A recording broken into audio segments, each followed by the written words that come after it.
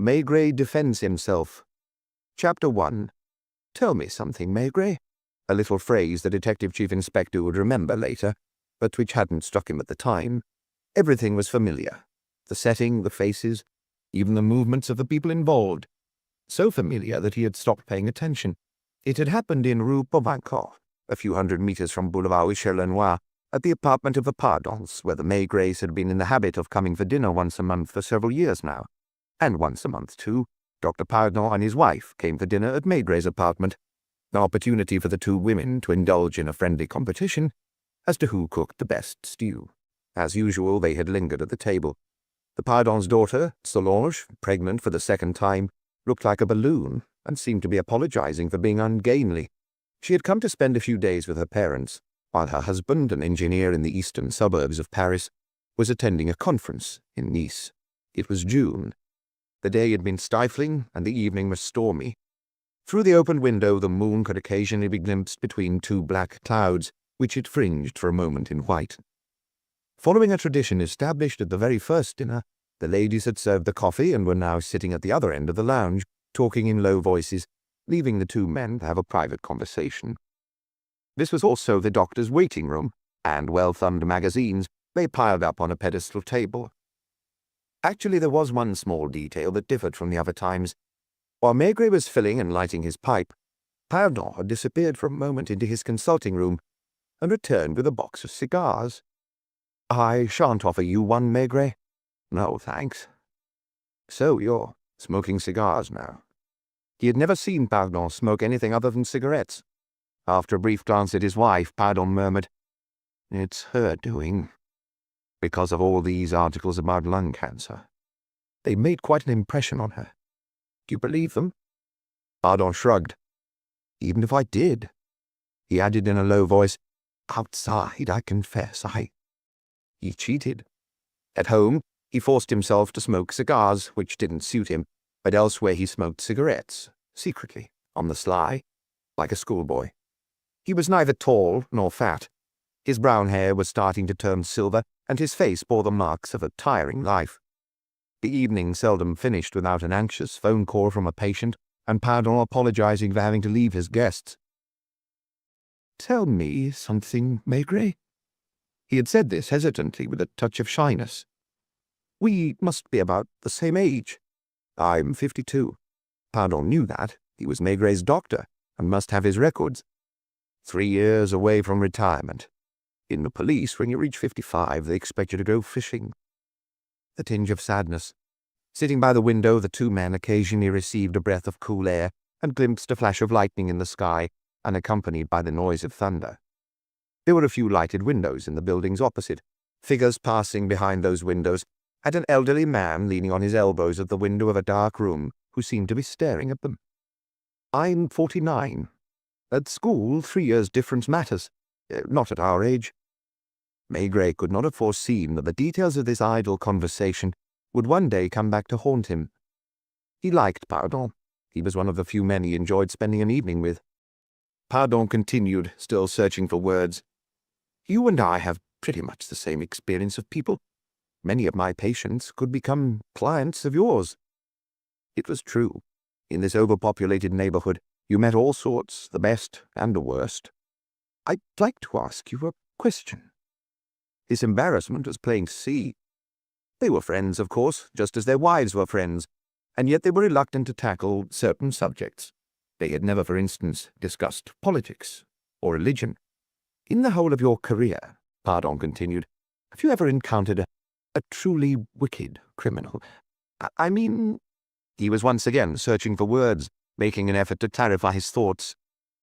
"A conscious criminal, one who's responsible for his own actions and acts out of pure spite, because that's his vice, as some might put it. I'm not talking about those who mistreat children, for example. They're almost all coarse creatures whose mental age is barely above 10, people who feel uncomfortable in an adult world and become heavy drinkers. So basically you're talking about a pure criminal. Pure or impure? Let's say a total criminal. As defined by the penal code? No, as defined by you." Screwing up his eyes, Maigret looked at his friend through the smoke from his pipe, concentrating above all on the cigar that Pardon held at an awkward angle, the ash from which, growing too long, was about to fall on the carpet. He finally smiled, and the doctor, embarrassed, now also looked at the cigar. They understood each other. It was this business of cigars and cigarettes that had been bothering Pardon, a doctor who mostly treated the working classes, and had led him, perhaps unconsciously, to ask his question. He was 49, as he had just said. Every day for more than 20 years, he had treated dozens of patients who looked at him as if he were God and expected everything from him: health, life, advice, a solution to their problems. He had saved the lives of men, women, and children. He had helped others to accept their fate. Every day he was called on to make rapid decisions that were as irreversible as those of a trial judge. Because she had read some newspaper articles, his wife had asked him to give up cigarettes, and he hadn't felt as if he could upset or worry her by refusing. So when he was at home, he forced himself to puff awkwardly at a cigar that probably tasted awful. But as soon as he was outside at the wheel of his car on the way to see a patient in pain, he would light a cigarette, his hand shaking with guilt. Maigret did not immediately answer the question his friend had asked. He had almost replied, "What about you?" That would have been too easy. "If I'd had the misfortune to become a magistrate," he began in a hesitant voice, "or if I was called to be a juror in a criminal trial, I wonder. No, I'm certain I couldn't bring myself to judge a man. Whatever the crime, it's not the crime that matters, it's what goes on or what went on inside the person who committed it. So you never dealt with a case in which you would have condemned the person without hesitation, because of what you call wickedness. At first sight, yes, I've had people in my office I couldn't stop myself from slapping. Then, as I investigated further, that was where the conversation had ended as far as that subject was concerned, because one of the wives had approached, Maigret couldn't remember which. "A little Armagnac?" It was Pardon's turn to throw Maigret a brief glance. No, thank you. By the way, when was the last time I gave you a checkup?" "About a year ago." There was a roll of thunder, which seemed to pass from rooftop to rooftop, but the rain they had been expecting for several days was still holding off. "Shall we go into my consulting room for a moment?" Pardon's daughter's firstborn was sleeping there in a folding cradle. "Don't worry, he's a deep sleeper. Although only until 5 in the morning, unfortunately. Now, let's check your blood pressure." Maigret took off his jacket, then his shirt, leaving himself bare-chested. Pardon had naturally assumed the grave and somewhat distant manner of the medical practitioner. "Breathe in. Deeper. Breathe through your mouth. Good. Lie down there and loosen your belt. I don't suppose you've made up your mind to work less or at a slower pace as I advised you. What about you?"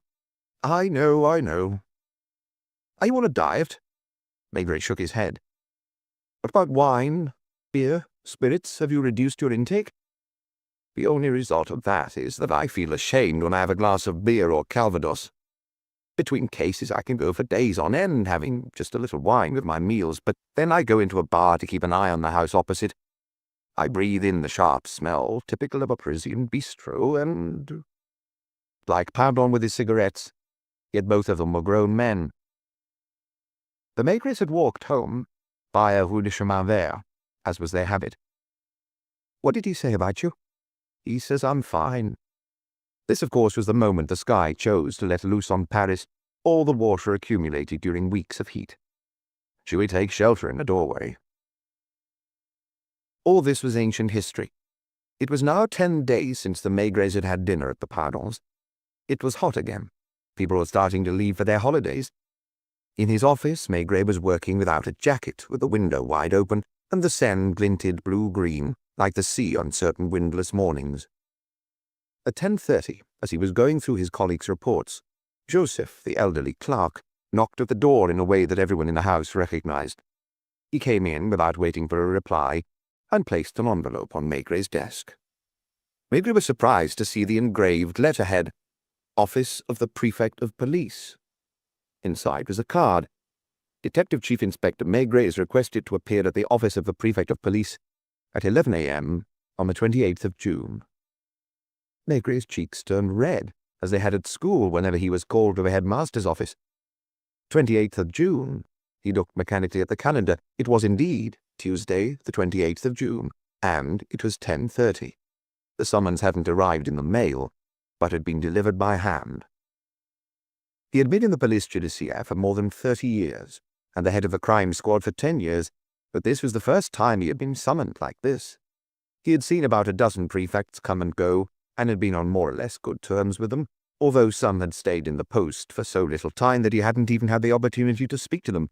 Others would call him on the telephone and ask him if he would be so good as to come to their office, and it was almost always to be given a delicate and usually not very pleasant assignment: to get the son or daughter of a highly placed figure, if not the highly placed figure himself, out of an embarrassing situation. His first reaction was to go straight to the commissioner, who must know what this is about. That morning, though, during the daily briefing, he hadn't said anything to Maigret, had behaved as he normally did, seemingly distracted, asking the odd question as if he didn't attach any importance to it. He had only been in his post for 3 years, and when he was appointed he had no experience of the police, except perhaps through novels. He was a high-ranking civil servant who had worked in a number of different ministries. Maigret remembered the days when the commissioner of police judiciaire was chosen from among the detective chief inspectors. There had been a time when his colleagues had teased him, telling him he would end up as the big chief himself. Now, as he walked through the inspector's room with an anxious air, he told everybody, "If anyone asks for me, I am seeing the prefect." 2 of his men at least looked up in surprise. Lucas and Janvier, who knew him better than the others, had sensed the anxiety and bad humor in Maigret's voice. His pipe clenched between his teeth, he descended the big dusty staircase, went out the main entrance, waved at the officers on guard duty, walked along Quai des Orfèvres for a very short distance, and turned the corner of Boulevard du Palais. Before facing the boss, he very nearly went into the bar opposite to have a drink. Anything, beer, white wine, an aperitif of some kind, and it was only now that for the first time he remembered the last dinner at the Pardons, the business of the cigarettes, the consultation next to the folding cradle. The guards recognized him. He entered the lift. The prefect's office. "Have you been summoned?" He showed the letter reluctantly. Not just anyone could enter. He was led to a waiting room he knew well. "Please wait." As if he had a choice. The prefect was also a newcomer, 2 years on the job. A young man. That was the fashion. He wasn't yet 40, but had been to the École Normale Supérieure, and had then amassed enough diplomas to be put at the head of any department of the civil service. The new broom, as the newspapers had nicknamed him after his first press conference. Yes, just like film stars, prefects now gave press conferences, always making sure there were TV cameras present. "Gentlemen, Paris has to be a clean capital, and to achieve that it's essential to give it a clean sweep. Too many people in the last few years, too many private interests have interfered and 11:05, 11:10, 11:15. The clerk with his silver chain was dozing at his pedestal table, occasionally throwing Maigret an indifferent glance. He had been in service almost as long as Maigret himself. A bell rang shrilly. The clerk rose reluctantly, half opened the door, gave a hand signal, and Maigret at last entered the big, green-carpeted Empire-style office. "Please, take a seat, Detective Chief Inspector." A soft, pleasant voice. A thin, very young face, framed by fair hair. Everyone knew from the newspapers that before starting work every morning, the prefect spent time at the Roland-Garros Stadium, keeping himself in shape with a few sets of tennis. He gave an impression of health and vigor, neatness too in his clothes, which he probably had made to measure in London. He was smiling. In all his photographs, he was smiling. His smile, admittedly, wasn't addressed to anyone in particular. It was to himself that he smiled, with modest self-satisfaction. "Tell me something." Like Pardon the other evening, except that instead of a cigar, the prefect was smoking a cigarette, perhaps because his wife wasn't around. Did he have the same self-satisfied smile in his wife's presence? "You started in the police as a young man, I think." "I started at the age of 22. "How old are you now?" 52. Again, just like Pardon, but presumably for other reasons. Maigret looked his grumpiest, fiddling with an empty pipe without daring to fill it. He added, rather as if to tempt fate, 3 years from retirement. Indeed. Don't you think that's rather a long time? He felt himself turn red. In order not to lose his temper, he stared at the bronze adornments on the feet of the desk. Did you go straight into the police judiciaire? The voice still had the same softness, an impersonal softness, perhaps something he'd learned. In my day, you didn't start in the police judiciaire. Like all my colleagues at the time, I began in a local station, the one in the 9th arrondissement. In uniform. I was the chief inspector's secretary. Later, I had a period on the beat. The prefect was studying him with a curiosity that was neither benevolent nor aggressive. And then you worked in several different squads? The metro, the department stores, the railway stations, vice, gambling. It seems to have left you with pleasant memories. Just like my school years. I mention it because you talk about it at every opportunity. This time Maigret turned crimson. Meaning what? Unless other people talk about it on your behalf. You're very well known, Monsieur Maigret, very popular. So soft did the voice remain that it might have been thought the prefect had summoned him to offer his congratulations. Your methods, according to the newspapers, are quite dramatic. He stood up and walked over to the window, where for a moment he looked at the cars and buses passing the Palais de Justice. When he came back to the middle of the room, his smile, and hence his self-satisfaction, had become more pronounced. You're at the top of the ladder now, head of the crime squad. And yet you haven't abandoned the habits you picked up early in your career. You don't spend much time in your office, so I've heard. No, sir, not very much. You like to deal in person with tasks that would normally be handled by your inspectors. Silence. Including what you call stakeouts. This time Maigret made up his mind. He gritted his teeth and filled his pipe. So, for example, you can be seen spending hours on end in little bars and cafes in all sorts of places one wouldn't expect to come across a public servant of your rank. Was he going to light his pipe or not? He didn't yet dare. He held back, still in his armchair, while the thin, elegant prefect came and went on the other side of the mahogany desk. These are outdated methods which may have had some merit in their time. The striking of the match made the prefect jump, but he offered no comment. For a fraction of a second his smile faded, then returned just the same as before. That old style of policing has its traditions. Informers, for example. You maintain cordial relations with people who live on the fringes of the law. You turn a blind eye to their peccadilloes, and in return they give you a helping hand. Do you still use informers, Monsieur Maigret? Like every police force in the world. Do you also turn a blind eye? When necessary? Haven't you ever noticed that lots of things have changed since the days when you started? I've seen 9 commissioners and 11 prefects come and go. Too bad. It was a question of being true to himself and to all his colleagues at police headquarters, the veterans anyway. The young inspectors tended to think the same way as this tennis player. If the prefect registered the blow, nothing appeared on the surface. He could have been a diplomat. It was quite possible he might end up as an ambassador. Are you familiar with Mademoiselle Puyer? The real attack was starting. On what grounds? Maigret wasn't yet in a position to guess. Should I be, sir? Certainly. Well, it's the first time I've heard the name. Mademoiselle Nicole Puyer. Have you also never heard of Monsieur Jean-Baptiste Puyer, Master of Requests of the Council of State? No, never. He lives at 42 Boulevard de Courcelles. That may well be the case. He's Nicole's uncle. She lives with him. If you say so, sir. Let me ask you, Detective Chief Inspector, where were you at 1 a.m. last night? This time the tone was more abrupt, and the smile had gone from his eyes. I'm waiting to reply. Is this an interrogation? How you take it is up to you. I asked you a specific question. May I ask in what capacity? As your superior in the chain of command. I see. Maigret took his time. He had never felt so humiliated in his life, and his fingers had tightened so much on the bowl of his pipe that they'd turned white. I went to bed at 10:30 after watching television with my wife. Did you have dinner at home? Yes. What time did you go out? I'm getting to that, sir. Just before midnight, the phone rang. I assume your number is in the directory. That's correct.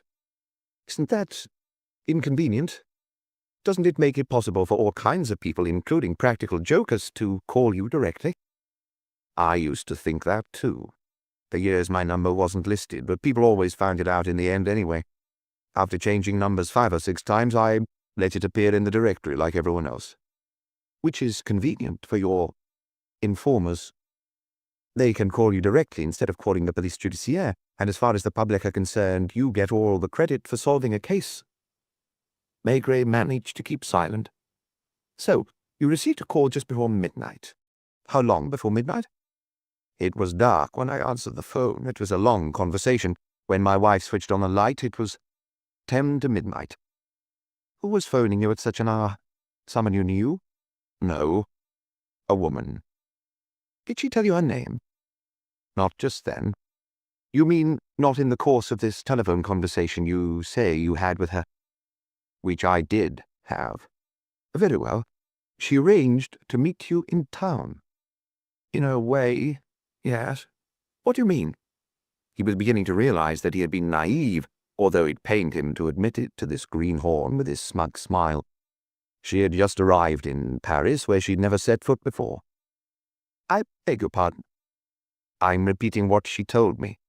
She added that she was the daughter of a magistrate in La Rochelle, that she was 18, that she felt stifled by her very strict family, especially as a school friend of hers, who's been here for a year, kept telling her about the delights and opportunities available in Paris.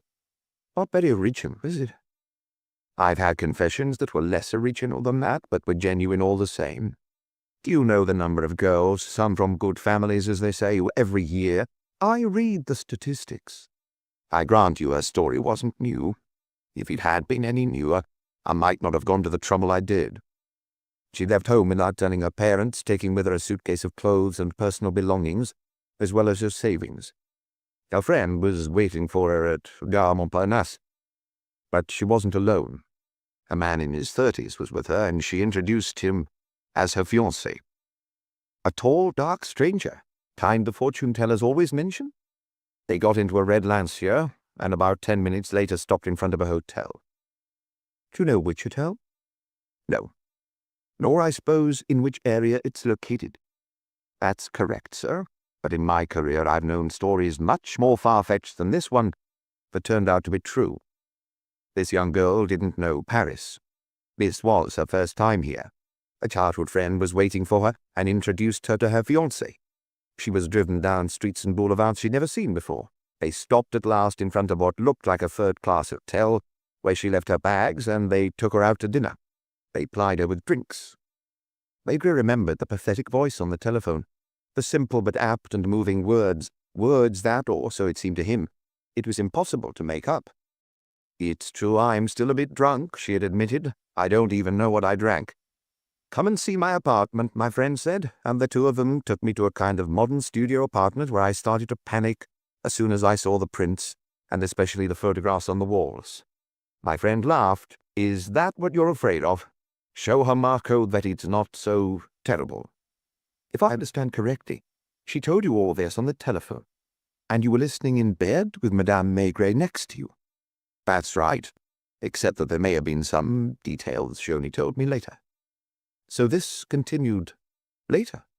It got to a point where she felt she had to run away, and she found herself alone in Paris without her luggage, without her handbag, without her money. And that was when it occurred to her to phone you. Obviously, she knew your name through the newspapers. She didn't have her handbag, but she found the money to call you from a public telephone. From a cafe where she went in, ordered a drink, and asked for a telephone token. Cafe owners don't usually ask to be paid in advance. So you flew to her rescue. Why didn't you ask the local police to help her out? Because Maigret had his doubts, but he was determined not to mention them. From now on, in any case, he would say as little as possible. You see, Detective Chief Inspector, the young woman in question isn't from the provinces at all, and her version of events bears no relation to yours. Monsieur Jean-Baptiste Prieur was worried this morning when his niece didn't come to breakfast, and he discovered that she wasn't in her room. She returned in a disheveled state, almost distraught, at 8:30 this morning. The story she told had such an effect on Monsieur Prieur that he personally telephoned the Minister of the Interior. When I was then informed, I sent someone to take a statement in shorthand from Mademoiselle Prieur. You're 3 years from retirement, Monsieur Maigret. Pardon's words came back to him. Tell me something. In your career, have you ever encountered pure spite? Wickedness for its own sake? A wicked act committed in full awareness? But who? What do you want from me, sir? My resignation? I would have to accept it. What's stopping you? I'd like you to read the young lady's account which has been typed up. Then I'd like you to put down in writing your version of events just as you've told it to me. Naturally, I forbid you to bother Mademoiselle Cleo to question anyone about her. I'll summon you again when I've received your statement.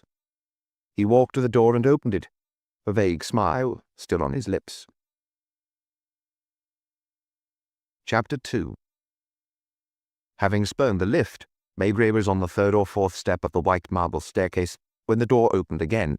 It was the one-armed clerk who certainly couldn't play tennis every morning. The prefect would like you to come back for a moment, Detective Chief Inspector. He stood there for a moment, irresolute, not knowing if he should go back up the few steps or continue on his way down. He finally walked back across the waiting room, and the prefect himself opened his door to him.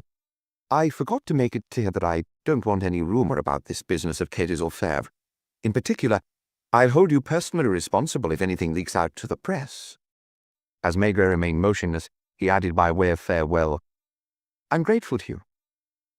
Likewise, sir. Had he said that, or hadn't he? He couldn't remember. He went back past the clerk, to whom he waved, and walked down the marble staircase, all the way this time. Outside, he was surprised to be back in the sun and the heat, among men and women in motion, the stream of cars, the colours and smells of daily life. There was a sudden spasm in his chest, and like a man with a heart condition, he mechanically raised his hand to it and stopped walking. Pardon had assured him it was nothing, just aerophagia. These attacks were frightening nonetheless, especially when they were accompanied by dizziness. The objects and people around him became less real, as in an out-of-focus photograph or one where the camera is moved. At the corner of the boulevard, he walked into a cafe-bar, half the windows of which had a view of the riverbank. For years he had been in the habit of dropping in here for a quick drink. A draught beer, Inspector? He was having difficulty breathing. His forehead was covered in sweat, and he looked at himself anxiously in the mirror between the bottles lined up on the shelf. Cognac. He was no longer red, but pale, his gaze fixed. Large or small? Large, he said ironically. Again, because of Pardon. It was incredible how important that conversation, apparently so trivial, which he had had with his friend, was coming to seem. Pardon had advised him to drink less, even though he himself, while smoking cigars at home to please his wife, lost no time once he was outside in lighting a cigarette. In your career, have you ever encountered a spiteful criminal, one who committed wicked acts for their own sake? He hadn't even smiled ironically. Give me another one, Francois. It was 11:40 according to the clock. It had all happened in less than half an hour that had opened up a kind of chasm in his life. From now on, there was the past and the present, before and after. But was there an after? His vision was still blurred. What if he fell right here on the tiled floor of the cafe, surrounded by people having their aperitif and taking no notice of him? Come on, Maigret, no sentimentality, no childishness. How many of the men he had interrogated in his office had felt their heart beating too fast, or had had the impression it was stopping altogether? He had served them a glass of cognac, too, from the bottle kept in his cupboard. What do I owe you? He paid. He felt hot. It really was hot. The other people here were also mopping their foreheads with their handkerchiefs from time to time. Why was Francois looking at him as if he had suddenly changed? He didn't zigzag. He wasn't drunk. You don't get drunk on 2 glasses of cognac, even large ones. He waited patiently for the lights to change, then crossed and headed for the famous 36 Quai des Orfèvres. He was no longer angry at that snotty-nosed prefect, although a little earlier he would happily have punched him in the face. In this affair, the prefect was merely a pawn. True, he didn't like police officers of the old school. Among the heads of departments, Maigret was the last of them. He had seen the others retire one by one, and had had to get used to younger faces and a different view of the profession. Almost the only veteran left at the police judiciaire was old Barnacle, an inspector who was already there when Maigret had arrived, and was still in the same post because he hadn't managed to pass a single exam. They called him the Sniffler because of his almost constant head cold, or else Bigfoot. He could never find shoes his size, which meant that his feet were always sore. Since they couldn't use him for more difficult tasks, he was the one they sent door to door, like a vacuum cleaner salesman, to question the concierges, even the inhabitants of an entire street. Poor Barnacle. Maigret had never felt so close to him. He would be leaving in 3 months. And Maigret? He raised his hand to greet the men on duty and slowly climbed the stairs, stopping halfway up, because he again had the feeling his heart wasn't beating regularly. He walked into his office, closed the door behind him, and looked around as if what he was seeing was unusual, even though he knew the slightest detail. With the passing of the years, the objects had had time to become set in aspic, to come to look permanent. He was tempted to open the cupboard that contained the wash basin and the famous bottle of cognac for clients who felt faint. Shrugging, he entered the inspector's room. "Anything new, boys?" They looked at him the same way Francois, the waiter in the bar, had done. Lucas stood up. "Another raid on a jeweler's? Do you mind dealing with it?" He stood there hovering between reality and unreality. "I'll phone my wife and tell her I won't be home for lunch. And before you leave, order me a few sandwiches and some beer." His colleagues were wondering what was going on with him. What could he tell them? He didn't know himself yet. For the first time, he was the one under attack, the one being asked to account for his actions. He took off his jacket, opened the other half of the window, and collapsed into his armchair. 6 pipes were lined up on his desk. Files he hadn't yet opened, documents to be signed too, no doubt. He chose a pipe, the biggest one, and slowly filled it. When he lit it, it didn't taste good. He had to stand to get from his jacket the papers the prefect had given him. Someone had been sent to Monsieur Jean-Baptiste Prier's residence on Boulevard de Courcelles to take down a statement from the young woman. That someone was probably an inspector. From which department had he been chosen? Master of Requests of the Council of State. Maigret had a vague memory of reading the words Council of State above a monumental door on Place du Palais Royal. It was a body that was very high up in the hierarchy of government, but like most Frenchmen, he only had a vague idea of its remit. The Council of State, as far as he knew, ensured the constitutionality of laws and decrees, and probably also decided on the admissibility of complaints by individuals and communities against the state. Master of Requests, therefore, meant that the person bearing this title had the task of presenting the complaints in question to the council, having first examined the files and giving a considered opinion. Statement of Mademoiselle Nicole Cuir, 18, student, living at 42 Boulevard de Courcelles with her uncle, Monsieur Jean-Baptiste Prieur, Master of Requests of the Council of State. Statement taken at 9:30 a.m. on the 28th of June. Boulevard de Courcelles. Big apartment buildings facing the Parc Monceau. Wide gates. Chauffeurs polishing cars in the courtyards. Concierges in uniform, just like the prefect's clerk. On Monday evening, after having dinner with my uncle, I went to Boulevard Saint-Germain to see a friend, Martin Bouet, whose father is a doctor. I took the metro because my uncle needed the car. Maigret took notes. After dinner the previous evening, he had watched television with Madame Maigret, with nothing to indicate what awaited him not long afterwards. We spent most of the evening in Martine's bedroom, listening to the new records she'd got for her birthday. Martine is crazy about music. So am I, although not quite as much as her. How innocent and virginal it all was. 2 girls in a bedroom listening to what? Bach? The latest pop songs? Jazz? I left her about 11:30, and my first idea was to go home by metro. Once out on the boulevard, however, I felt like walking a little because it was a cool night, and the day had been stifling. He tried to imagine her in the sitting room of the apartment on Boulevard de Courcelles, dictating this statement with a self-important air. The sentences seemed straight out of a school essay. Had her uncle been present? Had there been moments when she had backtracked and corrected herself? After a while, I turned into Rue de Seine to get to the riverside, because I love walking by the river, especially at night. That was when I realized that I'd left at Martine's 2 records I had taken with me to play to her. My uncle is in the habit of going to bed early because he gets up at the crack of dawn. I knew he had only gone out for about an hour, I was afraid that Martine would call the house to say that I'd forgotten my records. It was possible. Anything is possible. Maigret knew that now in a way he had never known it before. This part of the account, though, sounded less clear than the beginning. I found myself outside a little cafe, where the owner was sitting by the window reading his newspaper. I remember clearly the words painted on the front. Désiré's.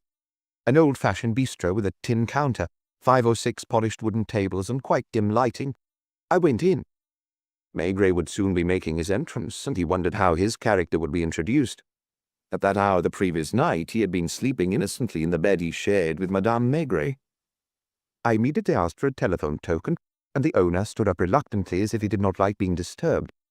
I told him to serve me a coffee at any of the tables, and went into the phone booth. Once I had Martine on the line, we chatted for a while. She wanted to know where I was.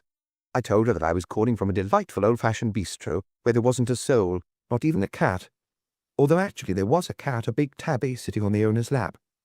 For a while, we discussed the possibility of her joining me, but then I told her I would not be there for long, that I wanted to walk another few hundred meters, and then take the metro. Maigret's detective's instincts were starting to come to the fore. She must definitely have phoned her friend, because that was a detail that could be checked. She had definitely been in a bistro called Désiré's, because that was where Maigret had joined her soon afterwards.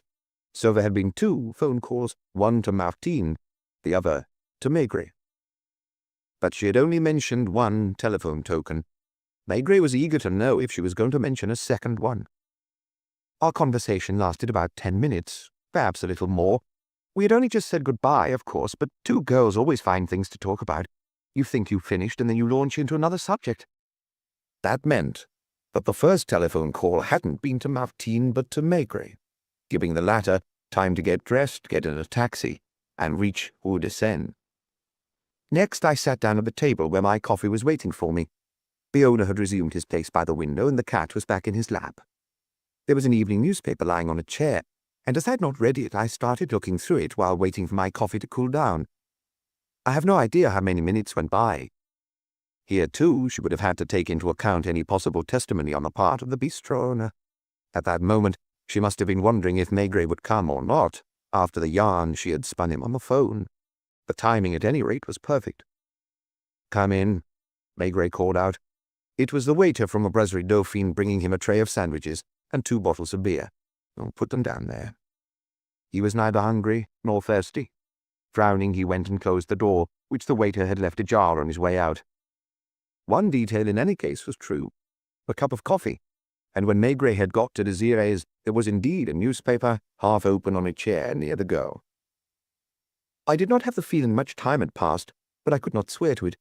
My uncle often tells me off for having no notion of time. I was about to take my purse from my pocket. I was wearing a light suit with 2 pockets, so I had not taken my handbag with me. Another one of my faults. I'm always leaving my handbag in different places, which is why, as far as possible, I choose clothes with pockets. Clever. That settled the matter of the supposedly stolen handbag. It was then that a man came in, quite a tall man with broad shoulders and a heavy face. Thanks for the description. I may be mistaken, but I have the impression that he had been looking at me through the window for a while. I vaguely remembered seeing someone of the same build walking up and down the pavement. I thought at first that he was coming towards me, but he sat down at the next table, or rather he collapsed onto a chair and mopped his brow. I have no idea if he'd been drinking, but it did occur to me. Careful. From here on, in particular, her statement had to coincide with what the owner of the bistro would say later. His face seemed familiar, although I could not put a name to it. Then I remembered that I'd seen his photograph in the newspapers. He seemed to read my thoughts because he said, "You're not mistaken. I really am Detective Chief Inspector Maigret." That was a mistake. Maigret would never have uttered a sentence like that. But the girl had had to give a plausible explanation of why they had immediately got into conversation. And Désiré, still sitting there on his chair, was an inconvenient witness. In reality, he hadn't got up when Maigret came in, but had merely peered over the top of his newspaper. It was a moot point why he kept his bistro open, perhaps out of habit, or else to be alone and read his newspaper in peace instead of going to bed with his wife. I'm not the kind of girl who runs after stars and celebrities to get their autographs. Celebrities visit my uncle every week on Boulevard de Courcelles. All the same, I was pleased to see a policeman at close quarters. especially the one everyone is always talking about. I'd imagined him to be bigger, especially fatter. What surprised me most at first sight was how merry he was, and I immediately wondered if he had been drinking. That again, and as a result, Maigret once again remembered the famous evening at the panels, which was definitely taking on a ridiculous degree of importance in his mind.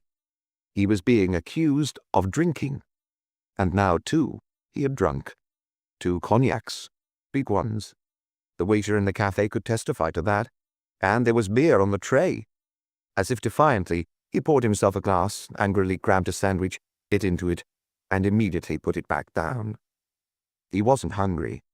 He was fuming, plunging ever further into an unknown world in which he was playing the main role without knowing exactly what that role was.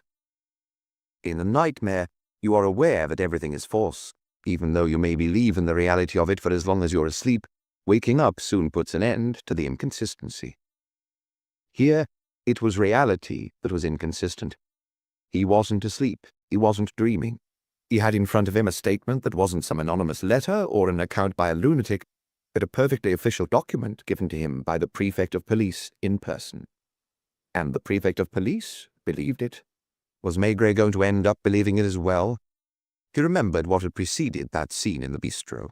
The ringing of the telephone, then the young girl's voice, the listening in the darkness, wondering if he should hang up, then Madame Maigret lighting the bedside lamp and asking, "What is it?" He had shrugged, still listening to the story being told in a faltering, supplicant voice. He had still been in a solid world then, at home, in a room he had occupied for more than 25 years. His wife was next to him, and she, too, was quite real. She handed him a pipe he hadn't emptied before going to bed, and lit a match. She knew that whenever he was dragged abruptly from his sleep, he liked to take a few puffs at his pipe to wake himself up. He had occupied this office for a long time, too. He had always thought it was real, and now it was already becoming less so. God alone knew what would happen when Maigret submitted his version of events to the prefect. What were the words used by this man who had been promising for 2 years to sweep Paris clean, and who played tennis every morning at the Roland-Garros Stadium, where he was happy to be photographed? Incidentally, he had been spiteful and unfair as far as Maigret's fame was concerned. Maigret had never looked for fame. On the contrary, how many times had his investigations been complicated by the fact that he was recognized everywhere he went? Was it his fault that journalists had created a legend around him? Anyway, where was he? Oh, yes. The prefect had said something like, "So just because an unknown young woman tells you a touching if rather unlikely story, you get up in the middle of the night and rush to the bistro she's indicated. Although you're head of the crime squad, it never occurs to you to call the nearest police station and send an inspector to deal with the matter." He wasn't all that wrong. In fact, Madame Maigret had said much the same thing. Why don't you send an inspector? Precisely because the matter wasn't clear-cut, because there was something inconsistent about the story he'd been told over the phone. Isn't life often inconsistent? He'd had proof of that once again, except that this time he found himself at the center of this inconsistency. 1 point to the prefect. But it wasn't the prefect Maigret was angry with, not anymore. He no longer had any desire to punch him in the face. He was only a pawn in this affair, and he, too, now looked like a fool. He emptied his glass, filled another, which he put down within arm's reach, and took the time to light a pipe before once more tackling the typewritten sheets. He ordered a white wine. The owner asked him, "A bottle?" He replied yes, and was brought a glass and a small bottle. He offered me some, but I told him I'd just had coffee. I can't remember how he brought up his proposal, something like, "Most people have the wrong idea about our profession. You too, I'd be willing to bet. They talk mainly about your interrogations, the confessions you finally obtain by wearing the suspect down. That's the end result. What matters is the routine work. For example, this evening, I'm on the lookout for a dangerous criminal I'm almost sure to find in one of the local bars." In spite of its pathos, the account she had given him over the phone, the story of her friend and the sinister Marco, held up rather better under close scrutiny than the words she had put in Maigret's mouth. "You might enjoy coming with me." He stood up, convinced I would accept. He threw some coins on the table, and when I tried to pay my bill, the owner told me it was already settled. I left at the same time as him. "Are your parents waiting for you?" My uncle doesn't care what time I get back. He trusts me. Then let's go. I yielded to my curiosity.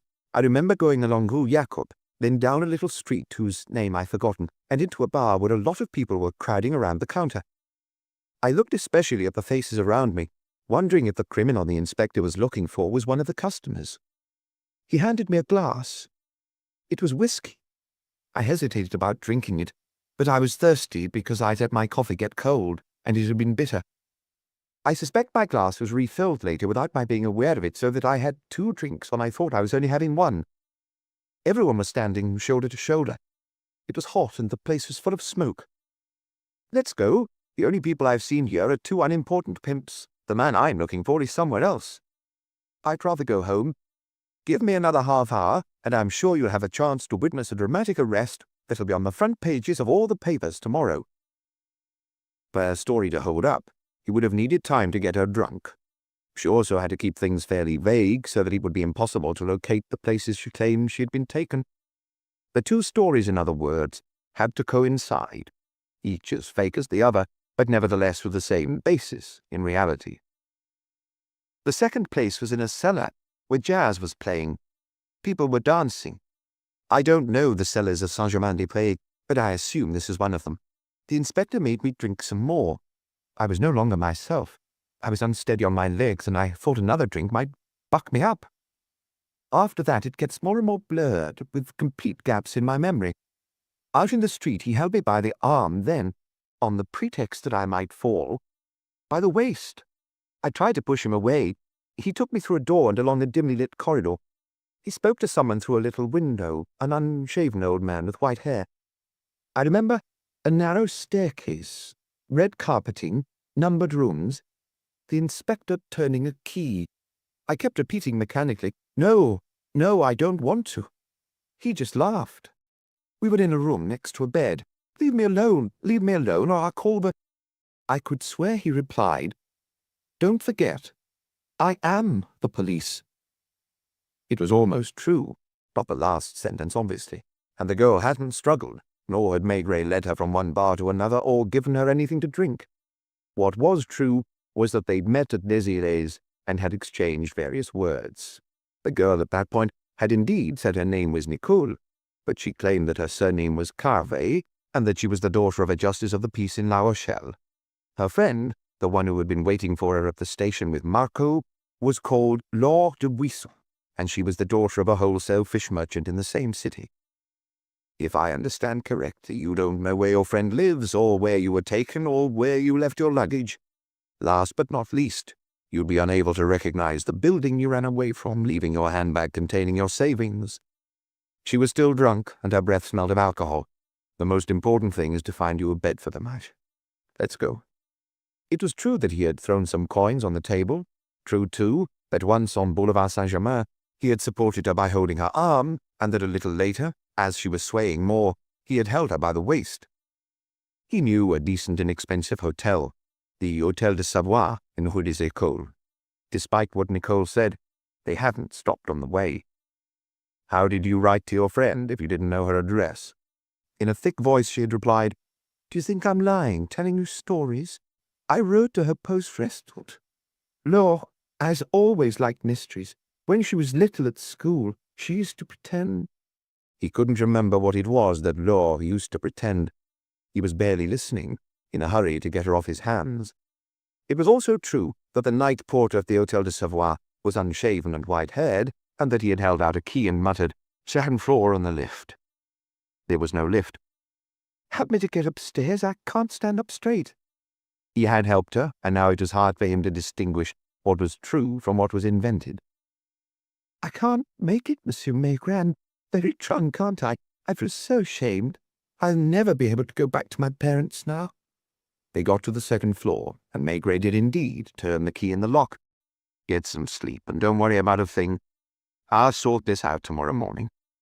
In the room she stumbled and fell to the floor, rolled over, and made no attempt to get up again. In a few moments she would be asleep.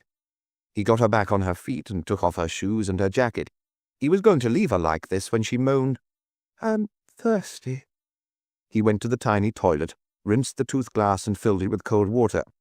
When he returned, she was sitting on the bed, trying to take off her skirt. "My belt is hurting me." She drank, all the while giving him distressed looks. "Won't you help me? If you only knew how sick I feel. I think I'm about to throw up." He had helped her to undress, leaving only her slip-on. She hadn't thrown up. "Well," Madame Maigret had asked him when he had got home. "A strange business. We'll deal with it tomorrow." "A pretty girl?" "I must admit I didn't notice. She was blind drunk." "What did you do with her?" "I took her to a hotel and had to put her to bed." "Did you undress her?" "I had to." "Aren't you afraid?" Madame Maigret had a sixth sense. He wasn't very satisfied either. At 9 o'clock, when he got to his office, the first thing he did was call the Hôtel de Savoie. He was told that the young lady in room 32 had left, saying that Detective Chief Inspector Maigret, who had brought her, would be back to pay her bill. 10 minutes later, the switchboard operator at the police judiciaire informed him that there was no justice of the peace named Carvet in La Rochelle, and no Carvet in the phone book. No Dubuisson either. Chapter 3. Don't forget, I am the police. Maigret was standing by the open window, both hands buried deep in his pockets, his jaws clenched around the stem of his pipe. He hadn't felt up to rereading Nicole Prieur's statement. For a long time he had sat slumped in his armchair, weary and nauseous without an ounce of fight in him.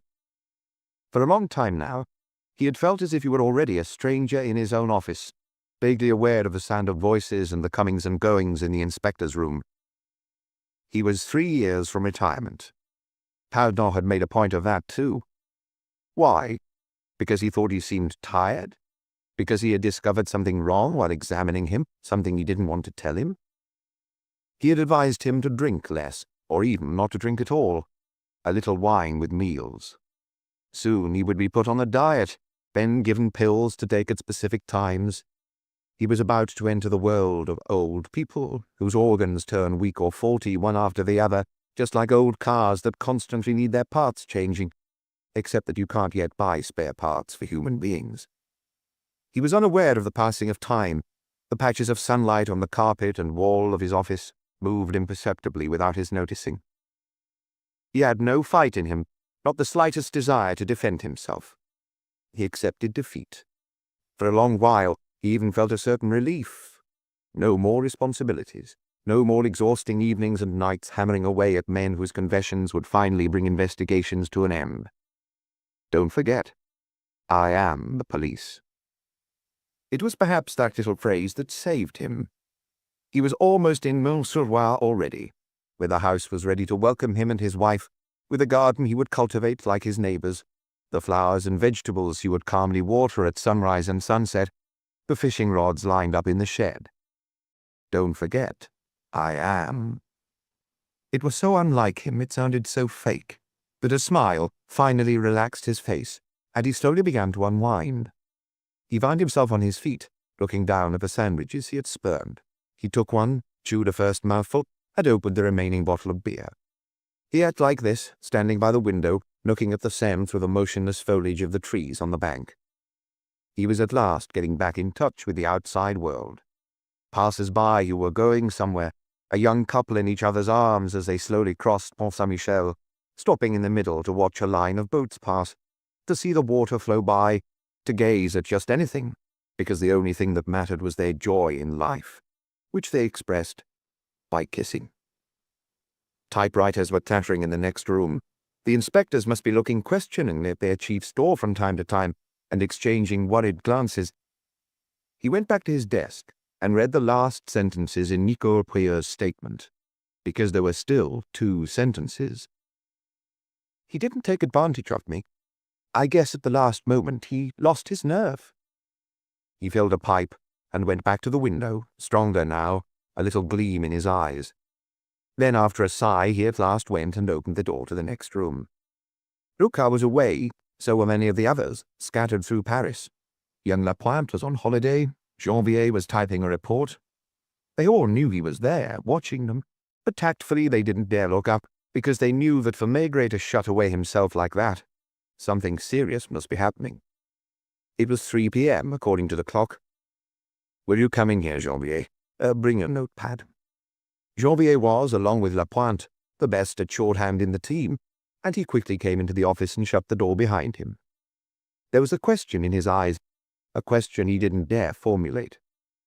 "Sit down. I'll dictate." It didn't take as long as he had thought. An hour earlier he would have provided explanations, come up with hypotheses. Now he limited himself to the facts, avoiding anything that might seem like a comment. As he continued with his account, Janvier grew more solemn, frowning and occasionally throwing his chief an anxious glance. 20 minutes sufficed. Type up 3 copies. "Very good, Chief." Maigret hesitated for a few seconds. The prefect had called him back to his office specifically to advise him not to tell anyone about this business. "Read this." He pushed the young woman's statement across the desk.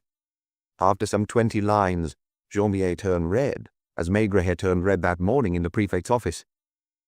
Who could have? Good old Janvier. Luca and he were Maigret's longest-standing colleagues, and the 3 men no longer needed words to understand each other.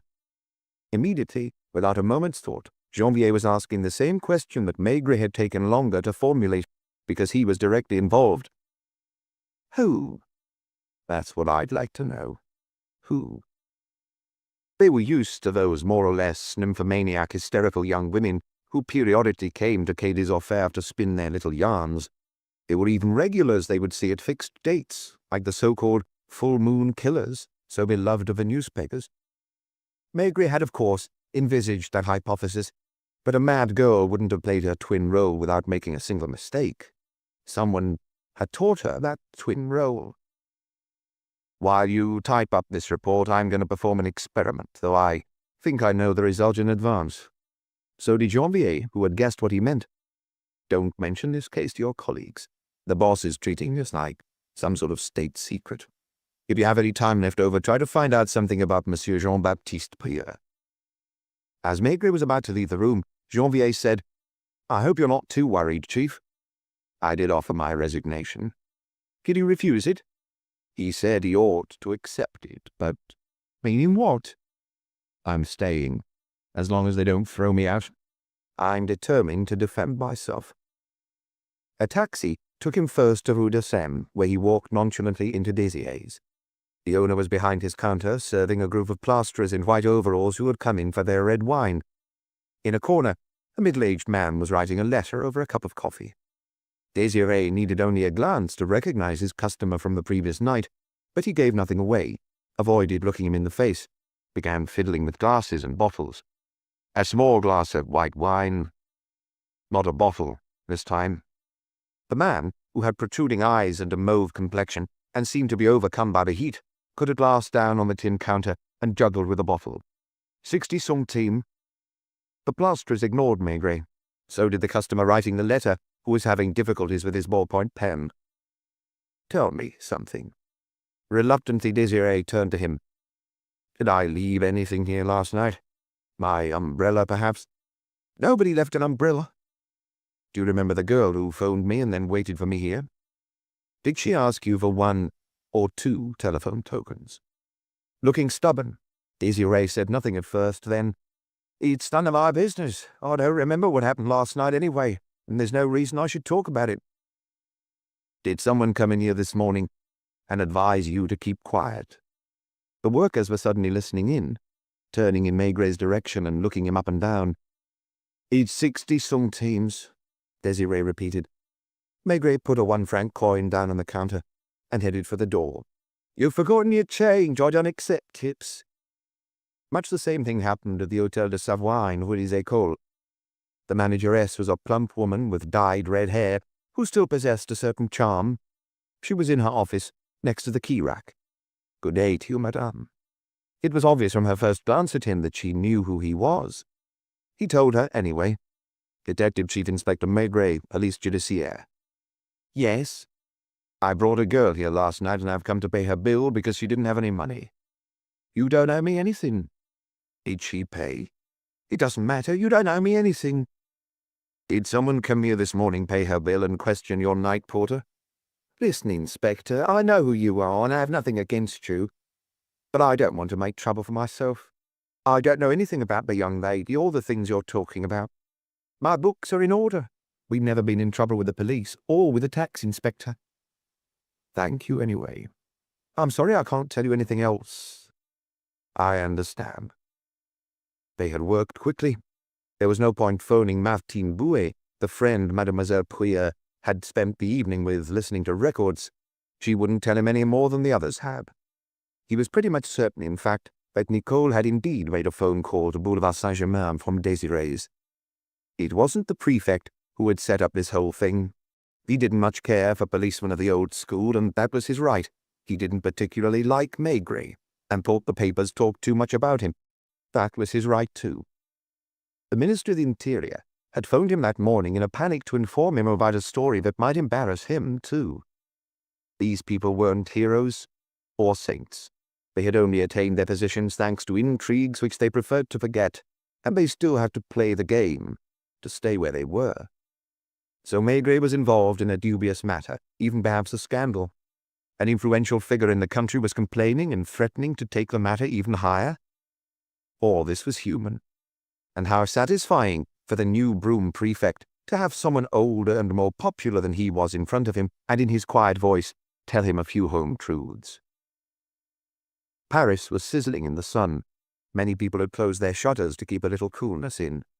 Here and there men were fishing, and there were other lovers like those on the Pont Saint-Michel, two in particular, who had taken off their shoes and were dangling their bare feet above the water. They were laughing as they looked at their toes, which they were wiggling in a grotesque fashion. Jean-Mier? Coming, Chief. He was busy on the telephone. When he entered Maigret's office, he brought some typewritten sheets with him. Maigret started reading them. He only read 3 or 5 lines. Are you sure you haven't forgotten anything? I double-checked, but I'd rather you... No. Maigret had no desire to reread what he had said. He signed with a heavy quill pen, took an official envelope from his desk, wrote the address on it, and rang for the clerk. Have this taken straight to the prefect's office. I'm listening, Jean-Mier. I called a friend of mine who's a lawyer and who's quite well acquainted with the upper levels of the civil service. Does he know this Prieur? He's a first-class jurist, one of the best around at the moment, apparently. He was married, but his wife was killed in a car accident about 10 years ago. His father was a ship owner. In La Rochelle. You guessed it. They both smiled. People who lie rarely make up the whole thing. The girl who had told him such a poignant story over the phone had said she was from La Rochelle. Her father was a magistrate, and her friend the daughter of a wholesale fish merchant. Go on. He still has a brother there who handles the ships. He himself has a personal fortune and lives in a huge apartment on Boulevard de Courcelles. Another brother, Christophe, who was married, had a daughter and lived in Morocco, killed himself in circumstances my friend doesn't know. His wife has dropped out of sight. It's believed she got married again to an American and lives in Texas. As for the daughter, she's the Nicole Prieur you know. Anything else? The girl passed her baccalaureate last year and is studying at the Sorbonne. What kind of girl is she? My friend has never met her, but his wife has seen her a few times. He'll talk to her when he gets home. There was no reason for Monsieur Jean-Baptiste Prieur, master of requests at the Council of State and eminent jurist, to harbour any hatred towards Maigret, whose name he might not even know, let alone to hatch a plot against him, in which his own niece's reputation might be compromised. I'd give a lot for a private conversation with that girl. I doubt you'll get the opportunity, Chief. Do you have any idea who might want to see me out of circulation badly enough to set up something like this? I'm sure there are a fair number of people, including those who've been robbing jewelers' shops in broad daylight for the past 2 months. There was another raid this morning on Avenue Victor Hugo. Did they leave any trail? None at all. Did they shoot anyone? Not bad either. They calmly drove away and nobody reacted, not even the jeweler, who was so stunned that it took him a whole minute before he sounded the alarm. Do you have an idea? Perhaps. Where was I yesterday at 11 in the morning? Janvier knew because he had driven the little black car. At Manuel's. And the previous day at about the same time. At Manuel's. And 3 times in a week, Maigret had paid a visit to Manuel Palmari, the former owner of the Clou Doré in Rue Fontaine, who was now living like a pensioner in his ritzy apartment in Rue des Acacias. It may be stupid, but I feel like going to see him again and asking a few questions. It seemed senseless, but weren't the events of the previous night just as senseless? For 30 years, Palmari, most often called Manuel in underworld circles, had been a big shot in Montmartre, where he had started out as a young pimp. Had he had other activities back in the days when Maigret, also young, had first met him? Maigret, a mere inspector then, had strongly suspected he had, but had never been able to pin anything on him. During those 30 years, many gangsters had disappeared from the Pigalle area. Some had been shot down by rivals, others, after a few years in prison, were persona non grata, others still ran more or less seedy inns in Marseille or Nice. Manuel, who had soon put on weight, had found the wherewithal to buy the Cru Doré, which at the time was merely a shabby drinking hole, rather like Désirée's, except that most of the clientele were criminals. The venue had soon been transformed into a modern bar, then into a restaurant with a few tables where the customers, no longer just young people, would arrive in big American cars. Maigret sometimes had lunch there, lingering until the little room decorated in red and gold emptied. "Tell me something, Manuel." Yes, Inspector. That fellow with a scar at the corner of his eye, who was sitting in the corner. "You know how it is. Customers come and go. I serve them food and drinks. I take their money. And what the eye doesn't see." Manuel was a born actor. He play-acted for himself as well as for others, and sometimes, pleased with his performance, winked at his listener. "We've known each other a long time, haven't we?" "We used to be a lot slimmer once upon a time, Monsieur Maigret." "And you didn't have a penny to your name." "It's true, I lived from hand to mouth, which proves I've never been mixed up in anything." "Or that you were already too clever." "You think I'm clever? I never had much schooling and can barely read a newspaper." "Manuel." "Yes?" "The fellow with the scar." "All right, I get it. Look, I don't know what I can tell you about him. I know he didn't have that scar 2 months ago. 2 months ago was March. And in March, a fight had broken out between two gangs near the Pigalle fountain, and shots had been exchanged. One man had been left lying dead in the street, and 2 wounded men had disappeared, as if by magic. The new broom prefect, who played tennis and had sworn to clean up Paris, didn't like informers and found the old methods repugnant. But now, in the car driven by Janvier, Maigret was on his way to see an informer. Manuel, who 3 years earlier, as he was opening the door of the Cru Doré in the early hours of the morning to lower the shutters, had received 6 machine-gun bullets in the thigh and the stomach. From the hospital where he had been taken, he had soon had himself moved to one of the best private clinics in Neuilly.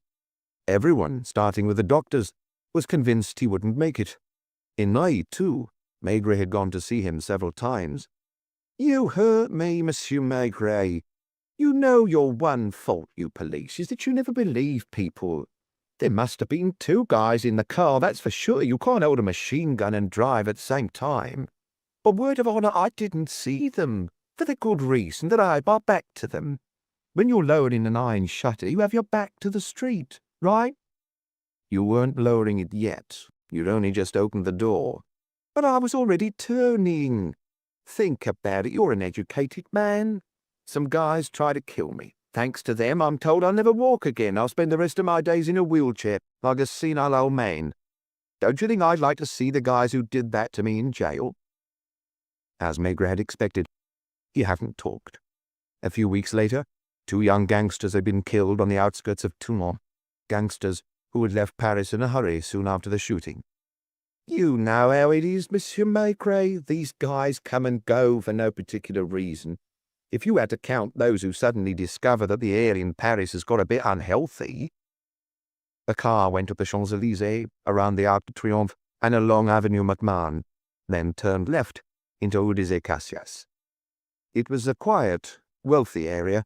Between the apartment blocks, there was still the occasional small private mansion with a weathered facade. "Shall I come up with you, Chief?" "No, find your colleague. I don't know who's on duty today." "Big Lorty?"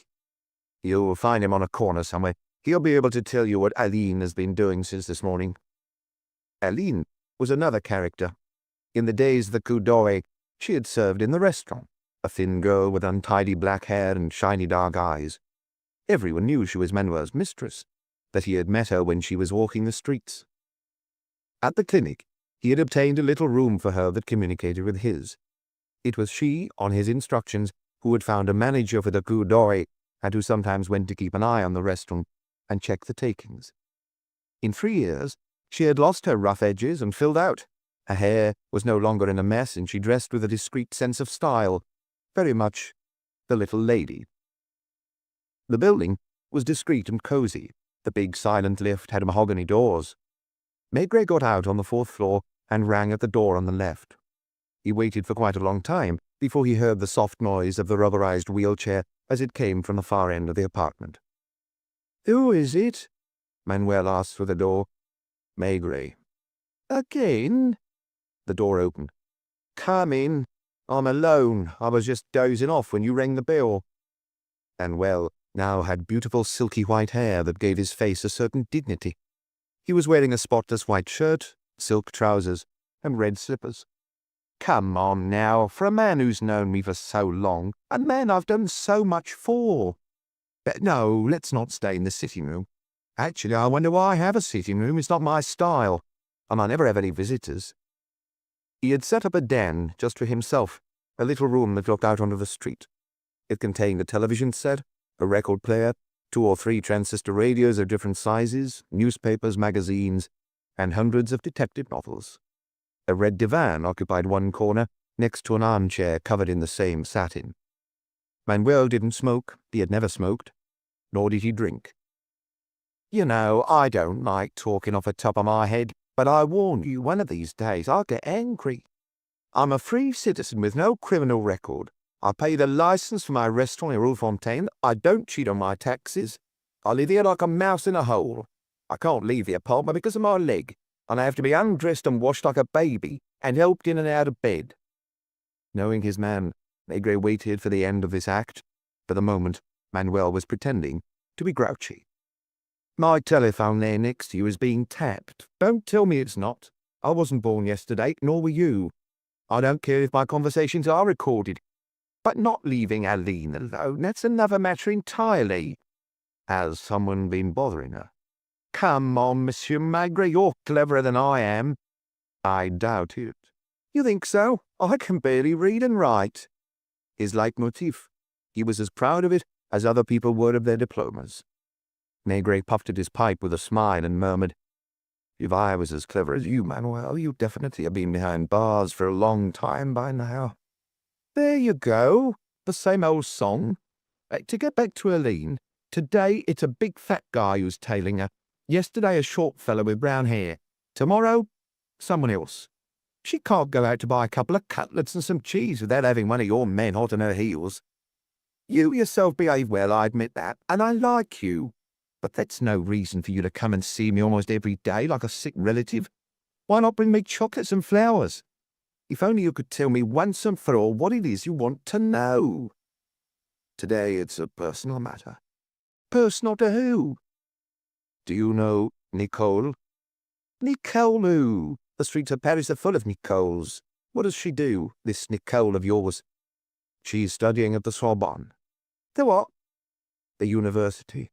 "And I'm supposed to know a girl who goes to university?" "That's what I'm asking you. Her name's Nicole Puyer." "Never heard of her." "She lives with her uncle not far from here on Boulevard de Courcelles. This uncle, Jean-Baptiste Puyer, is master of requests at the Council of State." Either Manuel's bewilderment was genuine, or else he was a better actor than Nicole herself. "Are you serious? I don't even know what the Council of State is, damn it. You really think I know all these bigwigs?" "How about Désiré, who owns a bistro in Rue de Seine?" "First time I've heard his name." "Or the 2 lads who did a job this morning on Avenue Victor Hugo?" Manuel sat up in his wheelchair. "Hold on now. If that's what you were leading up to, if you've been sweet-talking me just to catch me out, then I'm not playing along any more. I may have been kind enough to pass you the odd tip in the past. That's because you can't own a bar in Pigalle without being on good terms with the police. I listen to the radio like anyone else, so I know what happened this morning in the place you said. But what's it got to do with me? I haven't been out of here in 3 years, and hardly anyone comes to see me. Seeing that's the case, I'd be curious to know how I could be any kind of gang boss. The last time you came to see me about another jeweller's on Boulevard Saint-Martin, and the time before that, where's Aline? Out shopping. Locally? No idea. If you really want to know, she went to buy some knickers and bras. Your inspector will be able to confirm that this evening. Did she go out this morning? This morning she went to see the dentist just opposite. If that window over there had been open, I'd have been able to see her in the dentist's chair. The building opposite wasn't a block of apartments, but a 2-story mansion with attics on top, built of stone that had turned dark grey. In the sun, the roof tiles had the same blue and pink glints as the sun at certain hours of the day. Had she had toothache for a long time? For the last 3 days?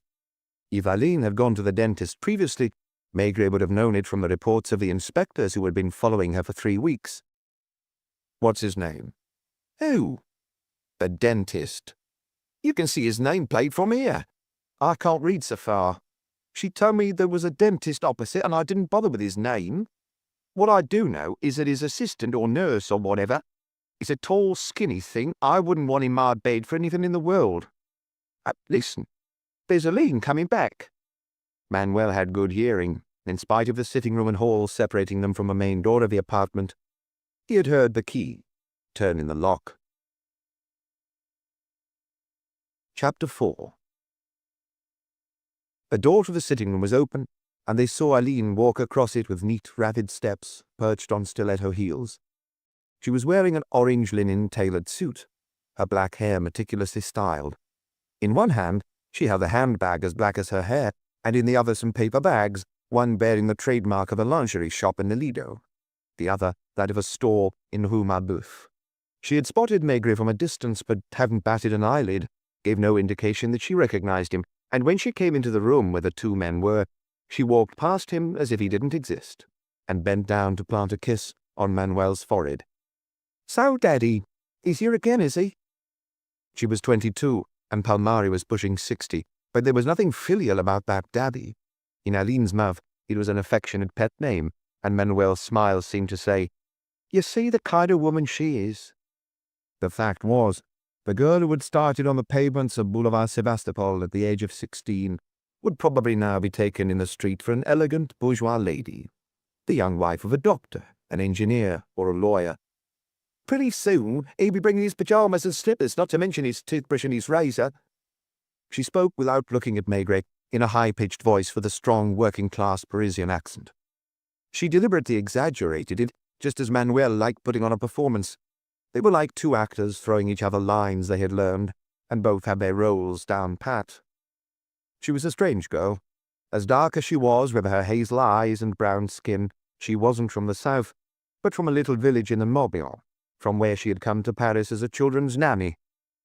She had worked for about 6 months for a very well-to-do couple in Neuilly, who hadn't hesitated to leave her in charge of a girl of 3 and the baby in the cradle, even when she had started frequenting dance halls in Rue de Gravilliers and Rue de Lappe.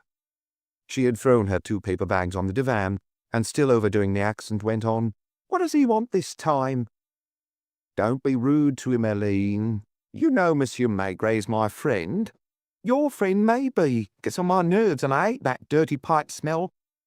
Maigret wasn't offended, and puffed slowly at his pipe as he looked at her. He suspected it was she, remembering her former employers, who had wanted this comfortable bourgeois apartment, whereas Manuel used to be content with the dark mezzanine he had occupied over his restaurant. She probably had a desire for respectability. "Do you know anyone who works at the Council of State?" Manuel asked her with a hint of irony. "If he's the one asking, tell him I don't even know what that is. Look, he's starting to peer at my packages. I bet you in 5 minutes he'll be asking to see what's in them. Maybe it's just a pervert who gets all excited touching women's underwear." The telephone rang. In his wheelchair, Manuel gave a start and looked first at the phone, then at Maigret. "Hello? What?" "Yes, he's here." "He's for you, Monsieur Maigret." "What did I tell you? Next thing we know, we'll be getting his mail sent here." "Hello? Yes. Go on." It was Janvier, phoning from a little cafe along the street. "I'm calling just in case, Chief. Lofty is with me. The girl managed to lose him. When she left home, she walked straight to the town metro station, bought a first-class ticket and went down onto the platform to catch the train going in the direction of the Étoile. Lortie followed her. When she got in the carriage, he slipped in through the other door. Just as the doors were closing, she jumped out onto the platform and Lortie couldn't get out in time. He came back here. She's just returned by taxi. Thanks.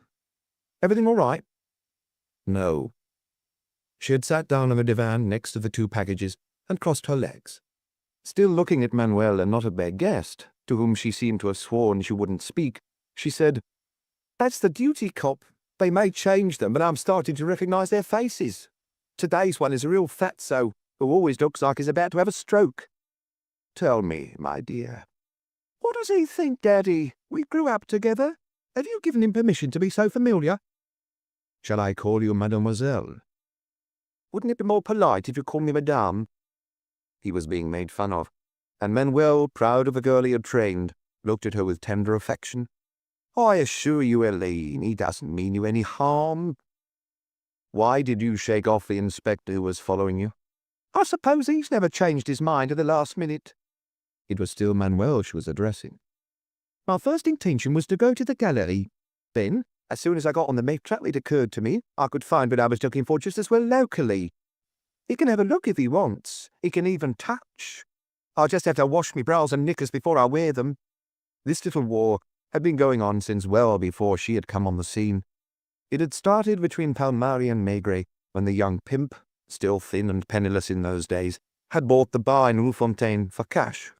As if by coincidence, that had happened just a few weeks after a raid on a jeweller's. For the first time, the robbers had used a technique which must have proved profitable, but which at the time had seemed extravagantly bold. Two men had smashed the shop's window with a hammer and grabbed the jewels in handfuls, heedless of the passers-by, who were too surprised to react, and of the jeweller gesticulating inside. Then they had got in a car in which an accomplice was waiting for them, and plunged into the traffic. Neither the jewels nor the men behind the raid had ever been found. Over the next 2 years, a dozen robberies of the same kind had taken place. Eventually, they had got their hands on one of the gang, a young man with no prior criminal record named Genel. He hadn't talked, and had got 5 years. Palmieri, increasingly prosperous, turned his dive into a smart bar, then into an expensive restaurant. "Business is good," he merely replied whenever Maigret went and questioned him as if casually. "I do quite well on the horses too." And it was true that on Sunday he closed his establishment and set off for Auteuil, Longchamp, or Vincennes, depending on the season.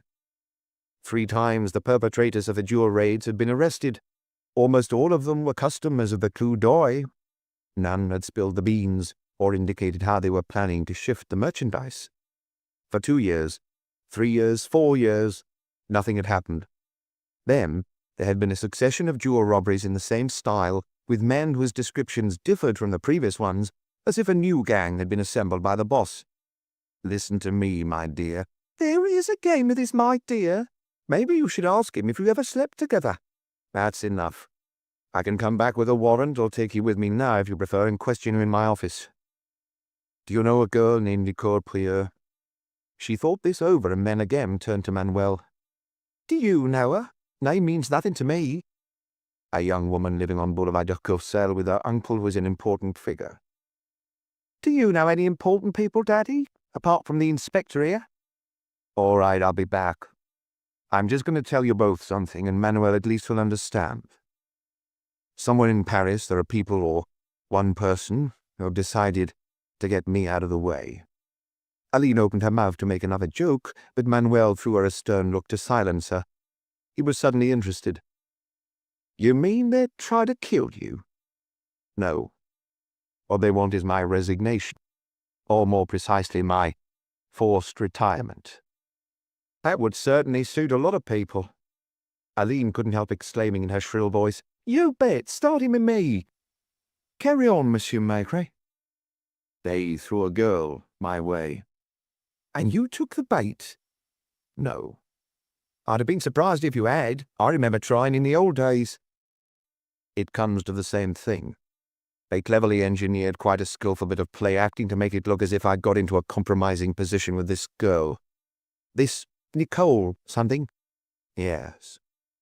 Maigret, more solemn now, looked Manuel in the eyes. I must be making someone very uncomfortable, someone I'm about to catch red-handed, or who imagines I am. He paused, and Manuel, equally solemn, said, Go on.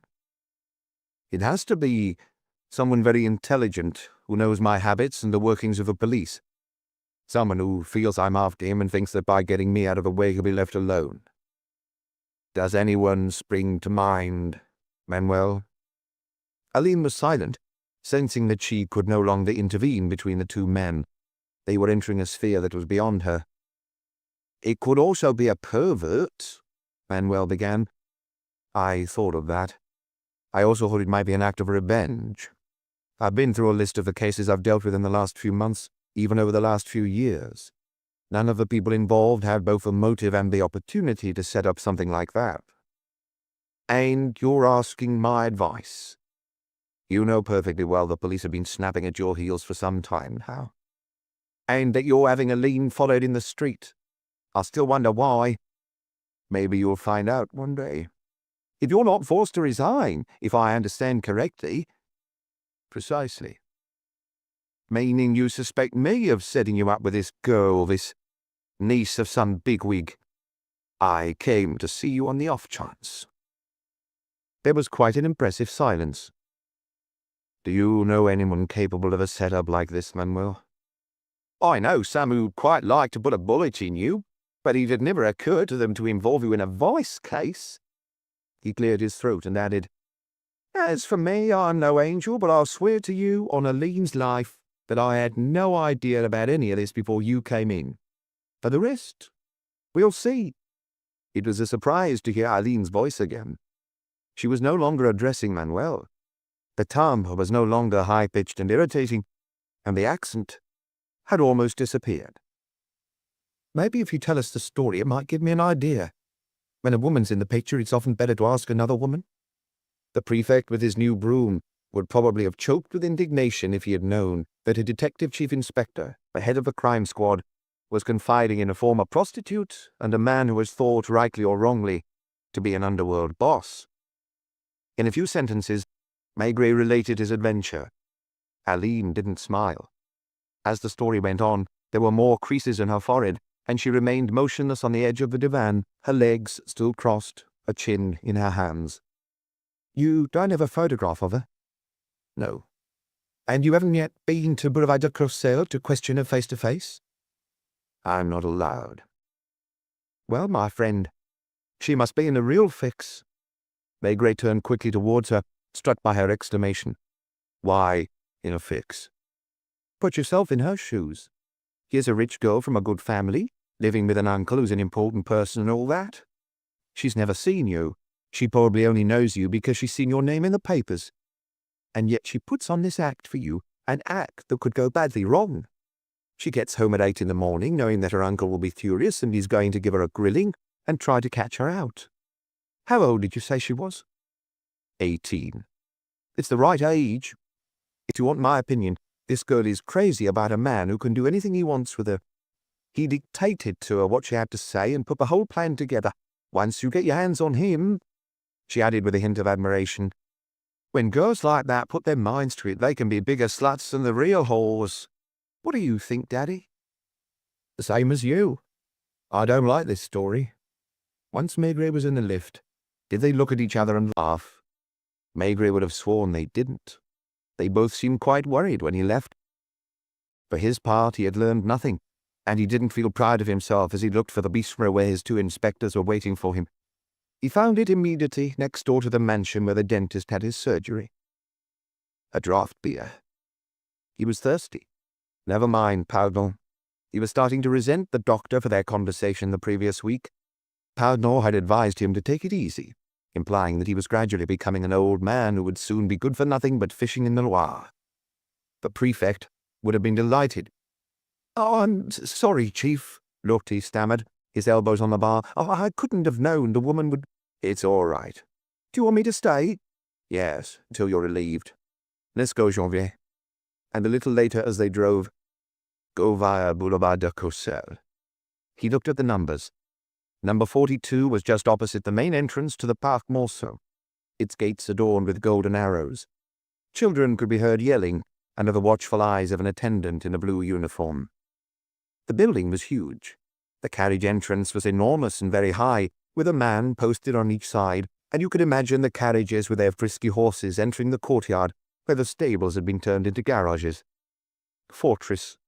That was what Maigret called such buildings in his own mind. It wasn't a concierge who was in charge of the lodge, but a figure in livery, and you certainly wouldn't smell stew simmering in a pot. The staircase was probably of marble, the apartments vast with high ceilings covered in carpets that muffled the sound of footsteps. These apartment buildings in the smarter neighborhoods had made a great impression on him when he had first arrived in Paris. The valets still wore striped waistcoats, the maids lace caps, and the nurses pushing prams in the park, English uniforms. Quite often since then, he had had occasion to conduct investigations in these houses, and he had always felt the same embarrassment, and perhaps a certain aggressiveness, although not because of envy. Experience had taught him that most of the inhabitants were somehow untouchable. If they weren't themselves influential figures, they had friends in high places and would threaten to complain, the way that Prieur had complained directly to the Minister of the Interior. Janvier had slowed down. The car had almost stopped. Maigret muttered under his breath, "The bitch." Then, in a resigned, bitter tone, aware of his own powerlessness, "Let's go. Back to HQ. Quai des Orfèvres, where they could bombard anyone they liked with questions for 24 hours or even for 2 or 3 days, with intervals for beer and sandwiches, and short rests on a straw mattress. Anyone. But not these people. Not Mademoiselle Nicole Prieur. Janvier remained silent, understanding that now was not the time to open his mouth. "A girl from her background almost certainly travels abroad," Maigret suddenly remarked, "which means she has a passport. There must be a file with her photograph at the prefecture."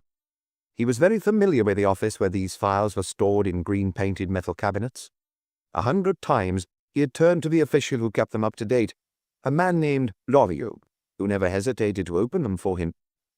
But not when it came to Mademoiselle Prieur. He was obliged to go about it another way. Aline was right. He needed a photograph of the girl as soon as possible. Does Barnacle still have his Leica? He'd give up his wife, Ceremony's camera. He has a wife? It was odd. Maigret had known Inspector Barnacle for more than 30 years, and yet had never known anything about his private life. He had thought he was a bachelor, with his loose-fitting black suit, its sleeves frayed and its elbows shiny with use, which he'd been wearing for years and which was always missing a button, with his air of someone who is crushed beneath the burden of misfortune.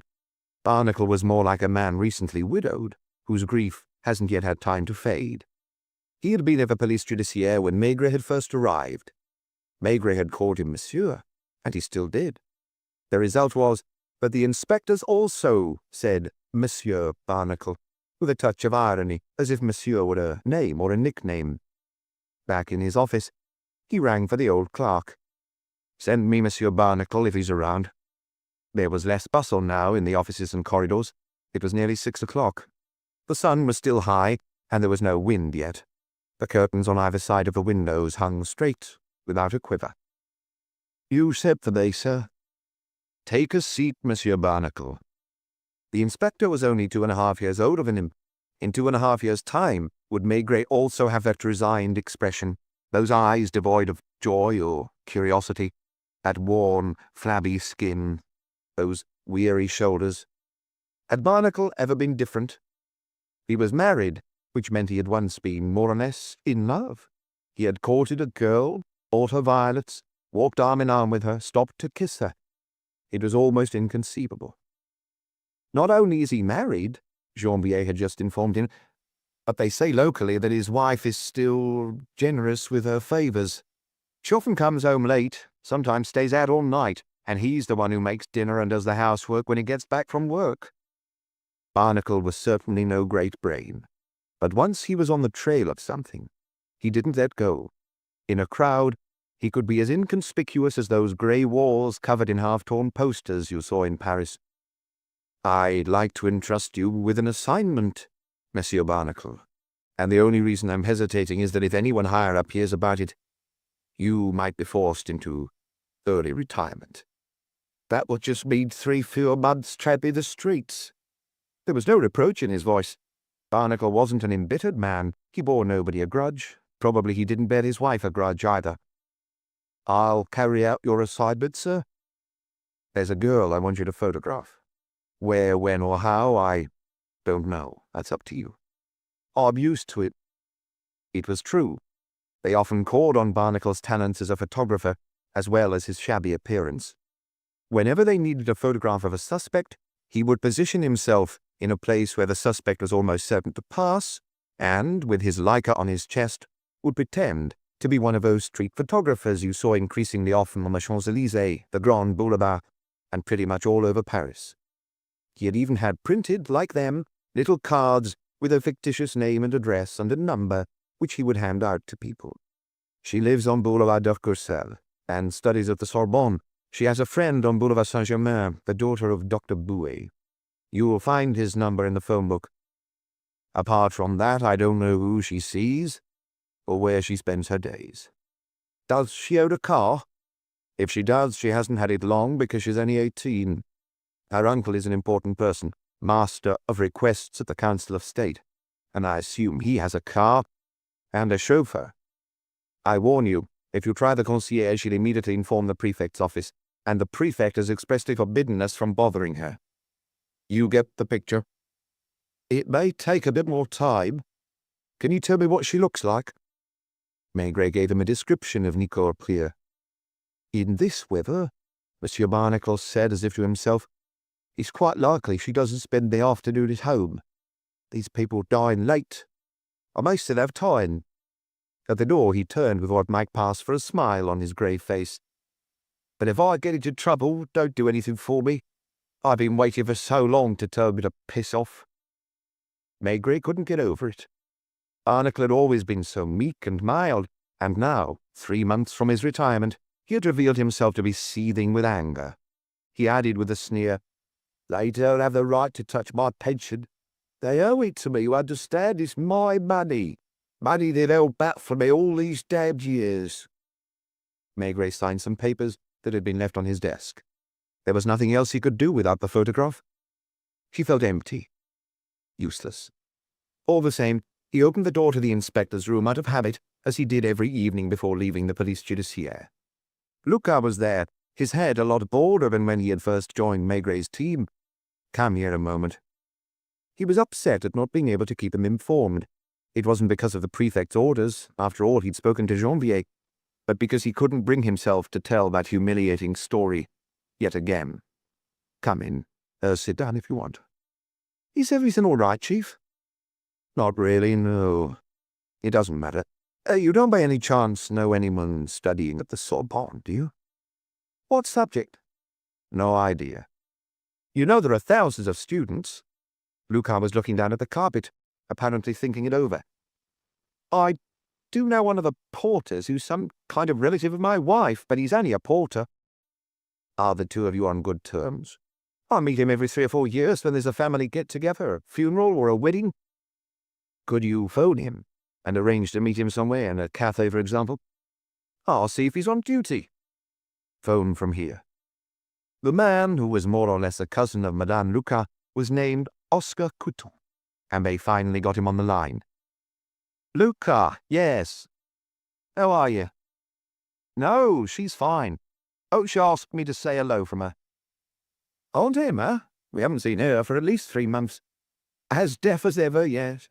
Listen, I need some information. Could we meet?" "No, nothing important." "I'd rather not come there." "What, 6:30? I just have time to get there. First on the left, coming from Boulevard Saint-Michel. I'll be there." Lucas threw Maigret a questioning glance. "All right, see you later." And to Maigret, "We got him just as he was about to leave. You wait for us in a bar en Rue Monsieur le Prince, where he usually stops for an aperitif on his way home." "What shall I ask him?" "It's best if I go with you. Call a taxi now." apart from a little white wine with meals, Pardon had decreed. How many bars had Maigret been obliged to enter in the past 24 hours? Of course, he could have ordered fruit juice. At the age of 40, Oscar Coutin had the flabbiness of those men who sit all day long and are partial to aperitifs. He was clearly proud of his position, which he probably kept up in a dignified, even solemn manner. He worked at the Sorbonne, shook hands with illustrious professors as they passed, didn't hesitate to reprimand, when need be, students who bore well-known names and would one day be bankers or ministers. Let me introduce my boss, Detective Chief Inspector Maigret. Pleased to meet you. I've never seen you at our place. He was clearly not talking about his apartment, but about the Sorbonne. I'm glad to be able to help, Inspector. It's always nice to meet famous people, and they don't come more famous than you. I always pictured you heavier, if you don't mind me saying so. Heavier and taller. We must be the same height, and I weigh 80. What do you have? A little anisette? Sure. Same again for me, and 2 anisettes for these gentlemen. So, are you interested in one of our kids? I wondered if you know a student named Nicole Puyer. Bernice of the... Yes. She's in the Étoile gang. They make life difficult for us, those kids. You have to be firm with them. There are about 20 of them, boys and girls. They drive up in these big sports cars, Jaguars, Ferraris, whatever, and park them in the spots reserved for the professors. Luckily, not all the teachers have cars. Most of them use the metro. What is she studying? Wait, let me picture the board. We keep all that up to date, you understand, but there are so many names to remember. Listening to him, you would have thought he carried the whole weight of the Sorbonne on his shoulders.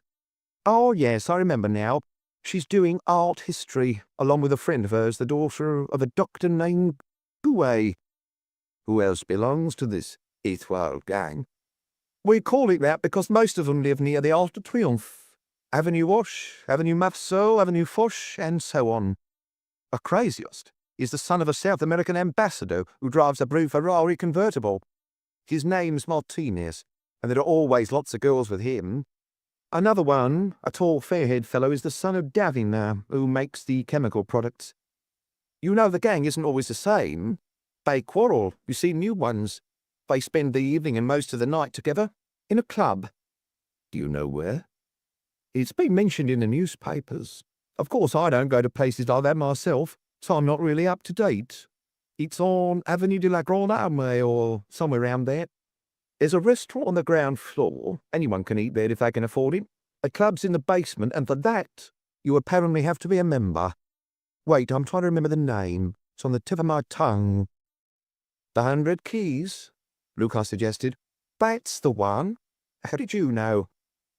Because, like you, I read about it in the papers. Once you're accepted as a member, you're given a gold key, which is like a symbol to say that you can open the doors of the club. Maigret stood up as the cousin was getting ready to order another round and launch into interminable reflections on the Sorbonne. I'm very grateful to you. I hope you don't mind, but I have to go. A little later, on Boulevard Saint-Michel, he collapsed onto the back seat of a taxi and said, Boulevard Michelin. Got it, Monsieur Maigret. It wouldn't be long before the prefect of police banned taxi drivers from recognizing him. He had seldom been so eager to get back home and see his wife's bright, tender eyes. Chapter 5. As soon as she recognized his steps on the stairs, she came and opened the door to him. She was in her housecoat and slippers, and the apartment smelled of floor polish.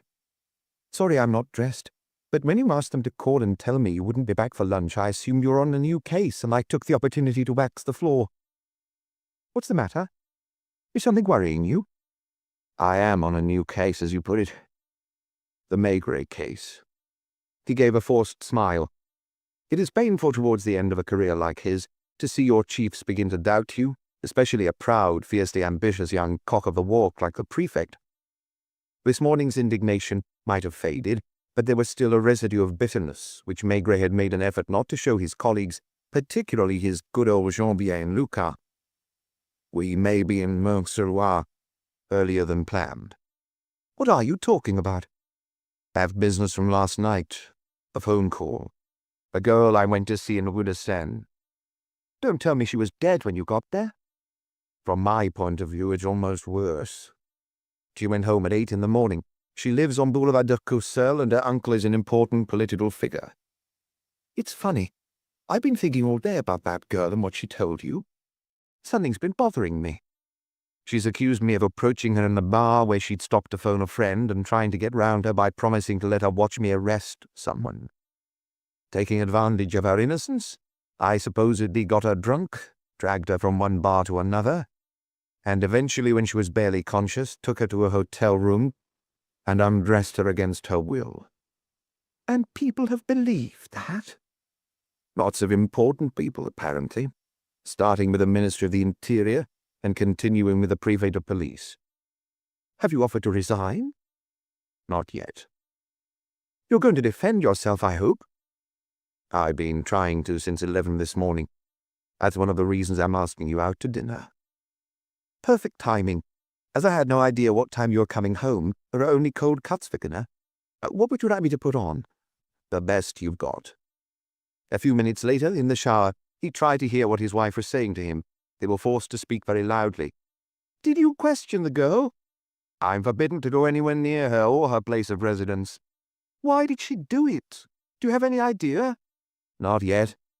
I may get one this evening. They dressed, exchanging words full of trust. Madame Maigret hadn't panicked, and she had been the first to mention the word resignation. Not for a moment had she doubted her husband, and she had lost none of her good humor.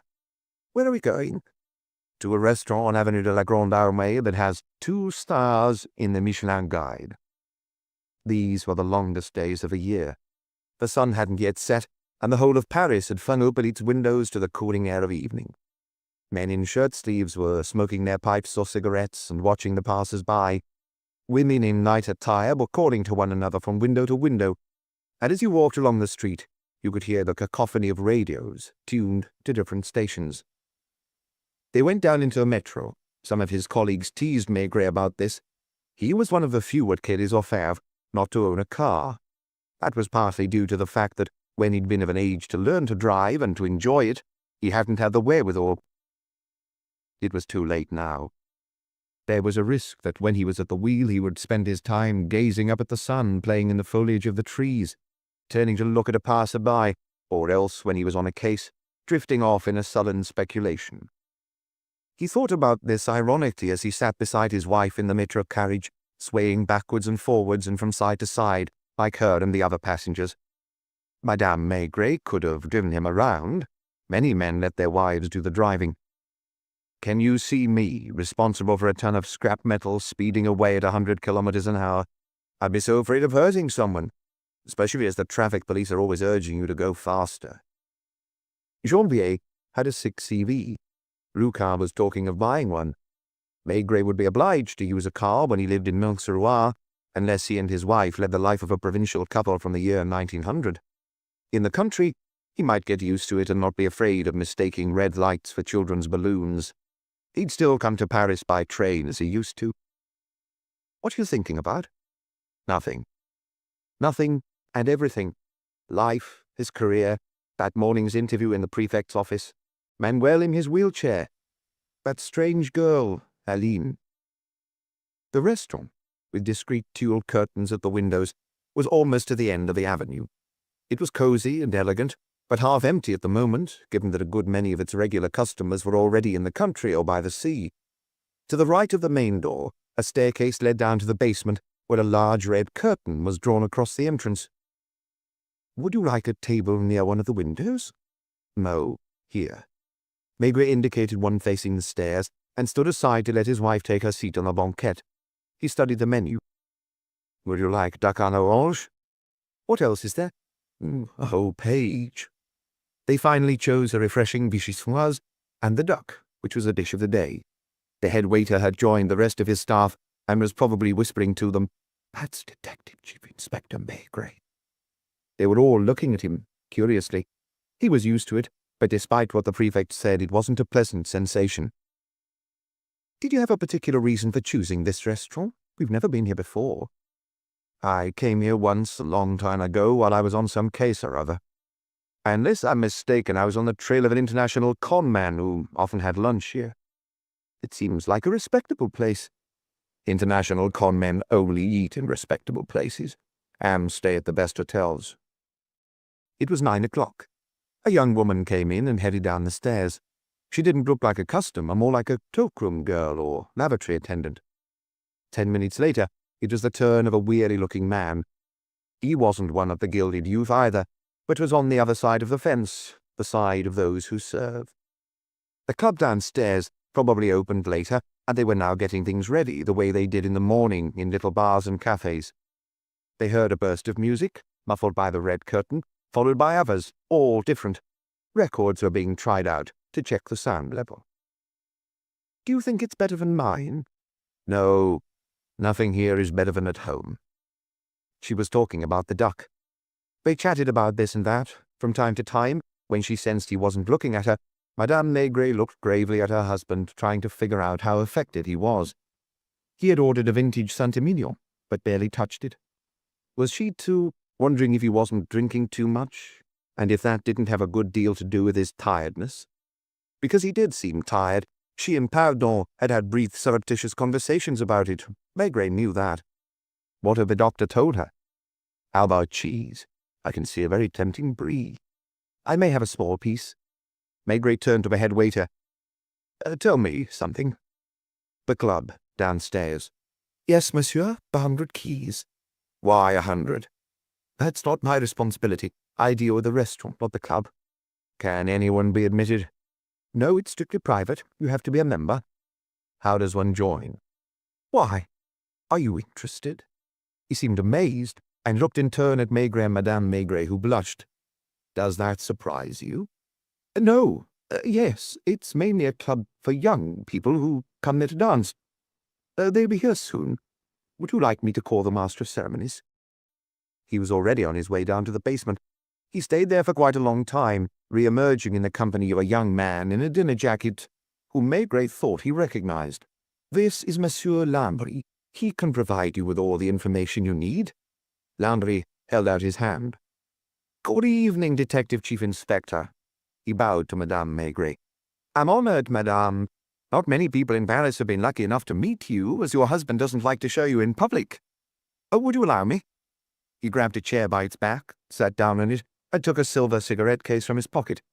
"I hope you don't mind if I smoke." He was about 35. His dinner jacket was perfectly cut, and he wore it with the ease of someone who dresses up every evening. He was a handsome man, who might perhaps be criticized for being too sure of himself. There was something sardonic, even aggressive in his eyes.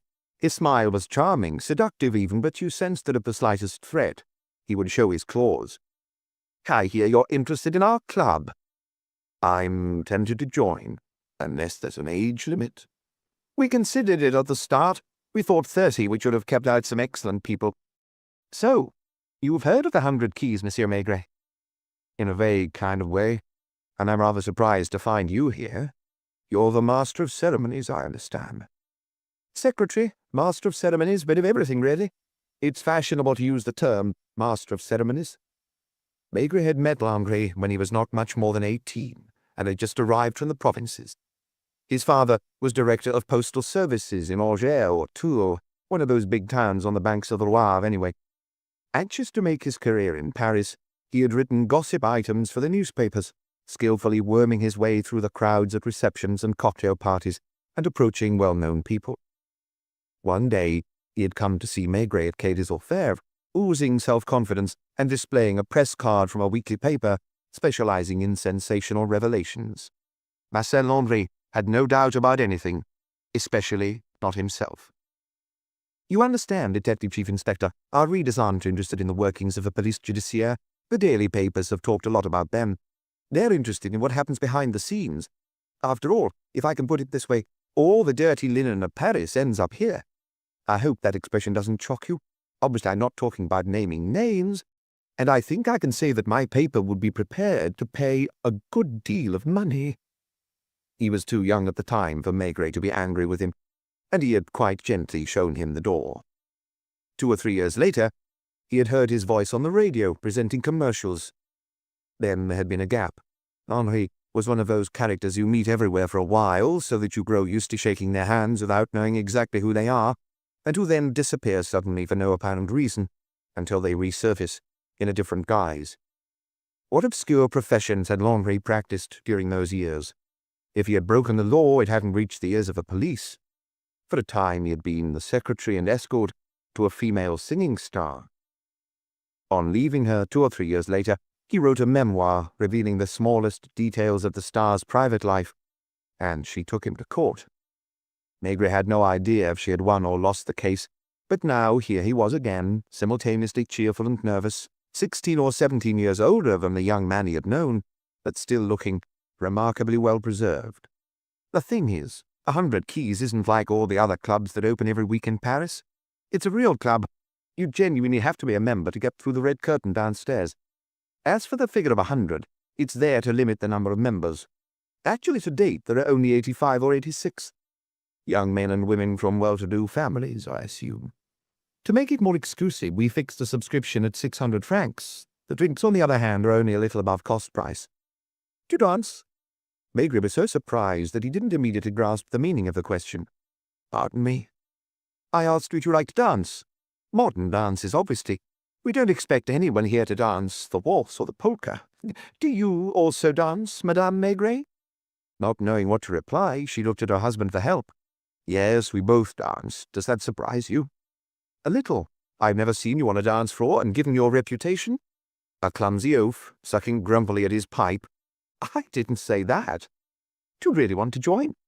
Yes, I do. Do you know 2 members of the club who could be your sponsors? That's another thing that shows this is a real club. Any candidate has to be proposed by 2 sponsors, and the application is submitted to a committee of 12 members who have to come to a majority decision. If I could have a look at the list of members, I'm sure I'd find more than 2 people of my acquaintance who'd support my application. Marcel Landry didn't bat an eyelid. They both knew they were playing a game. Landry gave Maigret a sharp look, intrigued rather than anxious, recovered his smile, and walked to the stairs. When he returned, he was holding a register bound in red leather.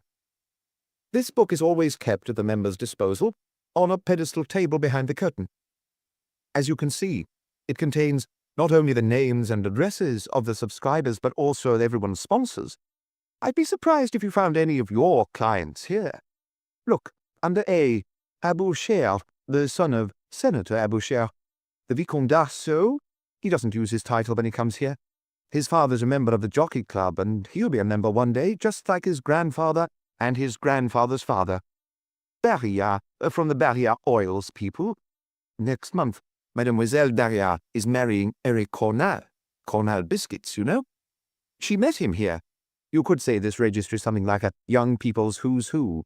Some of them are students, and we don't see much of them at this time of the year because the exams are on. Others have jobs. We also have couples. All of the addresses were what might be called good addresses, the kind that place people in a specific social category. Maigret moved his lips as he ran his index finger down the page, stopping at a name. François Miller, 38, specialist in oral medicine, 32A, Eau des Acacias. Isn't he the dentist who has a clinic in a small mansion? I confess I've never been there.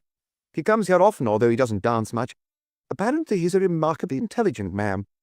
The finger descended and stopped again, Maigret making an effort not to show his interest. Nicole Puyer, 17, 42, Boulevard de Courcelles. The most interesting thing was further on, in the sponsors column. Those for Nicole were none other than Dr. François Mélin and Martine Bouet. Isn't Mademoiselle Bouet a tall blonde? I see you know her. She's one of the best dancers in the club. Great friends with Mademoiselle Puyer. Does Mademoiselle Puyer come here often? Landry drummed nervously on the table with his fingers. He might not have had anything to feel guilty about, but in the uncertain career he had chosen, and given his ambitions, it wasn't a sensible idea to antagonize the police. The prefect's instructions hadn't yet reached Avenue de la Grande Armée. Madame Maigret, for her part, sat watching her husband at work with great curiosity. This was the first time she'd had the opportunity, and she was trying her best to guess what lay behind the apparently trivial dialogue the 2 men were conducting. Mademoiselle Puyer is one of our most loyal members. She's here at least 2 or 3 times a week. Alone? Alone or in a group? Does she stay until closing time? Quite often. What time do you close? It depends on the atmosphere. Members sometimes bring with them a film star, a theatre star, a singer, some celebrity or other. There are nights when we don't turn the lights out until 6 in the morning, but mostly it's 2 or 3, when there's nobody left. Has Mademoiselle Prieur ever come with her uncle? Once at the beginning. For most of the younger girls, it's almost a tradition. The first night, the relatives like to see things for themselves. Monsieur Prieur surprised all of us. We were expecting to see someone solemn. Do you know him? No. He's the Master of Requests of the Council of State, and they say he's one of our most learned jurists. Well, just imagine a man of 50 or 55 with broad shoulders, a square-cut face like a peasant's, a short, thick beard covering his face, and bushy eyebrows. A good-natured boor. He ordered a double whiskey, and less than a quarter hour later he was on the dance floor with his niece. He stayed for 2 hours, and when he left he congratulated me, adding that if he wasn't such an early riser, he'd have stayed even longer. It's easy to get the wrong idea about people. Did he ever come back? No, not even last night. Definitely not. Who was Mademoiselle Prieur with last night? Last night, wait, I have to picture the layout of tables in my mind. No, I didn't see her last night. Or her friend. You mean Martine Bouet? No, I can't place her either. Many thanks. Do you still want to apply to membership? Have you found any possible sponsors on this list? Lots of them. I'll think about it. I see your members are starting to arrive. Actually, yes, it's time I went down. By the way, do you know Manuel? The actor? Manuel Palmari. What does he do? Nothing. I don't think so. No. Should I know him? It's better you don't. Thanks again, Monsieur Henri. Would you like to take a look downstairs? Or you, madame? In that case, if you'll excuse me. Madame Maigret waited patiently until her husband had paid the bill, and they were both outside before asking, "Did you find out what you wanted?" I found out a lot of things, but I don't know how important they are. While we're in the area, let's go by Rue des Acacias. On the way, he sighed. As long as Nicole Prieur doesn't think of going to the club this evening. Do you think he'll talk?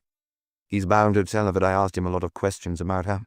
If she then tells her uncle, we can start packing our bags tomorrow. He said this in such a light tone that she squeezed his arm more tightly and asked, "Are you sad?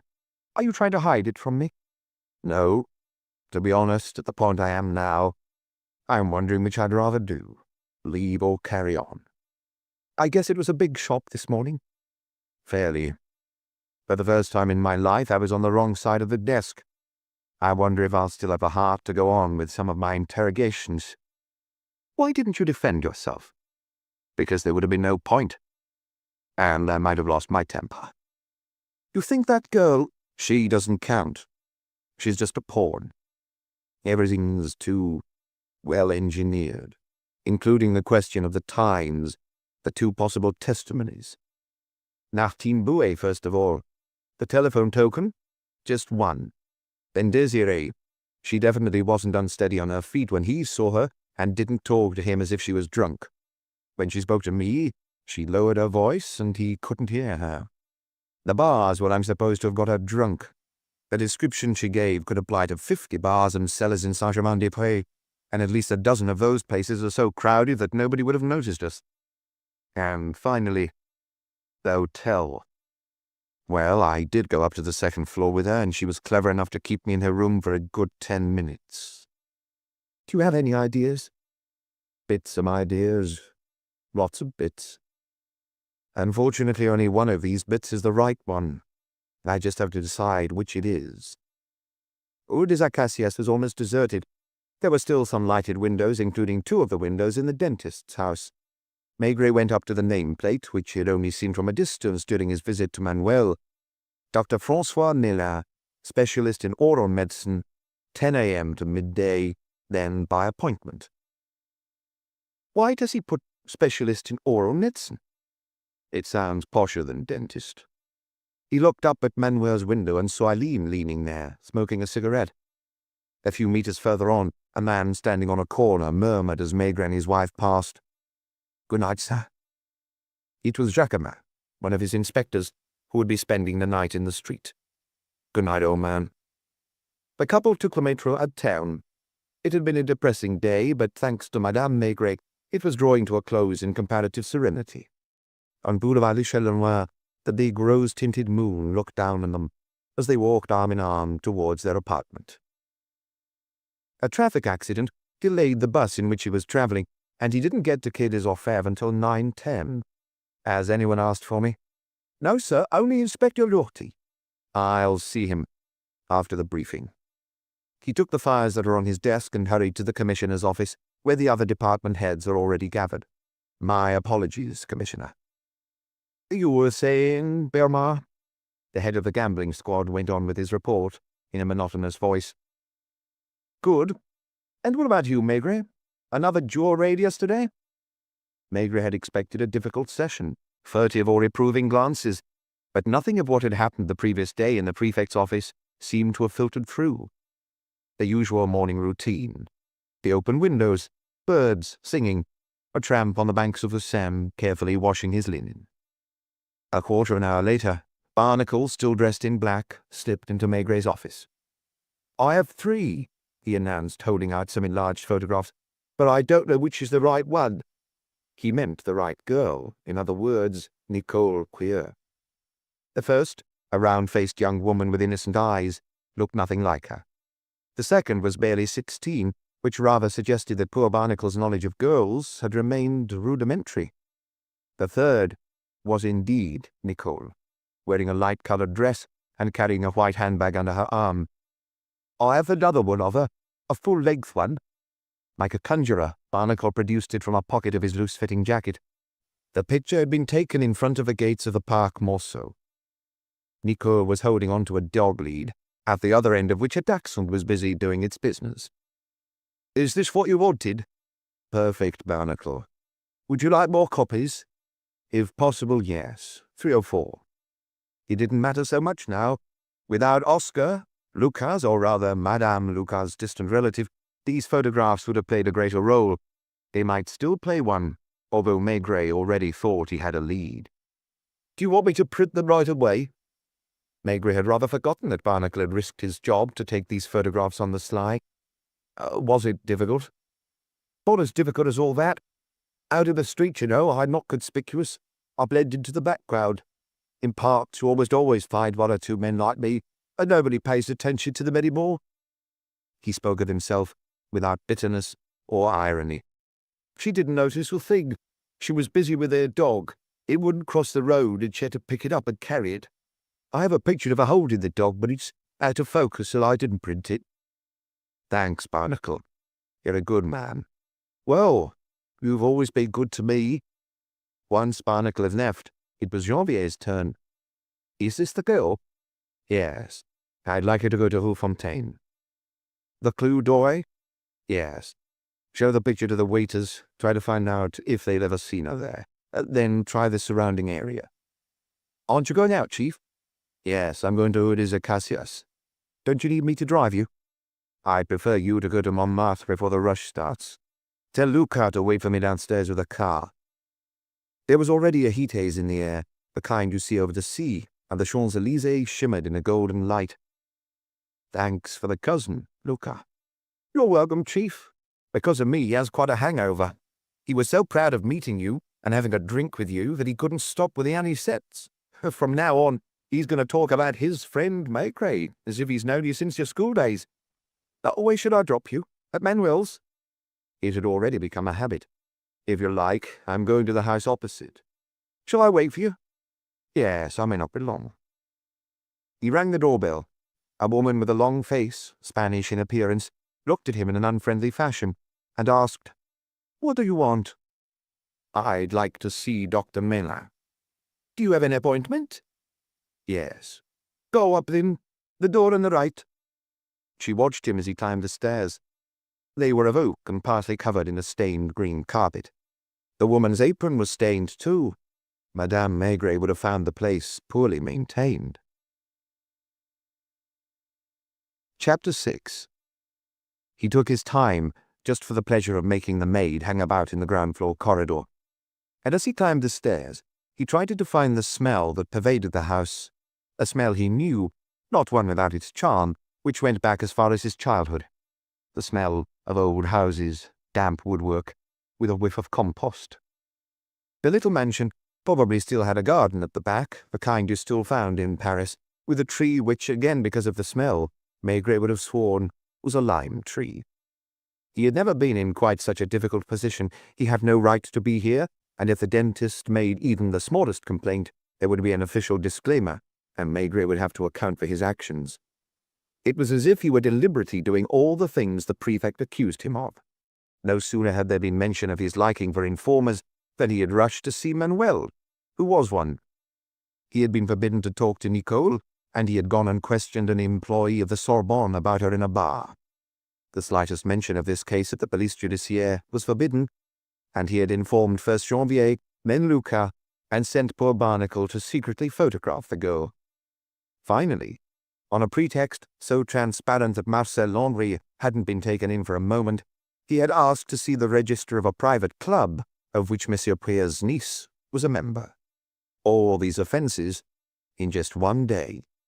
Having ventured this far, he saw no reason to stop. Either he would succeed or he would fail, and as far as everyone was concerned, his career would come to a pitiful end. Had he even discovered anything? Yes. He wasn't yet sure how valuable the information was, but he had found a connection between two women as different, living such diametrically opposed lives, as Nicole Prieur and Manuel's mistress, Aline. Nicole had Dr. Miller as her sponsor for the 100 keys. At least once, the previous day, Aline had gone to the same dentist for treatment. All this went through his head in a few seconds. When he got to the first floor, he turned, not to the door on the right, as the Spanish woman had told him, but the one on the left. He quite liked to see the private surroundings of the people he was dealing with, especially rooms he hadn't been invited into. The door was locked or bolted. A voice from below said, "Don't you know your right from your left?" The maid had walked up a few steps. Her big dark eyes had not much more expression than those of a cow in a meadow, but she was a fine figure of a woman all the same. An enamel plaque bore the words, "Knock and come in." He knocked, turned the handle, and found himself in a waiting room that looked like a sitting room in the provinces, empty apart from one other person, a still fairly young woman, clearly anxious and in poor health. Ignoring the pile of magazines on a gilded pedestal table, she sat there motionless, staring down at the flowered carpet. She cast him a brief, indifferent glance, then went back to her melancholy contemplation. A door opposite him opened, and the long-nosed secretary or nurse Manuel had told him about addressed him in an unfriendly manner. Her voice was curt, her gaze harsh.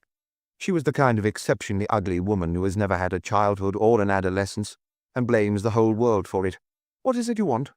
"I'd like to see Dr. Miller." "For a consultation?" "Yes." "To have an appointment?"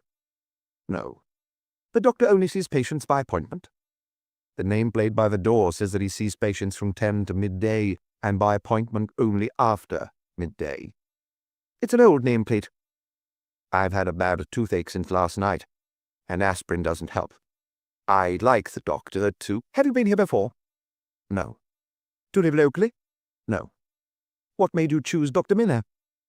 "I was passing in the street and saw his nameplate." "Follow me." She admitted him to a small office with white walls, although the white was as faded as in the rest of the building. She sat down at the desk. "Take a seat. I can't guarantee the doctor would be able to fit you in between patients, but I'll fill in a file card for you just in case. What's her name?" "Maigret. Jules Maigret." "Profession?" "Civil servant." "Age?" 52. "Address?" "Boulevard Richelieu." She didn't react. Admittedly, her head was bent over the form, and he couldn't see her eyes. "Which is the tooth that hurts?" "A molar on the right. I'm not sure which, the second one, I think." "Wait in the next room. I can't guarantee anything. If you're in a hurry, I advise you to find another dentist." "I'll wait."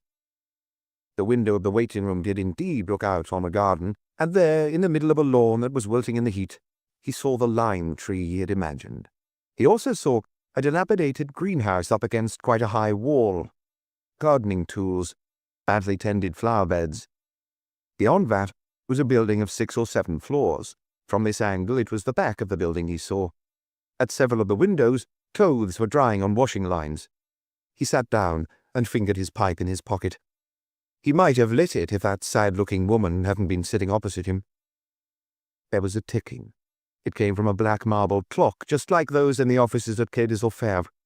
It showed the time to be 10:20. He wondered if he would still be here waiting when it showed 12. He made an effort not to think, to avoid constructing hypotheses, to keep his mind open, and to pass the time he registered small details. The mirror above the fireplace, where flies had left little brown marks over the years, the Second Empire andirons, the mismatched armchairs. Nothing was ugly in itself, nor was the house, built in around 1870 or 1880, well before the apartment buildings in the street. It would soon disappear. Its end was clearly near, which might have been why nobody could bother with the expense of a new coat of paint. It was also obvious there was no wife here, no children. The third door in the room was padded, the kind still found in old notaries' offices or in some government buildings. Nothing could be heard of whatever was happening beyond it. In fact, there was silence throughout the building, and with the windows closed you could only just make out the singing of birds in the lime tree. Outside it was hot. Here, the coolness was striking. "The doctor asked you to excuse him, mademoiselle. He'll see you in a few minutes." It was the nurse to whom the young patient responded with a look of resignation. "Please follow me, Monsieur Maigret." She opened the padded door, then the grey-painted door behind it, passing abruptly from shade to sunlight. A man in white was sitting at a Louis-Philippe desk, holding the file card recently filled out for Maigret. The nurse had disappeared. François Nella was taking his time reading the card to the end. Maigret took 2 or 3 steps forward. Take a seat." He was quite different from what might have been imagined from the conversation with Marcel Landry, and it was even harder to see him than Nico's uncle in the music-filled basement of 100 Keys Club. He was a genuine redhead, a flaming redhead, the kind whom in their childhood their schoolmates called Carrot Head. He looked up. Behind his thick glasses without visible frames was a pair of limpid blue eyes. He seemed very young. At the age of 38 he might have been taken for a student. "Did your toothache come on suddenly?" He made no reference to Maigret's profession, and there was no curiosity in his gaze. "Yes, last night, as I was going to bed." "Had it been hurting before, in the past few weeks?" "No, I have quite good teeth. I haven't been to a dentist more than 10 or so times in my life." "Let's have a look." He stood up, and Maigret made a new discovery. Merlin was huge, almost a head taller than him. His white coat, not much crisper than the nurse's, didn't cover his knees, and his trousers needed ironing. The dentist's chair was in the middle of the room, and above it, as usual, was a round lamp, its bulb the colour of the full moon. Between the chair and the window was a narrow table with instruments laid out on it. Maigret sat down gingerly. A little chain was put around his neck, and a towel attached to it. Pressing on a pedal with his feet, Dr. Merlin slowly raised the chair. All this was commonplace. The same scene with the same actions was happening at this very moment in hundreds of Parisian dentist surgeries. "Put your head back. Good. Open your mouth." It wasn't quite as silent here as in the rest of the building. The surgery looked out onto the street. It didn't have frosted glass windows, but tulle curtains through which it was possible to see the cream-coloured facade opposite. Open windows. A woman coming and going in her kitchen. The noises of the street were a vague murmur from which a few sharper sounds stood out. Impassively, Merlin moved a little mirror over a flame and picked up a shiny instrument. "Open wider, please." As he bent over, Maigret saw his face up close as if through a magnifying glass. The skin was thick, reddish, as it is on many redheads, and grainy, with a few freckles. Merlin didn't speak. Since Maigret had come in, he had uttered only a bare minimum of words, and when he stood up, unfolding his tall body, he had done so with the awkwardness of a shy person. With the help of a sharp instrument, he scratched at the surface of the molars. "Do you feel anything?" "No," Maigret tried to say with his mouth open. What about now? No. Yeah? Still nothing. It was true. Maigret had almost never had any problems with his teeth. The dentist swapped his instrument for a little hammer. Am I hurting you? It's not very pleasant. But no sharp pain? Why all at once did Maigret vow that whatever happened, he wouldn't allow himself to be injected? He was starting to be afraid. It wasn't panic, but a vague, indeterminate fear. There he was, almost lying down, his head back, his mouth open, somehow a prisoner in this chair. Why had he come here? Because he was looking for the man who had mounted a spiteful attack on him. That was the word Pardon had used when he had asked him something like, "In your career, have you ever encountered a truly wicked, spiteful criminal?" He was looking for someone who, in order to get him out of the way, or from sheer hatred for him, had put all his efforts into disgracing him, constructing a complicated plan, putting it together meticulously, using as an instrument a young woman of good family. Actually, why did people say a good family? Because the others are from bad families? He was here because he had his reasons, however vague, to suspect the red-haired dentist. He couldn't read anything in the blue eyes magnified by the thick glasses.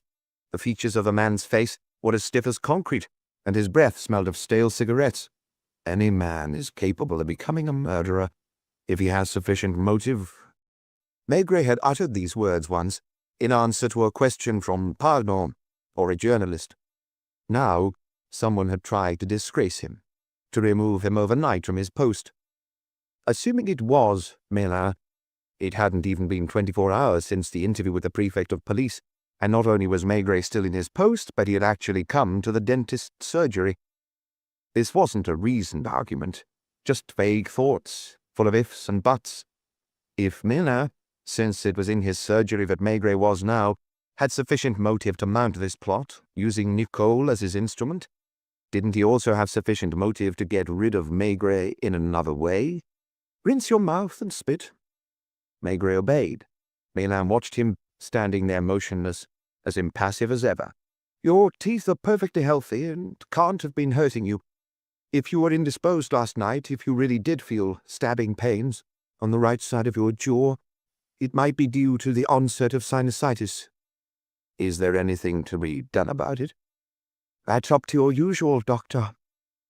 He turned his back to put away his instruments. Maigret extricated himself with some difficulty from the chair, which hadn't been lowered. Taking a step forwards, he found himself less than 2 meters from the window, and through the tulle curtains he spotted Eileen, casually dressed, smoking a cigarette and looking out at the street. He knew the layout of the rooms in the apartment opposite.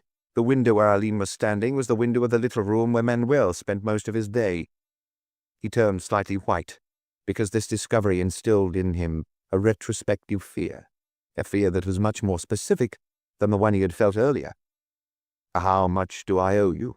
He asked. You can settle that with my assistant.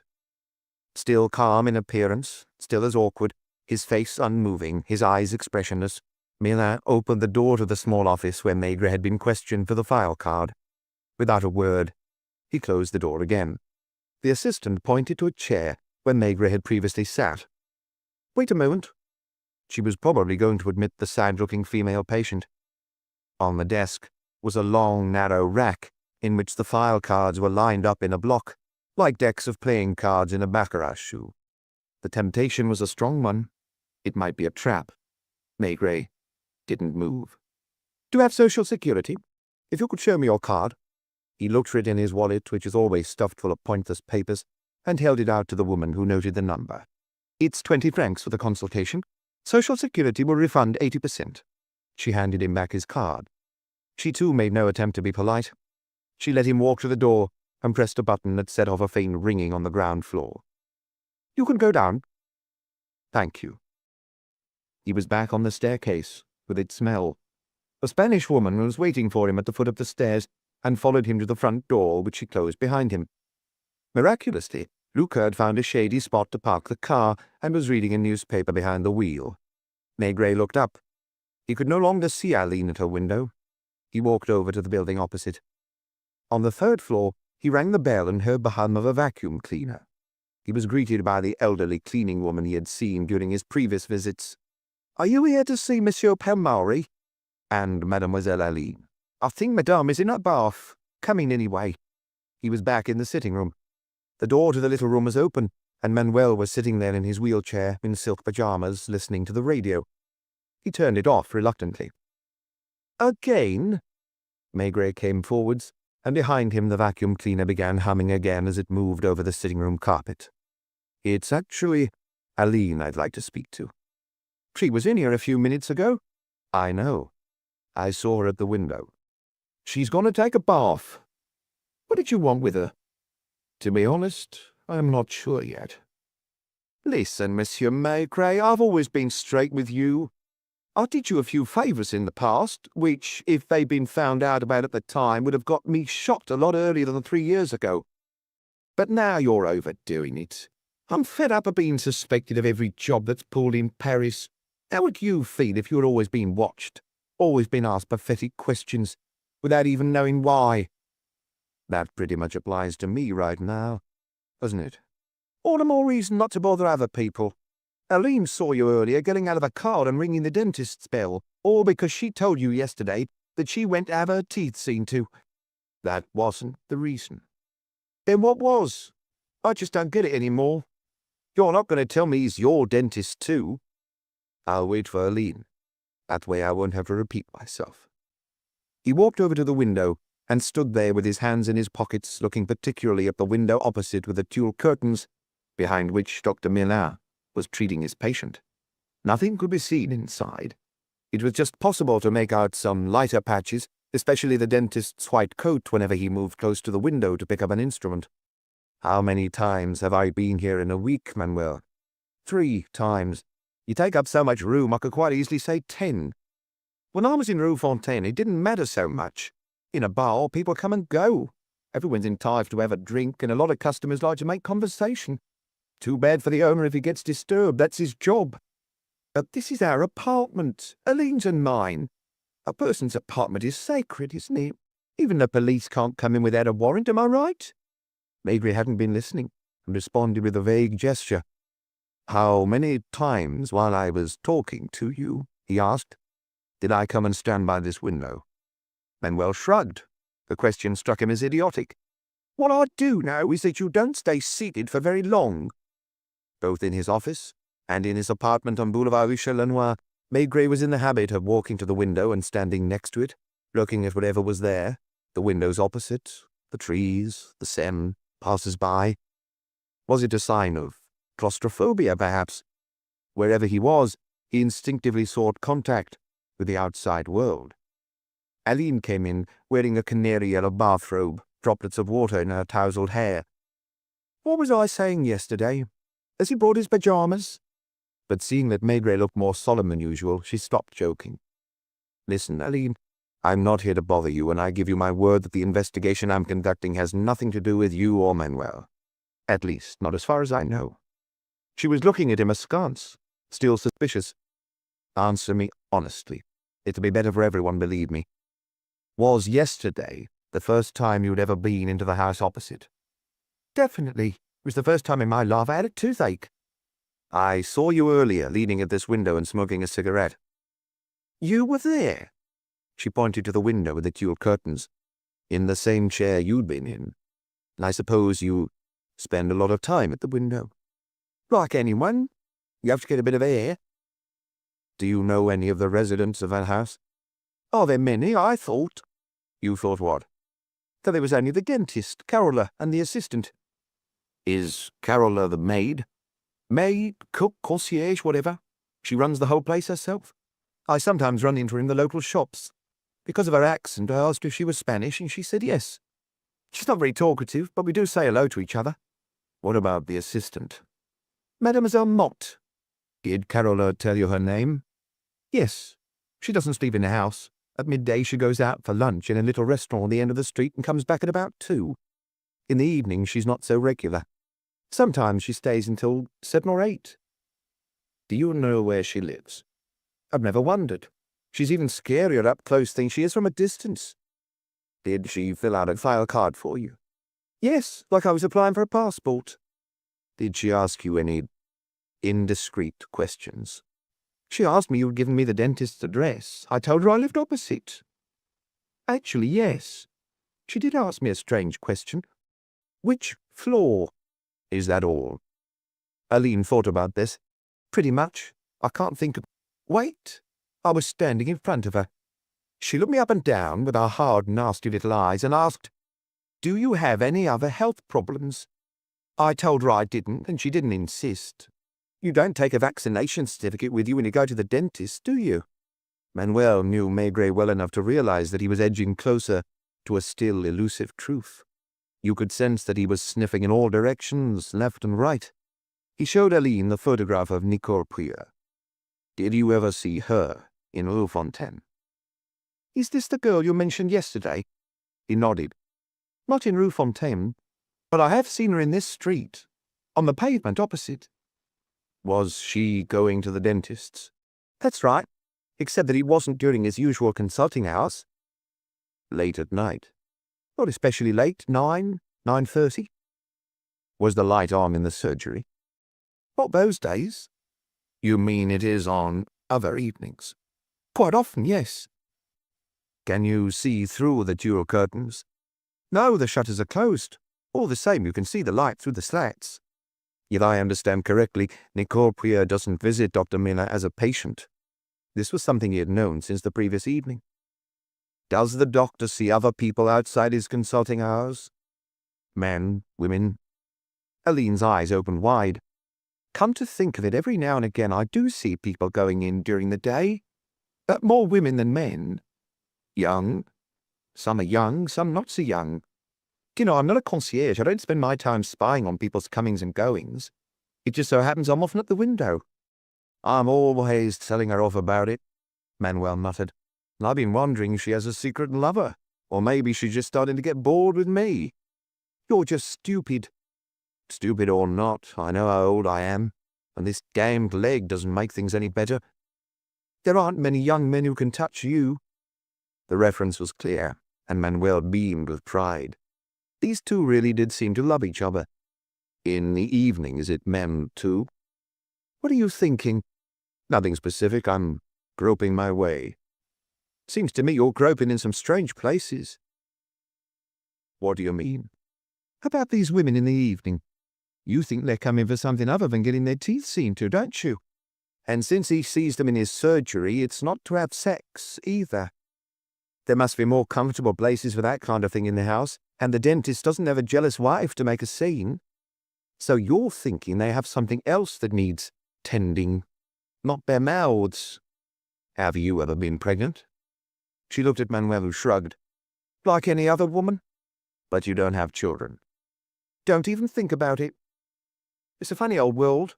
When you don't want it, your belly gets big just from looking at a man. Then, when like now you'd like to have a kid in the house, isn't that right, Daddy? Not a chance. And there's nothing you can do about it. Was it a doctor who helped you? In those days, I couldn't have afforded a medic. The ones who do that kind of thing ask for a ridiculous amount of money because of the risk. So I went to see a lavatory attendant. A lavatory attendant? Don't tell me you don't know about it. There are at least 10 of them in Montmartre, always ready to help young girls out of a jam for not too much. Her eyes were staring into space. She was remembering something. Hold on. If you're right, I understand now why the old bitch looked me up and down as if she was studying my anatomy. It also explains why she asked me if I had any other health problems apart from my teeth. Did the dentist say anything unusual to you? He hardly opened his mouth. From close up, you'd think his eyes were going to come out of that orange head of his. Open your mouth, rinse, spit, open. Are you supposed to be seeing him again? Tomorrow morning. He put on a temporary dressing that's given me a nasty taste in my mouth. Even cigarettes taste horrible. If I asked you... Here, Manuel intervened. Oh, no, Monsieur Maigret. We do you some little favours, all right? Which doesn't stop you trying to frame me, by the way. No, don't argue. I know what I'm talking about. But this business is like Aline's dressing. It stinks. So let me have my say. The answer is no. I won't even let her go back into that house. Dressing or no dressing, she'll just have to find another dentist. Chapter 7 At 11:30, Maigret walked into his office and flung his hat on an armchair.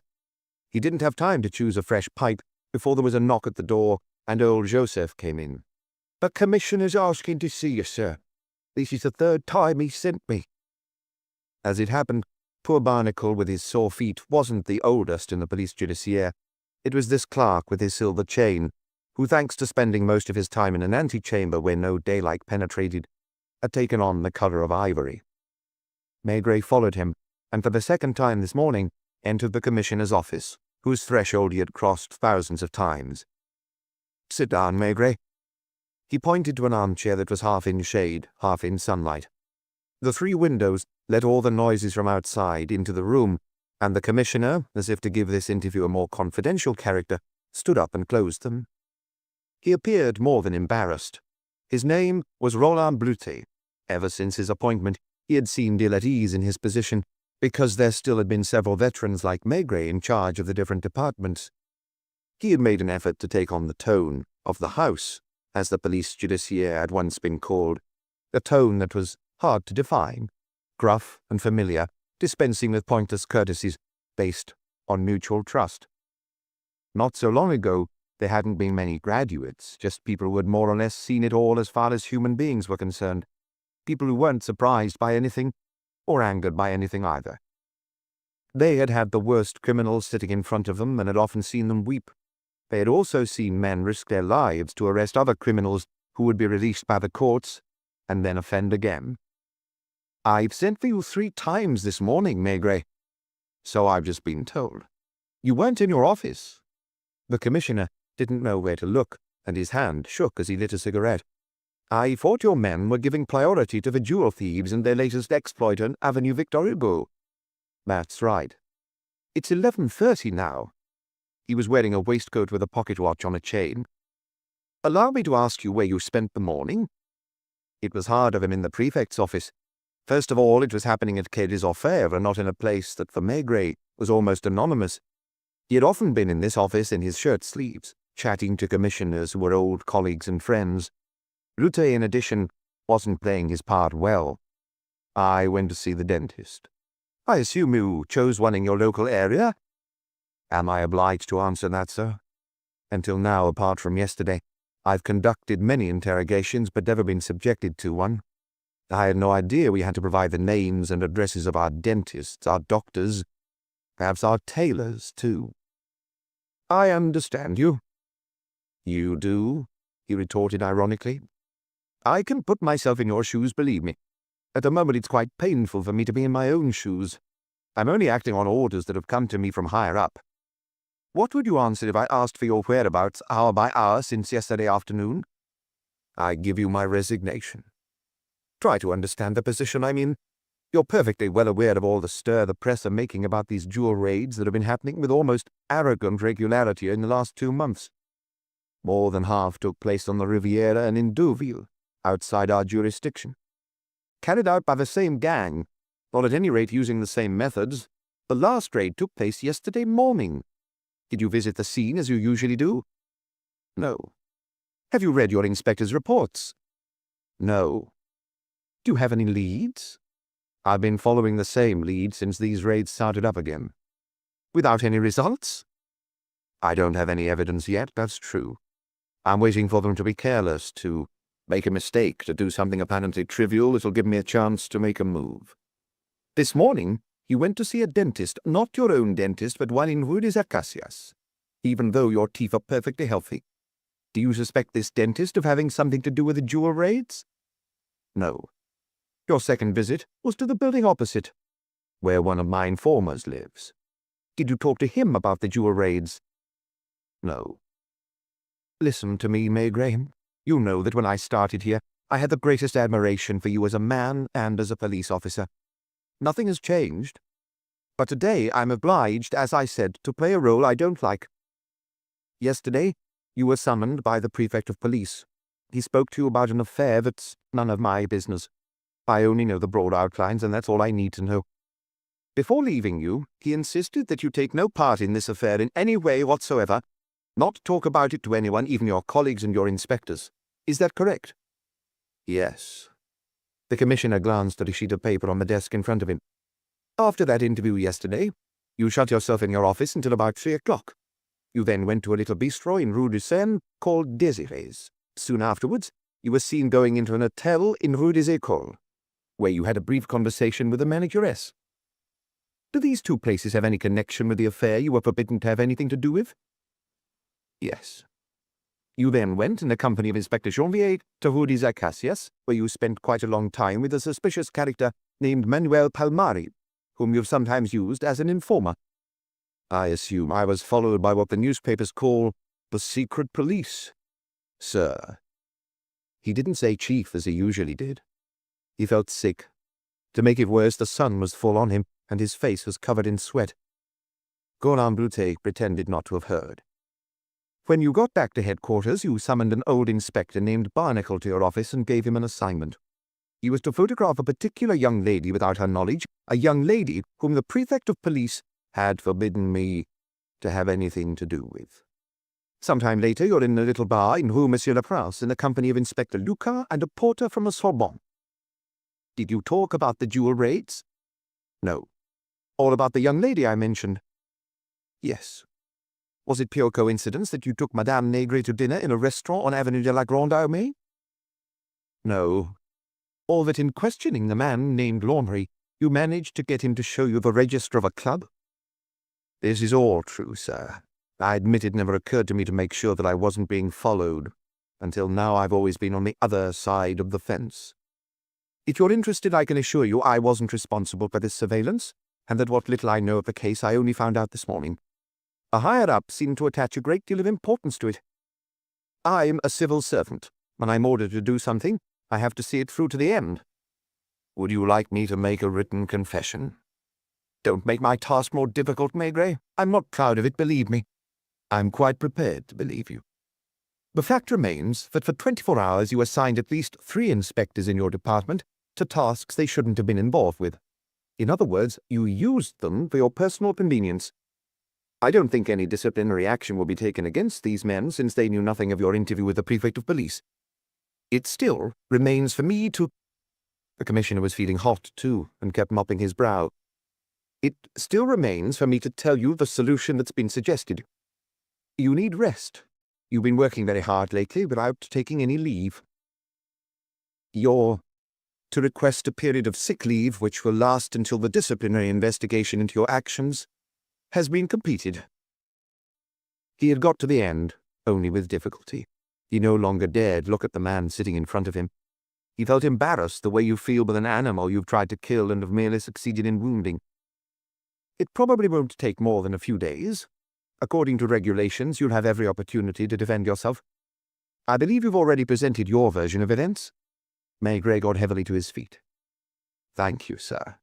Then, much to the Commissioner's surprise, he walked over to the nearest window. I assume we can open them again. He opened them one by one, taking the time to breathe in the warm air from outside, to see human beings moving about in the familiar setting of Paris. Your leave begins as of now.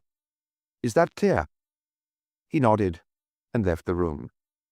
The Commissioner didn't hold out his hand, but held it slightly in front of his body, ready to take Maigret's if the latter made a move. Maigret didn't make that move, nor did he collapse into an armchair in his office, as he had the day before, but went straight to the inspector's room. Lucas, Janvier. He didn't see Barnacle. Come in, boys. You're going to be working without me for a while. Janvier understood immediately and turned pale, his jaws clenched so tightly that he could not have uttered a word. I'm tired, perhaps sick. The administration, like the good mother it is concerned about my health and is allowing me some rest. He walked up and down in order not to let his closest colleague see that his eyes were moist.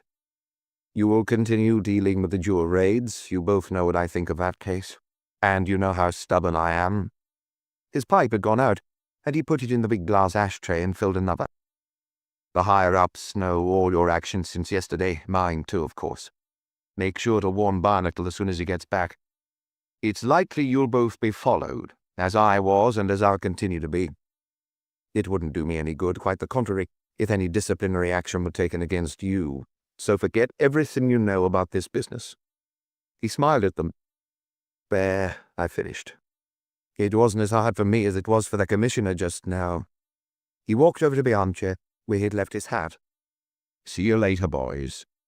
Janvier was the first to get his voice back. You know, Chief. Yes? I went to the Clou d'Oreille. I showed the photograph. Nobody there knows her. It doesn't matter anymore. Are you giving up? He looked at them in turn. Is that how well you know me? You mean you're going to continue on your own without any backup, even though you're under surveillance? I'm going to try.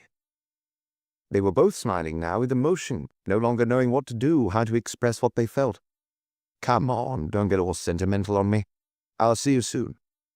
He cut short the handshakes and headed for the door. A few moments later, he was descending the grand staircase of the police judiciaire. As he passed through the arch, the two sentries saluted him, and he returned their salute with a touch of irony. It was odd to suddenly see the world through new eyes. The eyes of a free man. He had nothing to do, no reason to turn right rather than left. Maybe it would be one of the anglers on the banks of the river who would abandon his line and follow him, or the driver of a grey car parked 100 meters away. He chose to turn right. He seemed no different from any other day as he entered the Brasserie Dauphine, where the owner came up to him as usual and shook his hand. Everything all right, Monsieur Maigret? Oh, yes. What'll you have? I wonder. He felt like a different drink, not an ordinary aperitif. He remembered something from his early days in Paris. They had launched a new drink at the time, one that had been his favorite aperitif for a year or two. Is it still possible to get a Mandarin Curacao? Oh, yes, I don't get asked for it often, and young people don't know what it is, but we always keep a bottle on our shelves. A twist of lemon? He drank two, but it didn't taste quite as it used to. Then he walked slowly to the Châtelet and waited for his bus. He was in no hurry. Are you very sad? Madame Maigret asked, laying the table. She had been surprised to see her husband come home so early. No, it was a hard blow at the time, harder than with the prefect. I'm not too sure why, maybe because it was happening in the house. Right now I feel as if my hands have been untied, and that's rather a relief. Aren't you afraid? All I risk is disciplinary action, and the worst that could happen is that I'll be made to take early retirement. I'm not talking about that. The people you're trying to unmask. They can't do anything else where I'm concerned without proving me right. The chief said more than he should this morning. He told me, your teeth are perfectly healthy. If it wasn't for that, I'd have thought he'd got his information from the men tasked with following me. But they didn't see the inside of my mouth. Even our dentist, Ajupa, couldn't state categorically that my teeth were healthy this morning because he hasn't seen me for more than a year. That means that as soon as I left his surgery, Dr. Mélin made a phone call, probably to Nicole Queer. She then complained again to her uncle. The same merry-go-round as yesterday morning. The Minister of the Interior, the Prefect of Police, and finally the Commissioner. If you look at these things with a bit of detachment, it's all quite amusing. What are you going to do with yourself? Carry on. Alone? You're never completely alone. To start with, I'm going to call good old Pardon. He must be back from his house calls. Soon afterwards he heard Dr. Pardon say, I've just got home and was about to eat. The thing is, Pardon, I need you again. He had in fact often called Pardon for medical information or to find out about one of his colleagues. Even when they don't know each other personally, it's quite easy for doctors to find out about each other. Graduating from the same schools, they always have a friend who was so-and-so's fellow student, professor, former hospital colleague. It's a relatively closed circle, and in addition, they meet each other at conferences. This time it's a dentist, or rather, as his brass nameplate says, a specialist in oral medicine. Personally, I don't know many. His name is François Mélin. He's 38 years old, and he lives and practices in a mansion in Rue des Acacias. There was a silence at the other end. Do you know him? No, I was calculating. The question of age again. 38 is already another generation. It won't be easy for me to find someone among the professors who knows him. Could it be done quickly? With any luck, I can make a few phone calls. The first one could just as easily turn out to be the right one as the last. I also have to consult my yearbooks. Is this an important case? For me personally, very important. Do you have any plans for this evening?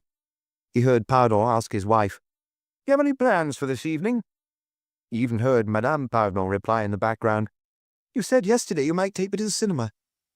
No plans, Pardon said into the phone. What about the cinema? You heard, did you? I'm not bothered about the cinema. Would you both like to come over for dinner? The three of you, if your daughter's still with you. No, her husband's back. See you this evening, then. See you this evening. If I get the information earlier, should I phone you at your office? I don't have an office anymore. What? Are you serious? Let's just say that until further orders I'm a private citizen again, without any privileges or responsibilities. It was like a Sunday afternoon, except that around him Paris was living its weekday life, and the noises and the smells and the light were not those of a Sunday. After lunch, he dozed off in his armchair without realizing it. On opening his eyes, he was surprised to see that it was 3:30. I was fast asleep, he observed in a thick voice. You even snored. Would you like a cup of coffee? I'd love one. He needed to get his thoughts back in order, but he refused to think about the case, preferring to let it settle inside him. What could he try to do? Almost nothing. In all likelihood, someone was keeping an eye on him outside on Boulevard Richelieu, ready to follow him wherever he went. There was no question of going to Boulevard de Courcelles, let alone waiting for Nicole Puyer when she left her classes. She would be quite capable of calling to help, and he would find himself in a ridiculous position. Would they even let him go and see Dr. Miller again? It was unlikely. He wasn't even sure he would have access to Manuel's apartment. As for phoning him, that was impossible. He himself had ordered that Manuel's telephone be tapped. I added sugar. Careful, it's very hot. She was looking at her husband with a touch of anxiety, and he smiled at her good-naturedly. Don't worry, Madame Maigret. Your old husband will make it. He only called her Madame Maigret when he was in a cheerful mood, and she was quite surprised. You seem calm. I am. Seeing you like this, anyone would think you didn't have any problems. That's because they're bound to be solved. Are you going out? I'm taking a little walk. Are you sure you're not in any danger? I could be knocked down by a bus or a car like anyone else. There was nevertheless an emotional undertone. He sipped at his coffee. Have you done the shopping for dinner? I phoned and had everything delivered. Do you want to know what we're eating? I'd rather be surprised. He hadn't walked 100 meters along the street before he turned and spotted the men following him. There were two of them, and they immediately began gesticulating as they talked as if they were in the midst of a passionate argument. Maigret didn't know them. They probably belonged to a department attached directly to the Ministry of the Interior. He went as far as the Bastille, thought of shaking off the two men just for the pleasure of playing a trick on them, then gave up the idea with a shrug. He sat for almost an hour on a café terrace, like a man of independent means, reading the evening newspapers which he had just bought from a newsstand.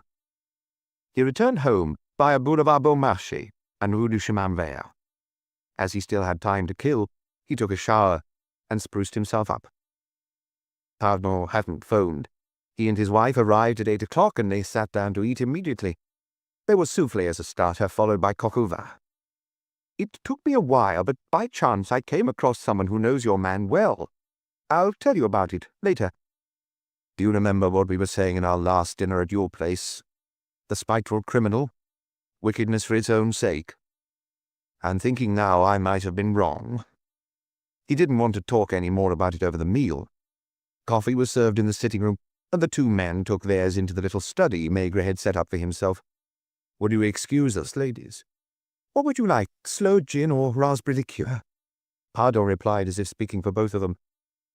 Neither. The window was open, and night was starting to fall, just like during their last conversation, except that this time the air was still and the sky clear without any threat of a storm. It was the 5th or 6th person I called who reminded me of a man I knew quite well years ago. Actually, I knew his sister rather better. I even think that when I was about 18, I was vaguely tempted to marry her. I completely lost sight of the two of them. It so happens that this man, Vivier, lives not far from me on Boulevard Voltaire. I was able to get him alone for a while between patients. He's a professor of oral medicine, and he knows François Mélin very well. Young Mélin, as he calls him, was a student of his. Pardon threw Maigret a long look and asked, "Are you very interested in him? Is this a criminal matter?" To which Maigret replied slowly, "Either I'm mistaken, and within a week I'll be retiring to Mont-sur-Loire, or I'm right and I'm dealing with the most curious case in my career." "And this case revolves around Mélin?" "Yes." It's odd. "What is?" There are some similarities between what you just said and what Vivier told me. Have you been to see Mélin?" "This morning, pretending I had a toothache." "Is he tall, short-sighted, with red hair, blue eyes, and long arms?" "I didn't notice how long his arms were." "What did he tell you?" "That I had healthy teeth." "The first thing to know about him is that he's from a very poor background. His father was a day labourer in a village on the Somme. The family was pretty much the poorest of all, and what's more, the father would get drunk every Saturday. There were 5 children. François Mélin had, and probably still has, a sister who's 2 or 3 years older than him. All this Vivier only found out a long time after meeting his student. For 2 years he knew almost nothing about him. Mélin isn't the kind of man who confides in people. He didn't have any friends. Nobody knew of any relationships with women. In the faculty, nobody knew that he worked at night to pay for his studies, and Vivier still wonders where he did his secondary education, and in what circumstances. I'll try and quote what he said verbatim. "A gifted young man, highly intelligent, but withdrawn in character, and probably tormented." Maigret listened as if filing each word away in his brain. "In the end, Vivier took him on as his assistant, not just to do him a favour, but because he was his best pupil. It was hard at first, he told me. It isn't easy to have an assistant who doesn't say a word outside the department, someone whose private life you don't know anything about. One evening I invited him home, and he took a lot of persuading. After dinner, I took him into my office and tried my best to get him to talk. We'd been drinking wine, and now I served cognac. He was quite reluctant to try it. Gradually, though, he livened up, and I found out a few things about his past." Pardon lit a cigar and looked at Maigret again. "Does this still fit in with what you know?" "I'm eager to hear the rest." "It's both simple and tragic. In the faculty, Mélin's fellow students had dubbed him the Virgin. There was even a rumour that he had homosexual tendencies. The story he told Vivier explains his behaviour. He was 14, unless I'm mistaken, when the Germans invaded. His family was too poor to take to the roads and escape like so many others. One evening, Mélin and his sister were at the side of the road when 2 men on motorcycles appeared. They were the first German soldiers they'd seen. They stopped to ask them the way to some village or other. Then they said something to each other and laughed. Finally, they motioned to the girl to lie down on the embankment, and when she hesitated, they forced her down. Both of them had their way with her, and then left, laughing at the boy who hadn't moved. Seeing the sexual act for the first time in such circumstances could well have produced a trauma in a sensitive child. Is it because of that memory that we never see with girls? Vivier asked.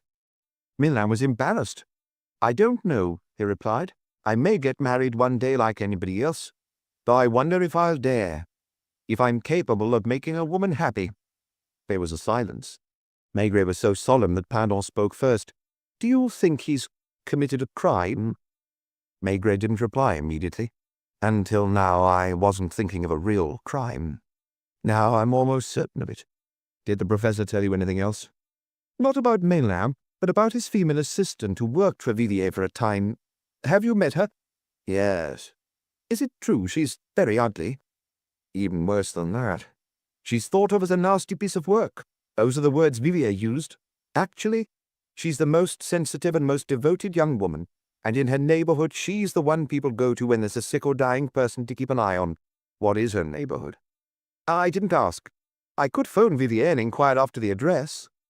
Chapter 8. Maigret was impressively calm. Nothing of what was happening inside him appeared on the surface, except that he had acquired a new weight, a new density.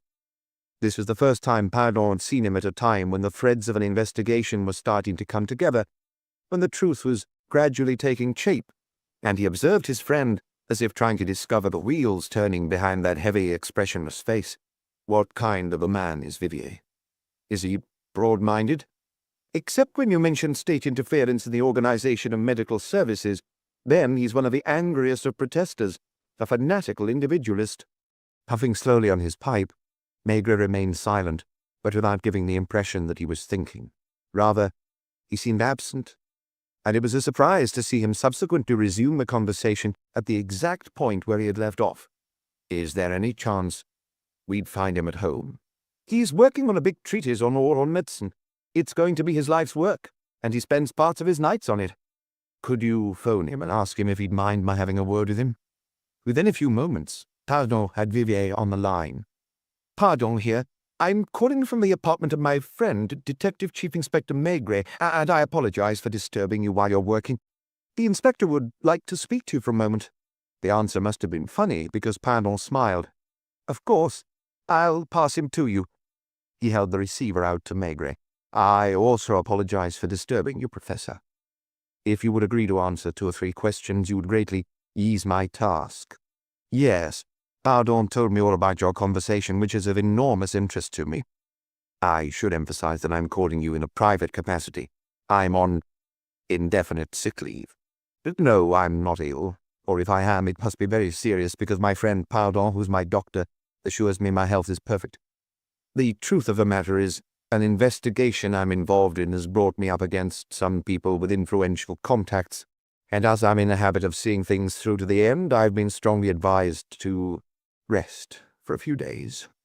This is my first question, Professor. Would you be very surprised to learn that your former assistant, Dr. Miller, had committed one or several criminal acts? At the other end of the line there was a kind of bark that could have passed for a laugh. When Vivier spoke, it was in the sonorous voice of a man who has his own opinions and expresses them vigorously. I wouldn't be all that surprised, my dear Inspector, if I was told the same thing about myself, or you, or my concierge. Under sufficient external or internal pressure, anybody is capable of committing acts that are condemned by the law and morality. In his case, do you think the pressure would be more likely to be internal than external? Have you met him this morning for a few minutes? Has Pardon repeated to you what I told him about Miller? Yes, just now. Then what's your opinion? I'd rather hear yours. Internal pressure, indisputably. Miller is a classic introvert who doesn't allow his emotions to appear on the surface. Apart from 1 or 2 conversations when I was able to get him to talk about himself, and it wasn't easy, he's probably never confided in anyone. Assuming he has committed a crime, any crime, would you say he might not have been fully responsible for his actions? Are you asking me as a doctor or as a man? As a doctor, that's not my speciality. I'd leave it to the psychiatrists to pronounce on that, and their judgment would depend on the circumstances. He added ironically, on the age of the psychiatrists, too, and what school they belong to.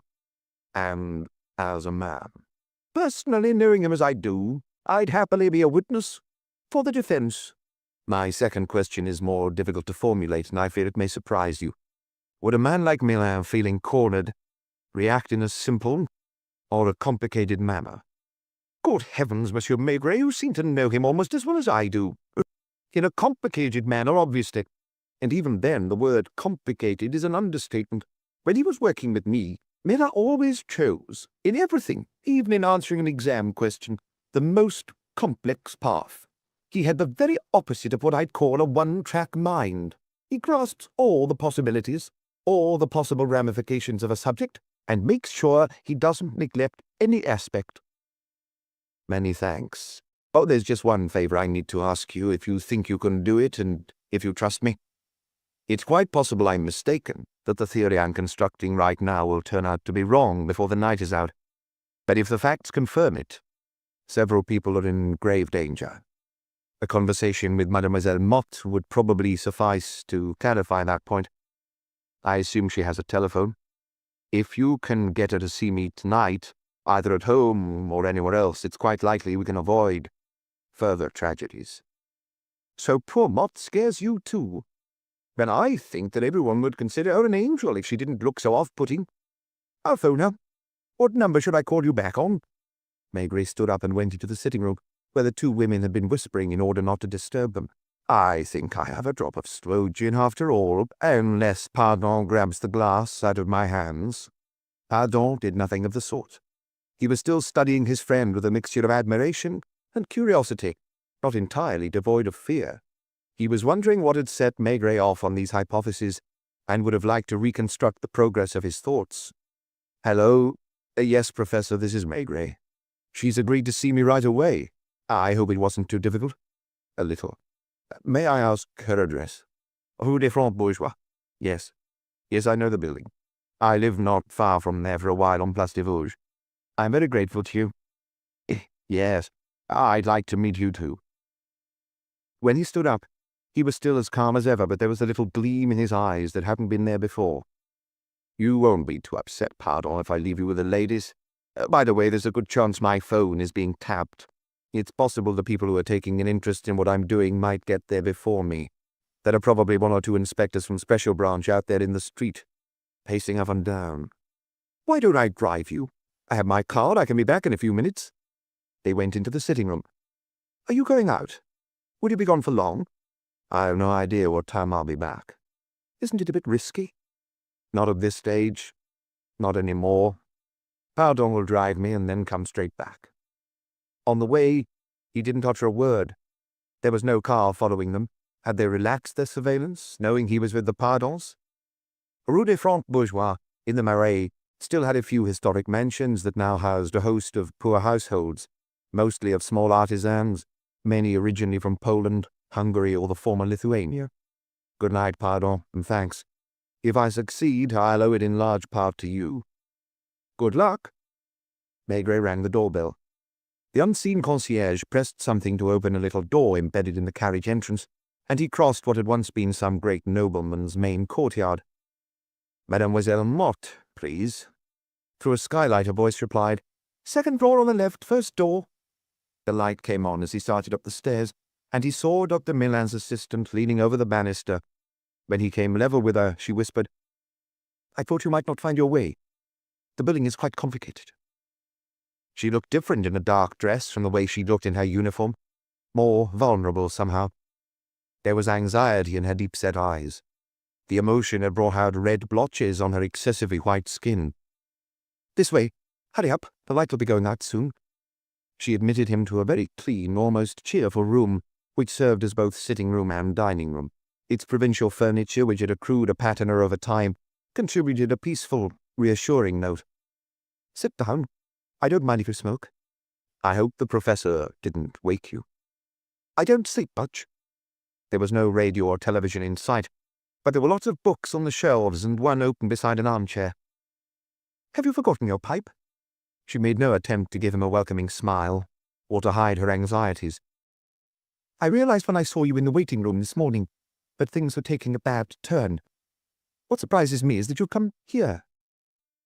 As I told Professor Villiers, mademoiselle, I am here in a private capacity. I have no right to pester you. My superiors have put me on sick leave in order to avoid any bother to some influential people. You would have been perfectly entitled to shut the door in my face, which is why I asked Professor Vivier for help. I know you trust him. Even now you have the right not to answer my questions. He was speaking slowly, in a low voice, almost as if he were unsure of himself. The day before yesterday, I was the object of a plot carefully mounted against me. A trap so subtle I was almost certain to fall into it. Barely 2 days ago, all the incidents that had happened since then were jumbled up in Maigret's memory, those that were important and those that were less so. Manuel's wheelchair, the stains on the walls of the mansion opposite, the Spanish maid's black hair, the doctor's blue eyes, grossly enlarged by his glasses just a few centimeters from Maigret's face. When the time was right, every detail would take its place, as well as its meaning, its significance within the whole picture. There is only ever one truth, Maigret liked to say. The difficult thing is to recognize it, to flush it, from where it lurks. Would you like a cup of coffee? No, thank you. You're anxious to know why exactly I'm here. I've now learned enough about Dr. Milan's past to understand his behavior. She was looking at him even more attentively than Parador had earlier, her hands folded in her lap. The person who set that trap for me was desperate. His tendency, when faced with a problem, is to look for the subtlest, most complicated solution. Strangely, it took an almost miraculous combination of circumstances for me to become interested in his actions. Her eyes wide open, she stammered in astonishment. Haven't you had the doctor under surveillance for several weeks? No, mademoiselle. The person I had under surveillance is a gangster who lives in the building opposite, and the men you spotted in the street were there to find out who was visiting him and to follow his mistress when she went out. I still can't. I know. You can't believe it. And yet it's the truth. Lately I myself paid several visits to this person whose name is Manuel Palmari, and as is an old habit of mine, I occasionally went and stood by the window. So you weren't there because of... Because of Dr. Milan? I didn't even know his name. The only reason I might have looked as if I was taking an interest in his mansion is that I have a weakness for old houses. I was, as I've said, the victim of a plot. Someone tried to get me out of the way. Someone who, instead of using strong-arm tactics, constructed a complicated, almost diabolical plan in which there was no flaw. Suspecting Manuel of certain crimes and having had my eye on him for a long time, I began by thinking it was him, and went to see him several times. I also learned that Mademoiselle Queer, who played an important role in the affair, was a member of a club on Avenue de la Grande Armée. In the register of that club, I found the name of your employer as one of the young lady's sponsors, and I decided I'd like to take a look at him. It's incredible. She wasn't questioning what Maigret was saying. She was stunned at the unpredictable workings of fate.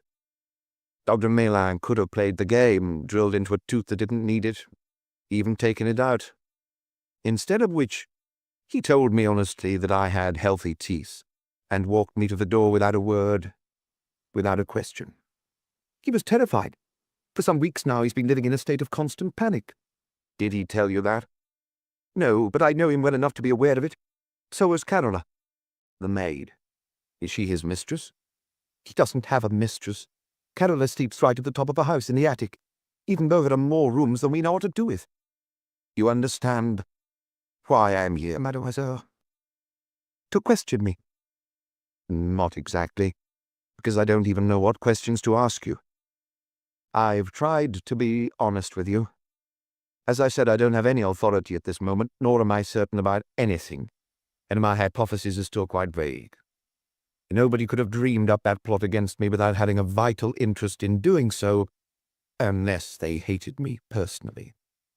But although Dr. Milan may know me by name, he'd never met me before this morning, and yet the fact that I was in the apartment opposite, after my inspectors had been seen in the street, terrified him. Why? What could be so powerful as to make him want to get me out of the way? That was my starting point.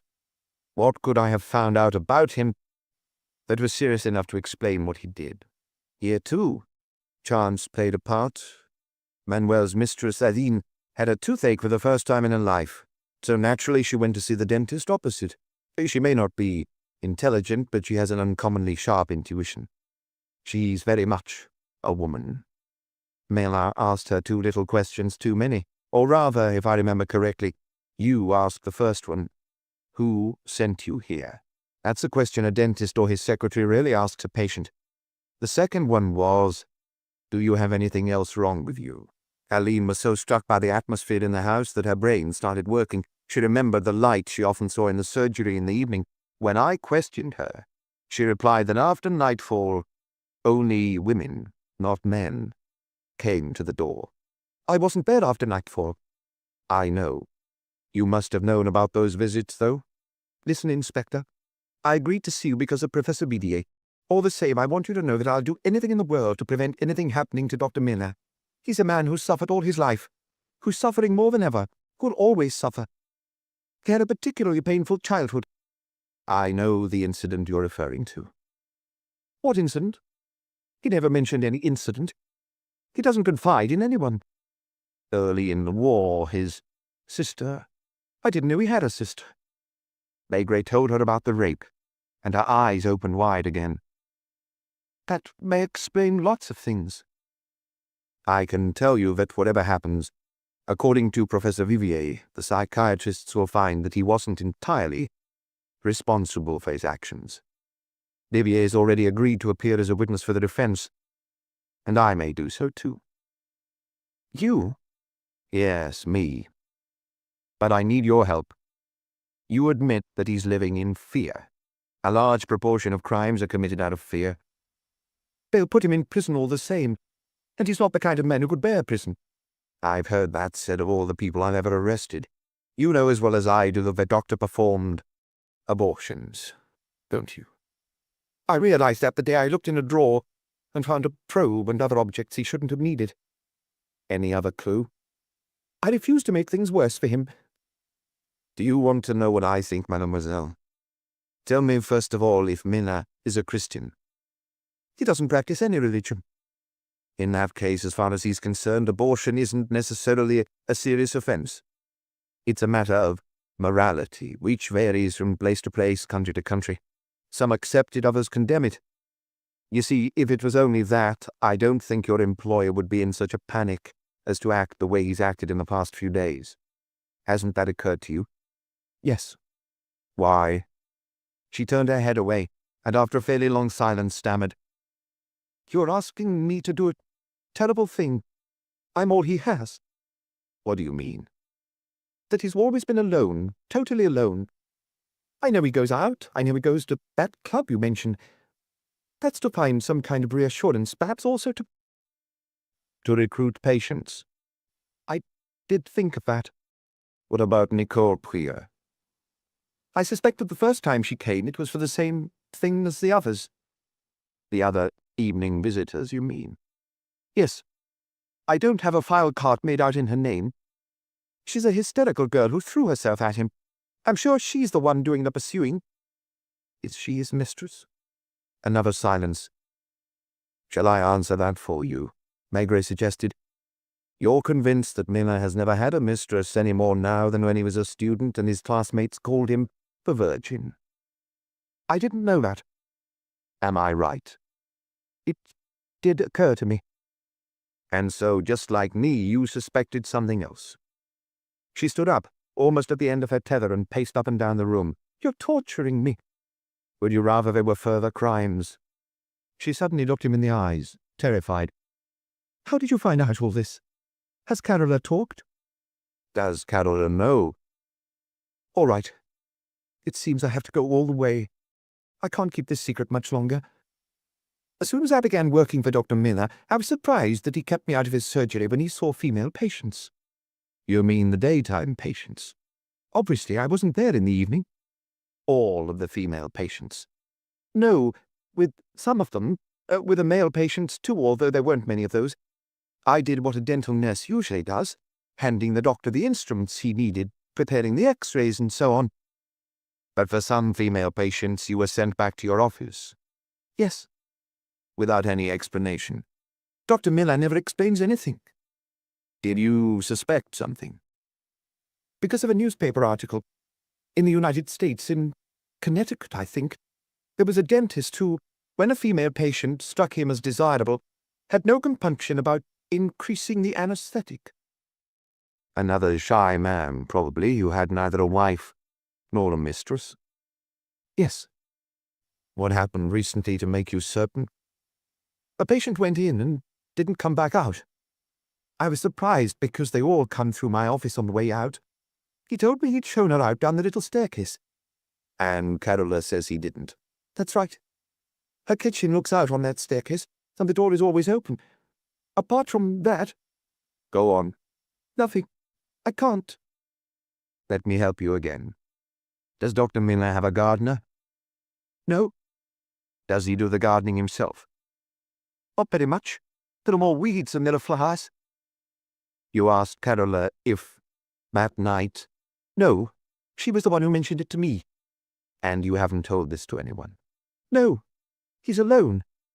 He thinks he's ugly. She was alone. She was ugly. Was that the only accident? To the best of my knowledge. But you aren't there when he sees the evening patients. Is Caroline in the house then? She sometimes goes to the cinema. So other accidents might have occurred. It's not impossible. And there may be more in the future. What do you want me to do? I want you to help me. I'm not allowed to go to des Acacias where the police would stop me from going in. Besides, if I did go there, it's quite possible that Melan might put a bullet in his head. Does he have a gun? Yes, an old army revolver. Call him and say you have something serious and urgent to tell him. Something it's best not to discuss on the phone. Ask him to come here. I assume he has his car, and he trusts you. What if he brings his revolver? He wouldn't do that to come and see you. Then he'd have nobody left. Not even me. Think of the woman or women whose remains will probably be found in the garden. I understand. It's hard all the same. Why should it be me? If you're a Catholic, it reminds you of something, doesn't it? And when he shook his head, she said, Judas. Slowly, she walked over to the telephone. Her thin fingers dialed the number. The red patches had faded from her face, and her eyes were half shut. Is that you, Doctor? This is Mott. From the moment she hung up, she didn't utter a word. Nor did Maigret. They sat face to face without looking at each other, waiting. Twice, Maigret had to relight his pipe because he had forgotten to inhale. Both had to make an effort of will not to pace up and down the room to kill time. Every now and again, Maigret looked at his watch. Mademoiselle Mott could see the time on the clock over his head, which he heard ticking. The time seemed to drag. Would Melan come? If he had realized that he was all up for him, he might already have put a bullet in his head. But Carola would no doubt have heard the shot, and her first reaction would have been to phone Mademoiselle Mott before informing the police, whom she seemed to have no liking for. Carola might be at the cinema. And what if tonight, Nicole Prieur? For her part, Mademoiselle Mott must be asking herself pretty much the same questions. Through the half-open window, the few sounds of the street could be heard. A car gliding past, the occasional passer-by, a couple whose voices could be made out. It seemed an eternity, although in fact only 20 minutes had passed, 20 minutes of silence and stillness. A car stopping, a slight screech of brakes, footsteps on the pavement followed by a muffled, distant ringing. The little door closing within the larger one, steps on the uneven cobblestones of the courtyard, the glass door opening in its turn, the stairs. Mademoiselle Mott put her hand on her chest and muttered to herself, "I can't."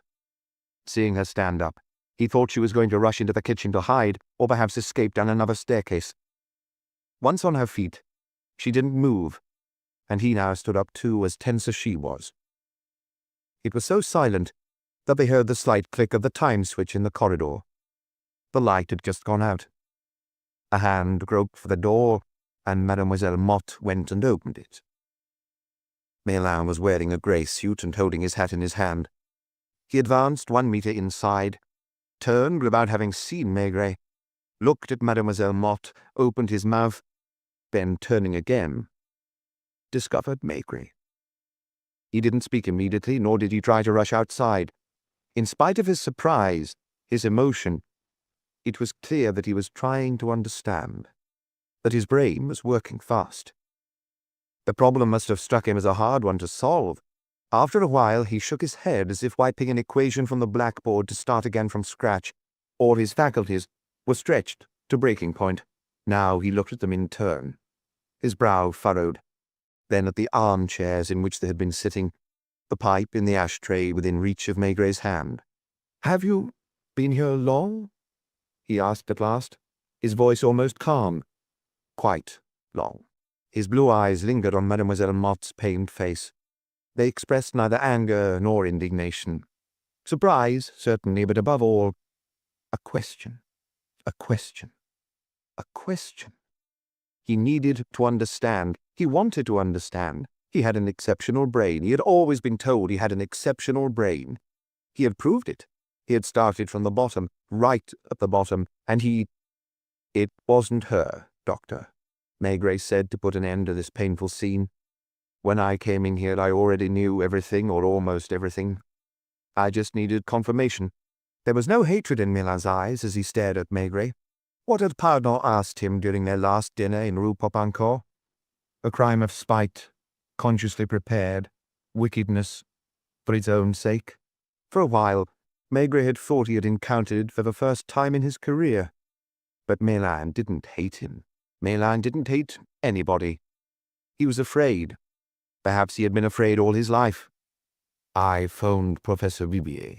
Milan's astonishment grew, but he didn't say a word. And it was only his eyes that expressed this astonishment, magnified by his glasses. He'll be a witness for the defense. I might be one too. Epilogue. 20 minutes later, Milan's car drew up outside the main police station of the 3rd arrondissement in Rue Perret. Maigret was the first to get out. When they entered the corridor, it was the dentist's turn to walk in front. Carry on, second door on the left. One of the inspectors had his feet on the table and was reading the newspaper and smoking his pipe. Another was typing a report on a battered typewriter. They both stood up on recognizing Maigret. Good evening, gentlemen. I'm sorry to disturb you. I'm not here officially. I've just brought Dr. Miller, who would like to make a statement. I assume you'll be the one to type it, Vassar. He had known him for 20 years. It's possible that once the statement has been signed, you'll have to take the doctor to the cells at headquarters. Treat him gently. No rough stuff. Good night, Doctor. By the time Maigret got home, the paddles had left. Madame Maigret wasn't in bed. Well, he's confessing right now. What? Everything. Everything that's on his mind. We read about it in tomorrow's papers. The afternoon ones. It's too late for the morning editions. Is he the one who's been causing you all this trouble? He was scared because he'd seen me at a window and assumed I was watching him. What are you going to do? Wait. The summons came at 10 in the morning, brought by an officer on a bicycle. He wasn't asked to see a prefect of police, but the commissioner of the police judiciaire. Come in. He opened the door, his pipe in his mouth, just as he had been coming into his office every morning for so many years, whoever the successive occupants were. There you are, Maigret. Take a seat. What can I say? Nothing, sir. Sir? Chief, if you prefer.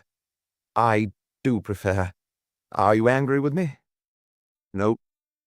I phoned a prefect who phoned the Minister of the Interior, who in turn phoned his friend, Jean-Baptiste Prieur. Quite likely. Janvier is waiting for you in his office. He was on duty last night. He took the call when it came in from the 3rd arrondissement. Early this morning he went au des Acacias with a road digger. The remains of 3 women were dug up. The first was buried about 5 years ago. For the second, the pathologist says it might have been 3 years ago or it might have been 2. The third died less than a month ago. The commissioner, too, was asking himself a question. How had Maigret... But he didn't dare ask it out loud. You're back on the case, of course. After which, he still had to prove that Manuel was the mastermind behind the jewel raids. They hadn't seen the last of him in Rue des Acacias.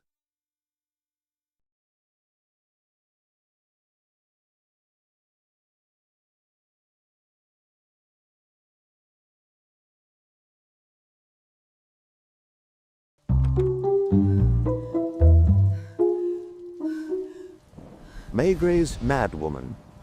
Chapter 1.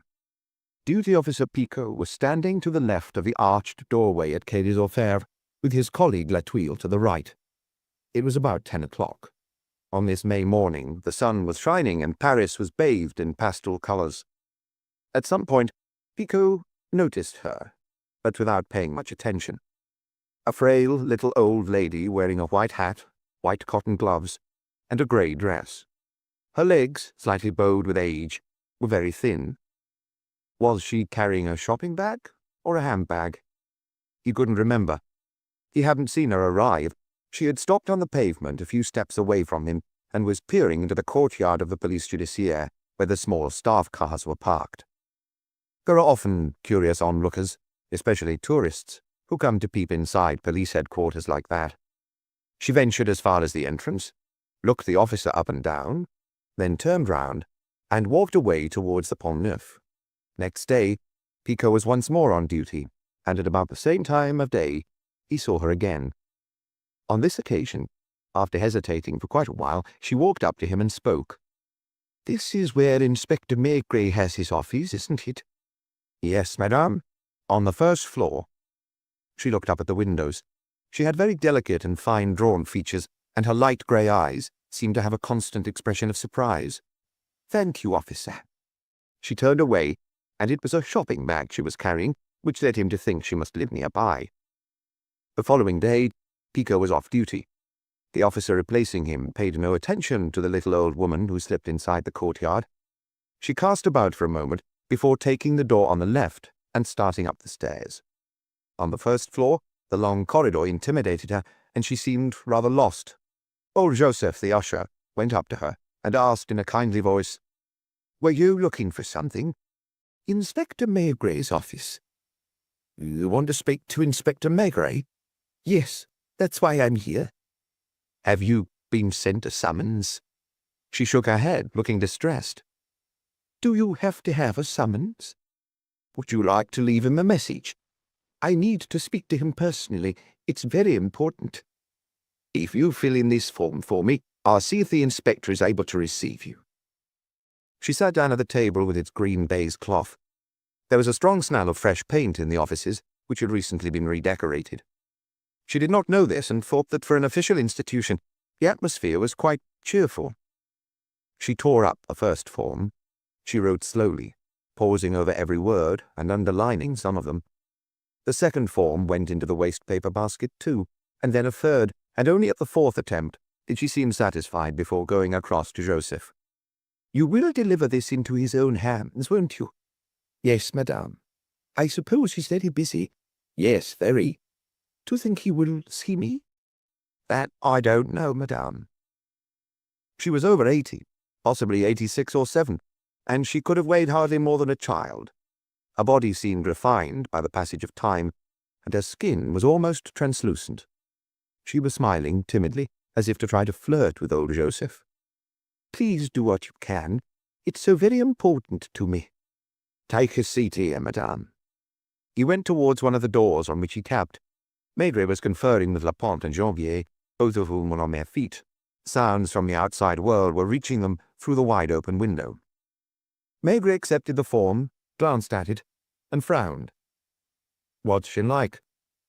"A very proper old lady, a bit shy. She asked me to insist that you see her."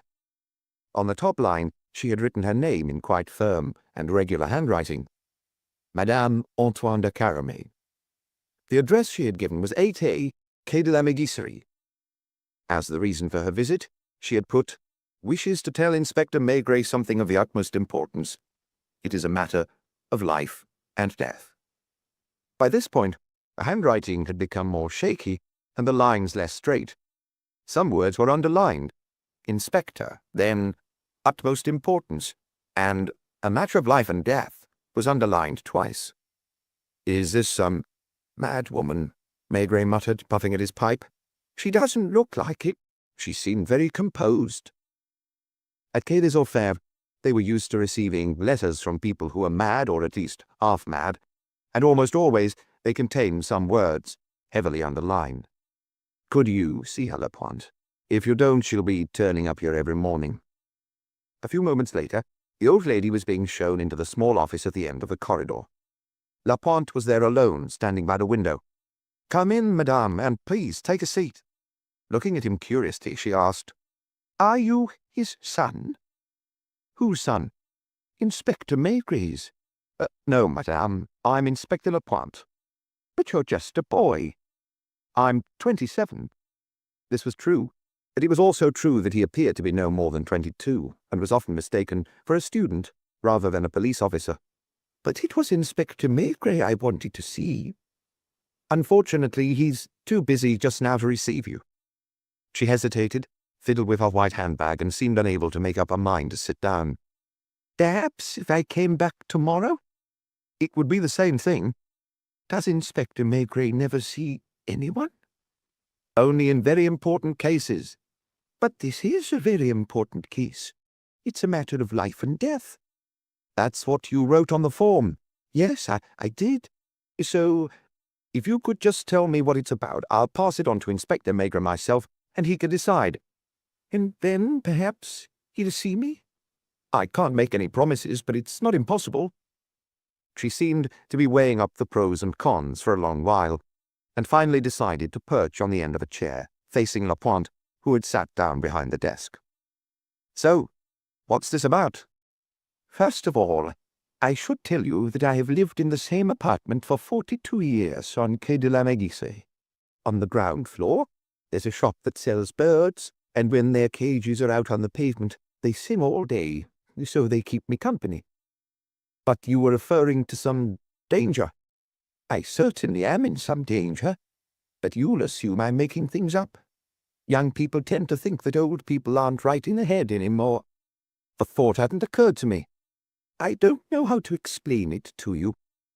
Since the death of my second husband, 12 years ago, I have lived alone, and no one ever comes into my apartment.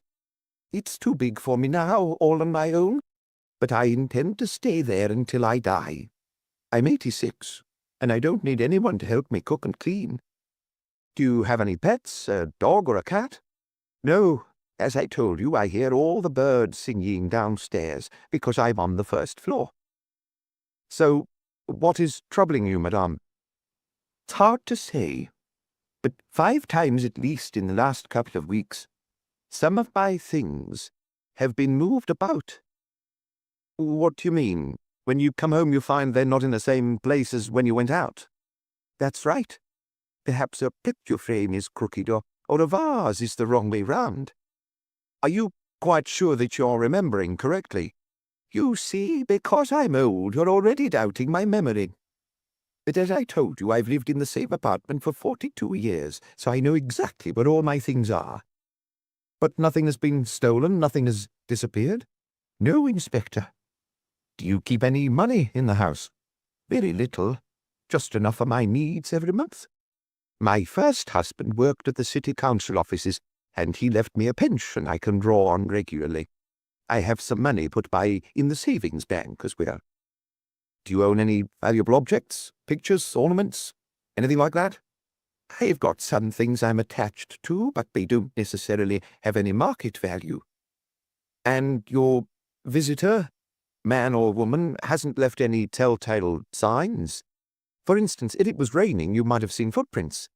But it hasn't rained for over 10 days. Or cigarette ash, perhaps? No. Does anyone else have a key to your apartment? No, I keep my key in my handbag, and it's the only one. He looked at her with some embarrassment. So, in short, you've come to complain simply that some objects in your home are slightly out of place? That's right. And you've never surprised anyone there? No, never. And you've no idea who it could be? No. Do you have any children? No, unfortunately, I never had any. Other relations? I have a niece who is a professional masseuse, but I don't see her very often, although she lives just the other side of the Seine. What about friends? Men, women? Most of the people I used to know have died, and that isn't all. She was speaking normally, without emphasis, and her gaze was steady. I'm being followed.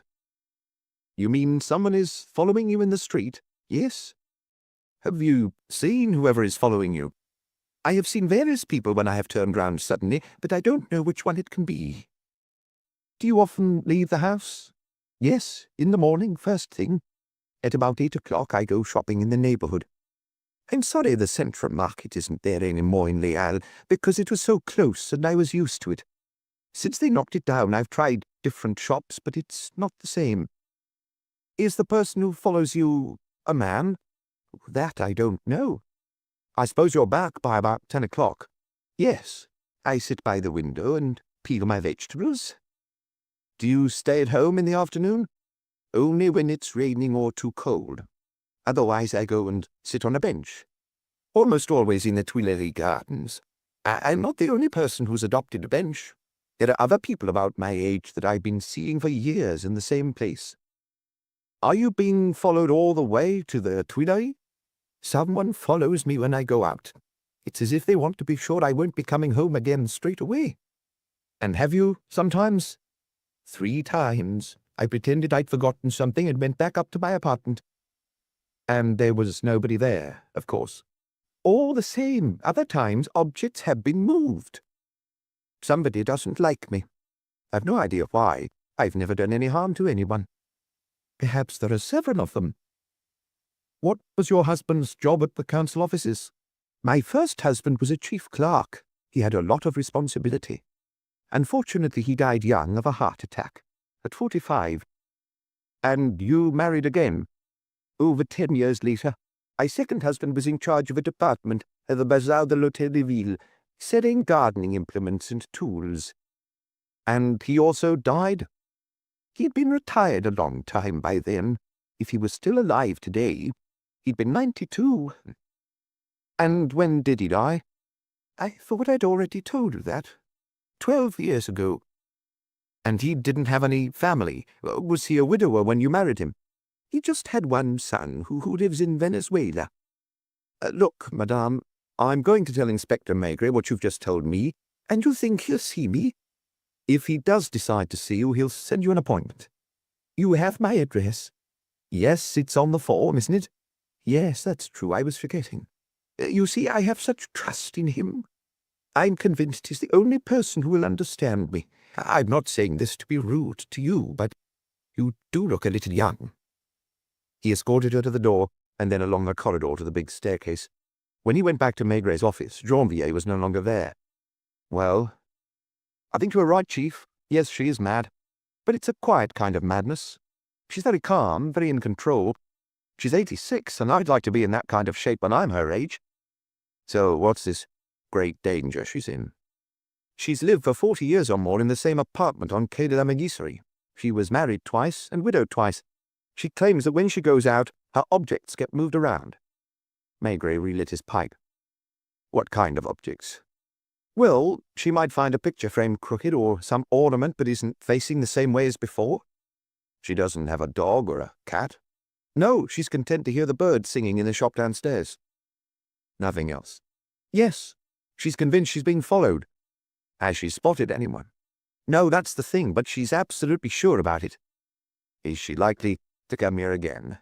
She's determined to see you personally. In her eyes, you're God Almighty, and apparently you're the only person who will understand her. What shall I do? Nothing. She'll be back. Well, we'll see then. But you could just go and ask the concierge at that address a few questions. And Maigret picked up once more the file he had been studying, while young Lapointe returned to the inspector's office. Was she a madwoman? Janvier asked him. Probably, but not like the usual ones. Do you know many mad people? One of my aunts is in a psychiatric hospital. I'm guessing this old woman made something of an impression on you. Yes, maybe she did a little. She kept looking at me as if I was just a kid and unable to understand. The only person she trusts is Maigret. After lunch, Lapointe went over to Quai de la Megisserie, where most of the shops sold caged birds and small animals. On this sunny afternoon, the cafes had put tables out on the terraces. Looking up, Lapointe saw that the windows on the first floor were open. He had some difficulty finding the concierge's lodge, which was at the far end of the courtyard. The concierge, sitting in a patch of sunlight, was darning a pair of men's socks. He showed her his police badge. What did you want? Can you tell me what you know about Madame Antoine de Caramel? Is that the right name, an old lady who lives on the first floor? Yes, I know who you mean.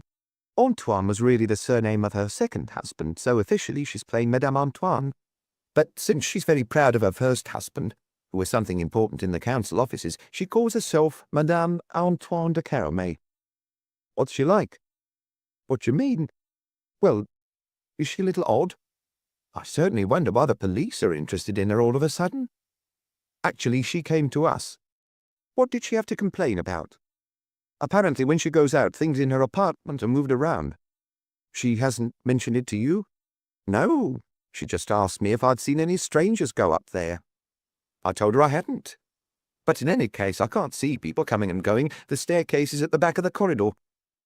Does anyone visit her? Her niece comes round once or twice a month, but sometimes it can be 3 months without her calling. So you would say the old lady behaves just like anyone else? Well, like all old women who live alone. In her case, she's obviously received a good education and she's polite to everyone. Is she there at the moment? No, the slightest bit of sun and she's off. She's probably sitting on a bench in the Tuileries Gardens. Does she ever chat with you? Just a few words in passing. She mostly asks after my husband, who's in hospital. Thank you for your time. I suppose I'd better not tell her you were here. It doesn't matter. At any rate, I wouldn't say she's mad. She has her funny little ways like all old people, but no more than anyone else. I may be back to see you again. Maigret was in a cheerful mood. Not a drop of rain had fallen in 10 days. There was a light breeze, a blue sky, and in this ideal month of May, Paris was as colourful as the set of a musical comedy. He stayed a little longer in his office, checking a report that had lain there a while, and which he wanted to be finished with. He could hear cars and buses going past, and every now and then the hooter of a tugboat. It was almost 7 o'clock when he opened the door of the neighbouring office, where Lucas was on duty with 2 or 3 other inspectors, and wished them good night. On the way downstairs, he wondered whether he might call in at the Brasserie Dauphine for an aperitif, and had not made up his mind as he went through the doorway, past the 2 officers on duty, who saluted him. In the end, he decided he would rather go straight home, and had only taken a few steps towards Boulevard du Palais when a diminutive figure appeared in front of him. He immediately recognized her from a description Lapointe had given him. "It is you, isn't it?" she asked eagerly. She didn't even say his name. It could only be him, the famous Detective Chief Inspector Maigret, all of whose cases she had followed in the newspapers. She had even cut out articles about him, which she pasted into scrapbooks. "I must beg your pardon for coming up to you in the street like this, but upstairs they wouldn't let me through." Maigret felt a little ridiculous, and could well imagine the ironic looks of the 2 policemen behind them. "I understand, of course. I don't blame them. You have to be left in peace to work, don't you?" What struck Maigret most forcefully was the colour of her eyes. Pale grey, a sort of washed-out grey, both gentle and sparkling at the same time. She was smiling at him. Clearly she was in 7th heaven. But at the same time an extraordinary energy could be sensed in that frail body. "Which way are you going?" He pointed towards the Pont Saint-Michel. "Would you mind if I walked with you as far as that?" Trotting alongside him, she looked even tinier. "The important thing, you see, is that you must understand I'm not mad. I know what young people think about the old, and I am a very old woman." "You're 86, is that right?" "I see that the young man who interviewed me has told you about me. He seems very young for the job he's in, but he's well brought up and very courteous." "Have you been waiting outside long?" "Since 5 to 6. I thought you would be leaving your office at 6 o'clock. I saw a lot of gentlemen come out, but you weren't among them." So she had been waiting a whole hour, on her feet, under the indifferent gaze of a policeman outside the doorway. "I feel as if I'm in danger. There must be a reason why someone is coming into my apartment and searching my things." "How do you know that someone is searching your things?" "Because I don't find them back in their exact place. I'm obsessive about tidiness. In my home, every object has had its precise place for over 40 years. "And this has happened several times?" "At least 4 times. "Do you own any valuables?"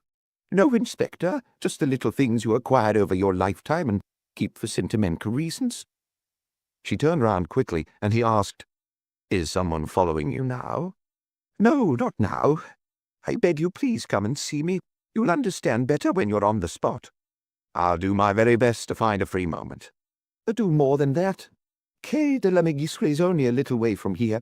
In the next few days, come and see me, and I promise I won't keep you, and I promise I won't turn up at your office again."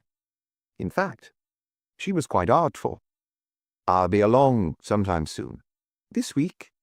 "Perhaps this week, or if not, at the beginning of next." He had arrived at his bus stop. "Now you must excuse me, but I should be getting home." "I'm counting on you," she said. "I trust you." He would have found it difficult at that moment to say what he thought of her. Certainly, her story was exactly the kind that is invented by fantasists with complete sincerity. But standing in front of her, looking her in the face, he was tempted to take her tale seriously. He went home, where the table was laid for dinner, and kissed his wife on both cheeks. "I hope you managed to get outside in this beautiful weather." I ran a few errands. Then he asked her a question that surprised her. "Do you ever find yourself sitting on a bench in the park?"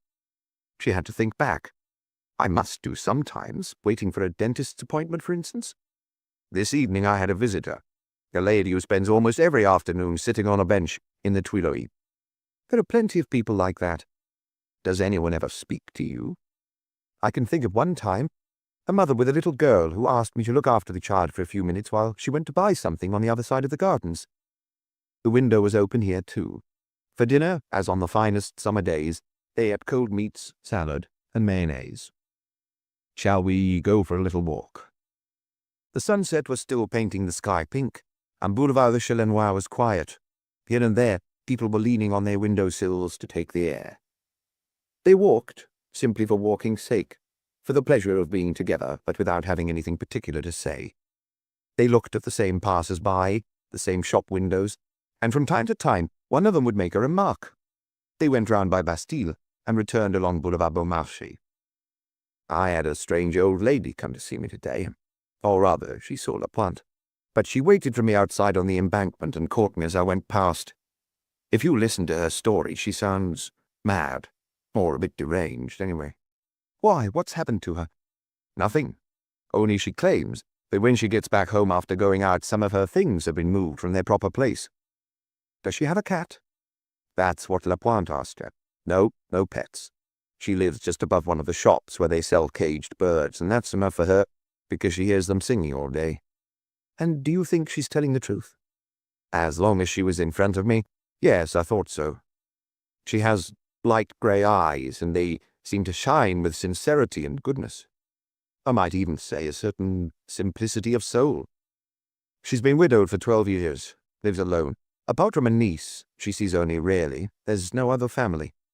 Every morning she does her shopping in the neighborhood, wearing her white hat and white gloves, and in the afternoon she usually goes to sit on a bench in the Tuileries. She doesn't complain about her life. She's not bored. Doesn't seem to feel lonely. There are plenty of old people like that, you know." "I'm sure there are, but there's something different about her that I can't put my finger on." By the time they got home, night had fallen and the air was cooler. They went to bed early, and next morning, since the weather was still fine, Maigret decided to walk to the office. A pile of correspondence awaited him as usual. He had time to go through it and have a word with his inspectors before attending the daily briefing. There was nothing important in hand. He spent quite an ordinary morning, decided to have lunch on Place Dauphine, and telephoned his wife to say he would not be back at midday. After his meal, he was on the point of crossing the Pont Neuf to go to Quai de la Mégisserie. A chance incident prevented him. He met on the pavement a former colleague, now retired, and they chatted for about a quarter of an hour, standing in the sunshine. Twice more during the afternoon, he thought about the old lady, whom his inspectors had already christened Maigret's old madwoman. Both times he postponed his visit, thinking he would go there later, the next day, for instance. The newspapers would surely make fun of him if they ever got hold of this story about objects changing places. That evening, they watched television. The following morning he went to the office by bus, since he was late. It was almost midday when he received a call from the chief of police in the first arrondissement. "I've got a case here which must be of interest to your squad, because the concierge tells me one of your inspectors, a handsome young man apparently, was round asking questions a couple of days ago." He had a sudden sense of foreboding. "Quai de la Mégisserie?" "Yes."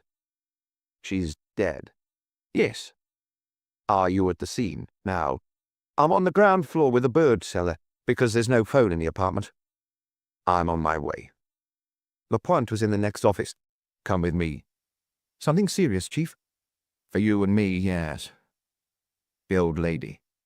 "The one with the white hat and the grey eyes?" "Yes." "She's dead." "Murdered?" "I suppose so, otherwise the local police chief wouldn't have called me." They didn't take a car, since it was quicker to walk. Chief Inspector Janton, whom Maigret knew well, was waiting for them on the pavement, standing next to a cockatoo attached to its perch by a chain. "You know her?"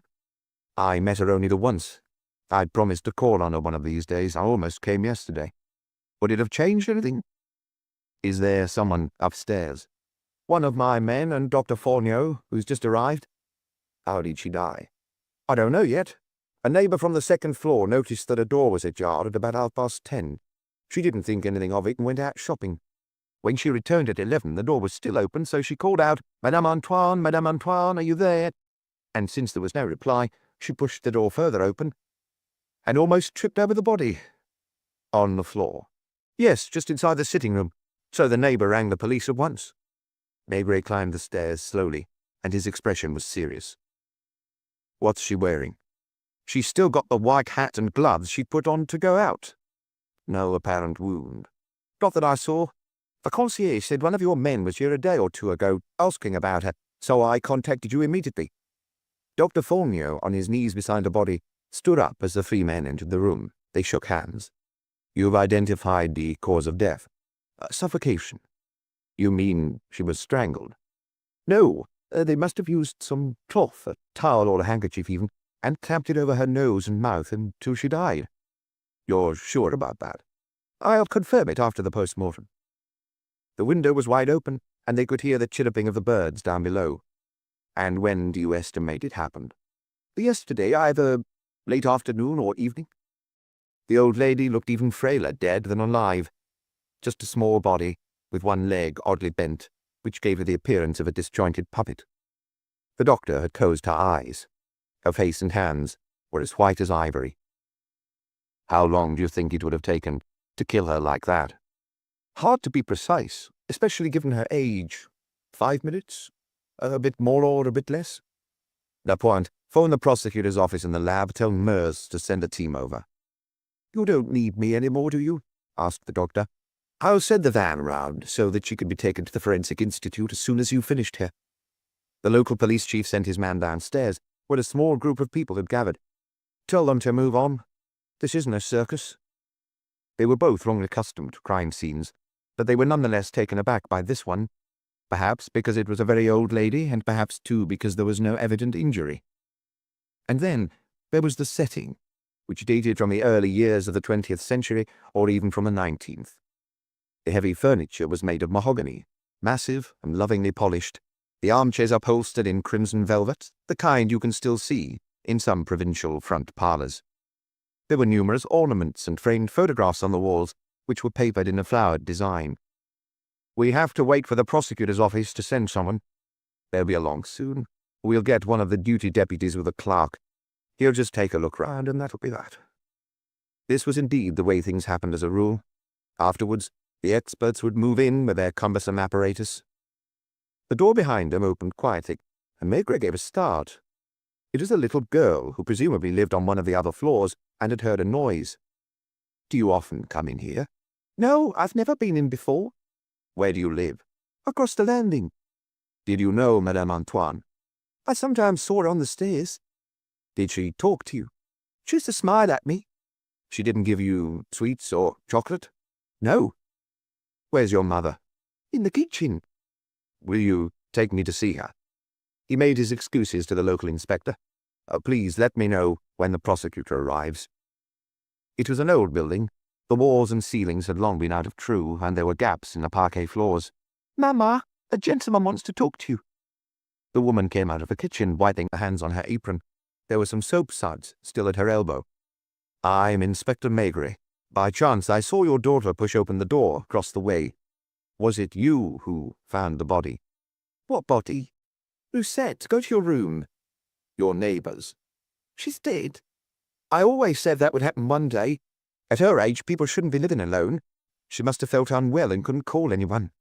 No, she was murdered. I didn't hear a thing. Of course, there's a lot of noise out on the street. It wasn't a gunshot, and it didn't happen this morning, but yesterday afternoon or evening. Oh, poor woman. She was a bit stuck up for my taste, but I've nothing against her. Were you on good terms? I don't think we've exchanged 10 sentences in the 7 years we've been living here. You don't know anything about her life?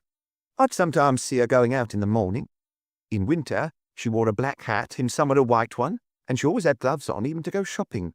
But that was her own business, I suppose. Did she have visitors? Not to my knowledge. Oh, wait. I've 2 or 3 times seen a woman ring the bell, rather a stocky woman, mannish looking. During the day? No, in the evening, just after supper.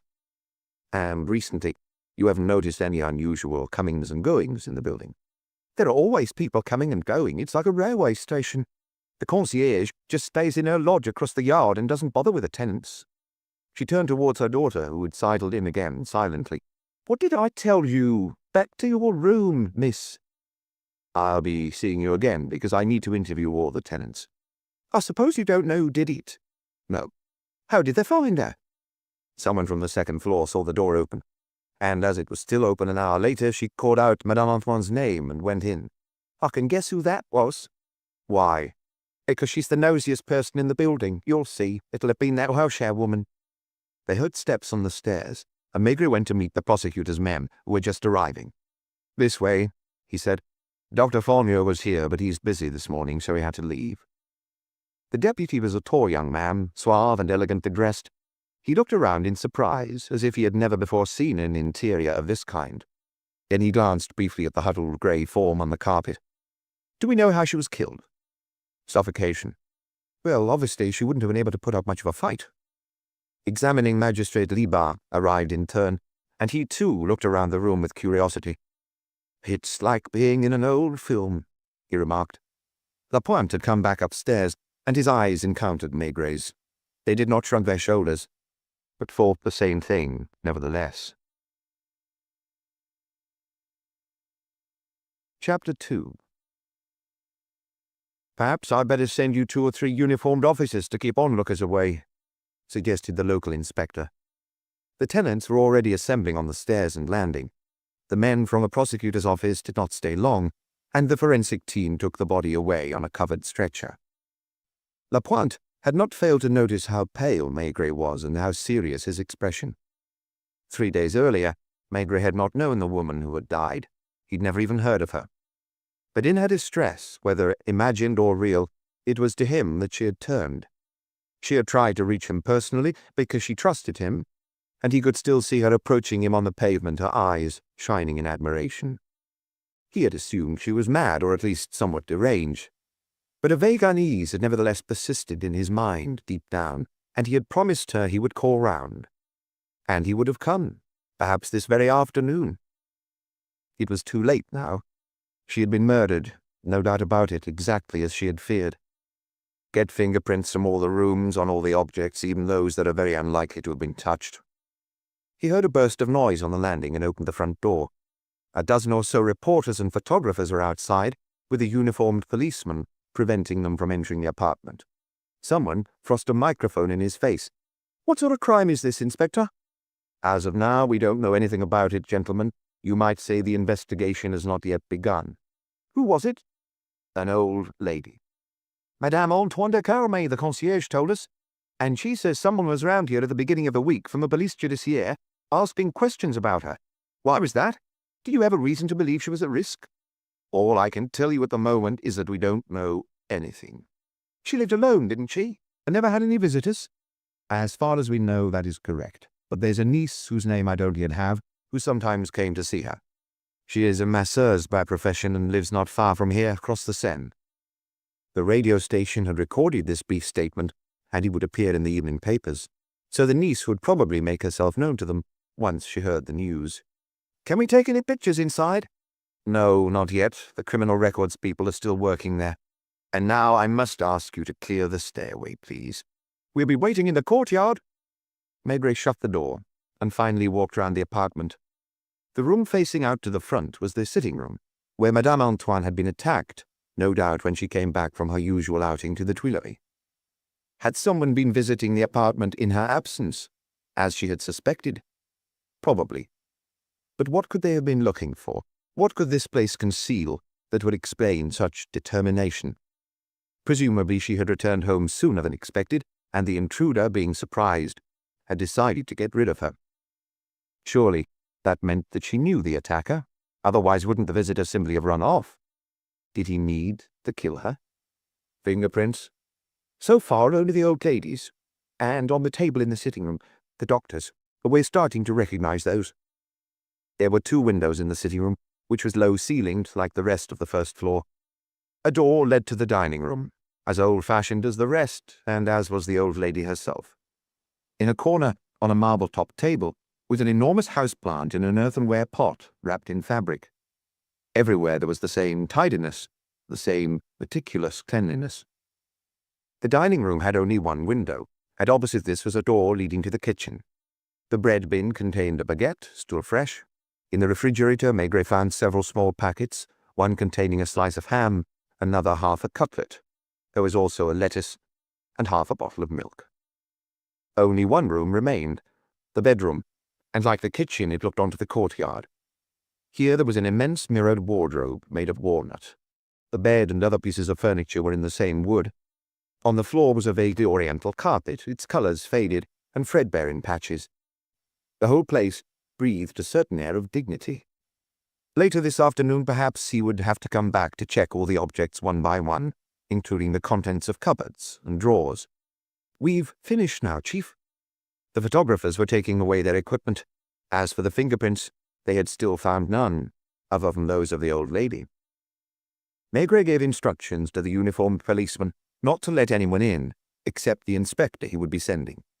He went down the dark stairwell with its worn steps and its banister polished by 2 or 3 centuries of use. In the courtyard, journalists and photographers were besieging the concierge, who was answering them ill-humouredly. Lapointe was following Maigret without speaking. He too was shocked. He could still visualize Madame Antoine in the little office where he had interviewed her, and where he had decided that she was perhaps wandering in her wits. The bird seller, Monsieur Caille, if they were to believe the name on the shop front, was standing alongside his cages, wearing a grey canvas overall. "May I use your phone?" "Yes, of course, Monsieur Maigret." He was smiling, knowingly, proud of having recognized the inspector. The telephone was inside the shop, where there were other bird cages piled one on top of another, as well as goldfish in several tanks. An elderly man, also in grey overalls, was feeding them. "Hello, Luca. I need someone down here. Quai de la Mégisserie, 8A. Janvier, yes, that's fine. He's to come inside the flat and not let anyone else in. And can you phone my wife to tell her I will be home for lunch?" When he hung up, he turned towards the old bird seller. "Have you lived in this building a long time?" "Since my own father brought us here when I was only 10. "So you would have known Madame Antoine when she moved in?" "It must be about 40 years ago. Her first husband, Monsieur de Cavame, was still alive. A good-looking man, rather impressive. He had some important job at the city council offices, and when there was a big do-on there, he always gave us tickets." "In those days, did they see many people?" "There were 2 or 3 couples, friends of theirs, who came round nearly every week to play cards." "And what was Madame Antoine like then?" "Sweet, pretty. But there you are, fate plays funny tricks. To look at her, you'd think her health was fair to middling, and that she wouldn't make old bones, she was such a thin little thing. Whereas he was the opposite, big chap, well covered, never known him have a day's illness. Liked his food. But he was the one who died, suddenly in his office, and until yesterday his wife was still alive." "And she married again, soon afterwards?" No, she was on her own for about 10 years. Then she met Monsieur Antoine, I don't know where, and she ended up marrying him. I've got nothing against him, perfectly all right, but not as distinguished as the first husband. He worked in the Bazaar de l'Hôtel de Ville, and I think he was in charge of a whole department. He was a widower, and he had a little workshop upstairs where he made things. That was his hobby. He loved it. Didn't say much, just good morning, good evening, and they didn't go out a lot either. He had a car, and on Sundays he took his wife out to the country. In summer they went somewhere near Etretat. Would there be any other tenants who knew them? I'm afraid I'm probably the last one. The others have all died one after another, and new people have moved in. No, I don't see any one of the old lot left." "You're forgetting Monsieur Crispin, father," interrupted the son, who was still standing on the threshold. "Yes, that's true. But we don't see anything of him any more. I'm surprised he's still with us. He's been in a wheelchair for 5 years. He has 2 rooms on the 5th floor, and the concierge takes him his meals and does his housework." "Was he friendly with the Antoine couple?" "Let me think. There comes a time when you get things mixed up. He moved in a little after them, so Monsieur de Cavame was still alive. No, I don't think they saw much of each other. It was later, after Madame de Caramet had married Monsieur Antoine, that I used to see him talking to the husband, because he was in commerce too. Upholstery, I think. He worked in Rue de Sentier. Many thanks, Monsieur Caille. By now, Janvier had arrived. Have you had any lunch? I had a snack. What about you? I'll have something to eat with Lapointe. Can you go up to the first floor and stay inside the apartment? Don't touch anything, even the smallest little trinket. You'll see why presently. Oh, there's just one person allowed in if she turns up. The niece. 10 minutes later, Maigret and Lapointe were at a table in the Brasserie Dauphine. A little aperitif? The owner suggested. No, we'll have a carafe of Beaujolais straight away. What's on the menu? Andouillette, fresh in from Auvergne this morning. And for starter, Maigret chose pickled herring fillet.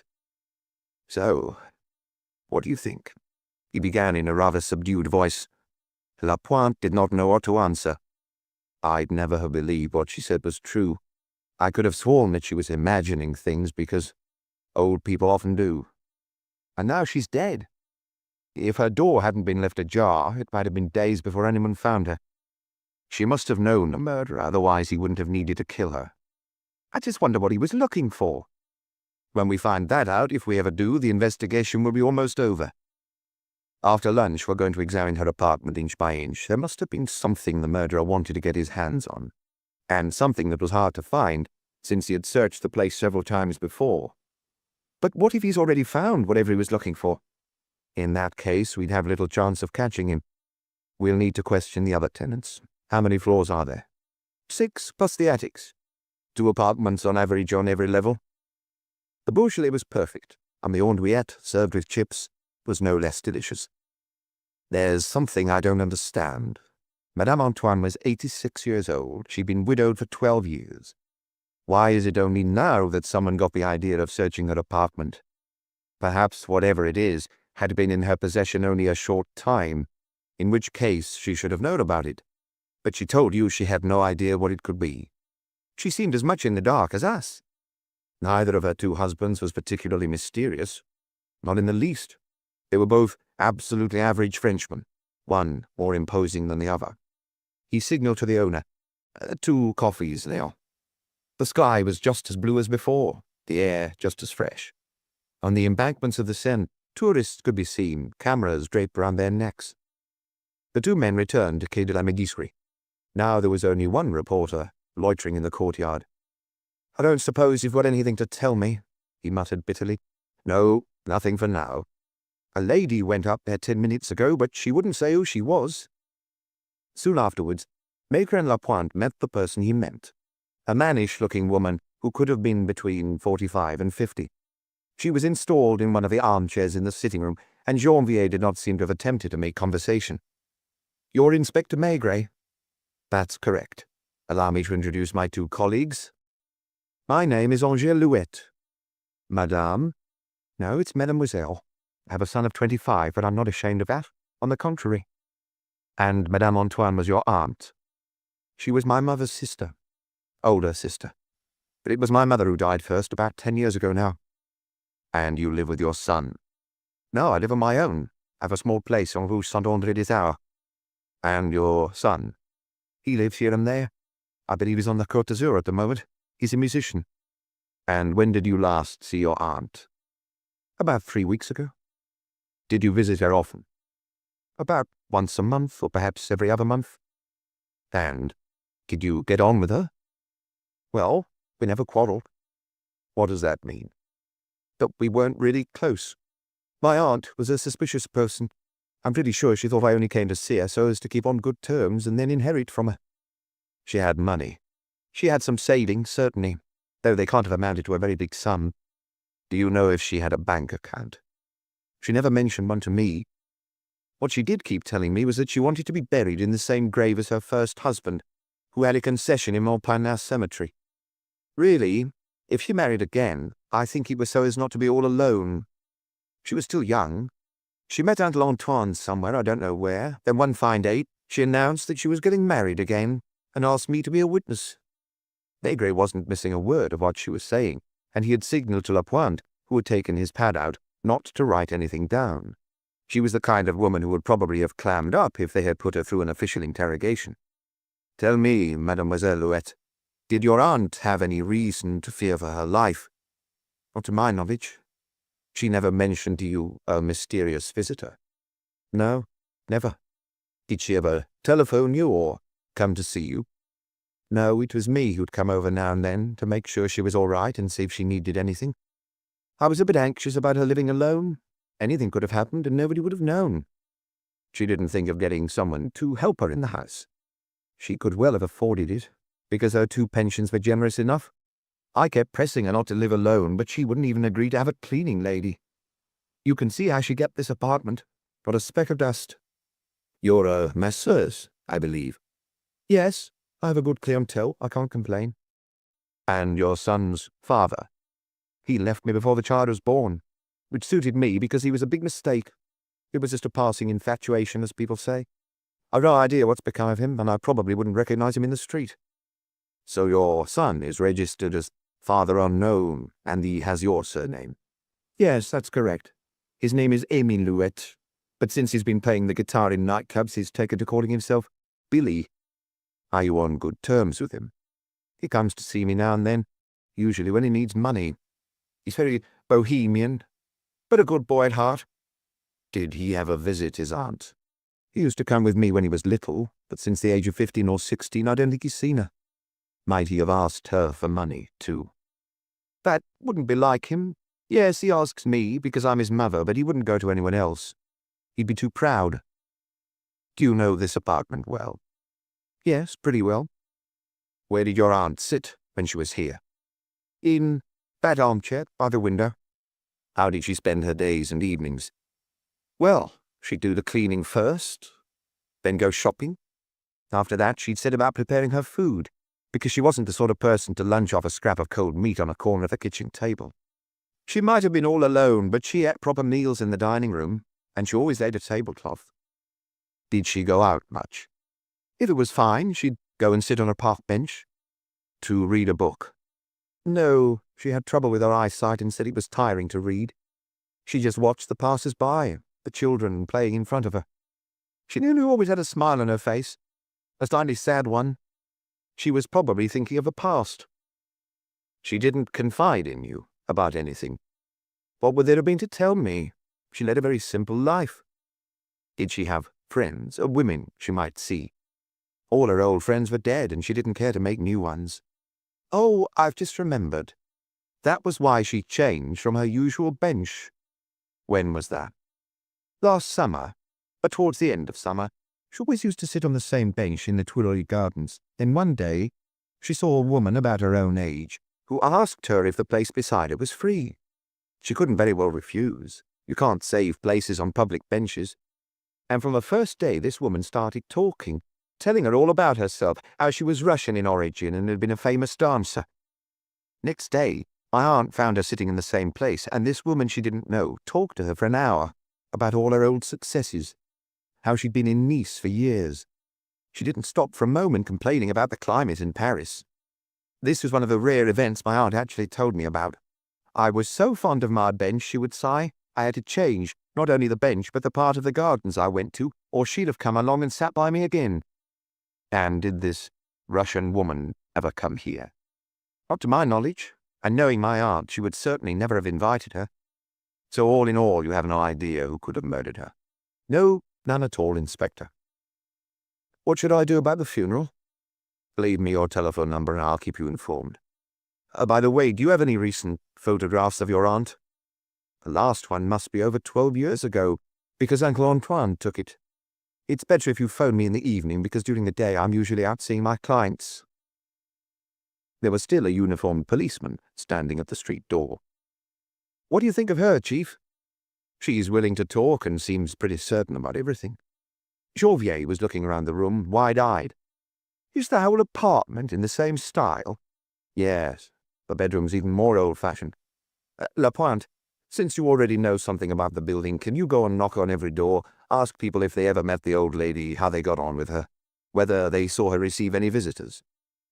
In the sitting room, there was only one modern piece of furniture, a television set placed opposite an armchair with a chintz cover. And now, Maigret said to Janvier.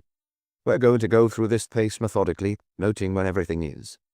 It was because she found that her things had been slightly moved that she began to worry. The parquet floor, in which gaps had opened up over the years, was not covered by a carpet but by several rugs, one of them under the 3 legs of the round table.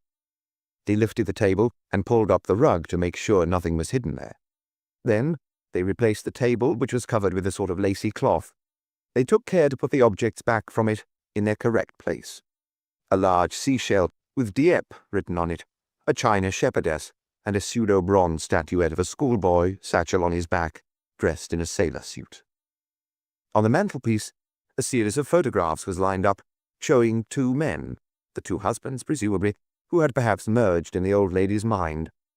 One of them was bald-headed and clean-shaven, with a plump, almost corpulent face, and had chosen to take up an imposing stance for the camera. That must be the one with an important post with the Paris City Council. The other, looking more modest, had a greying moustache.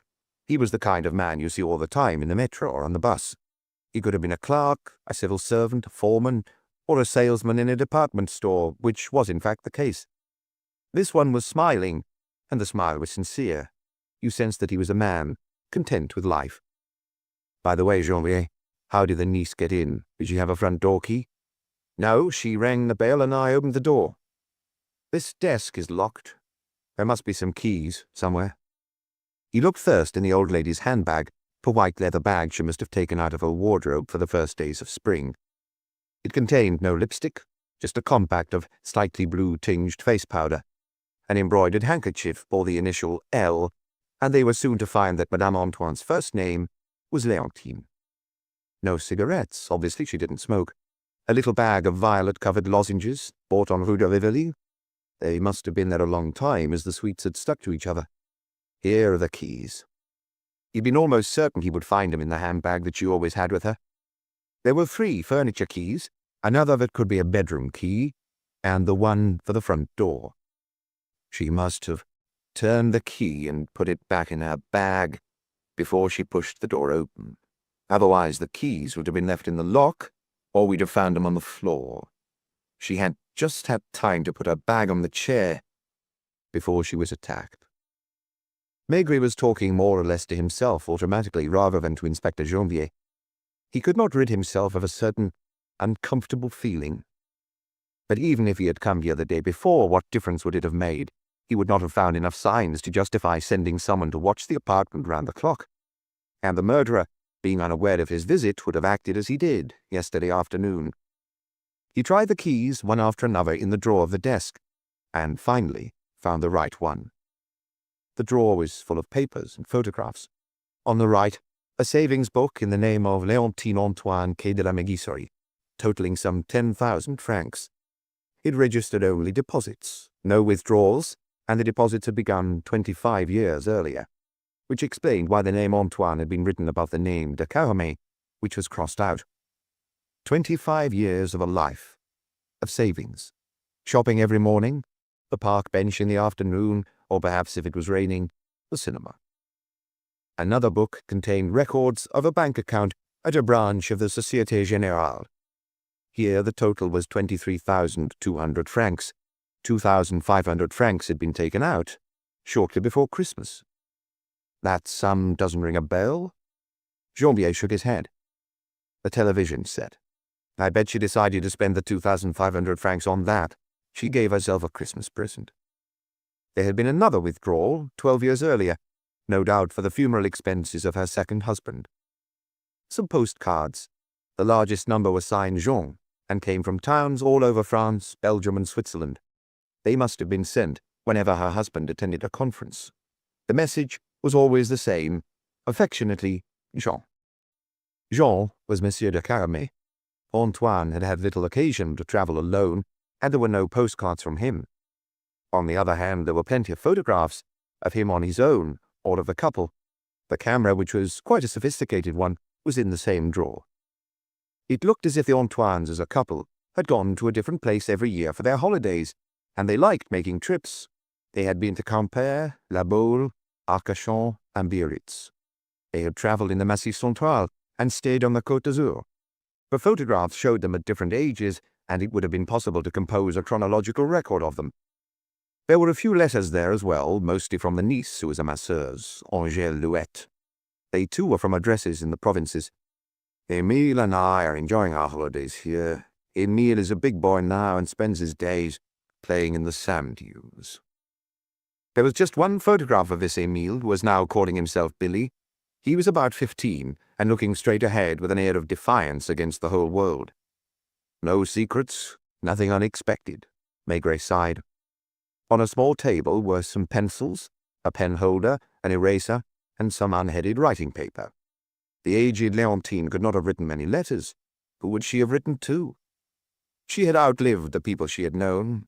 They had all died before her. The only ones left were the niece and the great-nephew, of whom, apart from one photograph and a mention in an old letter from his mother, there was no trace. They went meticulously through everything in the kitchen, and Maigret noticed various implements unfamiliar to him, which did not seem to have been shop-bought. For instance, there was a cleverly designed tin opener, and a simple but ingenious device for peeling potatoes. They understood why, when after crossing the corridor, they opened a little room with a second key. This was outside the apartment proper, and was not much more than a large cupboard with a window overlooking the courtyard. It contained a workbench, and the walls were covered with tools, all hung up in perfect order. So it was here that Antoine indulged his passion for making things. In one corner, on a plank, were piles of technical magazines, and a drawer contained notebooks with sketches of devices, including one of the potato peeler. How many people were there like him, or couples like this, among the millions of Parisians?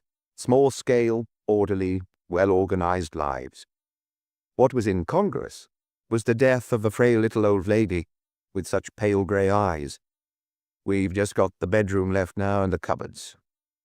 The wardrobe contained nothing more than an astrakhan winter coat, another black woolen one, 2 warm dresses, one of them mauve, and a few summer frocks. There were no men's clothes. When her second husband had died, she must have got rid of his things, unless she had access to one of the attic rooms on the 6th floor, or some storage space in a loft. He would have to ask the concierge. Everything was clean and neat, and the drawers were lined with white paper. But in the drawer of the bedside table, they noticed a rather large patch of grease, or oil, although the drawer was empty. Maigret, intrigued, sniffed at it, and had Janvier sniff it too. What do you think it is? Grease of some sort? Yes, but not just any kind of grease. This has been used to oil a gun. The old lady must have had a revolver or an automatic in this drawer. So what's happened to it? We didn't find it in the apartment, although we've searched everywhere. But this stain looks fairly fresh. Perhaps the person who killed the old lady. It was difficult to believe, though, that the murderer, whether man or woman, would have fought to take away the revolver. This stain, discovered at the very last minute, completely altered the complexion of the case. Had the old lady bought a gun in order to defend herself, if she had to? It seemed improbable. As Maigret remembered her, she looked as if firearms would terrify her, and he found it hard to imagine her going into a gunsmith's shop, asking for a pistol, and trying it out in their basement. But why not, after all? Had he not been surprised by her energy? She was frail, with wrists no thicker than a child's, but she kept her apartment in apple-pie order, as well or even better than the most house-proud of women. It probably belonged to one of her husbands. But what's become of it now? Can you get this paper to the lab for them to analyze the grease? But I'm sure of the reply in advance. They heard a bell ring, and in spite of himself, Maigret looked round for a telephone. It's the doorbell, Janvier said. He opened the door to an exhausted Lapointe. You've visited all the tenants. All the ones who were in. The worst of it was, they'd hardly let me ask them questions. They kept asking me. How did she die? What kind of weapon was it? Why didn't we hear shots? Any results? In the apartment just above this one is a bachelor of about 60, who's apparently a quite well-known historian. I saw his books on the shelves. He doesn't go out much. He has a little dog, and a housekeeper comes in every morning to clean and cook his meals. I call her a housekeeper because that was the word he used. I saw her. She's known as Mademoiselle Elise, and she's very dignified. His place is practically as old-fashioned as this one, but a little more elegant. At one point he said to me, if only she hadn't bought that damn television set. She has it on almost every night until about 11, but I get up at 6 a.m. for my morning walk. And Lapointe added, he's never spoken to her. He's lived here for 20 years. When they met on the stairs, he would just nod to her. He remembers the husband because he made a lot of noise too. Apparently there's a workshop here with lots of machine tools, and in the evenings you could hear him hammering, drilling, sawing, all sorts. And the apartment opposite him. There was nobody in. I went downstairs to ask the concierge. They're a young couple. The man is a sound engineer for a film company, and his wife a film editor in the same firm. They usually eat out in the evenings, and get home late. They get up late too because they only start work at midday. And the third floor. Lapointe consulted his notes. Family called Lapin. I only saw the grandmother and the baby. The wife works in a clothes shop on Rue de Rivoli, and the husband's in insurance. He travels a lot. And the other apartment. Just a minute. I questioned the grandmother, and she said, no, monsieur, I didn't have anything to do with her. That woman was too immoral for me. If you want to know why, just look at her with her 2 husbands. I'm a widow too. Did I get married again? Did I go on living in the same apartment with the same furniture? With another man? Lapointe returned to his notebook. Father Raymond. Not sure what order he belongs to. Very old and practically never leaves his flat. He didn't even recognize the name of Léontine Antoine, ex-Léontine de Caramay. Moving on to the next floor up. There's one empty apartment which is being renovated for people to move into in 2 weeks. Repainted and generally made as good as new. A couple aged about 40 with school-aged children. I saw the old man that the concierge does for. He's in a wheelchair which he manages with extraordinary skill. I thought I'd find a bitter old fellow tired of life, but on the contrary, he was full of good humour. Oh, he said, she's been killed, has she? Nothing's happened in this building for 50 years or more, and now we have a juicy murder on our hands. Do they know who did it? I suppose it can't have been a crime of passion. Lapointe added, that made him laugh. He was really cheerful. If he'd been able to get downstairs, he'd probably have asked us if he could visit the crime scene. There's a woman living opposite him, Madame Blanche, about 60, works as cashier in a bar. I didn't see her because she only gets home at midnight. A small world, everyone living cheek by jowl. The old woman on the first floor had been murdered, and it had created little stir. Only, who killed her? How did they do it? Why didn't she call out? Most of them had vaguely greeted her on the stairs, but without speaking to her.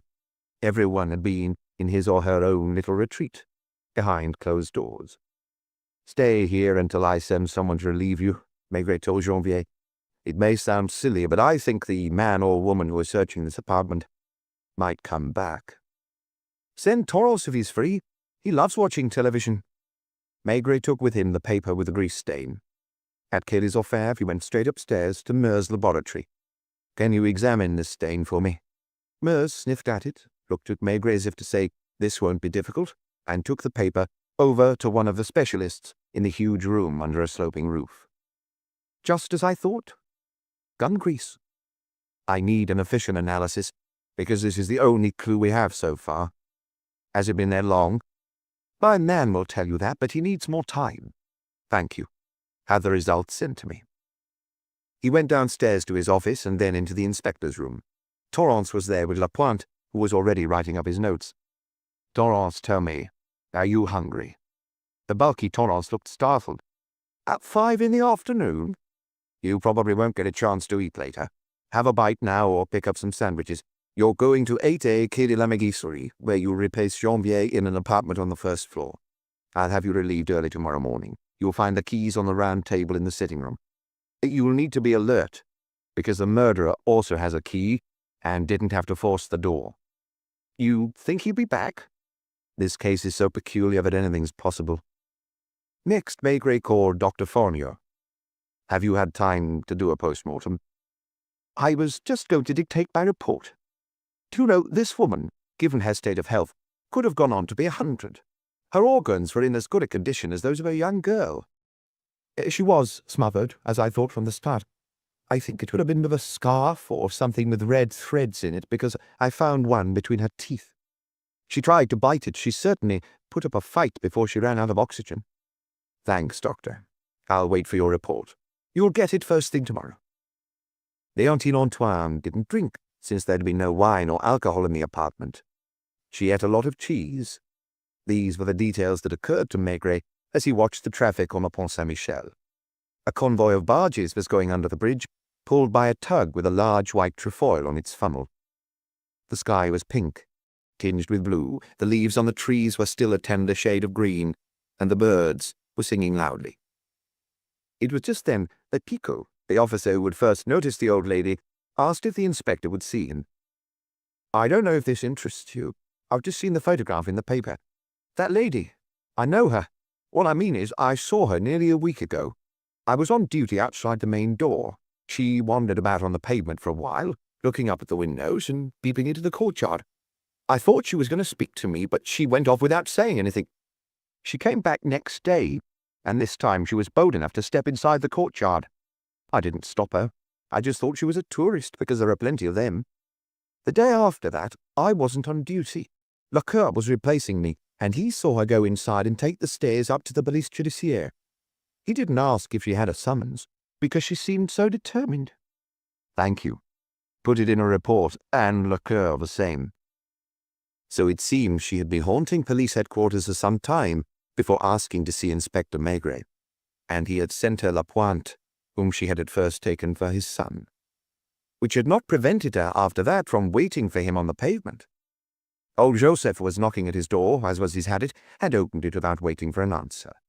He held out a form on which the name written was Billy Duet. Yet the masseuse had told Maigret a few hours earlier that she thought her son was somewhere on the Côte d'Azur. "Show him in, Joseph." Chapter 3. "I suppose you've been looking for me?" "Not yet. Your mother said you were on the Côte d'Azur." "Oh, what my mother says, you know." "Is it all right to smoke?" "If you wish." The young man did not seem overawed to be inside police headquarters, and apparently considered Maigret to be simply an official of no particular rank. This was neither defiance nor ostentation on his part. His ginger hair was rather long, but he did not look like a hippie. He was wearing a suede jacket over a checked shirt, with beige corduroy trousers and moccasins. When I read in the papers what had happened to my arm, I thought right away you'd want to see me. I'm glad you've come." He did not in the least resemble the masseuse. Whereas she was tall and heavily built, with man-sized shoulders, he was short and quite thin, with bright blue eyes. Maigret had sat down behind his desk and motioned him to take the armchair opposite. "Thank you. So, what exactly happened to the old lady? The papers didn't say much." "They say what we know. She was murdered." "Was anything stolen?" "Apparently not. In any case, she didn't keep much cash at home." "How do you know?" "Because I'd go and see her now and then." "When you were short of money?" "Yes, of course. Otherwise, what was I going to talk to her about? My life wouldn't interest her." "And she gave you some?" "Usually a 100-franc note, but I wasn't supposed to come back too often." "You're a musician, I gather." "Yes, I'm a guitarist. I play in a group called Les Mauvais Garçons." "And can you make a living doing that?" "We have our ups and downs. Sometimes we're hired to play in an important nightclub. Other times we play in cafes." "What did my mother tell you about me?" "Nothing very much. Well, as you can see, she's not exactly overflowing with motherly affection. For a start, we've very little in common. My mother thinks only about money, about how she's going to fare in her old age, she says. So she saves all her pennies. She'd go without eating if she could, so as to have more to put away." "Was she fond of your aunt?" "She couldn't stand her. I've often heard her say with a sigh, 'When's the old bird going to hop the twig?'" "Why did she want to see her dead?" "Well, to inherit, of course. With 2 pensions, the old lady must have had some pretty substantial savings. But I liked her a lot, and I think she liked me too. She'd always insist on making me coffee and bringing out the biscuits. She'd say, 'I'm sure you don't get enough to eat every day. Why don't you learn a proper trade?' My mother wanted me to learn a trade too. She even picked out something for me when I was 15. She wanted me to be a chiropodist. She'd say, 'There are so few of them, you have to wait a week for an appointment. Now that's an occupation that pays well, and it's not unpleasant.'" "When did you last see your great-aunt?" "About 3 weeks ago. We'd hitchhiked to London. hoping to get some work, but the groups over there are better than us. They play in all kinds of combinations. We came back stony broke, so I went round to see her. And she gave you your 100 francs? Yes, and some biscuits. Where do you live? I move around a bit. Sometimes I'm shacked up with a girl, and other times I live on my own, which I'm doing at the moment. I'm renting a room in a small hotel in Rue Mouffetard. And you have work? Up to a point. You know the Bongo Club? Maigret shook his head. The young man seemed surprised that anyone might not have heard of the Bongo Club. It's a little cafe-restaurant Place Maubert. The owner's from the Auvergne. He caught on very quickly to the kind of neighbourhood it is, so there's quite a hippie clientele. And he sometimes allows drinks on the house. And in exchange for a free dinner and a few francs, he also has live music performers, which is where we come in. We do our set twice or 3 times in the evening. And there's a girl called Lynn, fantastic singer. That brings him customers. They come along to stare at the famous hippies, and they don't believe us when we say we don't smoke marijuana or hash. Do you intend to carry on being a musician? Yes, I hope so. That's all that matters to me. I've started writing songs too, but I haven't found my voice yet. But what I can tell you is that I didn't kill the old lady. In the first place, that's not me. I don't go around killing people. But in any case, I'd be sure to be suspected right away. Did you have a key to her apartment? What would I have done with one? Where were you yesterday at about 6 p.m.? In bed. Alone? Well, I was by then. We'd been up almost all night at the Bongo. I picked up a girl who seemed nice. Scandinavian type, Danish or Swedish. We had a lot to drink. I took her home with me in the early morning, and it must have been 3 in the afternoon before I went to sleep. Later on, I realized she'd got out of bed, and I heard her moving about. I didn't wake up properly, but I sensed there wasn't anyone beside me any longer. I was really hungover and absolutely worn out, so I didn't get up myself until after 9 o'clock. So, in other words, nobody can vouch for you between, let's say, 5 and 8 p.m. That's correct. Might you be able to find this girl again? If she's near the Bongo tonight, she'll be in some other club in the neighborhood. You know her well? No. So she's a new girlfriend? It's not the way you think it is. We come and go. I told you we went to London, we hitchhiked to Copenhagen too, and everywhere we go, we pick up new friends. Do you know her name? Just her first name, Hilda. And I know her father is quite a high-up civil servant. How old is she? 22, she told me. I don't know who she was going to meet, otherwise she might have stayed with me for weeks. That's the way it goes. You split up. Half the time you don't know why, but you stay friends.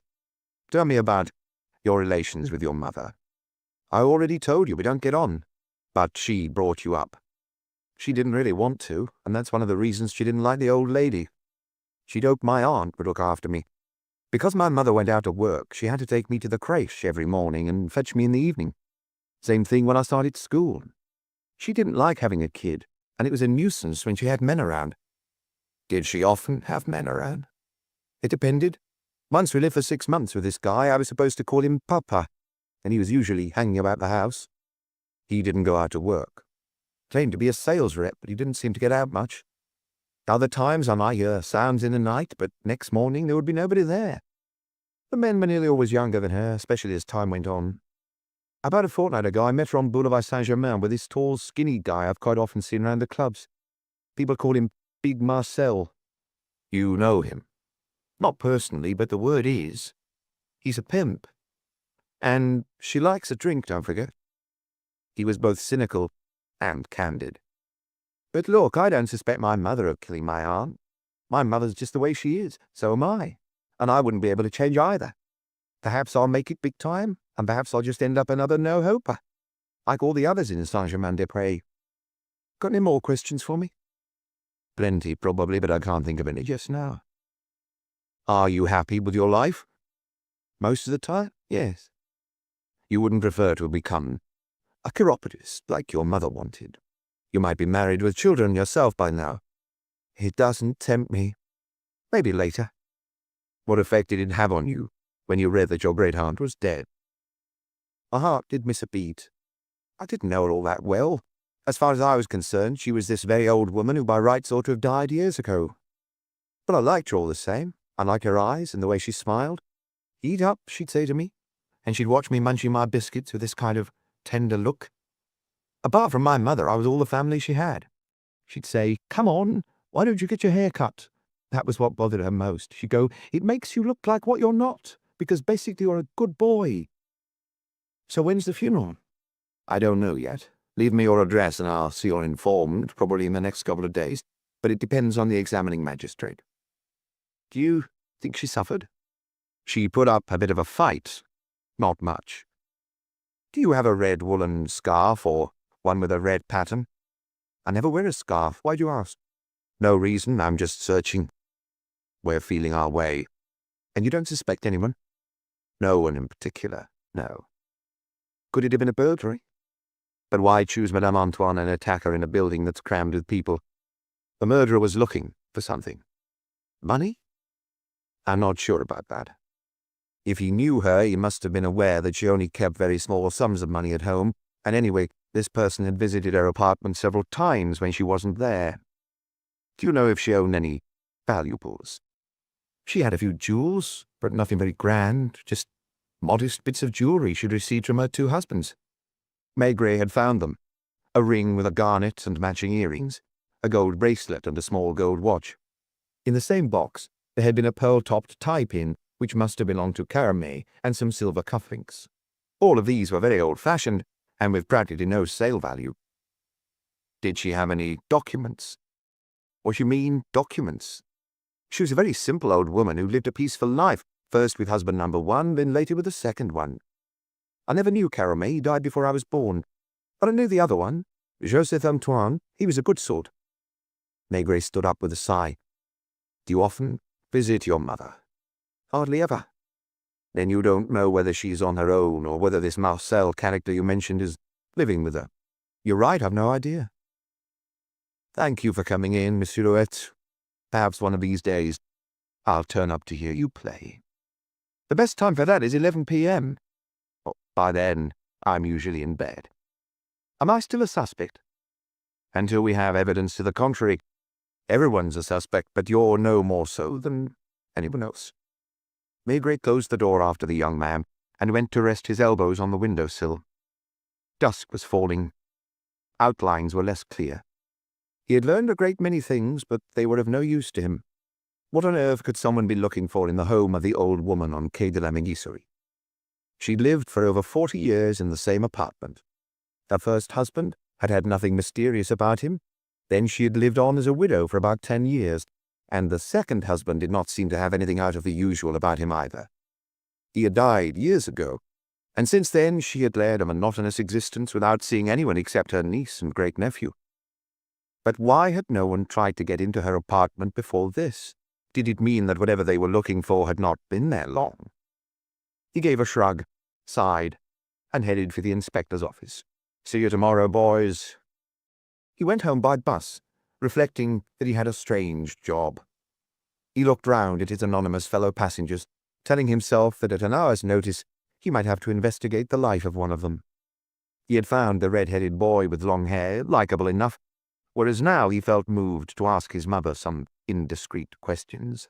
Madame Maigret opened the door when he reached their landing, as always. You look preoccupied. No wonder. I'm struggling with a case that I don't understand at all. The old lady was murdered. She had read the newspaper, of course, and listened to the radio. You met her when she was alive? Yes. What did you think of her? I told myself she was mad, or a bit touched anyway. She was a tiny slip of a thing, very fragile, and she begged me to take up her case as if I was the only person in the world who could help her. And did you do anything? I couldn't provide her with round-the-clock police protection. All she was complaining about was that sometimes, when she got home, she would find that objects weren't in their usual place. I'll admit I thought she was imagining things, or perhaps her memory was failing. But I did promise myself I'd call round to see her, more to reassure her than for any other reason. Yesterday, she must have come back sooner than usual from her walk, and the visitor, man or woman, was still in the apartment. All that person had to do was press a scarf or some other piece of material over her face. Smother her. Did she have any family? Just a niece and a great-nephew. I've seen both of them. The niece is massive, built like a man. She actually works as a masseuse. The young man, on the contrary, is small and skinny. He has red hair and plays the guitar in some club in Place Maubert. And nothing was stolen. It's impossible to tell. The only clue, if we can call it that, is that there had been a revolver in the drawer of her bedside table, and it's no longer there. You wouldn't kill an old woman in cold blood for the sake of a revolver, and you wouldn't search an apartment several times for it either. Let's eat. They dined, just the two of them, by the open window, without switching on the television. It was a very mild evening. The air stood still as a pleasant coolness took hold. They could faintly hear the leaves quivering on the trees. Since you didn't come home at midday, I've warmed up the lamb stew for now. Good idea. He ate with appetite, but his mind was elsewhere. He could still see the little old lady in grey on the pavement of Quai des Orfèvres, and the lively gaze of trust and admiration that she had turned on him. Can you try not to think about it any more this evening? I wish I could. I just can't help it.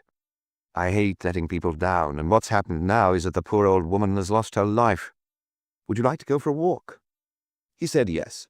He had no desire to stay all evening inside the apartment, and also during an investigation he had a habit, some might call it an obsession, of repeating the same actions every day. They walked down towards Bastille, where they sat at a café terrace. A long-haired guitarist was playing as he made his way between the tables, while a girl with dark-rimmed eyes held out a saucer to the customers. That, of course, made him think of the red-haired great-nephew, who probably went round the cafes busking when he was short of cash. Maigret gave more generously than usual, as his wife noticed. She said nothing, simply smiled, and they spent a little while staring ahead at the lights in the darkness. He was smoking his pipe slowly with short puffs. For a moment, he was tempted to go to the Bongo Club. But what would be the point? What more could he learn there than he already knew? The other tenants in the building on Quai de la Megisserie had to be suspects too. Any one of them might have known the old lady better than they admitted. It would be easy enough to make an impression of her front door lock and have a duplicate key made. But why? That was the question that kept returning to Maigret's mind. Why? In the first place, why had there been all those previous visits? Not for the small sum of money kept in the apartment, only a few hundred francs and easy to find in the desk drawer. But they hadn't been touched. Maigret had found the banknotes slipped inside a savings book.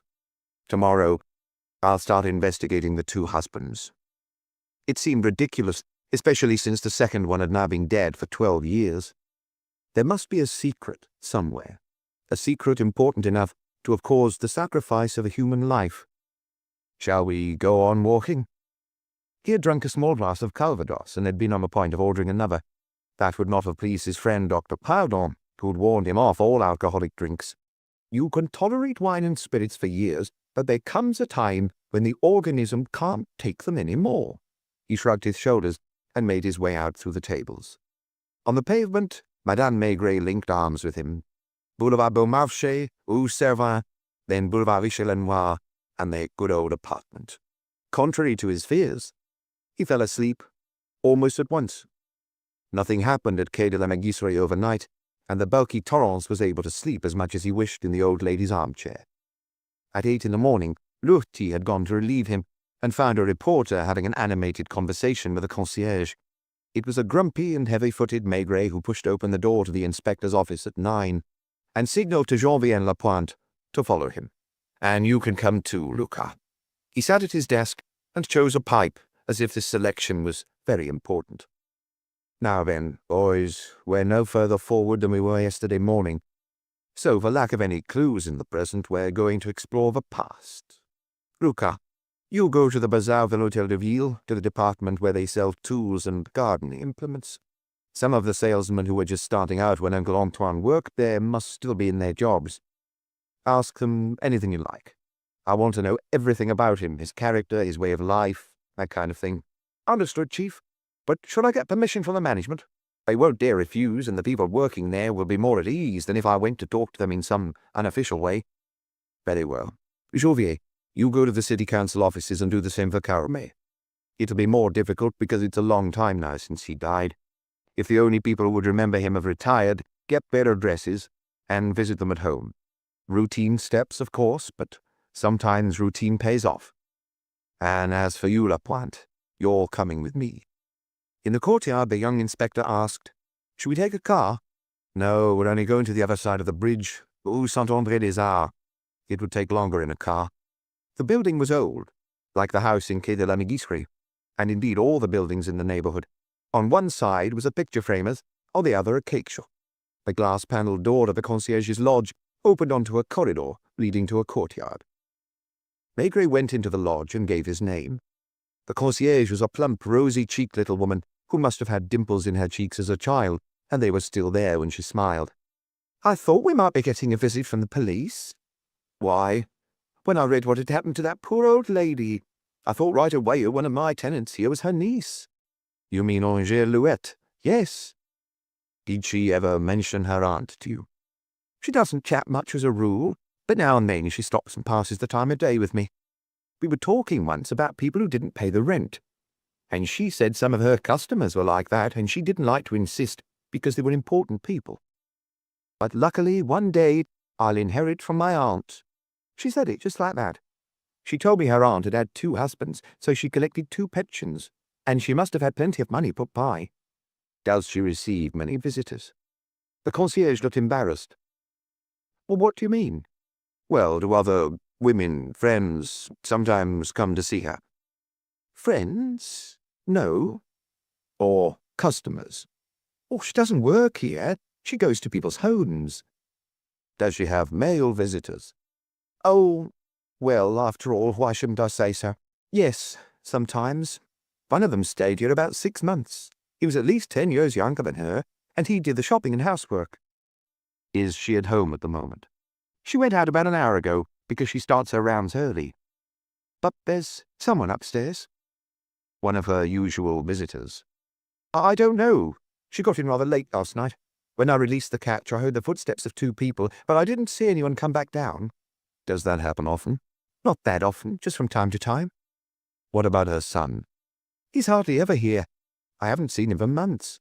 He looks a bit of a hippie, but I think he's a nice enough boy." "Thank you. We'll just take a look upstairs." There was no lift. The apartment faced onto the courtyard. The door was not locked, and Maigret went in, followed by Lapointe, to find himself in a living room with modern furniture in department store style. Hearing no sound, he pushed open the door. Lying in the double bed was a man who opened his eyes and stared at them with a startled expression. "What is it? What do you want with me?" "I wanted to see Angèle, but since you're here—" "Aren't you Inspector Maigret?" "Yes. And we've already met a long time ago. You were a barman in Rue Fontaine in those days. People used to call you Big Marcel. They still call me that. Do you mind? I need a minute to find my trousers. I haven't got anything on." "Go right ahead." He was indeed tall, with a thin and bony body. He quickly slipped on his trousers and searched for his slippers under the bed. "You know, Angèle and me, it's not what you think. We're good friends. We spent the evening together and I didn't feel well, so instead of traipsing all the way across Paris to my place, au Boulevard de Batignolles, of course, and just by chance you happened to find your bedroom slippers here." Maigret opened a wardrobe.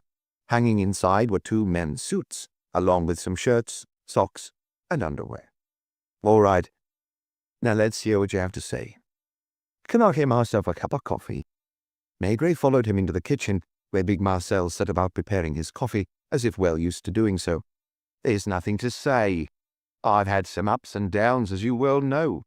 I've never been a pimp, though, like some people have tried to make out, and the police have always had to let me go." "How old are you?" 35. "And her?" "I don't rightly know. She must be getting on for 50. Maybe she already is." "Big romance, is it?" "We're just good friends. She can't manage without me. If I don't show up here for a week or so, she comes looking for me in all my usual haunts." "Where were you late afternoon the day before yesterday?" "The day before yesterday? Let me think. I can't have been far from here because I was supposed to meet Angèle at 7. She didn't mention it." "She won't have bothered. We were supposed to be going for a meal. I sat with my aperitif on the terrace of a café on Boulevard Saint-Germain." "And she arrived at 7. "She may have been a bit late. Yes, now I think of it, she was very late. One of her ladies had kept her waiting. She turned up at about 7:30 in the end." "And you had dinner together as arranged?" Yes. Then we went to the cinema. The restaurant's called Chez Lucio, Quai de la Tournelle. They know me well there. And what is your occupation at present? Well, tell you the truth, I'm looking for work, but it's not easy at the moment. So you're a kept man. You're really trying to hurt my feelings, aren't you, just because years ago now the police tried to pin stuff on me? Yes, all right, she's lent me some money now and then, but she doesn't earn a lot herself. Were you going to sleep here all morning? She should be back soon because she's got a gap between appointments. She went to see you yesterday and she told you everything she knew, so what are you doing here today? Well, it's given me a chance to meet you again, hasn't it? Can you go into the living room and let me take a shower? I'll even give you permission to have a shave while you're about it, said Maigret with irony. Lapointe was astonished at what they had just heard. Yes, he's been arrested 4 or 5 times, accused of pimping. And he was suspected of being an informer for a Corsican gang that was active in Paris a few years ago. But he's a slippery customer, and we've never been able to prove anything about him. Footsteps could be heard on the stairs. The door opened. Madame Antoine's niece stood stock still on the threshold. Come on in. I've just dropped by to pay you a little visit. She glanced anxiously at the bedroom door. He's in there, yes. He's just having a shower and then a shave. She finally closed the door with a shrug. Well, all this is my own business, isn't it? Possibly. Why'd you say possibly? It so happens that he's an old acquaintance of mine, and his activities in the past were not looked on too favorably by the law. Do you mean he's a thief? No, not to my knowledge. But when he was a barman, there were 2 or 3 women working for him in the neighborhood, including one who was, let's say, a hostess in the same establishment. I don't believe you. Anyway, if that was true, he'd have gone to prison. No, you're right, he didn't go to prison, because there wasn't enough evidence. That still doesn't tell me why you were here. Let me ask you a question first. Yesterday, when you mentioned your son, you said he was on the Côte d'Azur. I told you that was what I thought. In reality, he hasn't left Paris, and we had a very interesting chat. I know he isn't fond of me. He's as fond of you as you are of your aunt, you mean? I don't know what he's been telling you. He's a hothead. He'll never amount to anything. The day your aunt died, you had a date for 7 o'clock with Big Marcel in a cafe on Boulevard Saint-Germain. If he told you so, that's because it's true. At what time did you arrive? This seemed to unsettle her a bit, and she hesitated for a while before replying. One of my ladies kept me waiting. It must have been about 7:30 when I got there. Where did you eat dinner? In an Italian restaurant, Quai de la Tournelle. Chez Lucio, it's called. And after that? We went to the cinema at Saint-Michel. Do you know what time it was when your aunt was murdered? No, I only know what you've told me. It was between 5:30 and 7 o'clock. What difference does that make? Do you own a gun? Certainly not. I wouldn't know how to use one. Marcel emerged from the bedroom, freshly shaved, wearing a white shirt and tying a blue silk tie. You see, he said in a jocular voice, these gentlemen woke me up. There they were, standing at the end of the bed. I wondered if I was in a film. Do you own a revolver? Maigret asked him. Not likely. That's a quick way to get nabbed. Which number on Boulevard des Batignolles do you live? Number 27. Thank you both for your cooperation. Regarding your aunt, mademoiselle, you may have the body fetched from the Forensic Institute and arrange the funeral any day you wish. Will I have to pay for it out of my own pocket? That's your business. Since you're her closest relation, you'll inherit enough money to have some left after the funeral. What do I have to do? Ask a lawyer? Go to the bank. They'll advise you. If you don't know already, you'll find her savings book and checkbook in a drawer of the desk. Thank you. Don't mention it, but don't forget to let me know the time of the funeral. He had rarely seen a gaze as stony as the eyes looking at him. As for Marcel, he was affecting a casual air. Good day to you, Monsieur Maigret, he said ironically. Maigret and Lapointe made their way downstairs. And at the next street corner, Maigret went into a bar. That pair made me feel thirsty. A beer, please. What'll you have? The same. 2, then. Maigret mopped his forehead with his handkerchief. And this is what we end up doing when an old lady with grey eyes dies a violent death. You go to see people and ask them a lot of more or less silly questions. Those two up there must be laughing at us now." Lapointe did not dare say anything. He did not enjoy seeing the chief in this mood. Mind you, that happens in almost every investigation. There's a moment when the engine's turning over without connecting. You don't know where to go next. Then something happens, something quite minor often, that you don't at first consider important. Your good health, Chief. Yours. It was still morning. The street was cheerful with housewives doing their shopping. They were not far from Rue de Bussy street market, which Maigret particularly liked. "Come along." "Where are we going now?" "Back to base. See if Lucas and Janvier have had more luck." Janvier had returned, but not Lucas. "He was easy, Chief. The man who took over from Caramé still works for the council, and you knew him well from the days when he started there. Tell me." "Nothing to hide, except that behind his back they called him His Majesty Caramé. He was a man who had a certain style and attached great importance to his appearance. He was proud of his position as well and was hoping to get the Légion d'honneur as he'd been promised. He took every chance to wear a formal suit because he looked good in it. His brother was a colonel in the army." "Still alive?" "No, he was killed in Indochina. Caramé talked about him a lot. He used to say, 'My brother the colonel.' And that's all. All they could tell me. No known vices. But he regretted not having a child. An old doorman told me a story about him, but there's no guarantee it's true. Apparently, after 3 or 4 years of marriage, he sent his wife to a gynecologist, but the doctor asked to see her husband. In other words, it wasn't her that couldn't have children, it was him. After that, there was no more talk of offspring." Maigret was pacing up and down in the office, still looking irritable. Now and then he stopped at the window, as if asking the Seine to bear witness to his bad luck. A knock at the door. It was Lucas, who had run up the stairs and was out of breath. "Take your time. In the hardware department, I found someone who'd worked directly under Monsieur Antoine. He's 60 now, and a department head himself." "What did he say?" "Seems Antoine was a kind of crank. In a good way. That is, he had his hobby. When people asked him what he did, he'd say, 'I'm an inventor.' And it's true, he'd been granted a patent for a special kind of tin opener, and sold it to a manufacturer of kitchen goods. And he'd invented other things, too." "A potato peeler, by any chance?" "How did you know?" "Saw it in the apartment on Quai de la Mégisserie. He was always trying to perfect his inventions. It seems he had a workshop at home and spent all his spare time in it." "Yes, I saw that too. Did he invent anything more important?" "Not as far as the man I talked to knew, but apparently he would sometimes nod at you with a secretive air and say, 'One of these days I'll make a real discovery, and everyone will be talking about me.'" "Nothing more precise?" "No. Apart from his obsession, he was a man of few words, but he did his job conscientiously, didn't drink, didn't go out in the evening, seemed happy enough with his wife.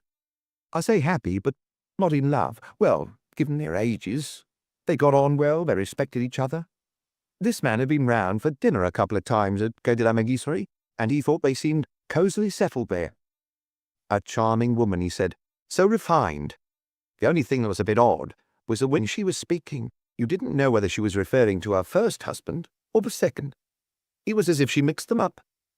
And that's all." "Yes, Chief, that's all."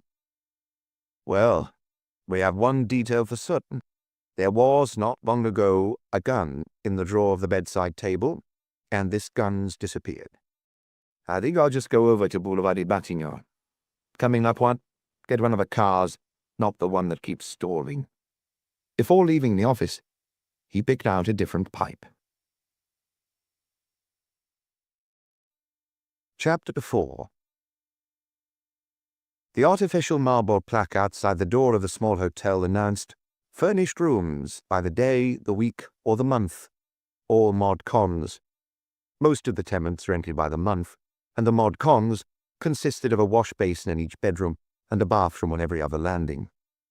To the right of the entrance was a reception desk with pigeonholes for mail and keys hanging on the wall. "Is Big Marcel in?" "Monsieur Marcel, he just came in. His car's outside." It was a bright red convertible, though the model dated back quite a few years. Two little boys were nevertheless staring at it with envy, guessing how fast it would go. Has he lived here for long? Over a year. Very good tenant. But he doesn't often stay overnight, if I'm not mistaken. He usually comes home in the early morning because he works at night. He's a barman in a nightclub. Does he bring women back here? Not often. None of my business, anyway. The owner was a fat man with 2 or 3 unshaven chins, and he wore shabby bedroom slippers. Which floor? Second, room 23. I hope you're not going to cause trouble. I know who you are, and I don't much like seeing the police in the building. Well, you're properly registered, aren't you? With you people, you never know. Maigret went upstairs, followed by Lapointe. A printed notice at the foot of the staircase said, "Please wipe your feet," and a handwritten message underneath read, "No cooking in the bedrooms." Maigret had seen this before. It didn't stop the tenants all having a little spirit stove to warm up the ready-made meals they could buy from the nearest charcuterie. He knocked at room 23, heard footsteps, and the door opened abruptly. "Well, well," said Marcel in mock surprise. "Here already, are we?"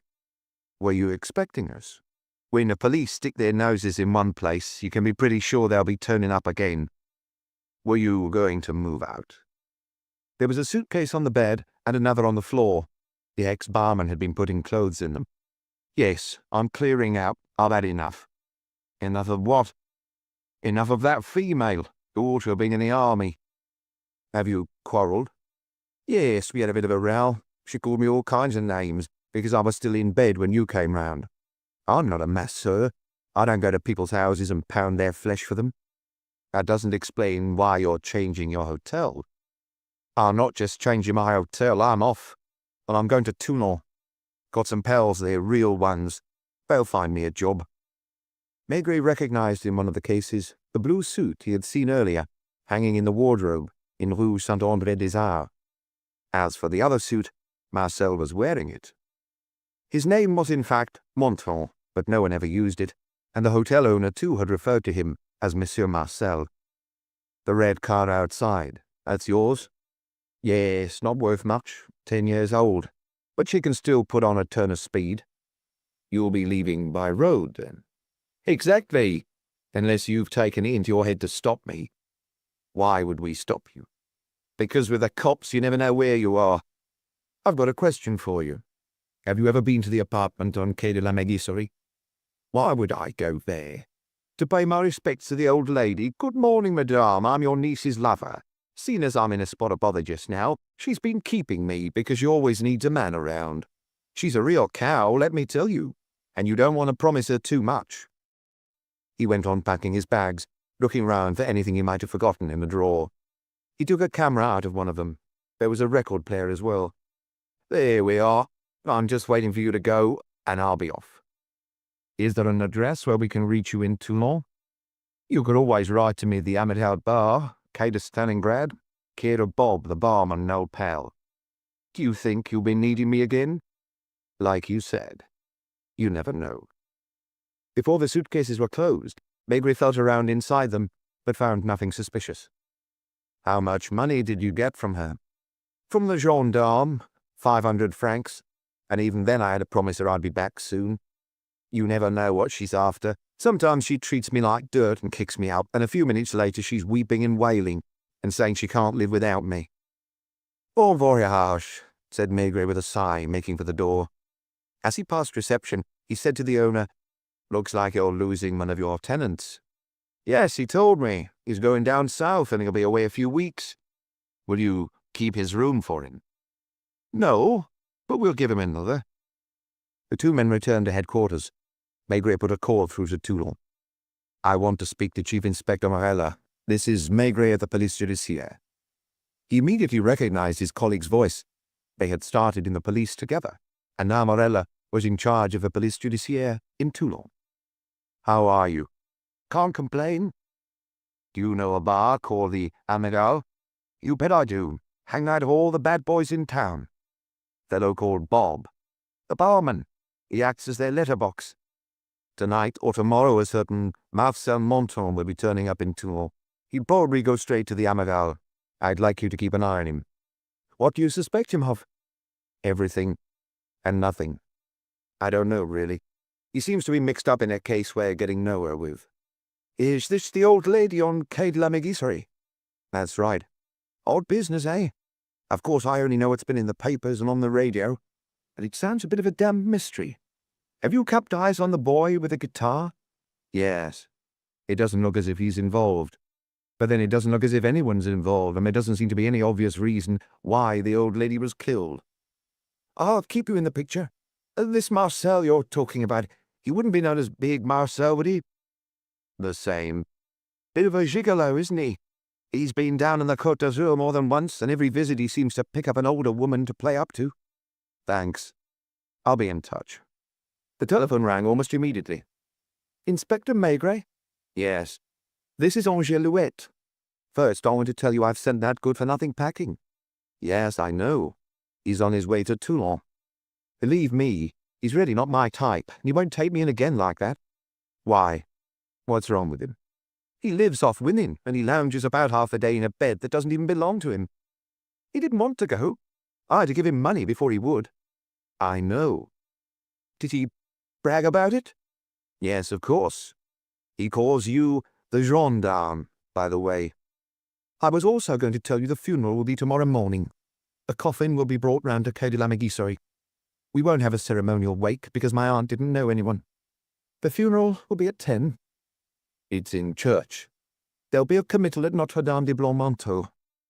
You still haven't found anything? No. Have you got my son's address? Yes. He gave it to me. I'd like to be able to get in touch with him, because he might want to come to his great-aunt's funeral in spite of everything. He's living at the Hôtel des Îles et du Bon Pasteur, Rue Mouffetard. Thank you. Maigret was well aware of the impatience of examining magistrates, and a little later he went through the door separating the Police Judiciaire from the Palais de Justice. In the corridors lined with magistrates' offices, there were clients, witnesses, or persons under arrest on almost all the benches, and some of those waiting between two gendarmes were in handcuffs. Examining Magistrate Libar was alone with his clerk. "Well now, Inspector, where are we with this case?" He sounded almost cheerful as he rubbed his hands together. "I wanted to let you work in peace, but are you getting anywhere yet?" "Not at all." "No suspect?" "No really credible suspect, no. And not a single clue except that the murderer was surprised by the old lady while he was looking for something in her apartment." "Money?" "No, I don't think so." "Jewels?" "You'd have got hardly anything for the ones she owned." "A madman, then?" "That's unlikely. Why would a madman pick on her apartment? And why go there several times before the afternoon when the crime was committed?" "Someone within the family? Someone in a hurry to inherit?" "That's possible, but not very probable. The only heir would be her niece, who is a masseuse and seems to earn her living reasonably well." "You seem discouraged." Maigret forced himself to smile. "I'm sorry. It's a difficult time to get through. The funeral's tomorrow." "Will you go?" "Yes, that's been my long-term practice, and it's often given me a lead." He returned home for lunch, and Madame Maigret, seeing his preoccupied expression, avoided asking him any questions. She was almost walking on tiptoe, and had made fricandeau of veal with sorrel sauce, one of his favorite dishes. When he was back at Quai des Orfèvres, Lapointe knocked at his office door. "Come in." "Excuse me, Chief. What should I be doing?" "Nothing. Go whatever you like. If you've got any ideas." "I thought I might go back to the bird cellar. He sees people coming in and out of the building. Perhaps if I press him, he'll remember something." "Yes, if you like." Maigret hated feeling like this, without any inspiration or imagination. The same thoughts kept coming back to him, but they led nowhere. First, Madame Antoine was not mad. Why then had she been walking up and down outside headquarters before she dared to contact the police? Did she suspect someone? She had realized that they would just shrug their shoulders if she complained about seeing her things being moved around. And yet it was quite true. Someone had been searching her apartment several times. But what were they looking for? As he had told the magistrate, it couldn't have been money or jewelry either. Yet it had been sufficiently important for the mysterious visitor to murder the old lady when he was surprised in the act. Had the intruder finally found what he or she was after, and then been leaving with the booty just at the moment she returned, earlier than usual? What could a very old lady, twice widowed and living modestly, possibly own that would be worth killing her for? He scribbled some vague doodles on a piece of paper, and suddenly became aware that they looked a bit like the old woman. At about 5 o'clock, he started to feel stifled in his office, and set off for Quai de la Megisserie. With him he had a photograph of Big Marcel which he had found in the archives of the Vice Squad. It was a poor likeness, the features more strongly marked than in reality, but still it was recognizable. He started with a concierge. "Have you seen this man?" She had to go and fetch her glasses from the sideboard. "I don't rightly know. His face seems a bit familiar, but there are plenty of people just like him." "Take a good look. It would have been quite recently, if at all." "It's the checked suit that strikes me. I think I've seen the same kind of suit a week or two back, but I can't say where." "Here, in your lodge?" "No, I don't think so." "In the yard?" "On the stairs?" "Honestly, I don't know. Your inspector was round asking me questions just now. I'm not going to make things up." "Did you know that she's been brought back here?" "Madame Antoine?" "Yes, her niece is up there. She's left the door open and put candles either side of the bed. A few of the tenants have ventured in and said a little prayer. If I could find anyone to take over for me, I'd go to the funeral tomorrow, but I'm on my own here. My husband's been in a psychiatric ward for 3 years now." Maigret was back on the pavement in front of the bird cages. The younger Kai recognized him at once. "Well now, I've just had one of your inspectors here, the young one." "Yes, I know. Can you take a good look at this photo?" He looked at it, shook his head, examined it again closely, then from a distance. "Can't say I recognize him, but he reminds me of something." "His suit?" "No, not particularly. The expression on his face, it's kind of mocking." "Not one of your customers?" "No, certainly not." "Could you ask your father?" "I will, but he doesn't see too well." When he came back, he shook his head again. "No, he doesn't recognize him. But then my father's nearly always inside, and he's only interested in his birds and his fish. He's so fond of them, he doesn't really want to sell them." Maigret went back into the building and up to the first floor. The woman living opposite Madame Antoine's apartment was just coming out, a shopping bag in her hand. "She's in there," she whispered, pointing to the open door. "Yes, I know. They're burying her tomorrow. Seems her first husband had a concession in Montmartre cemetery, and she wanted to be buried there alongside him." "Who did she say that to?" "Her niece, I suppose, and the concierge. She said Avery was too far away. She'd feel lost among all the thousands of graves." "I want to show you something. May I come in for a minute?" This apartment was neat and tidy, darker than the old lady's, because a tree outside blocked light from the windows. "Have you ever seen this man?" And he once more brought out the little photo from police archives. "Should I recognize him?" "I don't know. That's what I'm asking you." "Well, if you're asking whether I've seen him before, then yes, I have. Not so long ago. He was smoking a cigarette. I wondered what was missing from the snap, a cigarette." "Take your time. Think about it." "It wasn't one of the tradesmen, nor someone I saw in the courtyard either." He felt she was doing her best. "I suppose this is important." "Yes." "To do with Madame Antoine?" "Probably." "But if I gave evidence, it would harm him, wouldn't it?" "Quite possibly." "So you see why I can't be too certain. I wouldn't want to harm an innocent man." "If he is innocent, we'll find out." "It doesn't always happen. There are miscarriages of justice." "Oh, all right. It was when I was going out." "Which day?" "I couldn't say. But last week, I was on my way to pick up my daughter from school." The girl, aged about 12, was sitting doing her homework in the next room. So it must have been a little after 4, then. Or it could have been at midday. That's what I'm trying to remember. More likely 4 o'clock, because I had my shopping bag, and that's when I buy food for the evening. My husband doesn't come home for lunch, so we don't eat much at midday, me and my daughter. I was on the stairs, not looking where I was going, and someone bumped into me. He was rushing up the stairs 4 at a time and nearly knocked me over. That's why I remember it. He turned back and asked me if he had hurt me. I said no, it was all right. You don't know which floor he was going to? No, I was in a hurry because my daughter doesn't like me to keep her waiting outside the school. And with the traffic, I don't dare let her come back on her own. Maigret sighed. A slight hope, at last. A few moments later, he was pushing open the door of the bedroom where the open coffin lay, and was able to gaze at the fine features of the old woman whom everyone had supposed to be mad. The curtains were 3/4 drawn, and the bedroom was in semi-darkness, except for a quivering ray of sunlight. The 2 church candles, flickering either side of the bed, helped to give the room an unaccustomed appearance. Angelouette was there, neither moving nor speaking, in an armchair, and for a moment Maigret thought she was asleep. Only on looking at her for the second time did he notice that her dark eyes were fixed on him. He stood respectfully for a moment in front of the dead woman, then went into the sitting room where he was relieved to be in the light of day. As he expected, she followed him. She was more stony-faced than ever. "What are you doing here?" "Paying my last respects to your aunt." "Oh, admit it, that's the least of your concerns. Same thing for the tenants here. Just 2 of them out of all the people in the building have been in. Have you seen that waste of space, Marcel?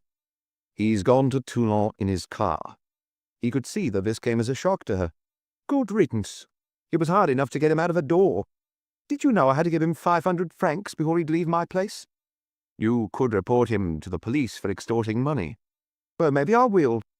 Anyway, if he tries to come back—" "Did you know that he was in this building last week?" She gave a violent start and frowned. "Do you know which day?" "No." "Or what time?" "About 4 o'clock." "Did he tell you that?" "No." "And you asked him about this visit?" "When I saw him this morning, I wasn't aware of it. How would he know your aunt's address?" "One day, about a month ago, we were crossing the Pont Neuf together, and I pointed out her windows and said I've got an old aunt who lives up there." "I think you must have added that one of these days she'd leave you a tidy sum of money." "I can see he's been spinning you his lies. I only said that she'd been married twice, so what with her pensions she was very comfortably off." "Where is he now?" "At this moment, as I said, unless he's changed his mind, he's on the way to Toulon. He was always going on to me about Toulon and his friends there." "Do you know anything about his family, his background?" "No." "He never told you anything about his past?" "No. All I know is he's still got his mother. She lives in a small town somewhere in central France." "Are you certain you haven't set foot in here in the last week? Or let's say the last fortnight?" "Are you going to start this again?" "Think before you reply." "I'm certain." "Do you know what was in the drawer in her bedside table?" "No, I've never opened it." "Even this morning when you were rearranging the furniture for the coffin to be brought in?" "Even this morning." "Did you know that your aunt owned a gun?" "Certainly not. She'd be the last person to pick up a firearm." "She wasn't afraid, living on her own?" "My aunt wasn't afraid of anything or anybody." "Did she ever tell you about her second husband's inventions?" "One day she showed me some clever little device for peeling potatoes. She even promised me one, but I never got it.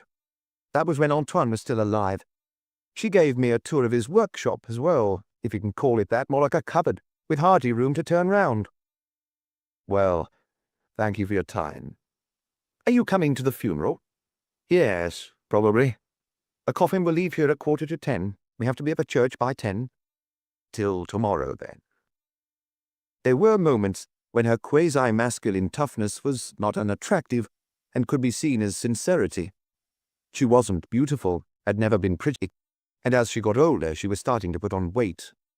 Why shouldn't she, like any unmarried man of her age, have the right to carry on affairs? She didn't conceal it. She received her lovers at her apartment overnight or for a week. The concierge saw them coming and going. The other tenants in her building must know about them too. On the other hand, she was distrustful and kept looking at him as if she was always suspecting a trap. On the way back to headquarters, Maigret stopped off at the Brasserie Dauphine to drink a glass of white wine from the Loire Valley. He didn't want a beer. The wine, which had a touch of sparkle about it, misted the glass and suited the spring atmosphere better. It was an in-between time of day. Apart from a delivery man in a blue apron, there was no one in the cafe. He decided to order the same again. Dr. Pardon wouldn't get to know about it. Anyway, Pardon had merely advised him to drink in moderation. At Quai des Orfèvres, he found Lapointe, who had once more been round the apartment building showing tenants the photo of Marcel. "Any success?" "No. Tomorrow I'll need you to drive me to the funeral." He went home on foot with thoughts that were on the whole uncomfortable, rumbling round inside his head. The only thing we're sure of is that a revolver has disappeared. And were they even sure of that? They had found some grease from a gun at the bottom of a drawer, but perhaps there was some other explanation for that. Meur's experts had assured him that it had been there no more than a month. He was starting to feel suspicious of everything himself, and he would have liked to start the investigation again from scratch, if only he had a clue to put him on the right track. "Oh, you're back already." She hadn't opened the door, and for once he had used his key. "I think I'll go out this evening." "Where to?" "A place you'd best not come to, a hippie hangout on Place Maubert." He took the time to read his newspaper and had a cold shower before dinner.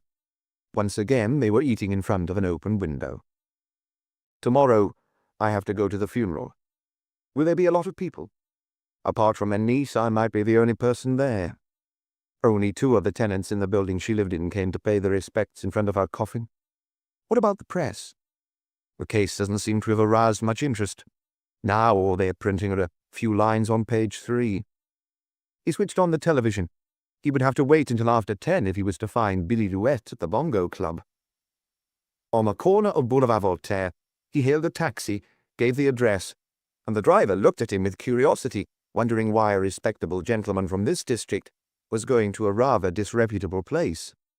The Bongo Club had taken few pains over the decoration.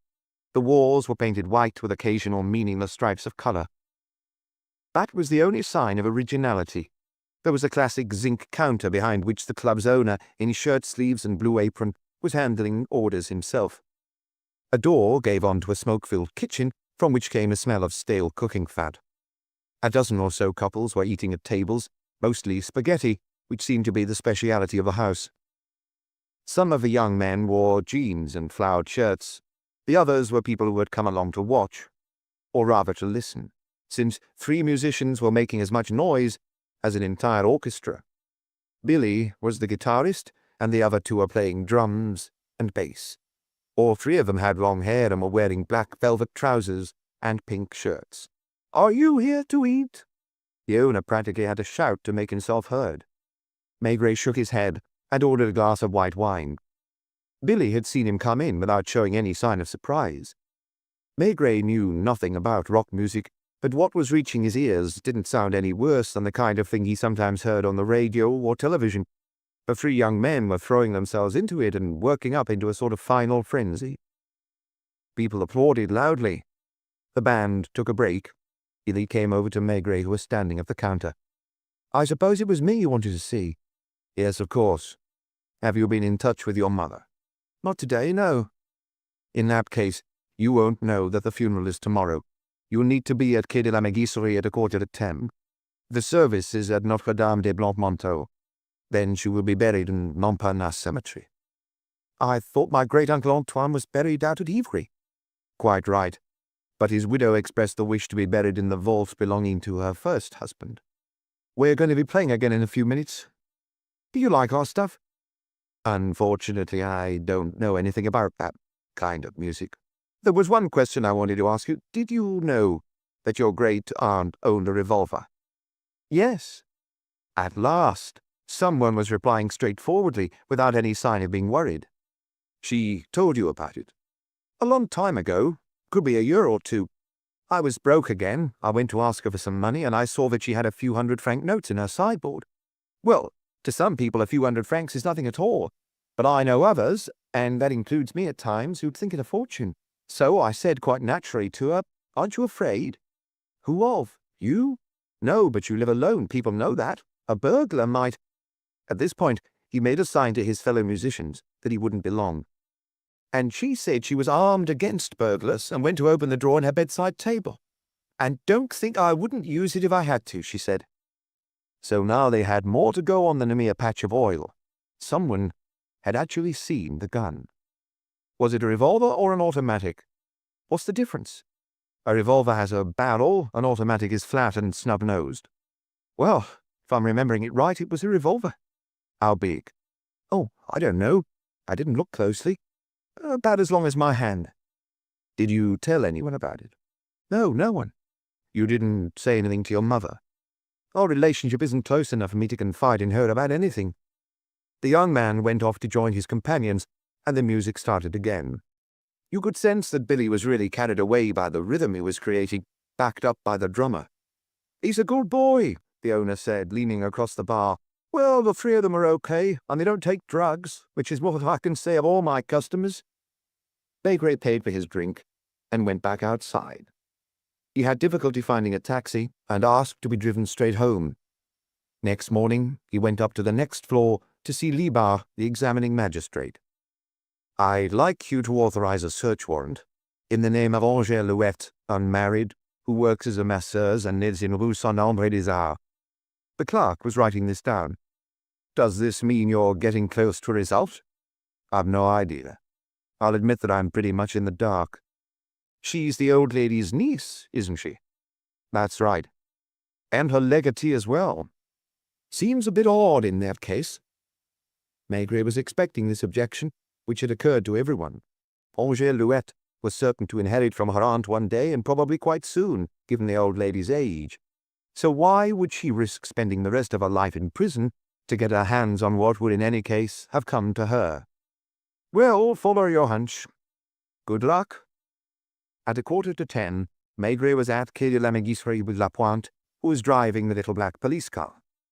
There were no funeral drapes round the front door, and no crowd had gathered, not a single curious onlooker. The hearse pulled up in front of the building, and two burly men went up to fetch the coffin. There were no flowers or wreaths. Curtains twitched at some of the windows, and the concierge came to the door and crossed herself. The old bird seller left the dark interior of the shop for a few minutes to join his son at the entrance. And that was all. Angèle Louette was alone as she climbed into the black limousine provided by the undertaker. The church was empty apart from two women waiting outside a confessional. It was as if everyone was in a hurry to get it over with, the priest as well as the undertaker's men. Maigret had remained at the back of the church, where Lapointe joined him after finding a parking spot. "He doesn't even feel sad," the young inspector remarked. That was true. The nave was flooded with sunlight. The doors had not been closed, and the sounds of the street could be heard. "Et ne nos inducas in tentationem." Amen. The men carried out the coffin, which could not have weighed much. Less than a quarter of an hour later, they were entering Montmartre cemetery, and the cortege stopped in front of a pink marble tombstone. "I told you there wouldn't be anyone here," the masseuse whispered to him as the old lady's coffin was lowered into the vault. She added, "We haven't had time yet to have her name engraved on the stone alongside her husband's. The monumental masons will do it next week." She was dressed soberly, all in black, which made her look even more severe. She could have been taken for a governess or a headmistress. "And now," murmured Maigret, "we're going over to your place." "We're going?" "Yes, that's what I said." "What is it you want with me now?" The cemetery was even more cheerful than the church, with bright sunlight dancing in the leaves on the trees and the air full of birdsong. "Wait a minute. I'd better give the undertaker's men tips. I suppose I can't go back in their car?" "There's room in ours."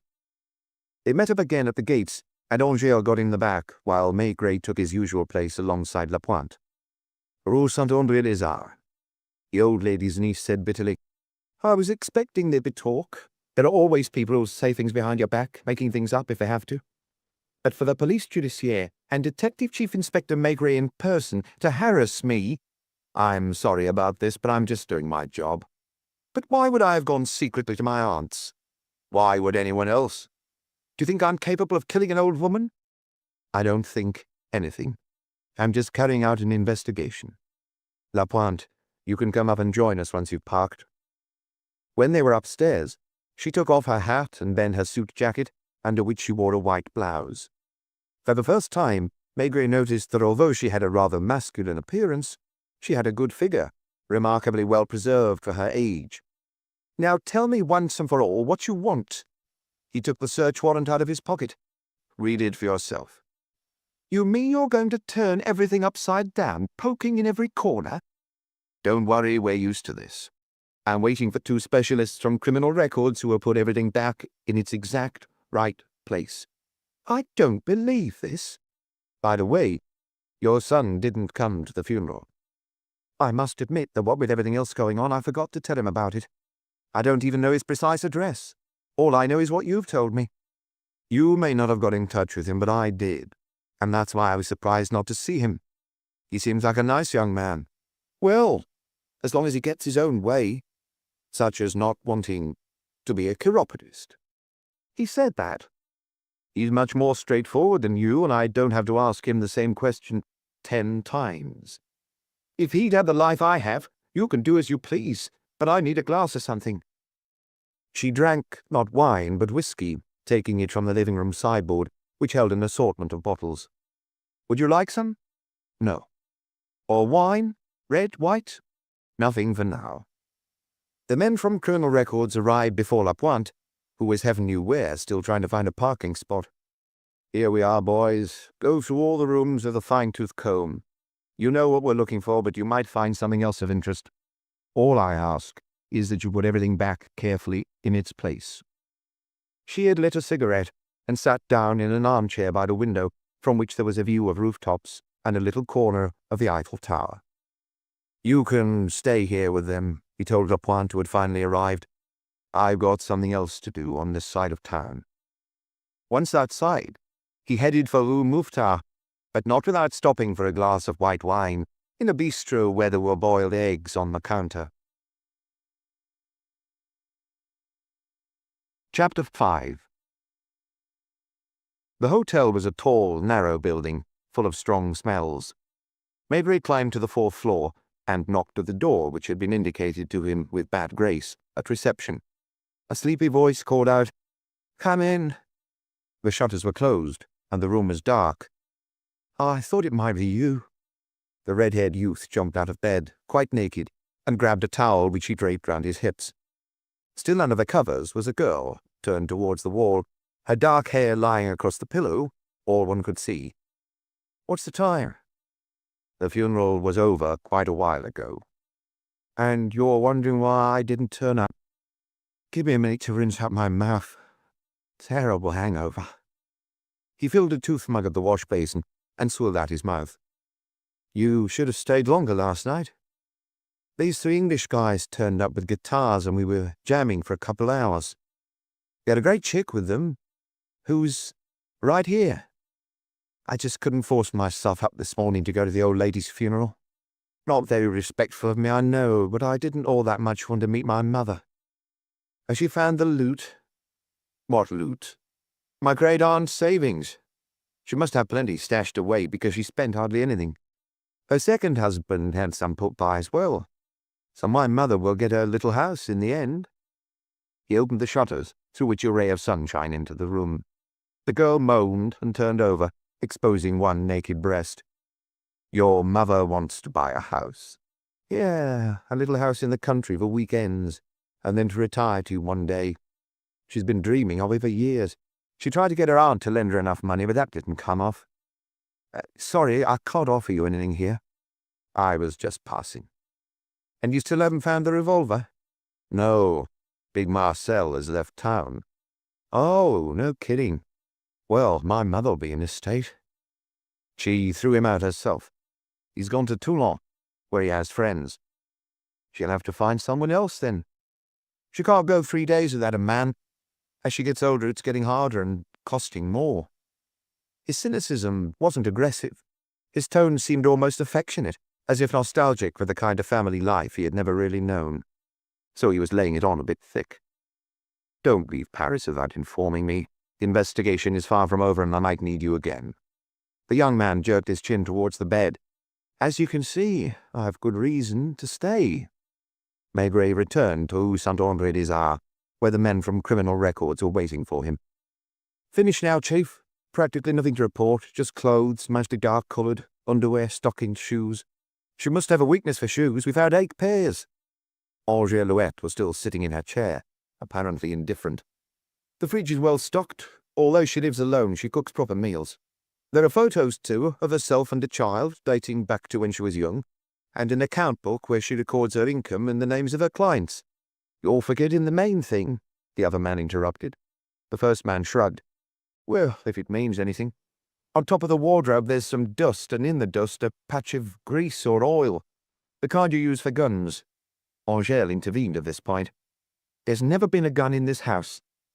"But the traces look recent, and there's a greasy piece of paper in the bin that could have been used to wrap up a revolver." "In that case it must be Marcel who had one and he's taken it away with him." Maigret climbed onto a chair to see the grease stain for himself. "I'm summoning you to attend at Quai des Orfèvres at 3 this afternoon. What about my clients? Do you think I don't have anything to do?" "I'm going to issue you with an official summons." He took a yellow form from his pocket and filled in the blanks. 3 o'clock, as I said. Lapointe was waiting patiently. They went back to the little black car parked about 300 meters away. Meurs's men had left as well. "Does she have a telephone?" "Yes." "She'll probably take advantage of being alone to call Toulon. Or were there any photographs of the old lady there?" 3 or 4, but quite old.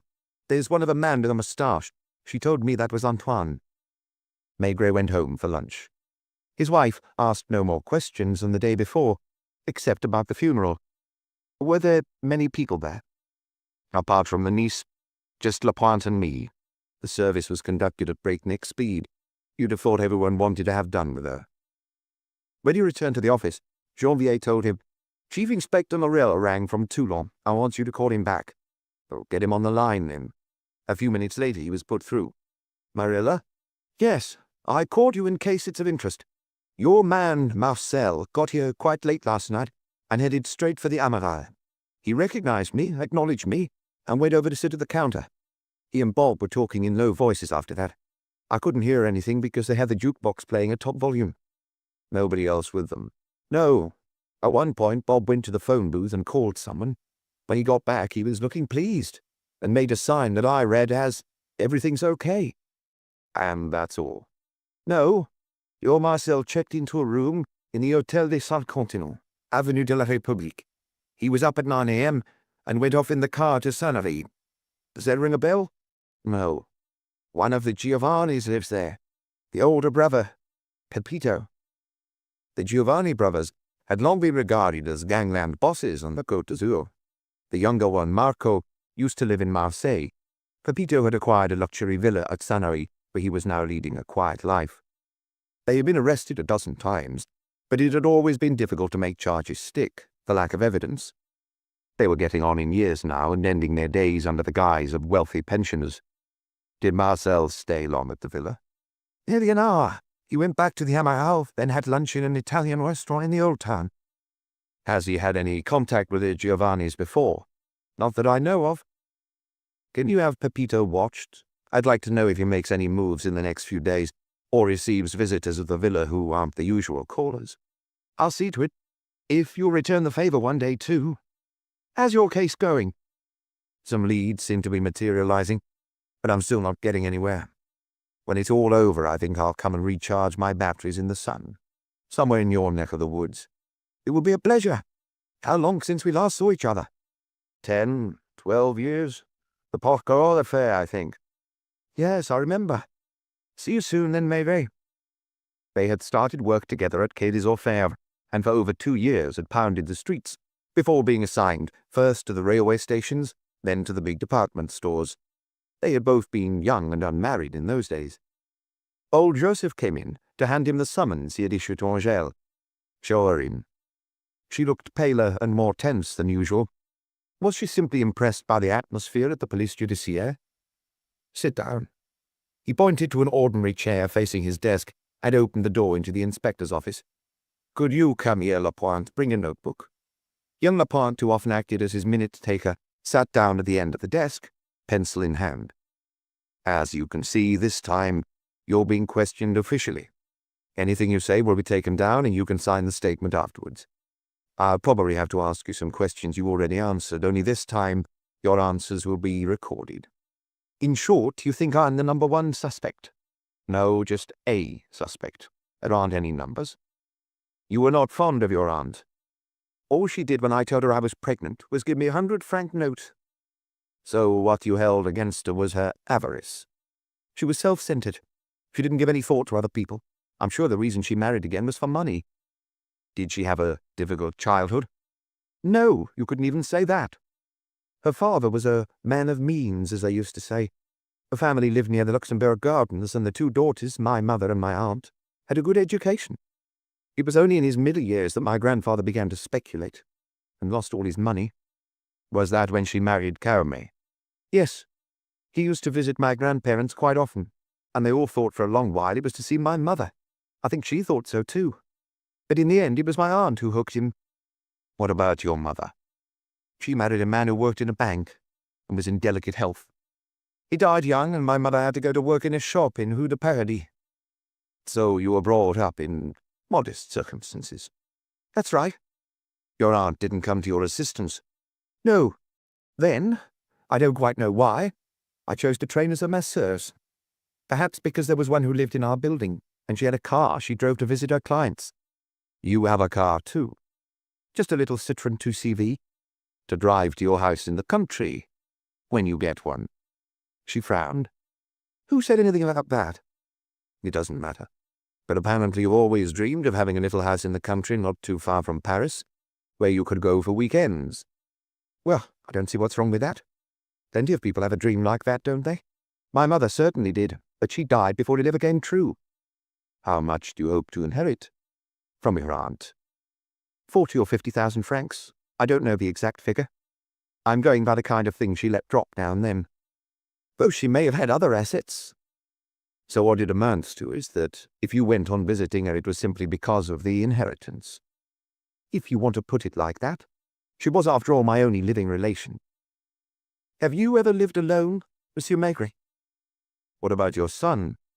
I hardly ever see him, just when he's short of money. He doesn't have any affection for me. Think carefully before replying to my next question, and don't forget that your answers are being written down. Did you often go to your aunt's house when she wasn't there? He had the impression that she turned paler, but she did not lose her composure. Is it all right if I smoke? Go ahead, but I haven't got any cigarettes to offer you. On his desk there were only pipes, 6 of them, arranged in order of size. I asked you a question. Could you repeat it? He did so at once. It depends what you mean. There were days when I might arrive at Quai de la Maigret before she got home, and in that case I'd wait for her. Inside the apartment? No, on the landing. Might that be for a long time? If she was late back, I'd sometimes take a walk along the embankment. Or I especially liked looking at the birds in the shop downstairs. Your aunt never considered letting you have a key to her apartment? No.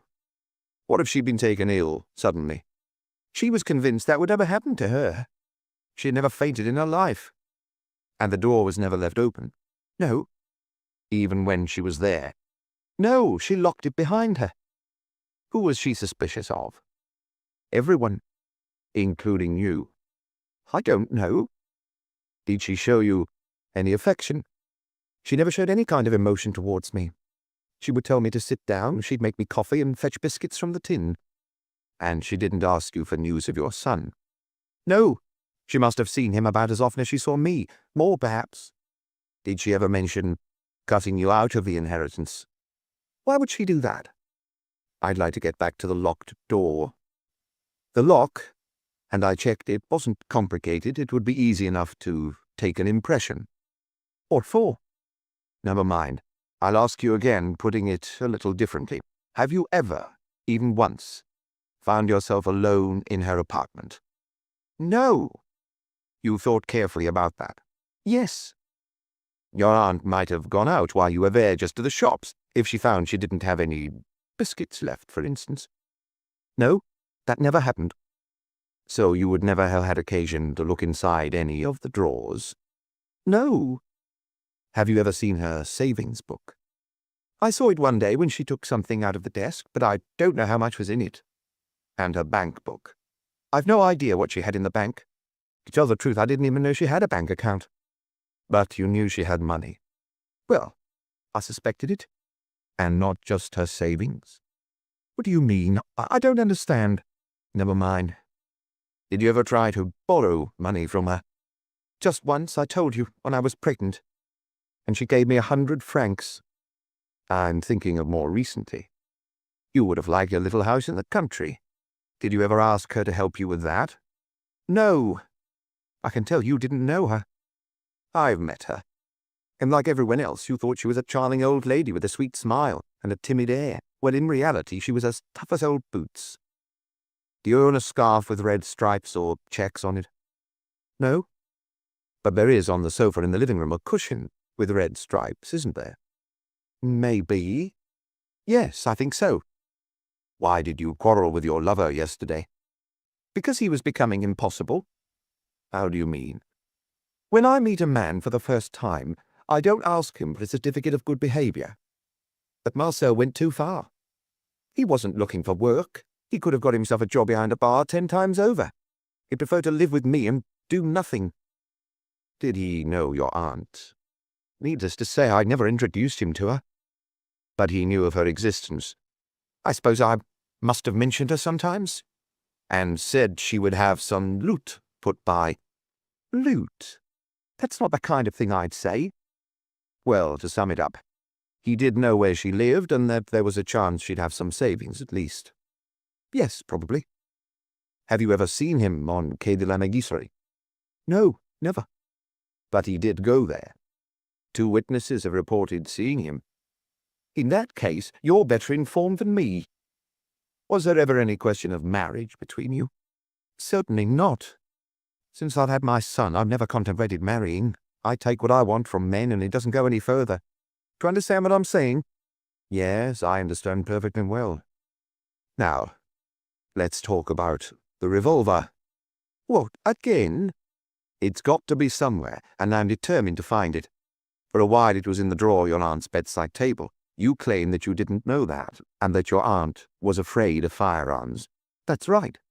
And yet she kept this weapon within reach, which, by the way, might suggest that she wasn't as indifferent to danger as you seem to think. What are you getting at? Maigret began packing his pipe slowly. This morning at your place we found traces of this firearm, which must have been hidden for some time, on top of your wardrobe. That's what you say. The forensic checks will establish it. Well, either you put it there, or your lover did. I don't like that word. It bothers you. It's inaccurate. There was no love between us. Well, let's suppose that he did go to Quai de la Megisserie. To kill my aunt? To find whatever it is that you don't like my calling her loot.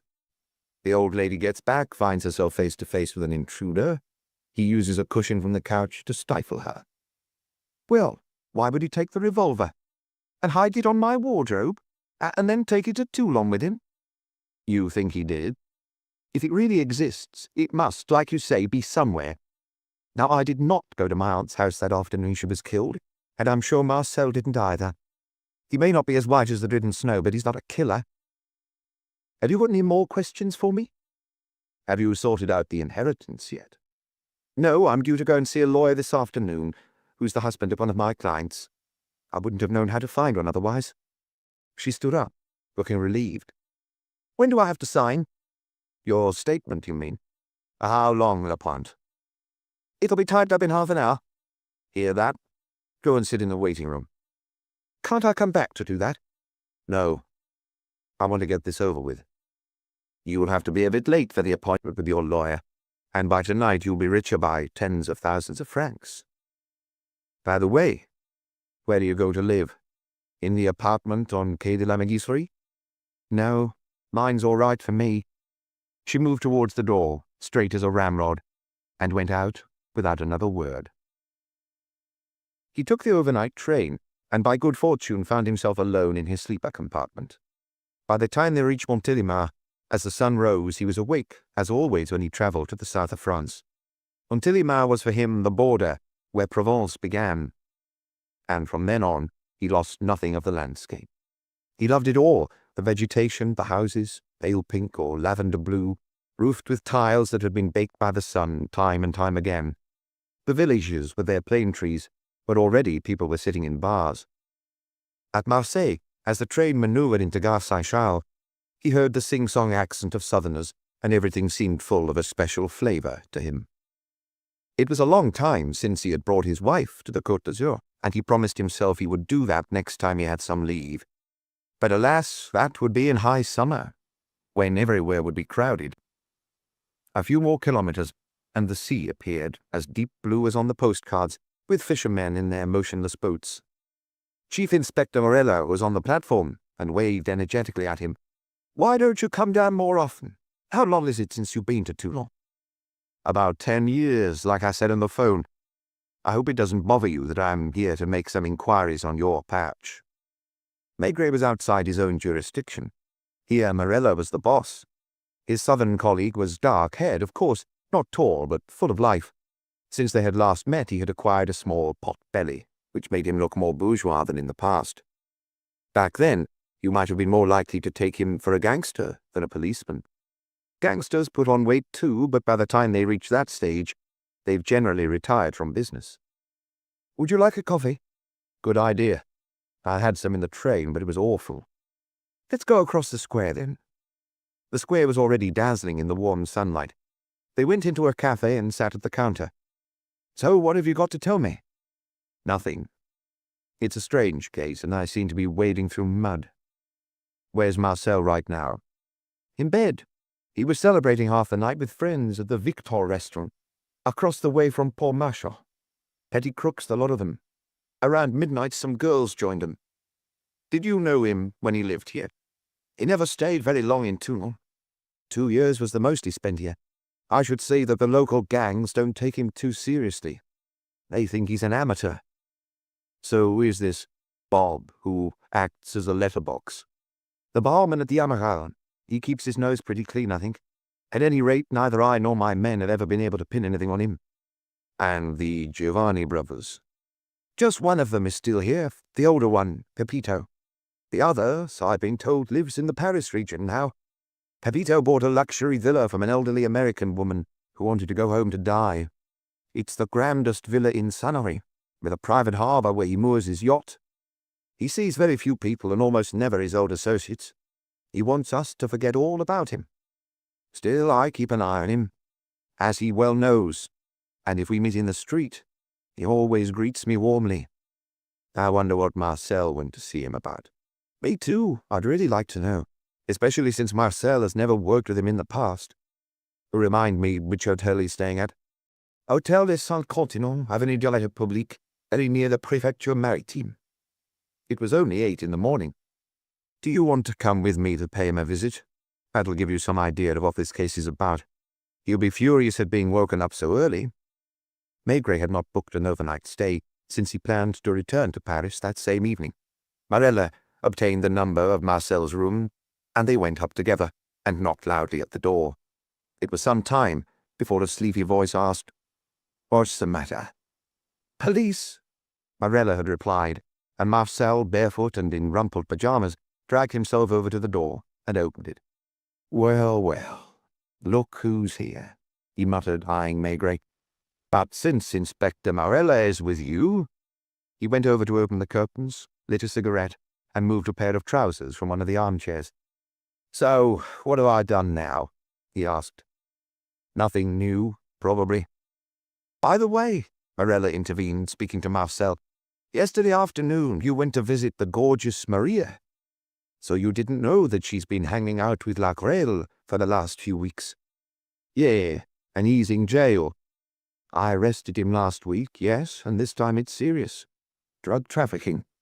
But he has friends outside, and you're not from these parts." "Thanks for the tip. I've known Maria for years. What about you, Monsieur Maigret? Why have you come all this way when we only met the day before yesterday?" "Possibly to escort you back to Paris." "What, are you joking?" "There's the matter of the key, first of all." "What key?" "The key to the old lady's apartment. Who was it that took the impression of the lock? That's not something Angèle would have been up to doing." Marcel did not move a muscle. "Very well. You'll have to make a statement with the stenographer and sign it." "For Christ's sake, I've got nothing to do with this whole damn business." "Okay, I was living with a gendarme, waiting for something better to turn up. I've made no secret of that, and I'm darn glad to be rid of her. At least 2 witnesses have recognized you." "How could they recognize me?" "From a photo of you we have on file, or rather, the Vice Squad does." "And who might these 2 witnesses be?" The bird seller downstairs and the tenant on the same landing as the old lady. She says you bumped into her rushing upstairs without looking, and you apologized. Well, they must have been seeing things, the pair of them. You were wearing the checked suit you had on yesterday. You can find suits like that in any big store. There must be I don't know how many in Paris alone. So you didn't have a key. Did you pick the lock? Is this going to take long? I don't know. Why? Because if it is, I'll get them to bring up some coffee and croissant.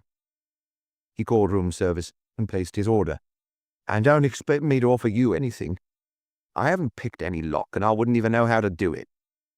When did she tell you about the revolver? Who? You know perfectly well who. Angèle. You wouldn't have guessed on your own that there'd be a revolver in the old woman's place. I had no idea she even existed. Wrong. Angèle herself admitted it in her signed statement, and she told us she pointed out her aunt's windows to you and said she was due to inherit from her one day. And you believed her. You don't know that that woman's a born liar. What about you? I'm telling you the truth. I can't afford to take a false step because the police are always sniffing round me. And what proves it is this photo you found at the Vice Squad that I don't even remember. The waiter brought in coffee and croissant, and a fragrant smell filled the room.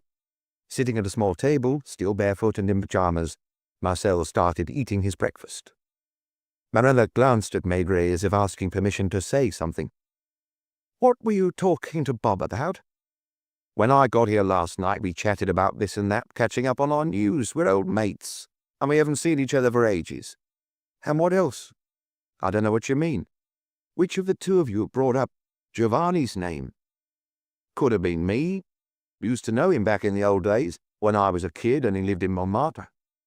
So in that case, why wasn't it you that phoned him? Why would I phone him? To make an appointment with him. Bob did it for you. What story did you give him? I've no idea what you're talking about.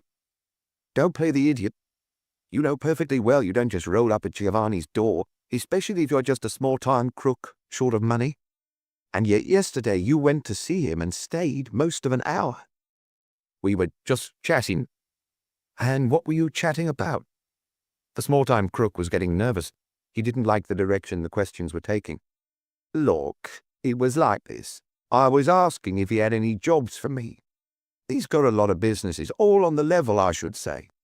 He might have been needing someone he could trust. And he hired you? He said he'd think about it and let me know in a day or two. Marilla looked at Maigret again to indicate that he'd finished. You heard what my colleague, Chief Inspector Marella, said just now. He will give instructions to his colleagues. You will go down to the station and repeat all you've just told us. You will wait for your statement to be typed up, and then sign it. Try not to leave anything out, especially concerning Bob and Giovanni. Do I have to mention his name? Why? Were you lying? No, but he won't like it if I've mentioned his name to the police. You've no choice about that, and you don't leave Toulon until we give you permission. Oh, all very well for you. If I can't find any work, will you pay my hotel bills? We might offer you board and lodging in a different kind of hotel, Marilla intervened. You'll be very comfortable there. Plenty of shade from the sun. The two policemen returned to the street. I hope I wasn't interfering too much with things that aren't my business, said Marilla a little anxiously. Not at all. On the contrary, you did me a good turn. You can do the same with Bob. They hadn't far to go, just across the Avenue de la République. The Amiral was at the corner of the seafront and a narrow street, inaccessible to cars. Outside on the pavement were 4 café tables covered in checked cloths. By contrast with the sunshine outside, made more dazzling by the light reflecting off the sea, the interior seemed dark and was agreeably cool. A barman, with a boxer's broken nose and cauliflower ears, was rinsing glasses. At this time of day, there was not a single customer, and a waiter was laying the tables. Good morning, Inspector. What can I get you? He was addressing Marilla since he didn't know Maigret. Do you have some Provençal wine? Maigret asked him. Rosé? By the carafe. 2 rosés or a carafe, as you like. They were both quite relaxed, and Bob was the only one not feeling at ease. "Now then, Bob, you had a visitor evening before last." "Oh, here, we're never short of visitors." "I don't mean a customer. I mean someone who came down from Paris, especially to see you." "To see me?" "Well, to ask you for a favor." "I don't see what kind of favor I could do him." "Have you known him long?" 7 or 8 years." "And his nose is clean?" "He's never been in prison. His record's clean as a whistle." "And yours?" "Not entirely, as you well know." "And what did he want?" "He was just passing through and he called him for a chat." "He asked you to make a phone call?" "Ah, don't play the innocent, Bob. One of my men was in here and watched you go to the cabin while your pal waited. And it was a long call. He looked nervous. When you came back and whispered something to him, he seemed relieved." "That'll have been about an old flame of his, Maria. He went to see her." "And she lives in Sanary, does she?" "No, of course not." "It's not in your interest to clam up on us, Bob. You phoned Pepito Giovanni, a man you used to work for before he hung up his fancy loafers, and you got an interview with him for your pal Marcel, which was quite something because Giovanni doesn't agree to meet just anyone, especially on his home ground. So, what did you tell him?" "Giovanni? Just that I had someone here who was looking for work." "No." "Why do you say no?" "Because you know quite well that's not true, and Giovanni will be the first to laugh when I tell him." "I said my friend had a deal to offer him, absolutely above board." "And you saw the sample?" "No." "But you know what it was about?" "Marcel didn't say. He just told me it was a very, very big deal. International. Could interest people in America." "That's better. Perhaps I'm beginning to believe you now." "And Giovanni was interested, was he?" "He said to send my friend up to see him yesterday at 3. "And that's all?" "He said to tell him not to forget to bring the goods and to be sure to come on his own." The rosé wine was cool and fruity. Maigret listened to the conversation, a vague smile on his lips. He'd always liked Marilla, who, if he had stayed in Paris, might be sitting at his own desk in Quai des Orfèvres. But the southerner was really in his element in Toulon. He'd been born in Nice. He knew all the criminals and prostitutes between Menton and Marseille. "Anything else you want to ask him, Maigret?" Bob frowned. "You mean this is Detective Chief Inspector Maigret?" "Precisely. And he's the one you'll have to deal with if you're not lucky." My apologies for not recognizing you." And as Maigret was getting out his wallet, No, this is on the house." "Out of the question." He put a 10-franc note on the table. "And I expect the minute we're out of here, you'll be on the phone to Giovanni." Not if you ask me not to. I wouldn't want to get into any trouble with him. And not with Chief Inspector Marilla, either." They were soon back outside in the sunshine, among sailors with blue collars and red pom-poms. "You'd like us to visit Giovanni now? Sure you wouldn't prefer to go on your own?" "No, on the contrary." "In that case, let's go by way of the station and get my car."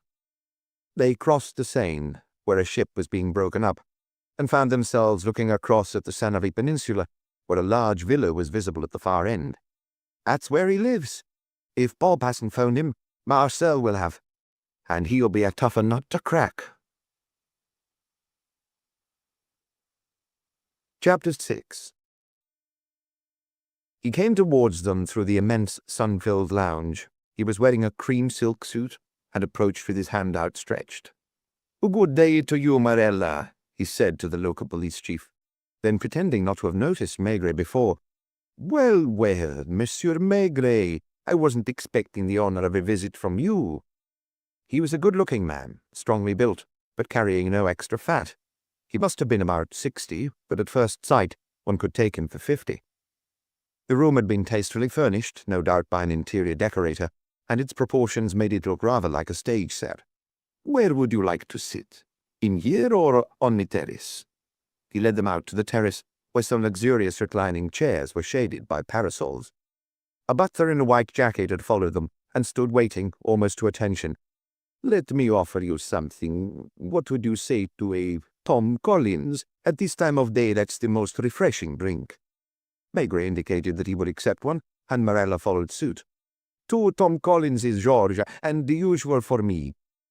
He was close-shaven, and his hands were well cared for, the nails impeccably manicured. "You arrived this morning?" he asked Maigret as if engaging in casual conversation. He seemed quite relaxed. They could see the sea stretching out to infinity, and a motor yacht rocking gently in the little private harbour beneath them. "I came on the overnight train." "Don't tell me that it was just to see me." "I didn't know when I arrived in Toulon that I'd be paying you a visit." "I am all the more flattered." Despite his friendly manner, one could sense in his eyes a certain steeliness, which he was doing his best to conceal under a veneer of cordiality. "So you're away from your usual stamping ground, Inspector."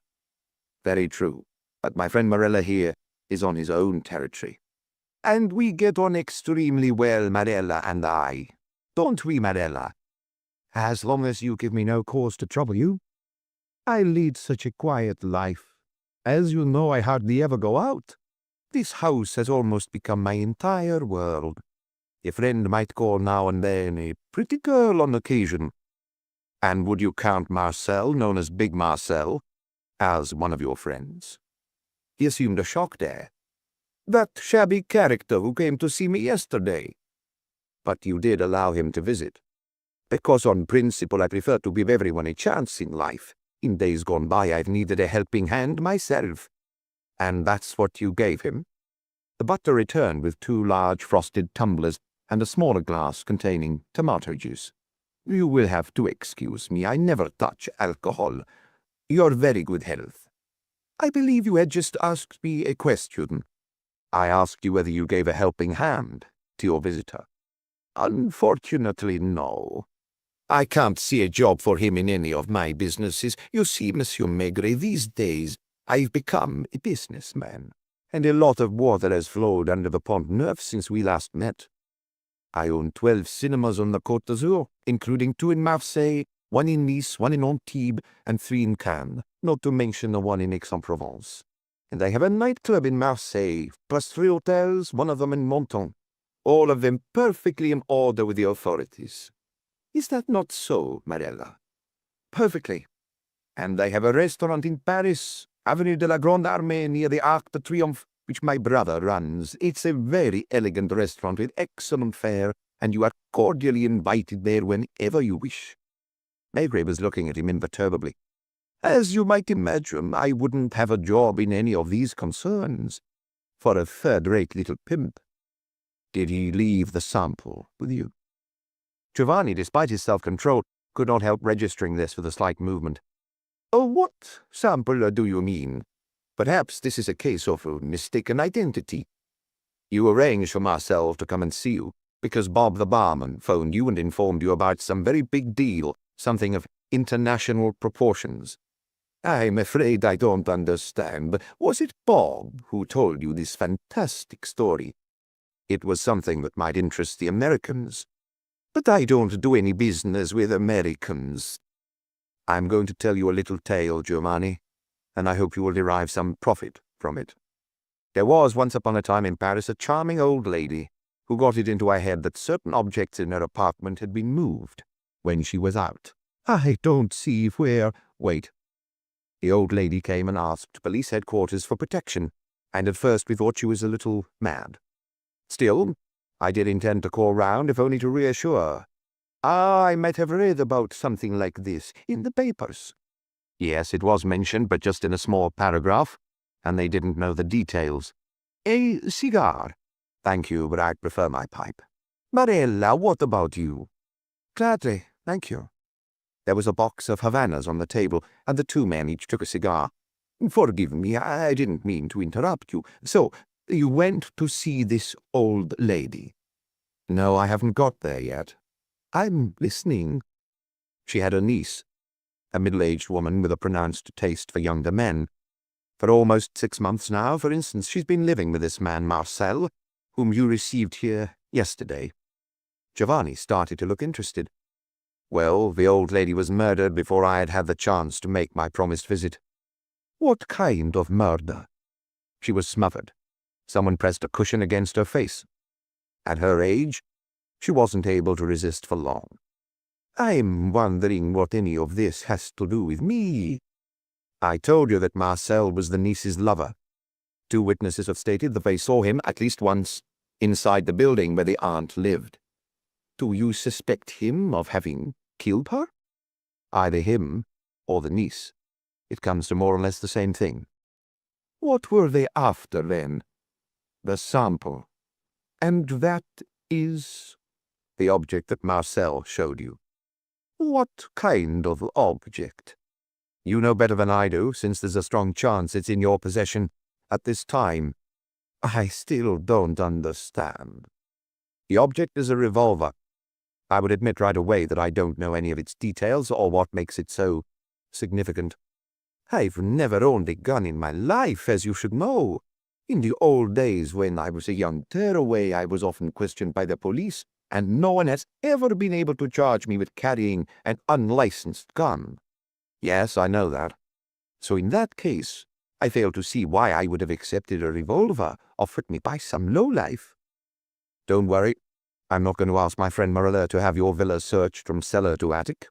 You are far too prudent to have left this object somewhere where we might discover it.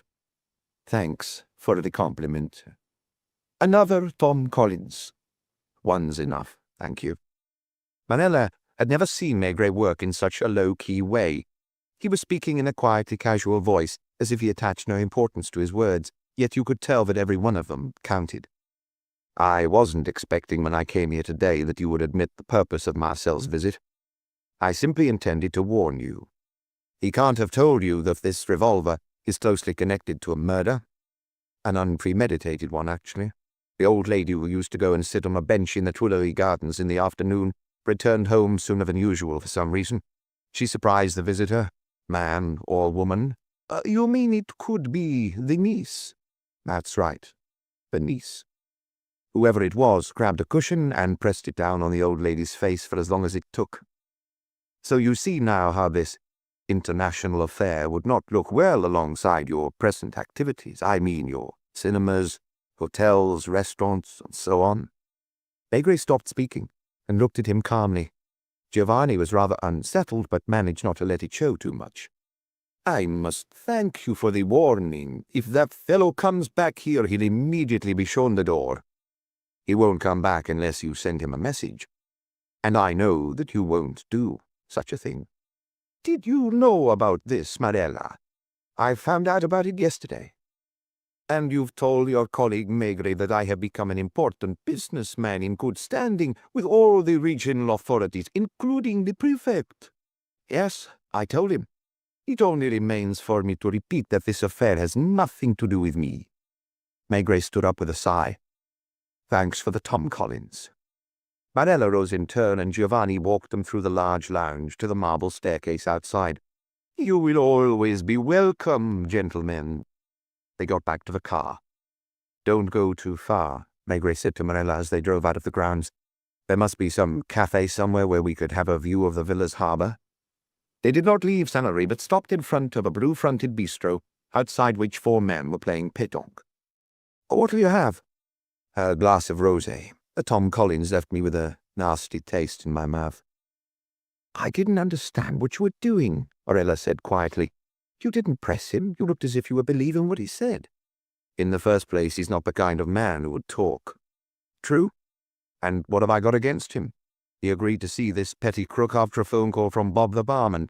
I don't even know what the revolver looks like. Does it really exist? It exists, all right. It was when they were looking for it that the old lady's visitors moved things around in her apartment.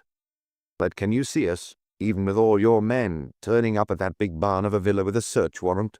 Would Giovanni just have put it in a drawer in his bedside table? We'll soon see if I'm right. They did see, a quarter of an hour later. A man in a peaked sailor's cap went down to the little yacht, and the engine started almost at once.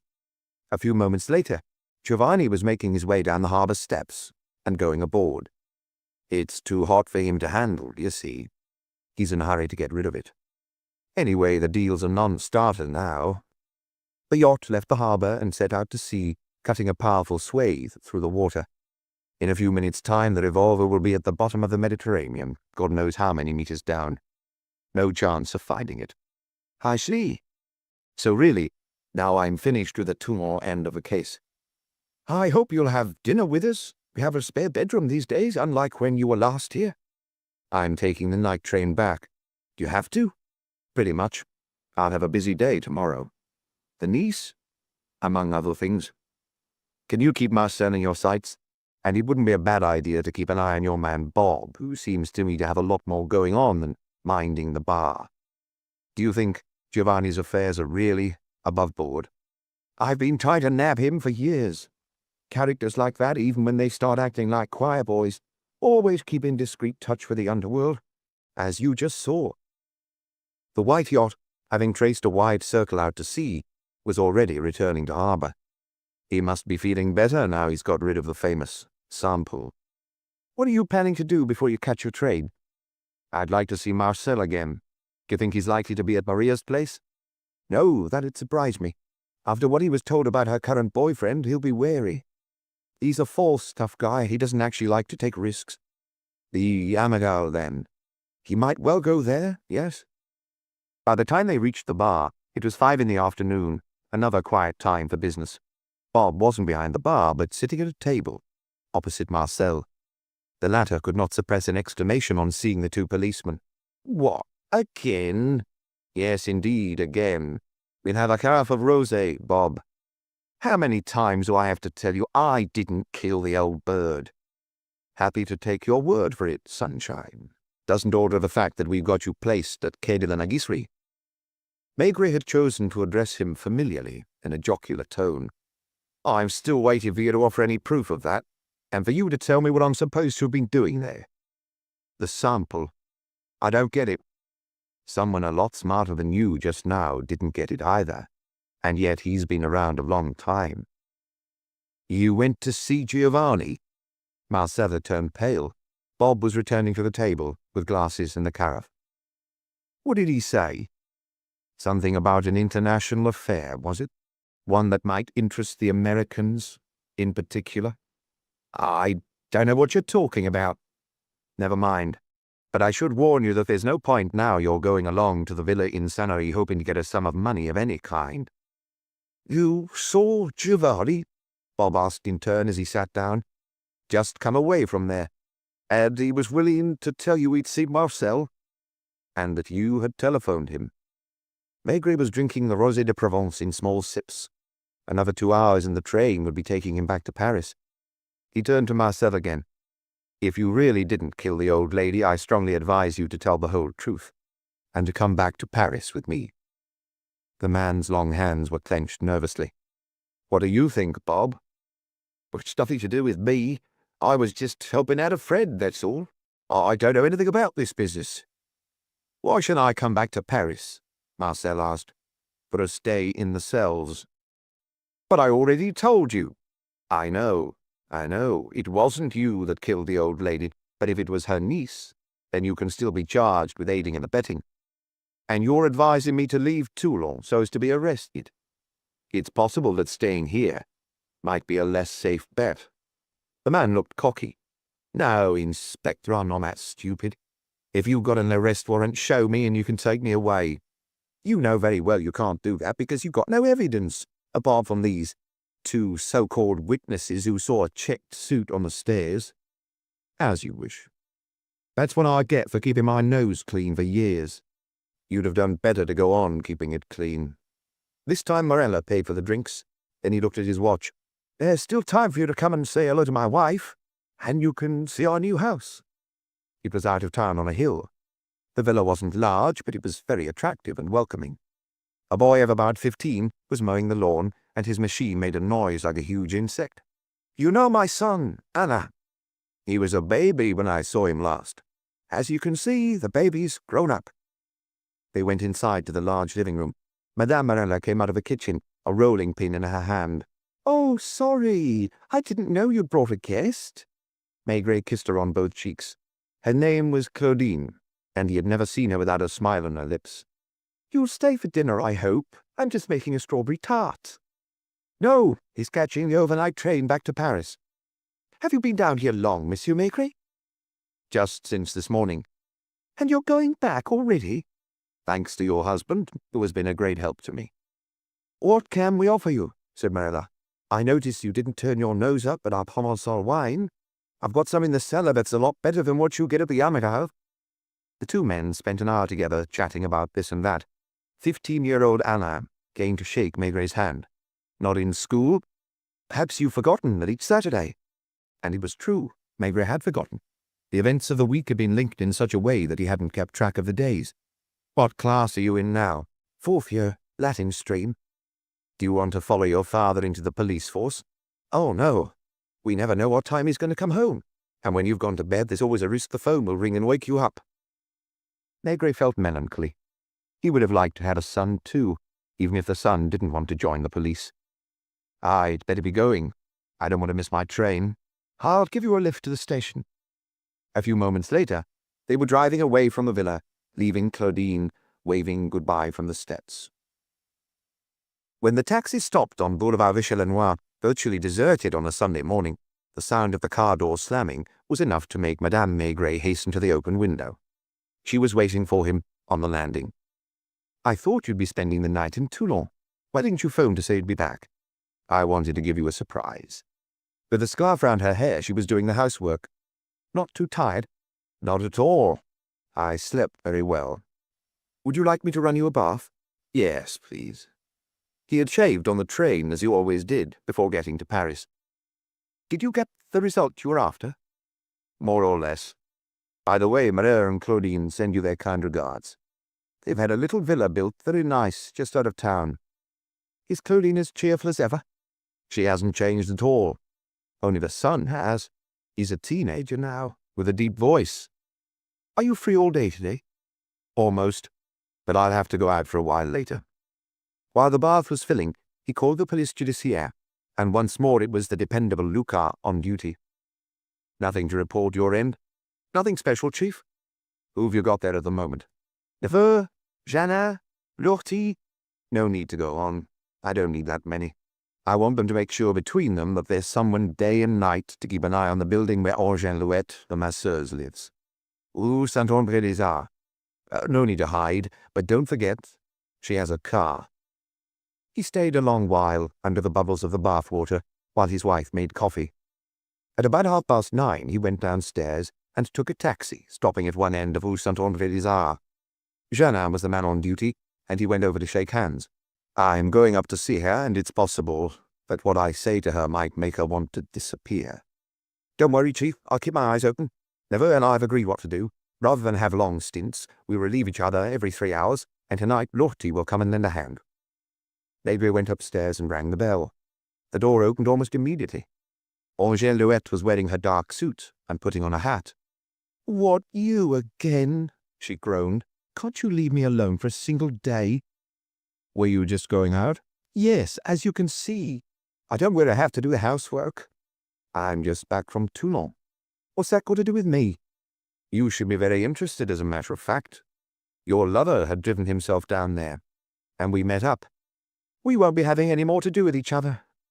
Yes, you will, since he was the one who was going to handle negotiations with Giovanni. She couldn't help getting a little jump. Negotiations that failed, let me say straight away, so your aunt was killed for nothing. Do you know where the revolver is now? At the bottom of the Mediterranean, dozens or hundreds of meters down. Did Marcel not telephone to tell you? If he phoned me to say you were on your way, you wouldn't have found me in. Where are you going now? To Mass, if you must know. And too bad if that surprises you. I have a message for you. You're to present yourself at my office at 9 tomorrow morning. I advise you not to be late, and I'd also suggest you bring an overnight bag, because it's possible we'll be holding you for a while. Do you mean that you're going to arrest me? That's one possible outcome, which doesn't depend on me, but on the examining magistrate. One more thing, then I let you go. There's been a police watch on you for the last hour, and that will continue until you come to my office tomorrow morning. I hate you. I'd expect nothing less from you. As Maigret went downstairs, he could hear her pacing round her living room, talking vehemently to herself. Do you know what she looks like? He asked Janin. No. I'll wait here to show you, because she'll be down shortly. She stayed another 10 minutes in her apartment.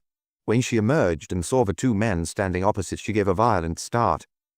Easy to recognize, as you see. If she was a boxer, she'd be a heavyweight. He returned home on foot in the sunlit peacefulness of Sunday morning. He wondered what they would do that afternoon. They sometimes went out in the car, with Madame Maigret driving, but she was nervous of taking the wheel on Sunday, especially outside the city. Well, it didn't matter what they did, even if it was just a walk side by side along the streets. They were never bored. You missed him by 5 minutes. Your friend Morello rang up. He wants you to call him back as soon as possible, on his home number. Apparently he gave it to you. She looked hard at her husband. Doesn't it strike you as odd that he's phoned on a Sunday morning when you only saw him last night? I was rather expecting it. He asked for a line to Toulon, and a few minutes later was speaking to Morella. How was your journey? After your Rosé de Provence, I slept like a baby. I expect you can guess why I've called. What happened to him? He was pulled out of the harbour at 7 this morning. Stab? No, a .38 bullet in the forehead. There was a silence as both men digested their own thoughts. You were doing him a real favour by advising him to come to Paris with you. But he thought he was being clever, that you were lying and he could still get something out of the deal. I suppose Giovanni is untouchable.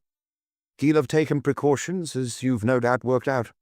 In fact, I'm ready to swear the hired gun won't even know who he was working for. The instructions must have gone through a third party. Any idea who it was?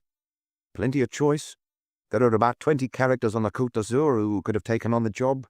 Someone was probably brought in from Nice, Cannes, or Marseille. And whoever it was won't be in Toulon by now. He managed not to be seen. Morella paused reflectively. Well, we'll get him sooner or later, but it could be in 4 or 5 years. There's something quite different. Same here, of course. Thanks for giving me the news. Were you there when they emptied his pockets? Yes, nothing special. 2,000 francs in the wallet with his driving license and ID. The motor insurance was in the glove compartment of the car, which was parked all night outside the Hôtel de Saint-Continent. Some small change. A key. I'd like you to send me the key. It'll go off straight away. I'll post it from the station. Apart from that, a handkerchief, cigarettes, chewing gum. Did you open his suitcase? Spare suit, black and white checks, underwear. No papers, just a cheap novel in a jazzy cover. No address book with phone numbers. No, but it's possible I wasn't the first on the scene. According to the doc, he was killed at about 1 a.m. Well, that's just a guess. He'll be doing the post-mortem this afternoon. Claudine's not too cross with me, is she? Why would she be? Because of me, your Sunday morning has been spoilt. She's in the kitchen. She's telling me to say hello to you and your wife. Well, the case is off my hands now. I let my deputy carry out the routine investigation. Have you seen Bob again? No. I'm hoping he's not met the same fate. That would be unfortunate, because he's been regular as far as we're concerned. I think he's too valuable to Giovanni. You're thinking what I'm thinking. There must be someone who's the link between Giovanni and the criminal networks. Bob's well placed for that, isn't he? Well, goodbye then. Goodbye, and thanks very much for all your help. Maigret hung up. Bad news? Asked Madame Maigret, seeing her husband looking preoccupied. Well, professionally I ought to say it's excellent news. A man has been shot dead in Toulon, and his death means we don't have to drag him to court. An ex-pimp who was living off a woman of 55. If he didn't commit the murder himself, he must have been an accomplice in it at the very least. The old lady's murder, you mean? Yes, he thought, the old lady with the white hat and gloves. He could picture her again on Quai des Orfèvres, suddenly appearing alongside him on the pavement, her eyes shining with admiration and hope. She was dead, and now Marcel, known as Big Marcel, was dead too, and the object the couple had been searching for, the famous revolver which had just been lying in a bedside drawer, was lost for good. What's for lunch? Bronquette of veal. They passed the time until 12:30. Maigret even switched on the radio, but of course the dead man in Toulon was not mentioned. Do you want to go to the cinema? She asked. Don't you think it's too fine an afternoon to spend it sitting indoors? What would you like to do then? Let's go out, and then we'll see. She took his arm as usual, and they walked down towards the river. This meant going past Quai de la Mégisserie, where the bird seller's shop was shuttered up. Which floor is it on? First. That'll make someone happy. What do you mean? Whoever gets to rent that apartment, they'll have one of the best views in Paris from their windows. They carried on walking and before long arrived at the Tuileries Gardens. Shall we sit down for a few minutes? He suggested. And thus he was able to fulfill a wish he had entertained since the previous evening. He couldn't remember ever sitting down on a public bench. Indeed, he would not have been far off thinking that benches were of little use, except for tramps to sleep on or lovers to meet. They took quite some time to find one that was free. All the others were occupied, and not only by old people. There were many young mothers with their children. On one bench, a man of about 30 was reading a biology textbook. It's nice here, isn't it? Toy yachts with white sails were crisscrossing the clear water of the pond. Hubert, don't get wet. If you lean over like that, you'll fall in. Relaxing, wasn't it? Seen from here, life seemed simple and uncomplicated. The old lady had come here every day, weather permitting. Like another old lady sitting opposite them, she probably threw down breadcrumbs for the birds, which were coming closer and closer. It's because of her that you wanted to come here? Yes, he admitted. And also I wanted for once in my life to sit down on a bench.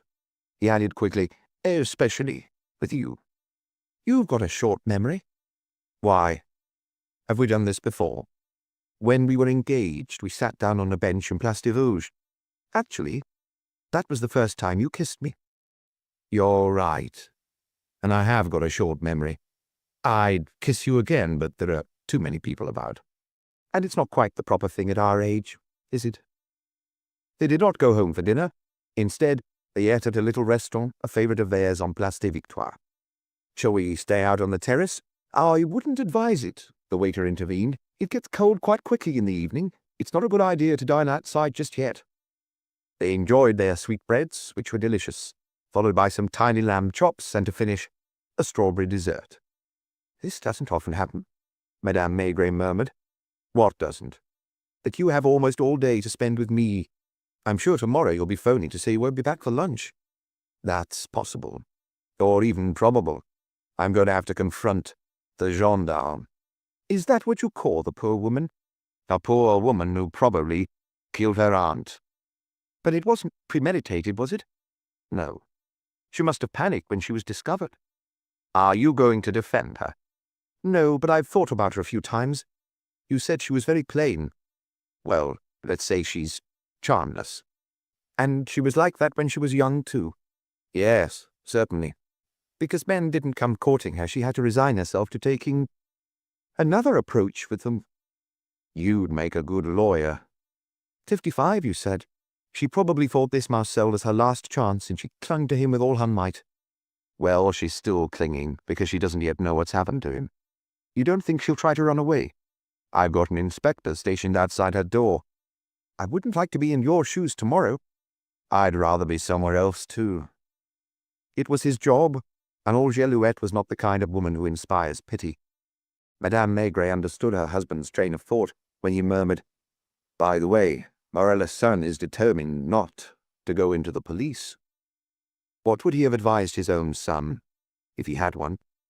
They walked back arm in arm to Boulevard Michel-Lenoir, and for a long time neither of them spoke. Chapter 7.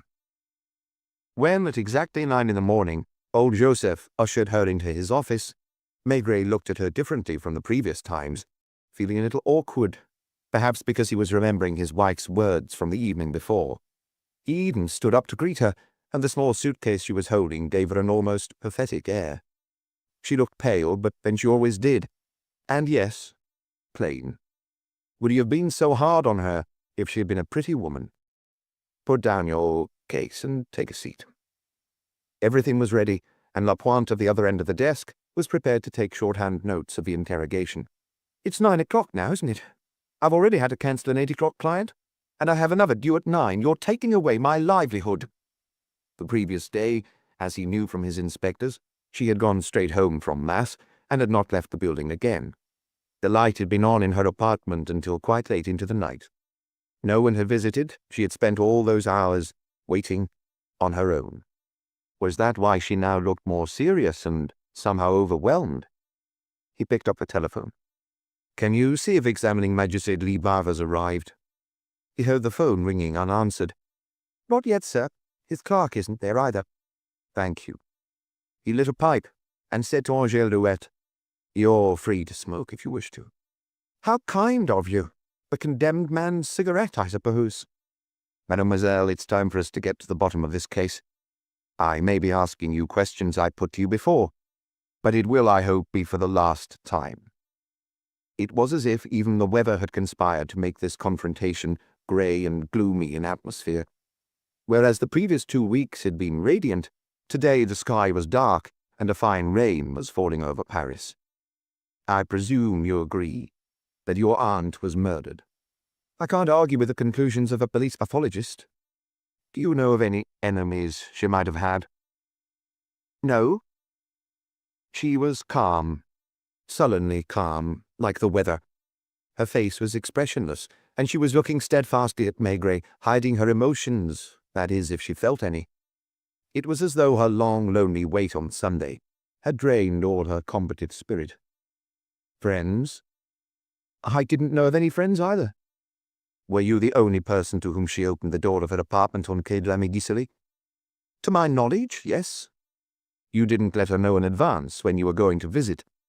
"My aunt didn't have a phone. I wanted her to put one in, but she always refused." "Why did you go to see her?" "I was her only relative." She was still wearing her black suit, which made her look as though she was in mourning. "And you knew when you might find her at home?" "Yes." "You were familiar with her timetable?" "It was always the same." "In the morning she went shopping locally, didn't she?" "That's right." "And after lunch, if I remember correctly, she would take a nap in her armchair." She nodded. "Then, if the weather was fine, she would go to the Tuileries Gardens and sit on a bench." "We've already been through all this, haven't we?" "I have my reasons for going through it again." "And you were not fond of her?" "No." "You still resented the measly 100 francs she gave you long ago when you asked her for help because you were expecting a child?" "It's the kind of thing you don't forget." "But you kept on visiting her. How many times a year?" "I never counted." "Well, once a month?" "Once. Or maybe twice." "Always at the same time of day?" "Almost always. I finished work at 6, and in summer that would be about the time she came home." "Would she ask you to sit down?" "I didn't wait to be asked. She was my aunt, after all." "And she was going to leave everything to you?" "Yes." "Did you think about that?" "I used to think it would make my life easier when I'm old. The profession of masseuse is a more tiring one than you might imagine. You need a certain amount of physical strength. In a few years I'll be too old to carry on." "But in the meantime, did you ask her for money?" "From time to time. Because in this job there are sometimes dead seasons. During the summer holidays, for instance, when practically all my clients leave Paris, some of them for 2 or 3 months." "Did you ever quarrel with your aunt?" "No, never." "And you never accused her of being mean?" "No." "Did she know how you felt about her?" "I suppose so." "And you knew she never kept much money at home?" "Yes, I knew that." "Who took an impression of the front door lock?" "Not me." "Your lover, then?" "He never said so to me." "But he did show you the key he had cut?" "No, I never had any key." "Look, here you are telling lies again. Not only did you have a key to the apartment, you also had the one for your Uncle Antoine's workshop across the corridor." She said nothing, like a stubborn child being scolded. "I've got some bad news to pass on, and that might perhaps change your statement. I was in Toulon the day before yesterday." She gave a start, though as he knew she was well aware where Marcel had gone. "First of all, admit it, you two hadn't quarrelled at all. You hadn't really thrown him out." "Think what you like, I can't stop you." "This quarrel, supposedly because he was lazing about in bed, was staged for my benefit." She didn't move a muscle.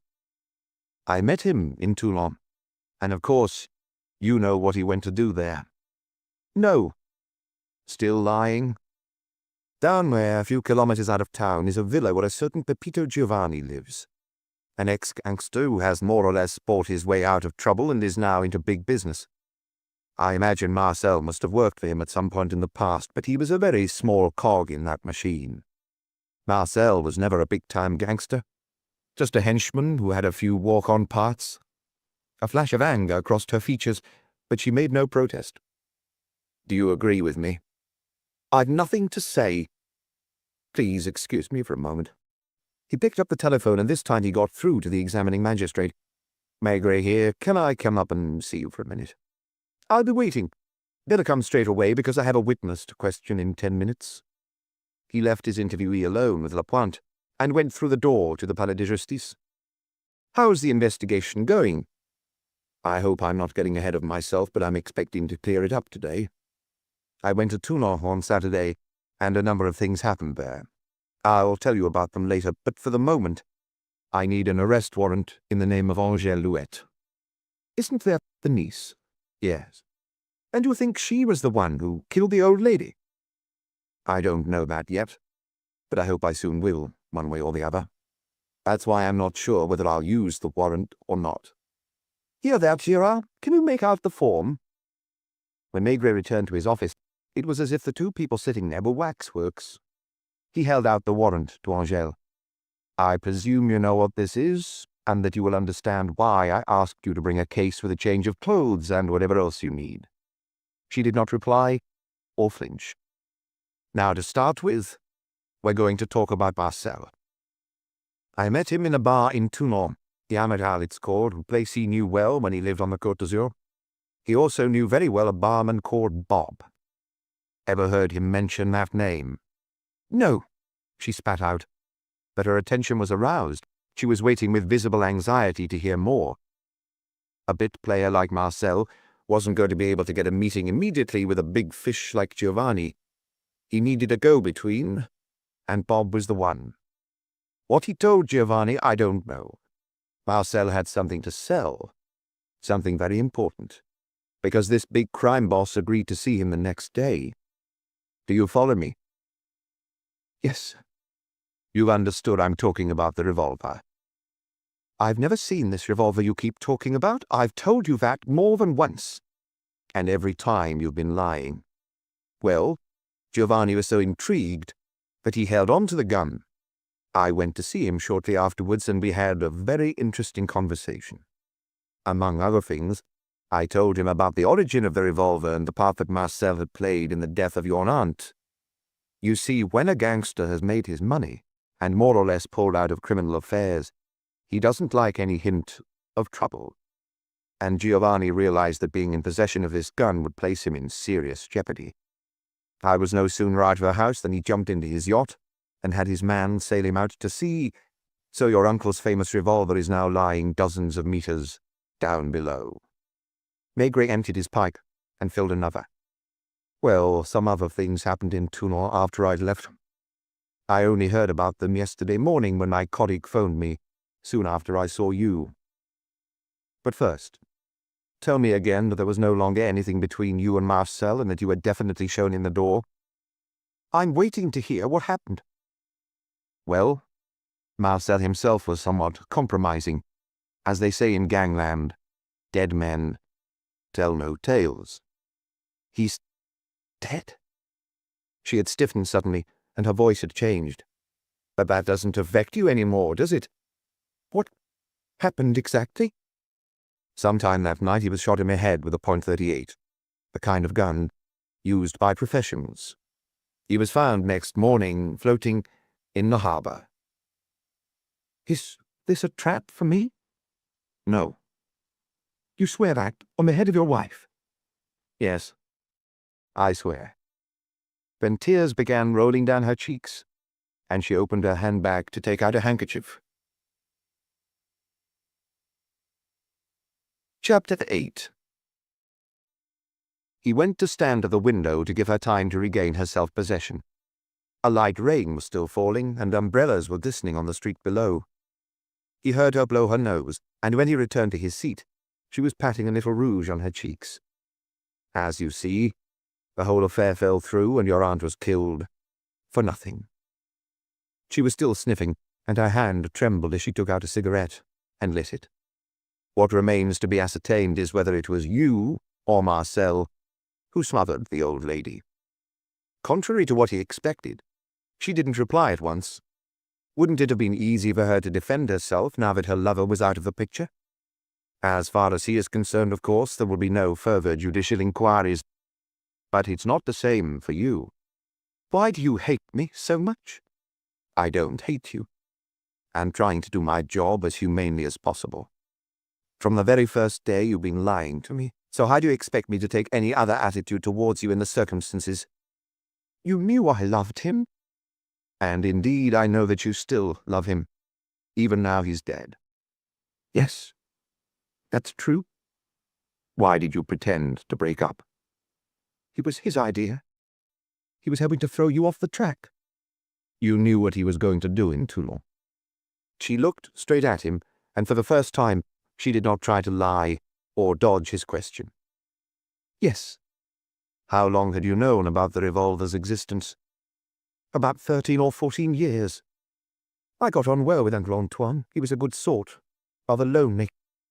I don't think he had found my aunt the kind of companion he was hoping for, so he spent a lot of time shut up in his cubbyhole, where you would go and see him. Yes, quite often. That was his passion, and every year or so he'd send one of his inventions to the Lépine competition. So that's how you knew about the revolver. I saw him work on it for about 2 years. He told me confidentially that there was a problem he had yet to resolve. And if I do, one day, it'll make a lot of noise, he would say. Then he would laugh. When I say make a noise, I mean the opposite. Do you know what a silencer is? Yes, I said, I've seen them in films or on TV. A little thing you fix on the end of a gun so that people won't hear the shot. Yes, that's it, more or less. Of course, you can't just walk into a shop and buy them, it's illegal. But suppose you didn't have to have a separate silencer, that it was part of the gun itself, concealed inside. He was very excited. I've almost managed it. Just a few more details to perfect. And when I sell the patent, all the guns they use in the police and the army will be silent. She remained without speaking for a while, then murmured, He died a few days later.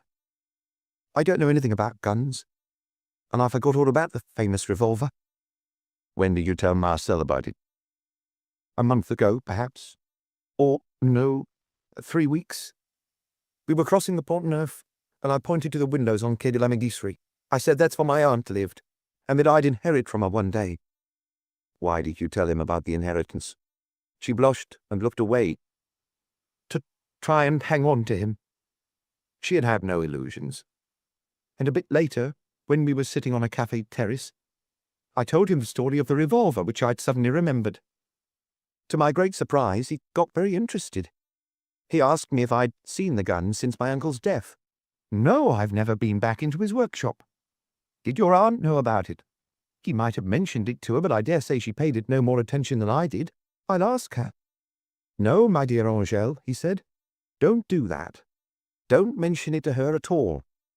I'm reporting our conversation as it happened, and it may surprise you, but we were rather formal with each other. Except on rare occasions, she said, with some embarrassment. Do you have a key to the apartment? No. Does the same key open the little cubbyhole, as you call it?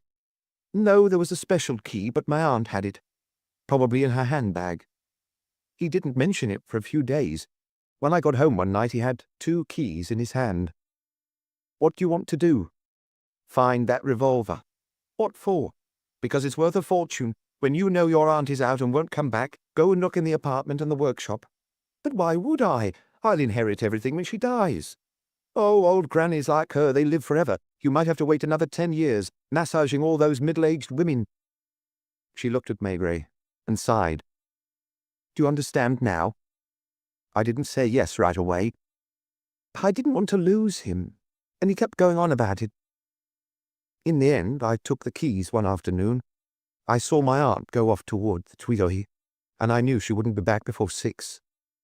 I began with the apartment. I looked everywhere, putting things back in their place.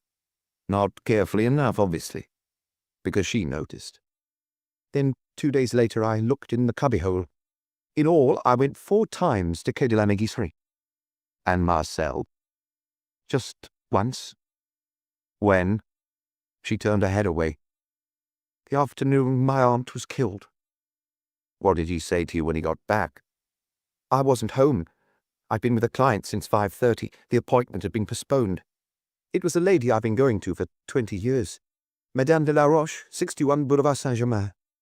And when did you get home? At 7. She kept me talking as usual. Why didn't you say beforehand that you had an alibi? Because that would have meant incriminating Marcel. You preferred to be a suspect. Well, as long as you were hesitating between the two of us. So the gun was on top of your wardrobe? Yes. Your lover had found it in the bedside table? Yes.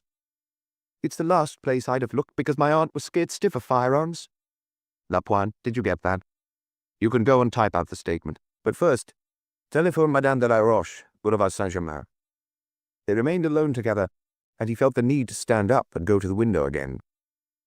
As far as Marcel is concerned, the charges are completely dropped, he muttered, because we can't put a dead man on trial. But you're alive and well. You weren't a party to the old woman's death, that's true. Well, we'll soon find out about that. It was no longer the same woman that he now had in front of him. She had lost her stiff pose. Her features, like her strong body, seemed to have slumped. There was a good 5-minute silence before Lapointe appeared again in the office. "The lady confirms it," he said simply. "Thank you. Now do you see the situation you're in?" "You made me read the arrest warrant, and I know what that means." "When I had it made out, I didn't yet know which of the two of you had killed your aunt." "Well, you know now." "You were not at the scene. A crime was not premeditated, so you couldn't have known it would take place. In other words, you are not a direct accomplice. What you could be accused of is not reporting your lover to the police and keeping in your apartment stolen goods, namely, a firearm." She maintained her neutral expression.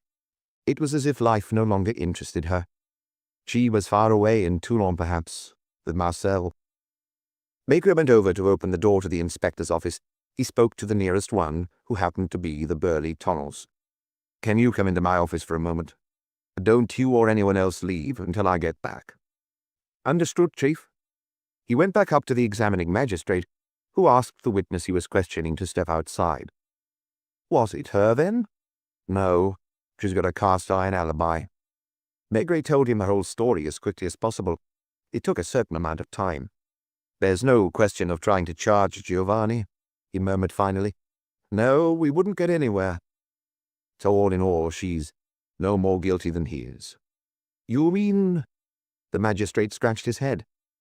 "Is that what you have in mind? You'd simply let her go?" Maigret did not admit that this idea had come to him indirectly via Madame Maigret. "We'd have to establish complicity, which wouldn't be easy, especially as the revolver has now completely disappeared." Another quarter an hour passed before Maigret could go back down to the police judiciaire, since the magistrate insisted on consulting the public prosecutor. It shocked Maigret a little to see Torrance sitting at his own desk, in his own chair. "She hasn't budged, Chief." "Has she said anything?" "No, didn't open her mouth." "Shall I go now?" Angèle was looking at Maigret without curiosity, as if resigned to her fate. "How old are you exactly?" 56. I don't usually own up to that because some of my clients would find me too old." "Which apartment will you live in now? Your own or your aunt's?" She looked at him in astonishment. "I don't have any choice, do I?" He picked up the arrest warrant and tore it in half. "You're free to go," he said simply. She didn't get up at once. It was as if her legs had suddenly turned to jelly. Tears rolled down her cheeks, and she did not try to wipe them. I can't find the words." "Words won't be much use now. Come back this afternoon to sign the record of your statement." She stood up hesitantly and started towards the door. Your suitcase," he reminded her. "Oh, yes. I forgot." But there were so many things she would not forget. This has been an Audible Studios production of Maigret's Madwoman, written by Georges Simenon, translated by Sean Reynolds, and performed by Gareth Armstrong, directed by Paul Kent. Content copyright 1970, Georges Simenon. Translation copyright 2019, Sean Reynolds. Production copyright 2020, Audible Limited. Audible Studios is a division of Audible Limited.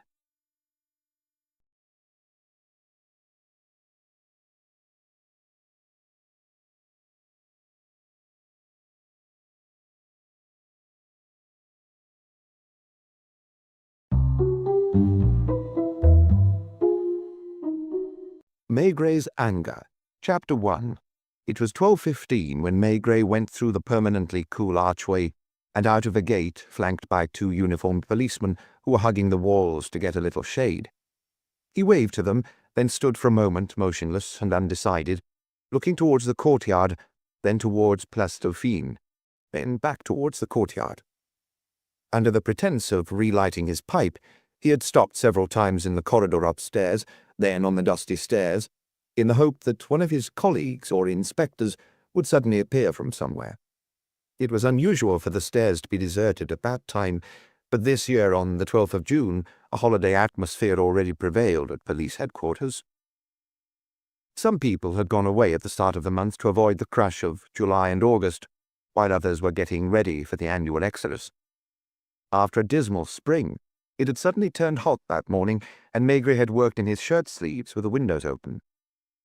Apart from the daily briefing with the head of the police judiciaire and 1 or 2 visits to the inspector's office, he had spent the morning on his own, working on a tedious administrative chore he had started a few days earlier. Files piled up in front of him, and every now and then he would lift his head like a schoolboy, eyes fixed on the leaves hanging motionless on the trees, listening to Paris's murmur, which had just taken on the particular quality it has on hot summer days. For the past fortnight, he hadn't missed a single meal at Boulevard Michel-Lenoir, or been disturbed in the evening, or at night. Normally, he would have turned left on the embankment and headed towards Pont Saint-Michel to get a bus or taxi. The courtyard remained resolutely empty. No one came and joined him. Eventually, with a slight shrug of his shoulders, he turned right instead, and on reaching Place Dauphine cut across the square.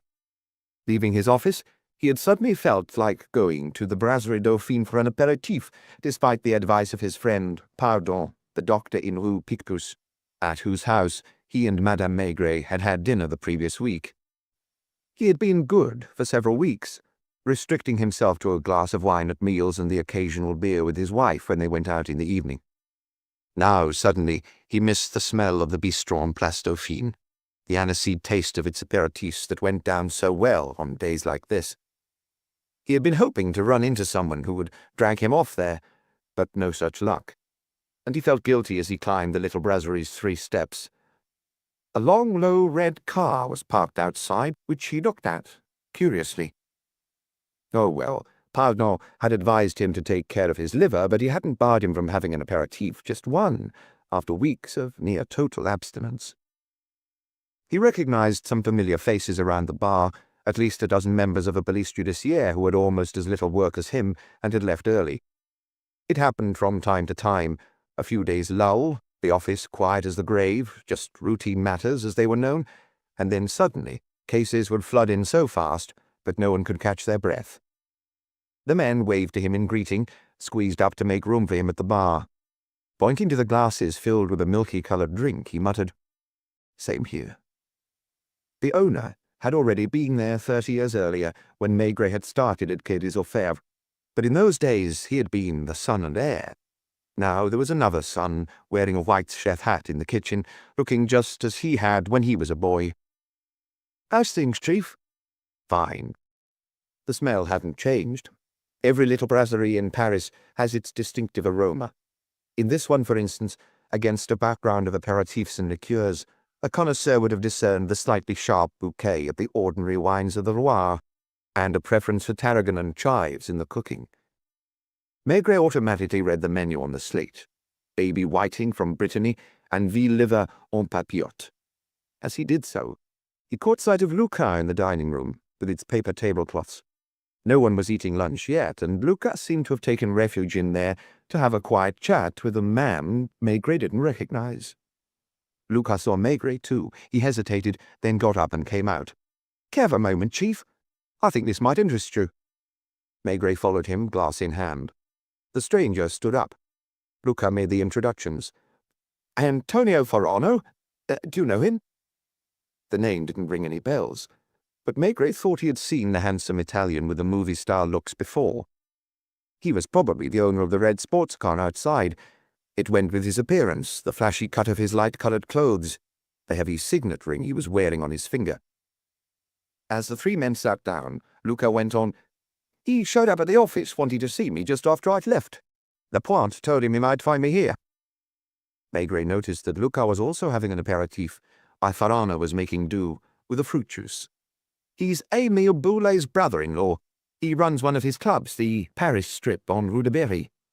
Luca winked discreetly at his boss. Say what you just told me, Farano. Well, my brother-in-law has disappeared. He still had his native accent. When? Asked Luca. Last night, probably. We don't know exactly. He was overawed by Maigret. To distract from his nervousness, he took a cigarette case out of his pocket. Do you mind? Go ahead. For Maigret's benefit, Luca explained. You know Boulet, Chief. He's the little guy who turned up from an Havre 4 or 5 years ago. 7, the Italian corrected him. 7 years ago, right. He bought his first club on Rue Pigalle, the Lotus, and now he's got 4. Maigret wondered why Luca wanted to involve him. He hardly ever had dealings with that world now he had taken over the crime squad. He used to know it well, but he'd lost touch with it a little recently. He hadn't set foot in the club for at least 2 years, and he only knew a few of Pigalle's villains these days, mainly from the older generation, because it was a small world which was constantly changing. I wonder, Luca went on, if this hasn't got something to do with the Mazzotti case. Ah, right. He was beginning to understand. Mazzotti had been shot as he was leaving a bar on Rue Fontaine around 3 o'clock in the morning. When was that? About a month ago now, mid-May, roughly. Maigret remembered a report from the 9th arrondissement, which he had passed on to Luca, saying, probably a settling of old scores. Do your best. Mazzotti wasn't an Italian like Farano, but a Corsican who had started out on the Côte d'Azur before coming to Paris with a little gang he had put together. My brother-in-law didn't kill Mazzotti, Farano insisted with feeling. You know he's not that kind of person, Monsieur Luca. Besides, you questioned him twice in your office. I never accused him of killing Mazzotti. He was just one of the people I called in because Mazzotti had gone after them. Quite a crowd, in other words. Turning to Maigret, he explained, I'd actually called him in for questioning at 11 this morning, so I was surprised not to see him. Doesn't he ever spend the night elsewhere? Maigret asked ingenuously. Never. You obviously don't know him. That's just not his way. He loves my sister, family life. He'd never come home later than 4 in the morning. And last night he didn't come home at all. Is that it? Yes, that's it. Where were you? At the Paris Strip. We didn't shut until at least 5. It's high season for us because Paris is already swarming with tourists. When I was cashing up, Marina rang to ask if I'd seen Émile. Marina's my sister. I hadn't seen my brother-in-law all night. He hardly ever came down to the Champs-Élysées. Where are his other clubs? They're all in Montmartre, a few 100 meters from each other. It was his idea to do it like that, and it worked out well. When you have clubs virtually next door to each other, you can shuffle performers around between them and keep overheads down. The Lotus is right at the top of Rue Pigalle, the Trembleuse just around the corner in Rue Victor Massé, and the Centraux is down the hill a bit, on Rue Notre-Dame-de-Roette. Émile was unsure about opening a club in another part of town, and it was really the only one he didn't take care of himself. He let me run it for him. So your sister rang you a little after 5 o'clock? Yes, she's so used to being woken up by her husband. What did you do? I called the Lotus first, where they said he'd left at around 11 in the evening. He also went by the Trembleu, but the cashier couldn't say exactly when, and the Centraux was closed when I tried to call. Your brother wasn't meeting anyone last night, as far as you know, was he? No, I told you. He was a quiet man, very much a creature of habit. He'd have dinner at home. What's his address? Rue Victor Massé. In the same building as the Trembleu? No, 3 doors along. So he'd have dinner, Then he'd go to the Lotus first to supervise preparations for the night. That's the biggest club, and he ran it personally. Then he'd go down to the Santo and stay there for a while. Then he'd carry on to the Grand Bleu, and then he'd start the whole circuit again. He did it 2 or 3 times a night because he liked to keep an eye on everything. Was he in a dinner jacket? No, he used to wear a dark suit, midnight blue, but never a dinner jacket. He wasn't that fussed about dressing stylishly. You talk about him in the past. Because I'm sure something's happened to him. Various tables were starting to eat, and Maigret found himself eyeing their plates of food and carafes of white wine. His glass was empty, but he resisted the urge to order another. Then what did you do? I asked my sister to call me if there was any news, then went to bed. Did she? Around 8 in the morning. Where do you live? Eau de Pontieu. Are you married? Yes. My wife's Italian, too. I spent the morning calling round the staff of the 3 clubs. I was trying to find out where he'd been seen last and when. It's not easy. The clubs are packed most of the night, and everyone's concentrating on their work. Emile didn't stand out that much either. He was a short, skinny guy whom customers never realized was the owner, and sometimes he'd stand out front with a doorman for hours. Luca nodded in agreement. No one seems to have seen him after 11:30. Who saw him last? I haven't been able to ask everybody.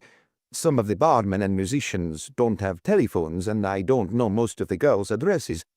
I'll only be able to ask around properly this evening when everyone's at work.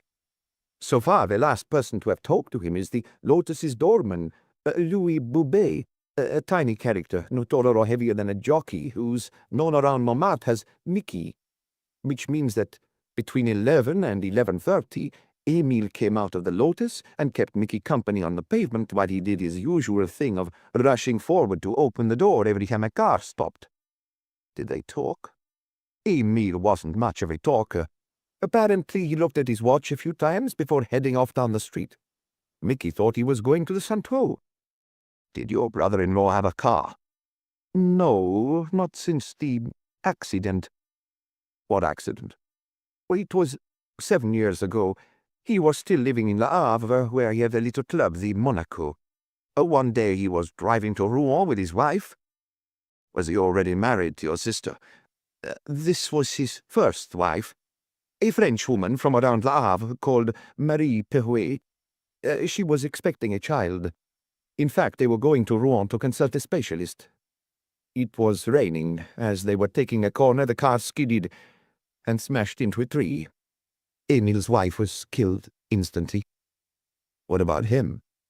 He got off with just a gash to the cheek that left him with a scar. Most people in Montmartre think he was stabbed. Did he love his wife? Very much. He'd known her since he was a child. Was he born in Le Havre? In a village near it. I don't know which one. She was born there too. After her death, he never touched the steering wheel again, and wouldn't even get in a car if he could help it. He hardly ever took taxis in Paris, for instance. He walked a lot, and when he had to, he took the metro. He didn't like leaving the 9th anyway. Do you reckon someone's done away with him? I think that if nothing has happened to him, he would have been home a long time ago. Did he live alone with your sister? No, my mother lives with them, as does my other sister, Ada, who's his secretary. And then there's the 2 children. Emile and Marina have 2 children, you see. A 3-year-old boy, Lucien, and a little girl who's 10 months old. Do you suspect anyone? Antonio shook his head. Do you feel your brother-in-law's disappearance has anything to do with the Mazzotti case? One thing I'm sure of is that Emile didn't kill Mazzotti. Maigret turned to Luca, who had been in charge of the investigation. What about you? I'm certain of that too, Chief. I questioned him twice, and he seemed to give me straight answers both times. As Antonio says, he's on the puny side, shy almost. Not the sort of character you'd expect to find running a string of nightclubs. Which is not to say that when it came to Mazzotti, he couldn't look after himself. How? Mazzotti and his gang had organized an extortion racket that wasn't original in the slightest, but they'd got it down to a T. They made out they were offering protection, but it was just a way of extorting money. They demanded different amounts each week from all the club owners. Most refused at first. There then followed a well-rehearsed routine. When the club was full, Mazzotti would come in with a couple of heavies. They'd sit at a table or the bar, whichever was free, order champagne, and then pick a fight in the middle of an act. There'd be muttering first, then they'd start shouting, going after the barman or Maigret, calling him a thief. Glasses would be smashed and it would end up in a free-for-all, more or less. Naturally, most of the customers would leave, swearing never to come back. Next time Mazzotti visited, the owners preferred to pay up. But Emile didn't. No, he didn't send for the heavies either, like some of his colleagues. Not that it worked anyway, because Mazzotti always bought them off in the end. His idea was to call in some dockers from the half who were given the job of bringing Mazzotti and his men into line. When was the last set to? The night Mazzotti died. He had gone to the Lotus around 1 in the morning with 2 of his regular sidekicks. Émile Boulet's dockers threw them out. It turned violent. Was Emile there? He hid behind the bar because he can't stand fighting. Afterwards, Mazzotti went to lick his wounds in a bar on Rue Fontaine. Chez Joe, which was sort of his headquarters. There were 4 or 5 of them drinking at the back. When they came out at 3 in the morning, a car drove past, and Mazzotti was shot 5 times, while one of his men took a bullet in the shoulder. We haven't found the car. No one's talked. I've questioned most of the club owners, but I'm still investigating. Where was Boulet at the time of the shooting? It's not easy establishing facts in that world, as you know, Chief. Apparently he was in the parbleu, but I don't trust the witness statements that much. Emile didn't kill Mazzotti, the Italian repeated. Did he carry a gun? An automatic, yes. He had a police permit. That wasn't the gun Mazzotti was killed with. Maigret sighed, then signalled to the waitress to fill their glasses, as he had been dying to do for a while. I wanted to bring you up to date, Chief, Luca explained, and I thought you'd be interested in hearing what Antonia had to say. Everything I said was true. I'd called Emile in for questioning this morning, Luca went on. I admit it bothers me that he went missing last night. What do you want to ask him? It was just routine. I was going to ask him the same questions one last time to check his answers against those he gave me the first time round, and the other witness statements. Did he seem scared either of the times he was in your office? No. Annoyed, more like. He couldn't stand the thought of his name being in the papers. He kept saying that it would cause his business tremendous harm, that his clubs were quiet places, nothing ever went on in them, and that if he was associated with the settling of underworld scores, he'd never live it down. That's true, Antonio agreed, making as if to stand up. Do you need anything else from me? I should be getting back to my sisters and my mother, but in a terrible state. Moments later, they heard the roar of the red car as it sped off in the direction of Montmartre. Maigret slowly took a sip of his aperitif, glanced sidelong at Luca, and sighed. Are you expected somewhere? No, I was planning to eat here. He nodded, making up Maigret's mind for him. In that case, we'll eat together. I'll give my wife a call. You can order. Are you going to have the mackerel? And the veal liver en papillote. The veal liver particularly caught his fancy, as well as the atmosphere of the bistro, which he hadn't been into for weeks. The case wasn't particularly important, and Luca hadn't needed any help on it before this. No one outside the underworld cared about Mazzotti's death. Everyone knew that such score settlings always ended up resolving themselves, even if just by more of the same. The advantage to these cases was that the prosecutor's office and examining magistrates didn't hound the police. As one magistrate used to say, that's one less prison bill to pay. The 2 men had lunched and chatted. Maigret learned some more about Émile Boulet, and ended up becoming interested in this strange little man. The son of a Norman fisherman, Émile had got a job as a waiter with the Compagnie Générale Transatlantique, Transat for short, when he turned 16. This had been before the war. He sailed on the Normandie and found himself in New York when the fighting started in France. It was hard to fathom how such a puny little man had been admitted into the American Marines. Nonetheless, he had fought the whole war in that batch of the forces before taking up a job on the Ile-de-France, this time as a head waiter. You know, Chief, almost all of them dream of going into business for themselves one day. 2 years after he got married, Boulet bought a bar in Le Havre, and wasted no time turning it into a dance club. Striptease was just starting to become popular in those days, and he seems to have immediately made a pretty serious pile. By the time of the accident and his wife's death, he was already planning to expand to Paris. Did he keep the club in Le Havre? He appointed a manager. One of his old shipmates from the Ile-de-France runs it for him.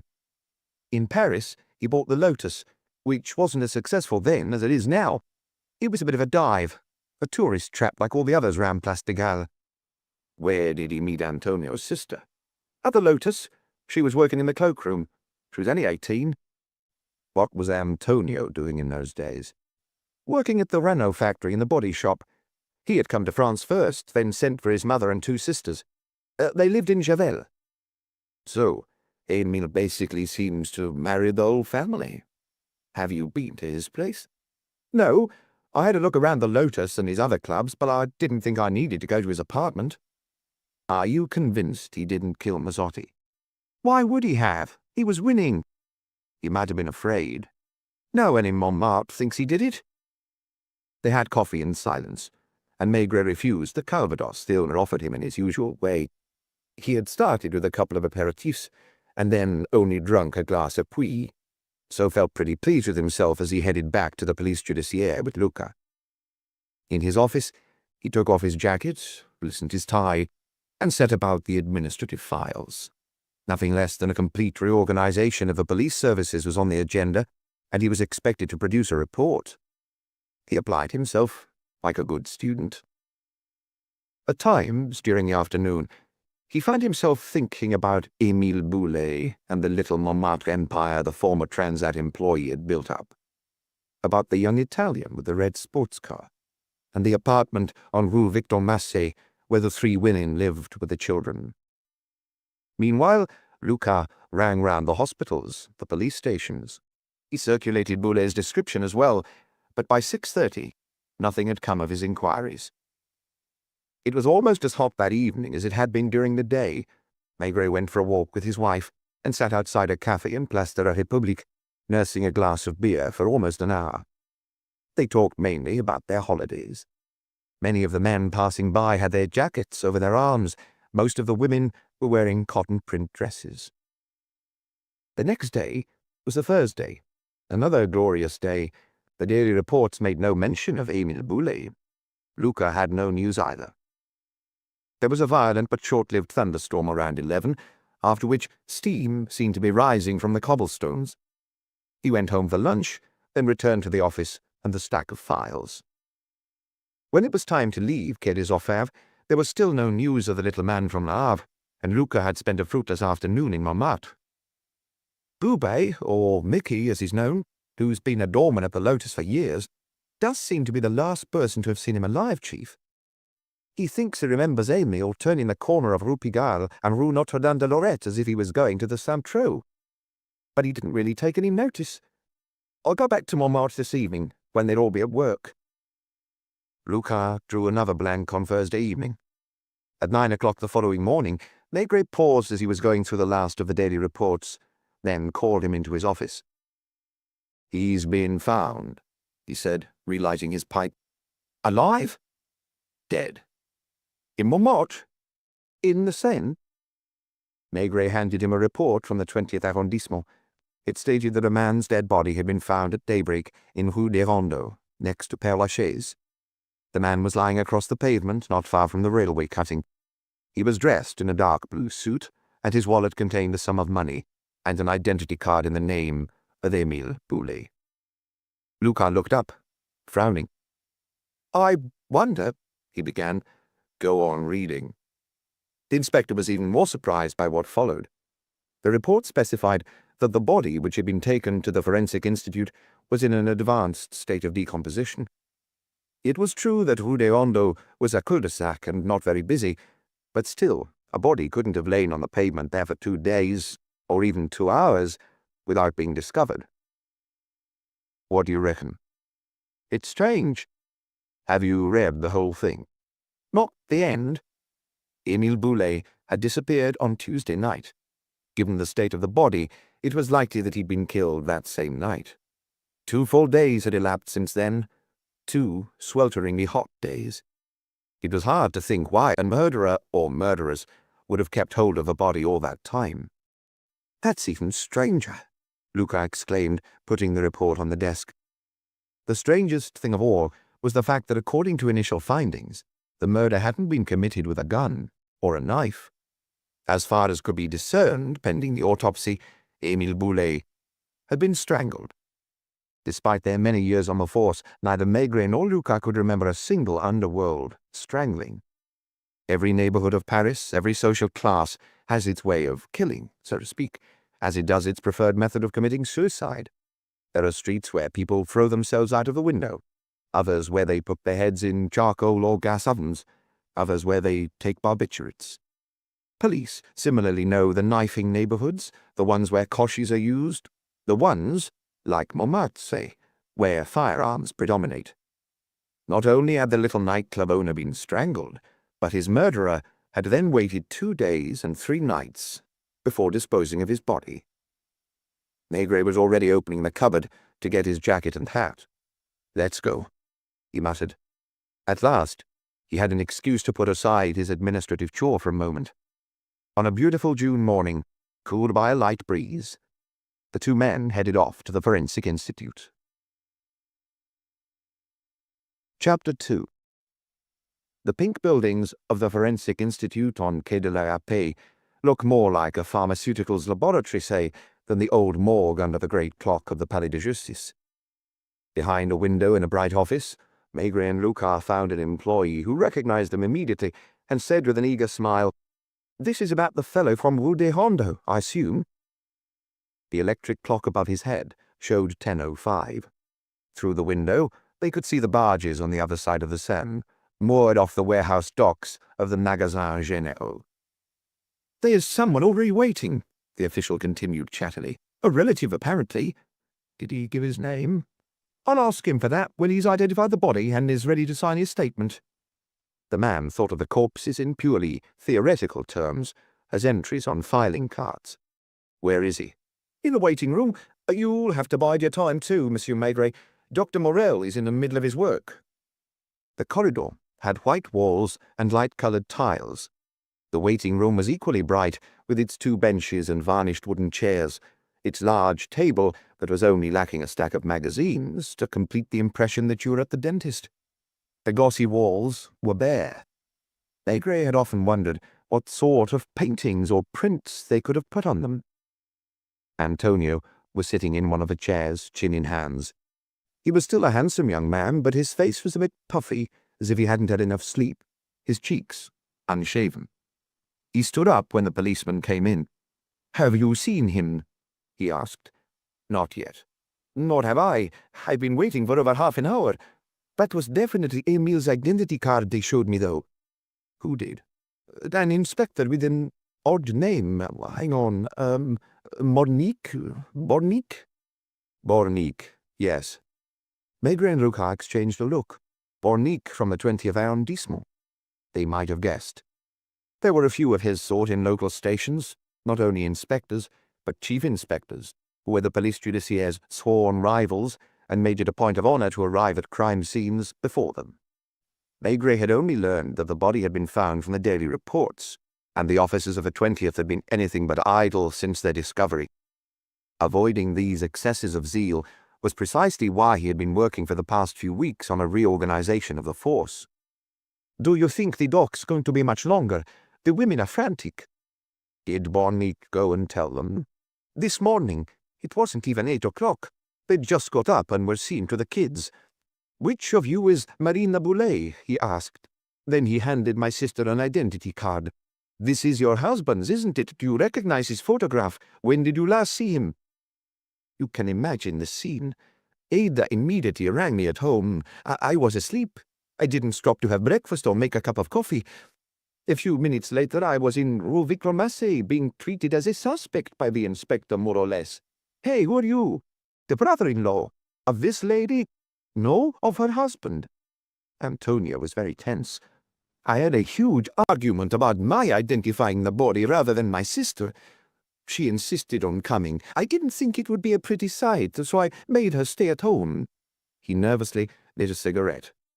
"Didn't the inspector come with you?" No, apparently he's got something else to do. He told me that the clerk here would give me a form to fill out and sign. After a pause, he added, You see, I was right to be worried.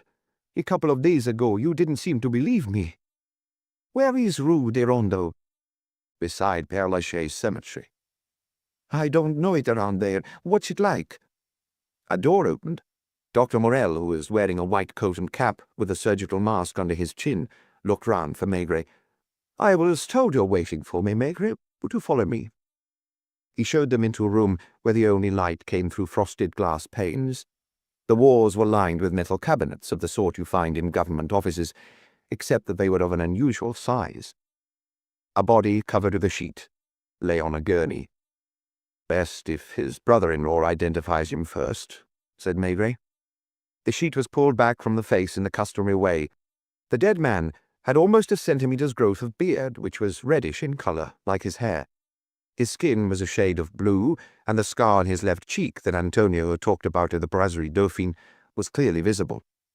Under the sheet, his body looked slight and thin. Is that definitely him? Of course it is. Sensing the Italian felt nauseous, Maigret sent him to the office at Lucca to complete the paperwork. Shall we put him away? Asked the doctor, signalling to a man in a grey coat who had already opened one of the drawers. Will you come with me, Maigret? He took him into an office with a wash basin and, as he talked, disinfected his hands and face, took off his white coat, and looked like an ordinary man again. I imagine you'd like some preliminary findings before you get my report. As usual, we'll have to do some analyses, which will take several days. What I can tell you now is that the body shows no sign of wounds. The man was strangled, or, more precisely, Morel searched for the right word, as if he wasn't too sure himself. This isn't official, right? I shan't be so categorical in my report. If I had to piece together the murder on the basis of a post-mortem, I'd say that the victim was attacked from behind, that someone put their arm round his neck and pulled back so violently that a cervical vertebra snapped. The effect is similar to what you'd call whiplash. So he was standing up, was he? Yes, or possibly seated. I'm inclined to think that he was standing up and that he wasn't expecting to be attacked. There was no real struggle. He didn't put up any sort of fight.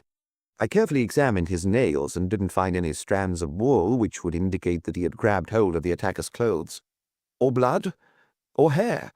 There are no scratches on his hands, either. Who is he? A nightclub owner? Do you have any idea of the date of his death? It's been at least 2 full days, 3 at the most since the man died. Again, off the record, I can't vouch for this, but I'd be inclined to add that, in my opinion, the body wasn't out in the open during that time. You'll have an initial report this evening. Lucas appeared.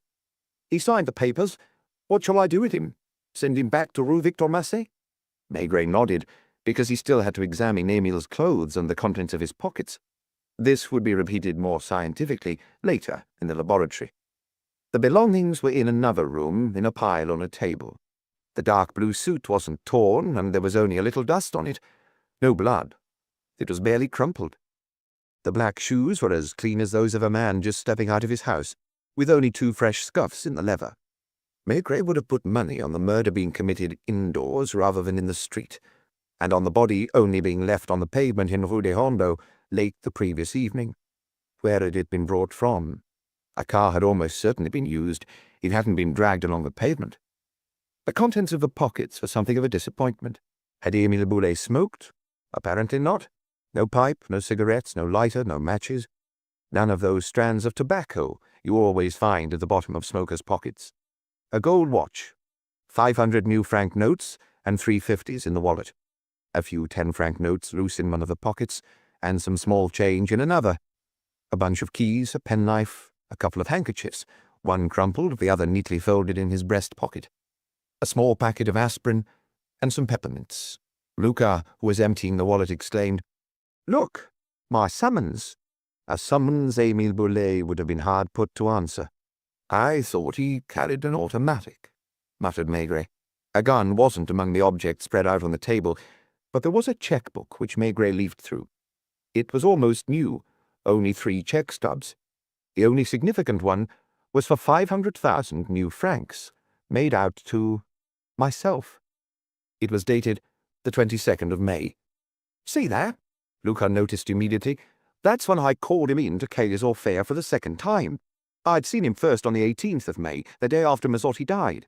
Will you tell the laboratory to come and get all this and analyze it? A few minutes later, the two men set off in the black car. Luca drove slowly and deliberately. Where are we going, Chief? De Hondo first. I want to see where he was found. Despite the cemetery and the railway track, the place didn't look sinister in the sunshine. As they drove up, they could see a knot of bystanders being marshalled by a couple of policemen, a few housewives looking out of their windows, some children playing. When the car stopped, Maigret was greeted by Inspector Bornick, who declared with a studied air of modesty, "I've been expecting you, sir. I thought you'd be coming, and I made a point of—" The policeman stepped aside, revealing the silhouette of a body drawn in chalk on the greyish pavement. Who found him? A gas worker who starts his shift at 5 in the morning and lives in this building. That's his wife you can see at the window on the 3rd floor. I've got his statement, of course. I was on night duty as it happened. With the bystanders looking on, now wasn't the moment to take him to task. Tell me, Bornick, do you get the impression the body was pushed out of a car or left on the pavement? Left, definitely. On his back? On his stomach. At first sight, you might have thought he was a drinker sleeping off a heavy night. Except for the smell. Oh, goodness, that smell. I can't tell you. I imagine you've questioned the neighbours. All the ones who are at home.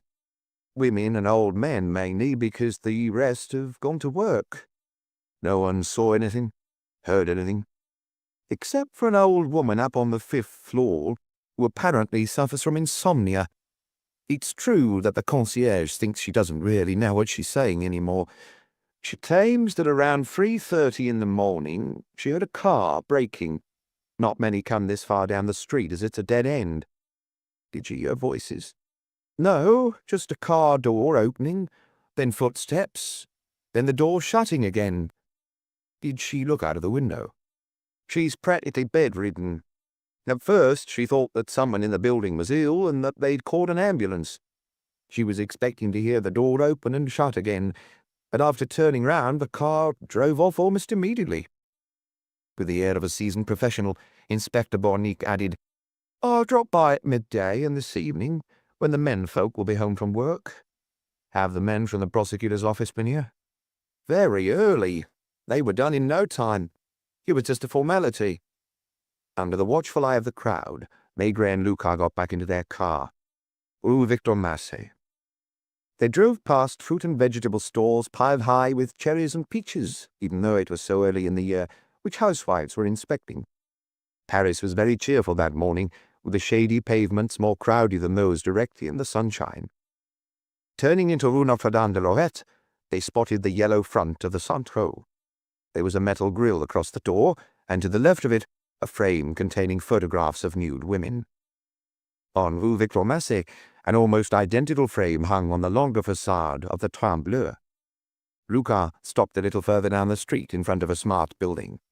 The block was greyish, relatively prosperous-looking, and a couple of brass plates announced the offices of a doctor and an estate agent, respectively. "What is it?" asked an unfriendly concierge, opening her glazed door. "Madame Boulet. 3rd floor on the left, but—" She studied the two men, then changed her mind. "Are you from the police? Then you can go up. Those poor women must be in an awful state." There was an all but silent lift, and a red carpet on the stairs, which were better lit than in most of the old buildings in Paris. On the 3rd floor, voices could be heard behind a door. Maigret rang the bell, and the voices fell silent. Footsteps came nearer. Then Antonio appeared in the doorway. He had taken off his jacket and was holding a sandwich. Come in. Ignore the mess." A baby was crying in a bedroom. A little boy clung to the dress of a young woman who was already quite fat for her age. She hadn't had time to do her black hair, which spilled over her shoulders. My sister, Marina." Her eyes were red, unsurprisingly, and she seemed a little lost. "Come this way." She showed them into a messy living room with an upturned rocking horse on the carpet and some dirty cups and glasses on the table. An older, much fatter woman, dressed in a sky-blue housecoat, appeared in another doorway and studied the newcomers warily. My mother," introduced Antonio. "She barely speaks French. She'll never get the hang of it." The apartment seemed spacious and comfortable, furnished with the sort of rustic furniture you find in the big department stores. "Where is your sister?" asked Maigret, looking round. "With the baby. She's coming." "How do you explain all this, Detective Chief Inspector?" asked Marina, whose accent was weaker than her brother's. She had been 18 or 19 when Boulay met her, which meant she was 25 or 26 now. She was still very beautiful, with an olive complexion, dark eyes. Were her looks still important to her? It wasn't easy to tell in the circumstances, but Maigret would have bet that she wasn't interested in her figure and makeup any more, that she was happy, living with her mother, her sister, her children, and her husband, and didn't spare a thought for anyone else. The moment he came in, Maigret had sniffed the air, recognizing a rich aroma that reminded him of Italian restaurants. Antonio had clearly become the head of the family. Hadn't he already been that, to some extent, when Émile Boulay was alive? The former cruise ship waiter would have had to ask him for Marina's hand, wouldn't he? "Have you found out anything?" Antonio asked, still holding his sandwich. "I like to know if he had his automatic on him when he went out on Tuesday evening." Antonio looked at his sister, who hesitated for a moment, then hurried into another room. She didn't shut the door, so Maigret saw her walk through a dining room and into a bedroom. She opened a drawer in a chest of drawers, then came back with a dark object in her hand. It was the automatic. She held it gingerly, as if she was afraid of guns. "It was in its usual place," she said. "Didn't you always have it on him?" "Not the whole time, no, not recently." "Since Mazzotti died and his gang went back down south," Antonio put in, "Émile didn't feel he needed to be armed any more." That was significant. When he had left his home on Tuesday evening, therefore, Émile Boulay hadn't been expecting a dangerous or awkward encounter. "What time did he leave here, madame?"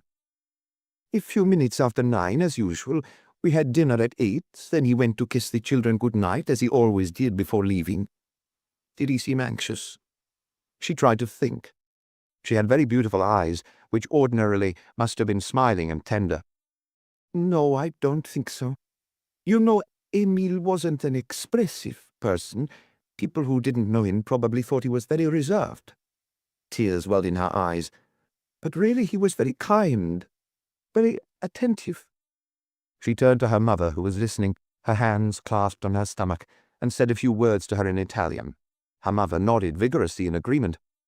"I know what kind of reputation nightclub owners have. People imagine they're sort of gangsters, and it's true, some are." She wiped her eyes and looked at her brother as if asking his permission to go on. "He was timid, if anything. Maybe not in business. He was surrounded by dozens of women he could have done what he liked with, but rather than treat them as most of his colleagues do, he thought of them as employees. He could be firm with them, but he was respectful too. I know that more than anyone because I worked for him before I became his wife. You might find it hard to believe, but he spent weeks hovering around me like a teenager. When he talked to me during the show, he just wanted to ask questions. Where was I born? Where did my family live? Was my mother in Paris? Did I have brothers and sisters? He never laid a finger on me all that time. He never offered me a lift home." Antonio nodded, as if to say that he wouldn't have stood for anything else. "Of course he was familiar with Italian women," she went on, "because there's always 2 or 3 working at the Lotus. One evening, he asked if he could meet my brother." "He did the right thing," admitted Antonio. The mother must have understood a little French. She opened her mouth from time to time as if she was about to join in the conversation, but then couldn't find the right words and ended up remaining silent. A young girl came in, dressed in black, looking fresh-faced with her hair already done. This was Ada, who was probably 22 and must have been the spitting image of her sister when she was her age. She studied the visitors curiously before telling Marina, "She fell asleep eventually." Then she said to Maigret and Luca, "Won't you sit down?" "I understand you were your brother-in-law's secretary, mademoiselle." She had the barest hint of an accent as well, just enough to add another aspect to her charm. That's a big word. Emile dealt with all his affairs himself, and they're not the sort that require a lot of paperwork. Did he have an office? We call it that, yes. 2 little rooms on the mezzanine above the Lotus. When would he go there? He'd usually sleep until midday and have lunch with us. Then we'd both go to Place Pigalle around 3 in the afternoon. Maigret studied the two sisters in turn, wondering whether Marina, for instance, might not feel a little jealous of her younger sister. He couldn't see any hint of it in her expression. As far as he could tell, until 3 days ago, Marina had been happy with her lot in life, content to lead a fairly sleepy existence with her mother and her children in the apartment on Rue Victor Massé. If her husband had lived, no doubt she would have gone on to have a big family. Ada was a very different proposition. Brighter, sparkier. She continued, There'd always be people waiting, performers, musicians, maitre d's or barmen from one club or another, not to mention the wine and champagne salesmen. What was Emile Boulet working on the day he went missing? Wait, it was Tuesday, wasn't it? We went downstairs to audition a Spanish dancer whom he'd hired. Then he saw someone from an air-conditioning company. He was planning to have air conditioning put in all 4 clubs. The Lotus in particular had problems with its ventilation. Maigret remembered seeing a brochure among the dead man's papers. Who dealt with the financial side of the business? What do you mean? Who paid the bills, the staff? The bookkeeper, of course. Does he have an office above the Lotus too? A little room looking onto the courtyard, yes. He's an old fellow who never stops moaning, and it pains him every time he has to pay for anything, as if it's his own money. He's called Raison, Monsieur Raison, as everybody says, because if you don't show him some respect— Is he at Place Pigalle now? Bound to be. He's the only one who works mornings because he has evenings and nights off. The mother, who had disappeared for a few minutes, returned with a carafe of Chianti and some glasses. I suppose each of the clubs has its own manager. Ada shook her head. No, it doesn't work like that. Antonio runs the Paris strip because it's in a different neighborhood with a different clientele. It's got a different style, if you see what I mean. Besides, Antonio is family.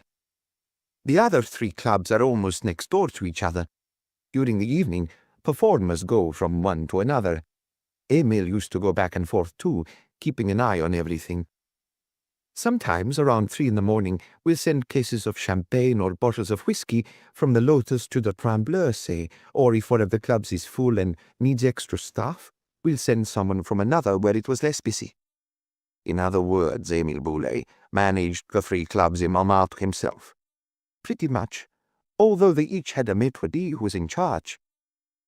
Meanwhile, Monsieur Raison dealt with the bookkeeping and paperwork. That's it, more or less. What about you? I followed my brother-in-law around and took notes.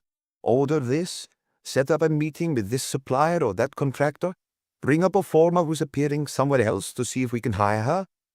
Did you follow him around at night, too? Only for part of the evening. Until when, generally? 10 or 11. Setting up around 9 is the most time-consuming. Someone's always missing, a waiter or a musician or a dancer, or a delivery of champagne or streamers is late. I'm beginning to get the picture, Maigret said distractedly. Were you with him on Tuesday evening? Yes, like every evening. He looked at Marina again and didn't see a trace of jealousy on her face. When did you leave your brother-in-law? At 10:30. Where were you at that point? At the Lotus. It was his headquarters, in a way. We'd already been to the Trembleur and the Saint-Tro. Did you notice anything in particular? Nothing, except that I thought it was going to rain. Did it? A few drops as I was leaving the Lotus. Mickey offered to lend me an umbrella, but I waited, and 5 minutes later it had stopped. Did you make a note of Boulet's meetings? I'd remind him of them if he needed. I hardly ever had to, because he thought of everything. He was a calm, methodical person who ran his businesses in a very serious, responsible way. Was he meeting anyone that night? Not as far as I know. Would you have? I assume so. I don't want to make myself out to be more important than I was. He never discussed his business or plans with me, for instance, but he did talk about them in front of me. When he met people, I was almost always there. I don't remember him ever asking me to read the room. He'd say things like, the Trembleur's wallpaper needs changing. I'd make a note of it, and then I'd remind him the following afternoon. How did he react when he heard Mazzotti had been shot? I wasn't there. He must have found out that night, like everyone in Montmartre, because that sort of news travels quickly. What about the following day, when he got up? He asked me to get the papers first thing. I went and bought them on the corner. Didn't he read them regularly? He'd have a quick look at a morning paper and an evening one. Did he bet on the races? Never. No horses, no carts. He didn't gamble at all. Did he talk to you about Mazzotti's death? He told me he expected to be called in for questioning and asked me to ring the Maître at the Lotus to see if the police had come by. Maigret turned to Luca, who understood his unspoken question. 2 inspectors from the 9th went round, he said. Did Boulet seem worried? He was afraid of bad publicity. It was Antonio's turn to join in the conversation. That was always his big worry. He often told me to mind the reputation of my place. Just because we earn our living from showing naked women doesn't mean we're gangsters, he used to say. I am a reputable businessman, and I want everyone to know that. It's true. I heard him say that too. Aren't you drinking, Detective Chief Inspector? Despite not feeling like Chianti at 11:30 in the morning, he took a sip to be polite. Did he have friends? Ada looked around as if that was a sufficient answer. He didn't need friends. This was his life. Did he speak Italian? Italian, English, a little Spanish. He'd learned languages in the cruise ships, then in the United States. Did he talk about his first wife? Marina didn't seem remotely embarrassed as her sister answered, He went to her grave every year, and her picture is still on the bedroom wall. One other question, Mademoiselle Ada.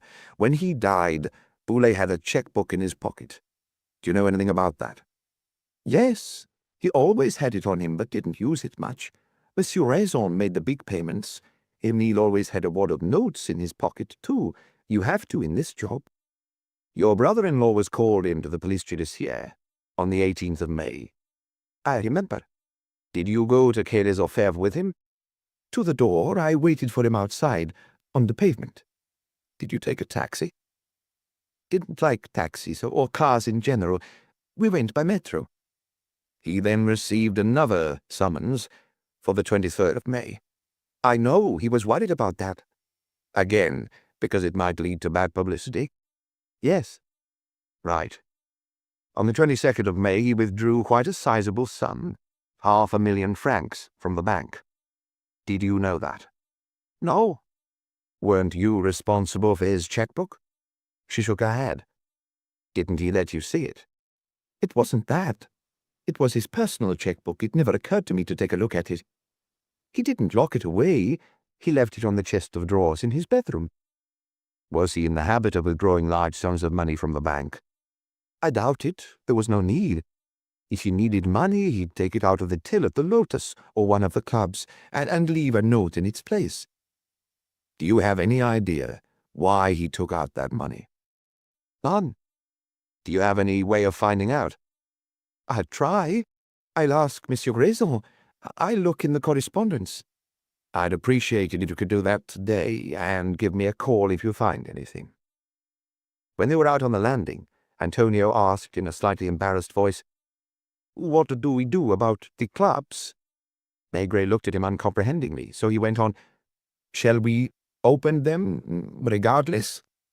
I don't see any reason to, but I suppose it's a matter for you and your sister to decide, isn't it? If we shut, people are going to wonder. The lift arrived, and Maigret and Luca got in, leaving the Italian to his confusion. Chapter 3. Maigret lit his pipe on the pavement, blinking in the sunshine. He was about to say something to Luca when a typical little Montmartre scene unfolded in front of them. The Trembler was not far away, with its neon sign turned off, its shutters closed. Directly opposite the Boulets' building A young woman rushed out of a little hotel wearing a black evening dress with a tulle scarf thrown over her bare shoulders. In the daylight, the roots of her dyed hair were showing, and she hadn't stopped to fix her makeup. She was tall and slim, like a chorus girl. Hurrying across the road on precariously high heels, she went into a little bar, where she was probably going to have coffee and croissant. Another person came out of a hotel almost on her heels. A Scandinavian businessman type in his mid to late 40s, who glanced left and right, then headed to the corner of the street and hailed a taxi. Maigret reflexively looked up at the windows on the third floor of the building he had just left, at the apartment where 3 women had recreated a little Italy with 2 children at its heart. "It's 11:15. I want to go and see Monsieur Raison in his office. You could ask around the neighborhood in the meantime, especially the shops, the butcher's and cheese shop, you know." "Where shall I find you, Chief?" "At Chez Joe's." That was the bar where Mazzotti had been shot. Maigret wasn't following any fixed plan. He didn't have any ideas. He was a bit like a gun dog running around, sniffing left and right. And the truth was, he didn't mind being exposed to this Montmartre air for the first time in years. He turned the corner of Rue Pigalle, stopped at the Lotus's metal gate, looked unsuccessfully for a bell. The door behind the gate was locked. There was another club next door, smaller and shabbier, its front painted an aggressive purple, and beyond that a lingerie boutique, its narrow window filled with gaudy bras and knickers. On the off chance, he went into a block of flats and found a surly concierge in her lodge. "The Lotus?" he asked. "Didn't you see it was shut?" She studied him suspiciously, possibly sensing a policeman. "I want to see the bookkeeper, Monsieur Raison." "The staircase on the left, in the courtyard." It was a dark, narrow courtyard, crowded with dustbins and overlooked by mainly curtainless windows. A brown door was open a crack, revealing an old, even darker staircase, which creaked under Maigret's weight. One of the doors on the mezzanine bore a zinc plate with "The Full Moon" stamped on it in crude letters. That was the name of the club next to Emile's. On the door opposite, a cardboard sign read, "The Lotus." Maigret had the disappointing impression of entering a theatre by the stage door. Drab and dusty, almost seedy, the setting hardly conjured up visions of evening gowns and bare flesh, champagne and music. He knocked, heard nothing, knocked a second time, then finally decided to turn the enamel door handle. He found himself in a narrow corridor where the paint was flaking off the walls. There was a door at the far end, and another to his right. He knocked on the latter, and as he did so, heard a scuffling sound. Whoever was inside kept him waiting for a fair while before saying, "Come in." He was greeted by the sight of sunshine falling through dirty windows, a fat man straightening his tie. His age was hard to determine, but with a few grey hairs combed over his bald head, he must have been getting on. And a young woman, in a flowery dress, standing around, trying to look casual. "Monsieur Raison?" "That's me," answered the man without looking him in the face. Maigret had obviously interrupted them. Detective Chief Inspector Maigret. It was stiflingly hot, and there was a heady perfume in the air. "I've got to be off, Monsieur Jules.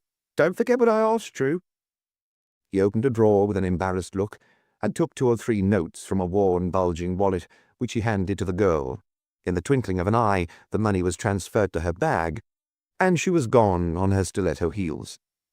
"They're all the same," sighed Monsieur Raison, mopping his face with a handkerchief, possibly in case it still had some lipstick on it.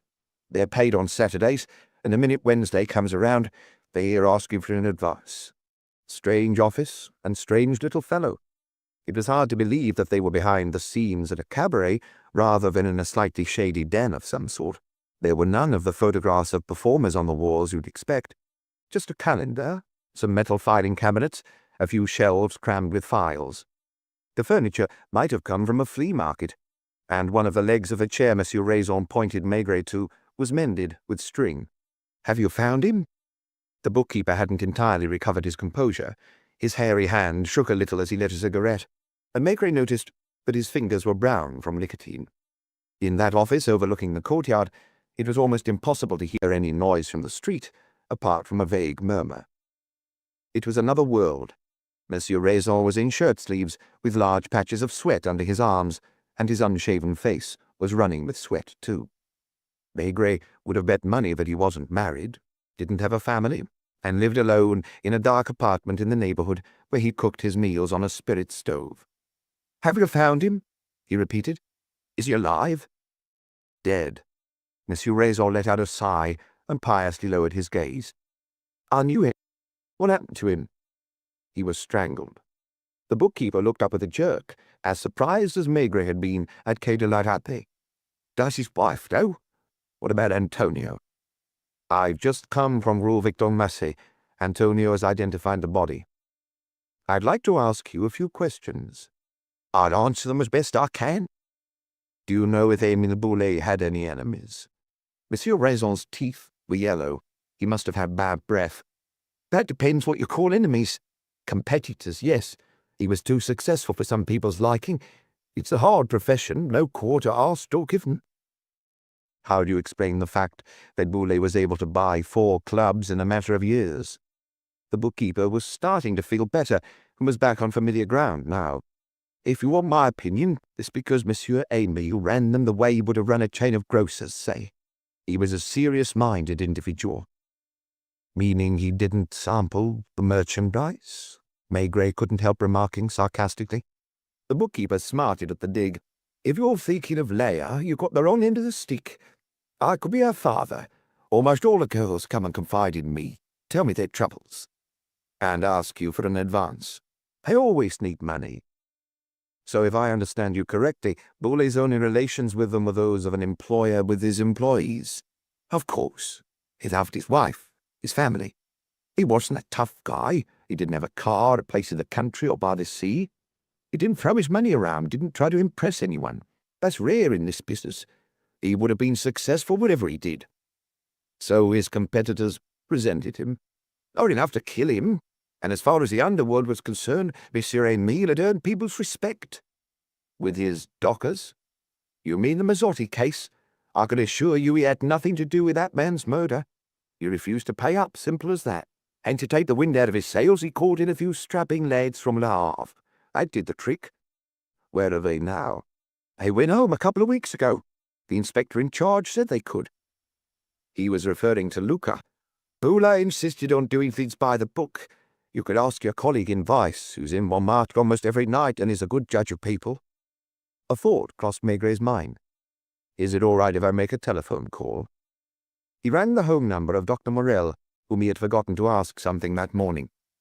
I was wondering, Doctor, is it possible, before you get the results of the tests, to tell me roughly how long after his dinner Boulet was killed? What? No, I'm not asking for an exact answer. Within an hour, yes. I know that based on the contents of his stomach. He ate at 8 in the evening. Was that between midnight and 1 in the morning? Thank you. One little box ticked off. I assume you don't work at night, Monsieur Raison? The bookkeeper, with a lonely air, shook his head almost indignantly. I never set foot in the club. It's not my job. I imagine your employer kept you informed about his business affairs. In principle, yes. Why, in principle? Because he didn't talk to me about forthcoming plans, for instance. When he bought the Paris strip to set up his brother-in-law, I only found out the day before he signed the papers. He wasn't much of a talker. Did he say anything about a meeting on Tuesday evening? No, nothing. I tried to explain how the office has always worked. I'm here mornings and afternoons. In the morning, I'm more or less on my own. In the afternoon, the boss used to come in with Ada, his secretary. Where's his office? I'll show you. It was at the end of the corridor, a room barely larger or more luxurious than the one the 2 men had left. A typist's desk with a typewriter in one corner, a few filing cabinets, some photographs of Irina and the 2 children on the walls, another photograph of a woman with blonde hair and melancholy eyes, who Maigret presumed was Boulet's first wife. He only called me when he needed me. I just placed the orders and settled the bills. So you saw to all the payments, including the ones in cash. What do you mean? Maigret may not have worked in Vice, but he still knew how things worked after dark. I imagine some payments were cash in hand, off the books, if only to dodge the taxman. No offence, Monsieur Maigret, but you're wrong there. I know it's what everyone thinks about this business, and it sounds easy, But that was what made Monsieur Boulay different from everyone else. As I've already said, the fact that he insisted on everything being legitimate. Did you do his tax returns? Yes and no. I kept his accounts up to date, and when the time came, I handed them over to his lawyer. Let's suppose that at a certain moment Boulay needed quite a large amount of money. 500,000 francs. Quite simple. He would have taken it out of the till at one of the clubs and left a note in its place. Did he ever do that? Not for such large amounts. 100,000 or 200,000 francs. So he had no reason to go and withdraw money from the bank. Intrigued by the question, Monsieur Raison took his time answering. Wait, in the mornings I'm here, and there's always plenty of cash in the safe. I don't go and put the previous day's takings in the bank until about midday. In any case, I don't think I ever saw him in the office in the morning, because he was always still asleep. In the evenings, as I've told you, he could just take it from the till at the Lotus, the Trembleur, or the Centraux. Afternoons are another matter. If he'd needed 500,000 in the middle of the afternoon, he probably would have gone to the bank. Which he did, on the 22nd of May. Does that date mean anything to you? No, nothing. Do you have any record of a payment being made on that date, or the following day? They had gone back into Monsieur Raison's office. The bookkeeper studied a black, cloth-bound ledger. None, he confirmed. Are you sure your boss wasn't having an affair? That's completely far-fetched, in my opinion. He wasn't being blackmailed, was he? Can you check the bank statements to see if Boulay cashed any other similar checks? The bookkeeper fetched a file from one of the cabinets, ran his pencil down the columns. Nothing in April, or March, or February. Nothing in January either. That'll do. So Emile Boulay had only gone to the bank and withdrawn money once in the last few months. That check was still bothering Maigret. He sensed he was missing something, probably something important, and his thoughts were going round in circles. He came back to a question he had already asked. Are you sure your boss didn't pay anyone cash in hand? I can't think who he would have. I know it may be hard to believe, but you can ask Maître Gaillard. Monsieur Emile was almost obsessive about this. He used to say that people in slightly marginal professions are the ones that have to be the most above board. Don't forget that everyone's suspicious of us. The police are on our backs the whole time, not just Vice. The fraud squad as well. Oh, that's right. Talking of the fraud squad, I remember a story. 2 years ago, at the Centraux, an inspector found some counterfeit whiskey in branded bottles. It goes without saying that that's common practice in lots of places. Naturally, Customs and Excise started proceedings. Monsieur Emile swore he was the first he'd heard of it. His lawyer took it in hand, and they were able to prove that the barman was switching the alcohol for his own profit. The boss settled up anyway, but I need hardly tell you that the barman was shown the door. Another time, I saw him even more furious. He had noticed some suspicious characters among the Trembleur's customers. When you're used to the clientele, you can immediately spot anyone who's there for different reasons, you understand. The police didn't need to step in on that occasion.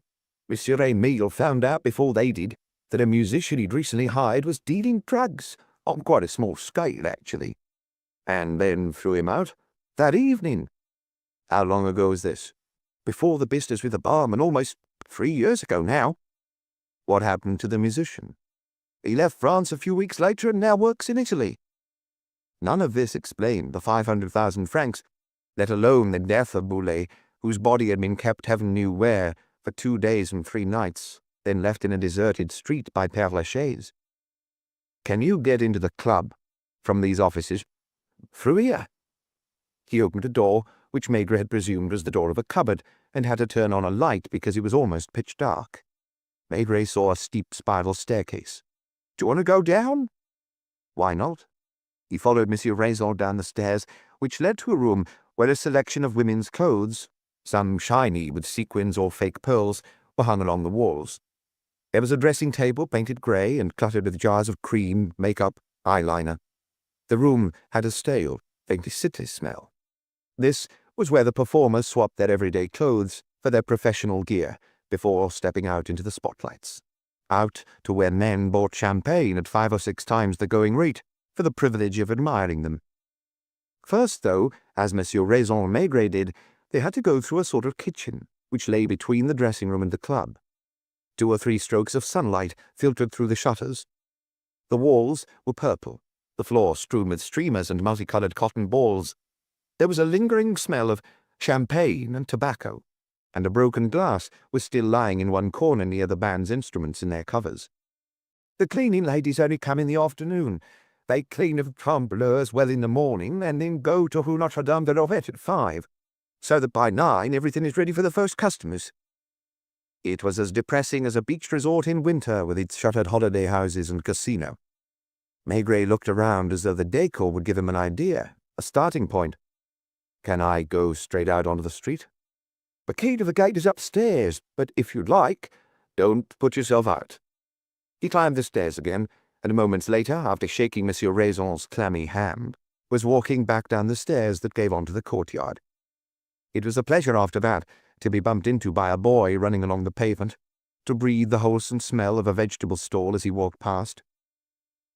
He was well acquainted with a bar belonging to Joe, whom everyone called Joe the Wrestler. He had known it for at least 20 years, if not more, and it had had no shortage of owners. No doubt its popularity had something to do with its strategic position just round the corner from Pigalle, from Place Blanche, and the pavements patrolled tirelessly throughout the night by a crowd of women. Shut down 10 times by the police, local villains had invariably reclaimed the bar as a meeting place, and Mazzotti wasn't the first to be killed there. It was peaceful enough, though, at least at that time of day. It was done up like a traditional Parisian bistro, with its zinc bar, mirrored walls and wall seats. 4 men were playing belote in a corner, while 2 plasterers in overalls, their faces flecked with white, were drinking wine at the bar. Luca was already there, and as Maigret came in, the owner, a giant of a man with rolled-up sleeves, called out, "Here's your boss. What can I get you, Monsieur Maigret?" He was always sarcastic, even under intense questioning. He had experienced his share of that in his career, not that it had resulted in any convictions. A glass of white wine. Maigret could tell from Luca's face that he hadn't found out anything significant.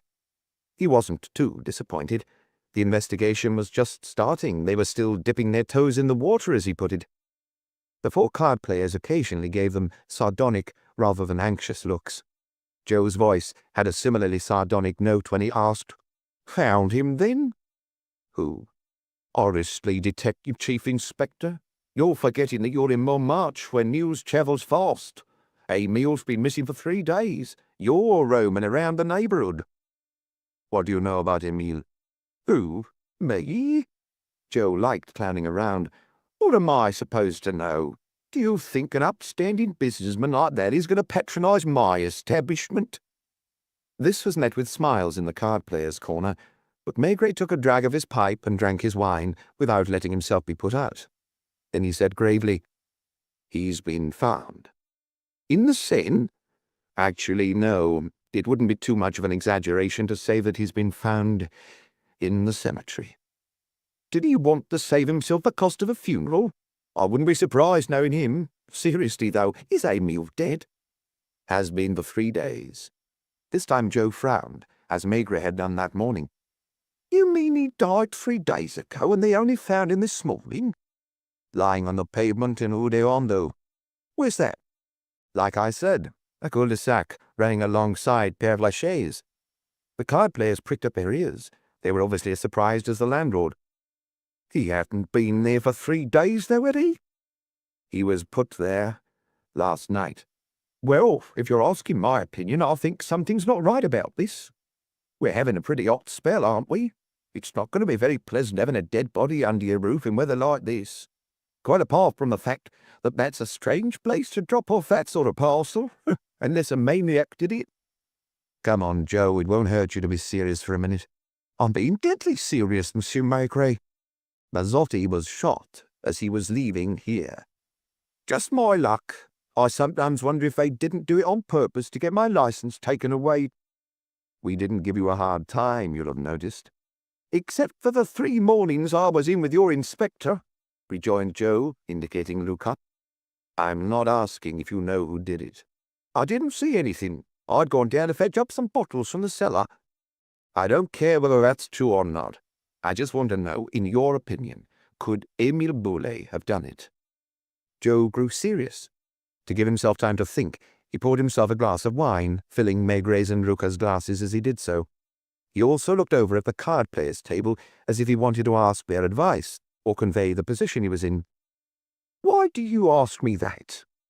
Because you know more about what goes on in Montmartre than pretty much anyone. People say that. He was flattered all the same. Emile was an amateur, he muttered almost regretfully after a while. Didn't you like him? Oh, that's another story. I didn't have anything against him personally.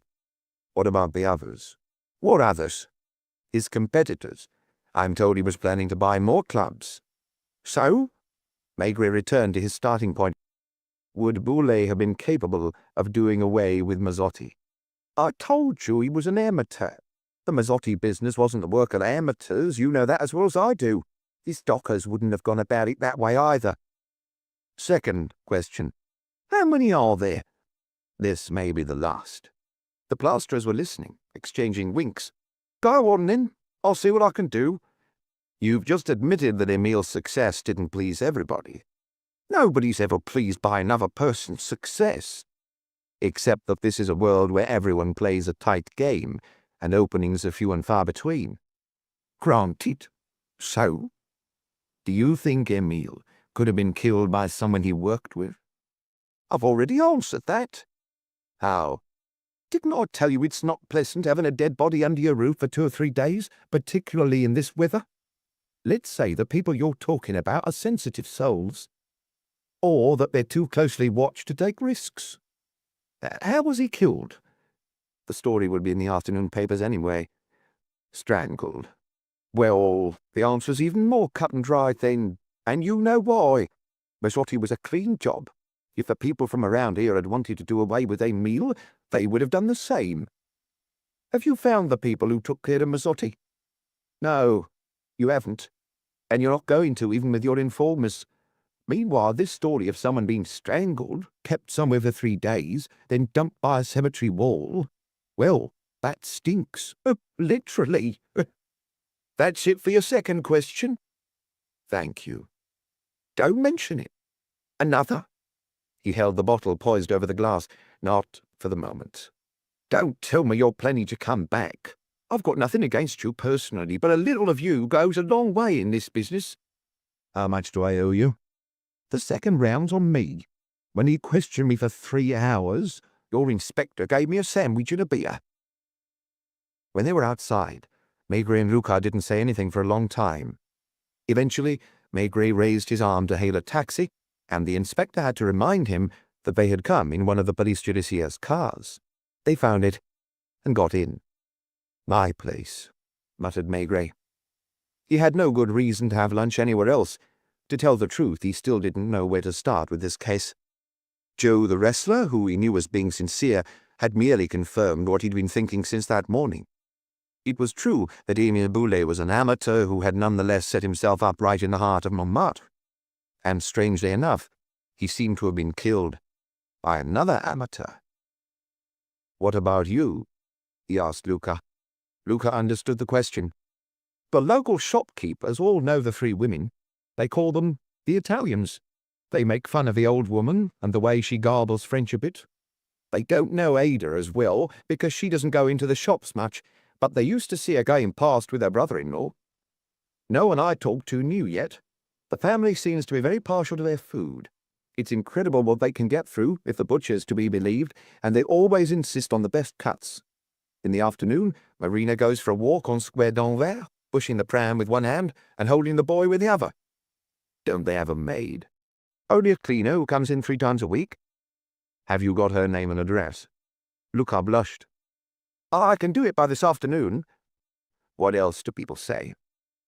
The fishmonger's wife told me he's a sly old devil. She was talking about Emile, naturally. He married the older sister when she was 19. When he saw she was starting to put on weight, he sent for the younger one. I bet he'll find another sister or cousin in Italy when it's Ada's turn to fill out. Maigret had thought the same. It wouldn't be the first husband he'd seen in love with his sister-in-law. Try to find out more about Ada, particularly whether she's got a boyfriend or lover. Is that your impression, Chief? No, but we can't leave anything to chance. I'd like to know more about Antonio, too. Why don't you take a walk along Rue de Pontier this afternoon?" "All right." Lucas stopped the car in front of his chief's apartment building. As Maigret looked up, he saw his wife leaning on her elbows at the window. She gave him a discreet wave. He waved back, then set off up the stairs. Chapter 4. When the telephone rang, Maigret, who had his mouth full, gestured to his wife to answer it. "Hello, who's speaking?" "Yes, he's eating. I'll call him." He looked at her glumly, frowning. "It's Lacroix." He stood up, still chewing, napkin in hand to wipe his mouth. He had just been thinking about his colleague Lacroix, the head of the vice squad, in fact, and had resolved to pay him a visit that afternoon. Maigret's contacts with the Montmartre underworld, Pigalle in particular, were out of date, and Lacroix knew all the latest developments. "Hello? Yes, go ahead. No, don't mention it, it's fine. I was planning to drop by and see you later." The head of vice, who was Maigret's junior by about 10 years, lived not far from Boulevard Richelieu on Boulevard Voltaire, in an apartment that, thanks to his 6 or 7 children, was in a permanent state of uproar. "I've got someone I'm sure you know here," he explained. "He's been one of my informers for a long time. He doesn't like showing his face at headquarters, so if he has something to tell me, he comes to see me at home. Today's tip happens to be more at your street than mine. Of course, I don't know if it amounts to anything, but apart from his tendency to embellish, because he's a bit of an artist in his own way, he's someone you can trust." "Who is it?" "Louis Boubet, known as Mickey, a night tub doorman in—" "Send him over." "Do you mind if he sees you at home?" Maigret quickly finished his lunch, and by the time the bell rang, his wife had made coffee, which he took into the living room. He hadn't seen Mickey, as he was nicknamed, for years, but he recognized him immediately. Not that he could have failed to, really, as Boubet was quite an extraordinary creature. How old must he be now? Maigret tried to work it out. He was still a young inspector when his visitor was starting out as an errand boy in Montmartre. Boubet hadn't grown a centimetre. He was still the size of a 12 or 13-year-old, and the most extraordinary thing was that he still looked like one, too. A skinny little lad with big sticking-out ears, a large pointed nose, and a cheeky mouth that looked as if it was made of India rubber. It was only when you looked closer that you realized that his face was covered in fine lines. "It's been a while," Mickey exclaimed, looking around, holding his cap in his hand.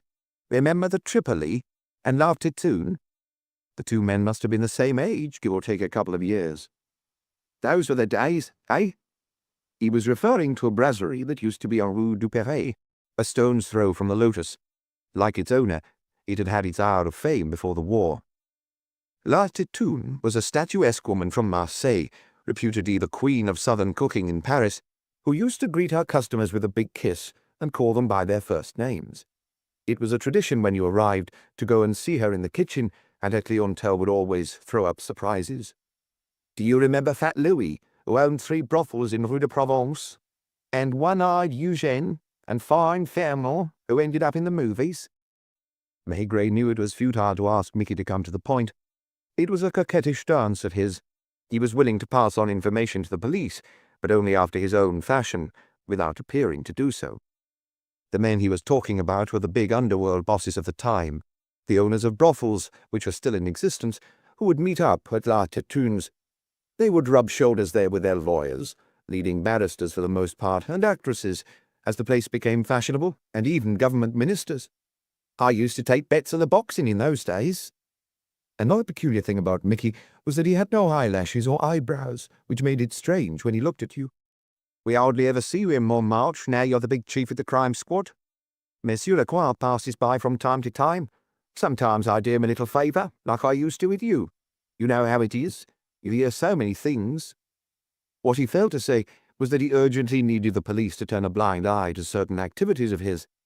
As they tipped Mickey when they were leaving the club, the customers of the Lotus had no idea that he had his own thing going on the side. He'd sometimes whisper into their ears, "Living statues, monsieur." He could say this in a dozen languages with an explanatory wink. Then he'd slip the address of a nearby apartment into the man's hand. It wasn't that bad, as a matter of fact. What you were presented with there, dressed up as a great mystery, was a dustier, sleazier version of the show you'd find in almost any club in Pigalle, the only difference being that the women were no longer 20, but often double that, if not more. Your inspector, the little fat one. Luca? Yes. He called me in about 3 weeks ago, after Mazzotti died, but I didn't know much. He was gradually getting to the point in his own way. I told him that it definitely wasn't my boss's doing, and I was right there. Now I've got a tip-off about who did it. You've always been understanding with me, so I'm giving it to you, for what it's worth, of course. This is not me talking to the police, understand? This is me talking to someone I've known a long time. We're chatting. The conversation happens to get round to Mazzotti, who between you and me didn't measure up. So naturally, I say what someone else has told me. Don't waste your time looking round Pigalle for the guy who did it. At Easter? Where was Easter this year? End of March. Right. So, at Easter, Mazzotti, he was just a little thug trying to make out he was a big man, went to Toulon, and that's where he met the beautiful Yolande. Do you know her? She's Mattei's wife, and Mattei is the head of the gang from Marseille who pulled off a score of hold-ups before they were busted. Are you with me? So Mattei is behind bars. Mazzotti thinks it's Liberty Hall and takes Yolande back to Paris. Well, I don't need to spell the rest out to you. Mattei still has men in Marseille, so 2 or 3 of them go up to Paris to sort it out. It was plausible. It explained the Rue de Douai affair, how professional and flawless it had been. I thought that would interest you, and not knowing your address, I went to see your colleague. Mickey wasn't getting ready to go, which meant he either hadn't said his piece or was expecting questions. On cue, Maigret asked innocently, "Have you heard the news?" "What news?" Mickey replied, equally innocently. Then he immediately broke into a roguish smile. "You mean Monsieur Emile? I heard he'd been found." "Were you in Joe's just now?" "We're not great friends, Joe and me, but the word is out." "I'm more interested in what happened to Emile Boulet than the Mazzotti affair." "Well, I've got to say I'm in the dark about that, Detective Chief Inspector. That's the honest truth." "What did you think of him?" "Just like I told Monsieur Lurca, what everyone thought of him." "What was that?" "He had his own ideas of how to run his business, but he was above board." "Do you remember Tuesday evening?" "I've got a pretty good memory," he replied with a smile and one of his compulsive winks, as if everything he said was noteworthy. "Did anything special happen?" "Depend what you think special. Monsieur Emile came by with Mademoiselle Ada as we were setting up, around 9, same as every night. But you know that. Then he went to look at the Train Bleu and passed by Rue Notre-Dame-de-Rouet." "What time did you see him again?" "Wait, the band had started, so it must have been after 10. We can play all we want to bring in the customers, but they hardly ever show up until the cinemas and the theatres have shut." "Did his secretary hang around?" "No, she headed off to the apartment." "Did you see her go into their building?" "I think I watched her go in because she's a beautiful girl, and I always flirt with her a little, but I couldn't swear to it." "What about Boulet?" "He went back to the Lotus to make a telephone call." "How do you know he made a telephone call?" "Germaine, the coat-check girl, told me. The telephone is just by the cloakroom. The booth has a glass door. He dialed a number that didn't answer, and when he came out he looked annoyed." "Why did the coat-check girl notice that?"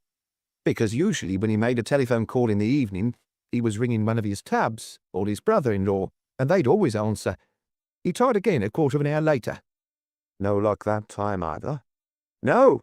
I suppose he was calling someone who wasn't home, and that seemed to irritate him. Between calls he prowled round the club. He told off a dancer whose dress was the worse for wear, and was short with the barman. After a 3rd or 4th go, he came out onto the pavement to get some fresh air." "Did he talk to you?" "He wasn't the talkative sort, you know.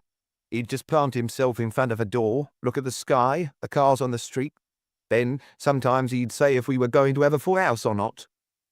"Did he get through eventually?" "At about 11. "Then did he leave?" "Not immediately. He came back out onto the pavement. He often did that. I saw him take his watch out of his pocket a few times. Finally, after 20 minutes or so, he started off down Rue Pigalle." "He was meeting somebody, in other words." "I see we have the same idea." "Apparently he almost never took taxis." "That's true. After his accident he didn't like cars. He preferred the metro." "Are you sure he set off down Rue Pigalle, not up?" "Certain." "If he'd had to take the metro, he would have gone up the street." "He did that when he was going to look in at Rue de Berry." "So, in all probability, his appointment was in the neighbourhood. My first thought was that he was going to the Centraux in Rue Notre-Dame-de-Lorette, but no one saw him there. Do you think he had a mistress? Definitely not.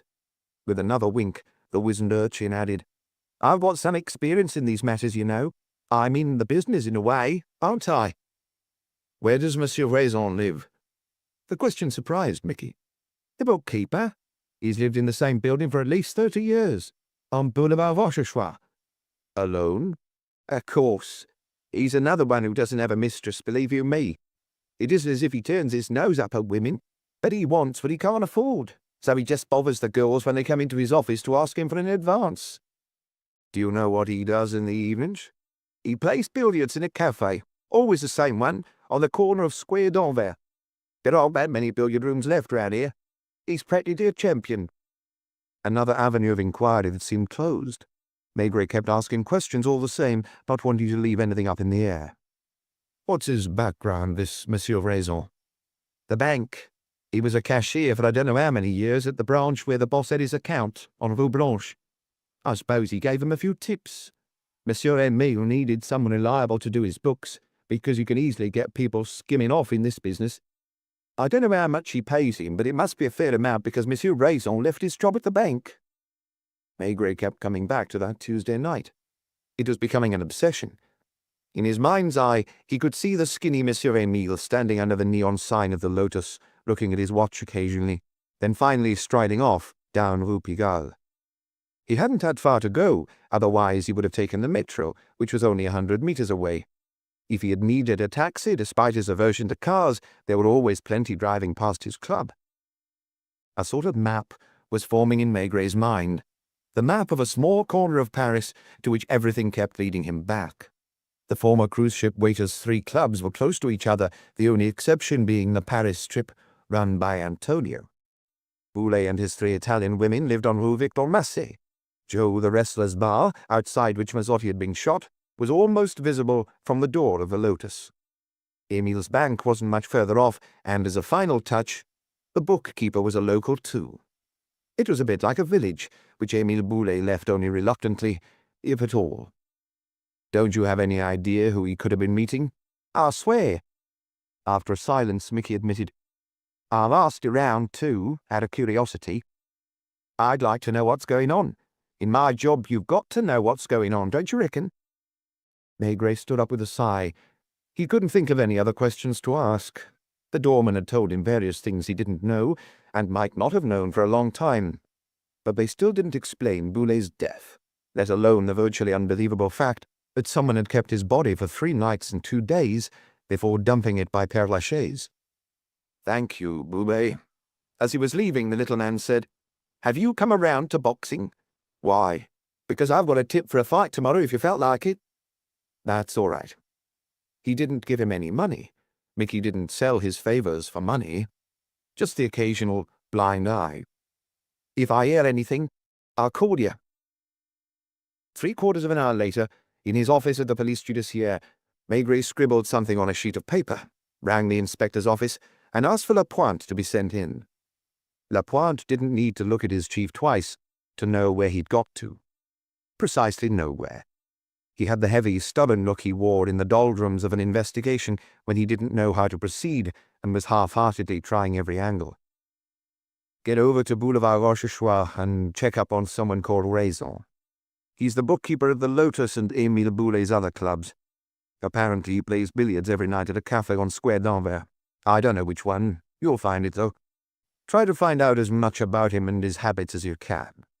I'd especially like to know if he was at the cafe on Tuesday night, and if so, when he left and when he got home. I'm on my way, Chief. Lucas was looking into Ada and Antonio in the meantime. To soothe his impatience, Maigret buried himself in his administrative files. By about 4:30, he had had enough, and putting on his jacket, went to drink a glass of beer at the Brasserie Dauphine. He nearly ordered a second, not because he was thirsty, but to defy his friend Pardon and his counsels of abstinence. He hated not understanding. It was beginning to feel like a personal affront. He kept coming back to the same images. Emile Boulet in a blue suit, standing outside the Lotus, then going back inside and telephoning without any luck, then kicking his heels, then trying the same number again and again, under the coat-check girls' indifferent gaze. Ada had gone home by this point. Antonio was attending to the first customers of the night in Rue de Berry. The bartenders in all 4 clubs were straightening their glasses and bottles. The musicians were tuning up. The girls were kitting themselves out in their sordid dressing rooms before they went and took their places in front of the tables. Boulet had finally got through to the person he wanted to talk to, but he hadn't left immediately. The appointment wasn't immediate, in other words. He had been given a specific time. He had stood outside the club again, taking his watch out of his pocket several times, then all of a sudden headed off down Rue Pigalle. He had eaten at 8 o'clock. According to the pathologist, he had died 4 or 5 hours later, in other words, between midnight and 1 in the morning. When he left the Lotus, it was 11:30. He had between half an hour and an hour and a half left to live. They had established that he hadn't been involved in Mazzotti's death. What was left of the Corsican gang knew that as well, and had no reason to do away with him. Similarly, nobody in the underworld would have done the job like Emile's murderer, strangling him, keeping his body for 2 days, and then running the risk of leaving it in Rouen. Ada wasn't aware of her employer meeting anyone, nor was Monsieur Raison. Antonio said he didn't know anything. Even Mickey, who had good reasons for being up to speed with everything that went on, was in the dark on that score. Maigret was glumly pacing up and down his office, pipe-stem clamped between his teeth, when Luca knocked on the door. He was not wearing the triumphant expression of someone who had just made a discovery. Maigret looked at him in silence. "I'm hardly any the wiser than I was this morning, Chief. Apart from the fact that Antonio didn't leave his club on Tuesday evening or at any time that night." "Naturally. That would have been too easy." "I saw his wife, an Italian woman who's expecting a baby. They live in a pretty apartment on Rue de Ponthieu." Maigret's blank stare was making Luca uneasy. "I can't help it. Everybody likes them. I spoke to the concierge, the tradesmen, the club's neighbours. Then I went back to Rue Victor Massé. I found the bookkeeper in his office and asked him for addresses of the performers who work at the Lotus and the other clubs. 2 of them were still asleep in a boarding house." Luca felt as if he were talking to a brick wall. At times, Maigret turned his back on him to watch the Seine flow by. "Another girl who lives on Rue Le Pic has a baby, and—" Luca was thrown by how exasperated Maigret seemed. "I can only tell you what I know. They're all jealous of Ada, naturally, although some more than others. They think she would have become the boss's mistress sooner or later, but that it wasn't a done deal yet. Antonio wouldn't have approved either, apparently." "Is that it?" Luca spread his hands disconsolately. "What shall I do now?" "Whatever you like." Maigret went home early, after morosely spending a little longer on the tedious business of the reorganization of police services, which he was sure wouldn't take the form he was recommending anyway. Reports. Always reports. They asked for his advice. They requested he draw up detailed plans. Then it all ground to a halt somewhere in the administrative hierarchy, and nothing more would be heard about it. Unless they decided on the direct opposite of what he suggested. "I'm going out tonight," he told his wife in a gruff voice. She knew it was better not to ask him any questions. He sat down at a table and watched television, grumbling occasionally. So stupid. Then he went into the bedroom to change his shirt and tie. "I don't know when I'll be back. I'm off to Montmartre to have a look around a few nightclubs." It was as if he was trying to make her jealous. He seemed put out when she said with a smile, "You should take your umbrella. They're saying on the radio they're going to be thunderstorms." The real reason he was in such a bad mood was that he sensed it was his fault. He was confused. He was sure that at some point in the day he had almost been on the right track. He couldn't say exactly when. Someone had told him something significant. Who, though? He had seen so many people. It was 9 o'clock when he got a taxi, 9:20 when he pulled up outside the Lotus. Mickey greeted him with a knowing wink and held the red velvet door of the club open for him. The musicians in white dinner jackets hadn't taken up their positions and were chatting in a corner. The bartender was wiping glasses on the shelves behind the bar. A beautiful red-haired girl in a very low-cut dress was filing her nails in a corner. Nobody asked him what he was doing there, as if they already knew. Instead, They just kept darting inquisitive glances in his direction. The waiters were putting champagne buckets on the tables. Ada, in a dark suit, came out of the back room holding a notebook and a pencil. She saw Maigret, hesitated for a moment, then walked over. "My brother advised me to open the clubs," she explained, slightly embarrassed. "The truth is, none of us knows exactly what we should be doing. Apparently, it's not usual to close if there's been a death in the family." Looking at the notebook and the pencil, he asked, "What were you up to?" "What my brother-in-law always did at this stage of the evening. Checking the stocks of champagne and whiskey with the bartenders and maitre d's. Then organizing the performers' rota for the clubs. Someone's always missing. You have to make last-minute changes every night. I also looked in at the Trembleur." "How's your sister?" "She's in a terrible way. Luckily, Antonio spent the afternoon with us. The undertakers came by. They're going to bring the body home tomorrow morning. The telephone didn't stop ringing. We had to see to the death notices, too." She was coping, keeping an eye on preparations as they were talking, as Boulay would have done. She even broke off to say to a young maitre d', "No, Germain, no ice in the buckets yet."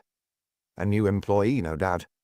On the off chance, Maigret asked, "Did he leave a will?" "We have no idea, and that makes things complicated for us because we don't know what to do exactly." "Did he have a notary?" "Not as far as I know. I'm sure he didn't, actually. I telephoned his lawyer, Maître Jean-Charles Gaillard, but he's not at home. He left early this morning for Poitiers, where he's due in court, but he won't be back until late this evening." Who had already mentioned a lawyer? Maigret thought back, and lighted on the unappetizing image of Monsieur Raison in his little office on the mezzanine. What had they been talking about? Maigret had asked if any payments were cash in hand, to avoid tax. He remembered the bookkeeper replying that Monsieur Emile wasn't the sort of man to cheat and risk getting into trouble, that he insisted on everything being by the book, and that his lawyer dealt with his tax returns. "Do you think your brother-in-law would have talked to him about his will?" "He asked his advice about everything. Don't forget that he had no experience of business when he started. When he opened the Trembleur, some neighbors took him to court. I can't remember why. Probably because the music kept them awake." "Where does he live?" "Maître Gaillard? Rue La Bruyère, in a little townhouse roughly in the middle of the street." "Rue La Bruyère, barely 500 meters from the Lotus. You just had to go down Rue Pigalle, cross Rue Notre-Dame-de-Lorette, and turn left a little further down the hill." "Did your brother-in-law see him often?" "Once or twice a month." "In the evening?" "No, late afternoon, generally after 6 when Maître Gaillard was back from the Palais." "Did you used to go with him?" She shook her head. Strange as it might seem, Maigret's bad-tempered expression had vanished. "Can I make a telephone call?" "Would you rather go up to the office or use the booth?" "The booth." Like Émile Boulay, although Boulay had only started trying to call someone at around 10 at night. Through the window, he saw Germaine, a coat-check girl who was arranging pink tickets in an old cigar box. "Hello, is that Maître Gaillard's house?" "No, monsieur. This is the coast chemist's." "I'm sorry." He must have misdialed. He began again, more carefully, hearing a distant ring. A minute passed, then 2. No one answered. He redialed the number 3 times, without success. When he came out of the booth, he looked around for Ada and eventually found her in the changing room where 2 women were undressing. They paid no attention to him, made no attempt to hide their bare breasts.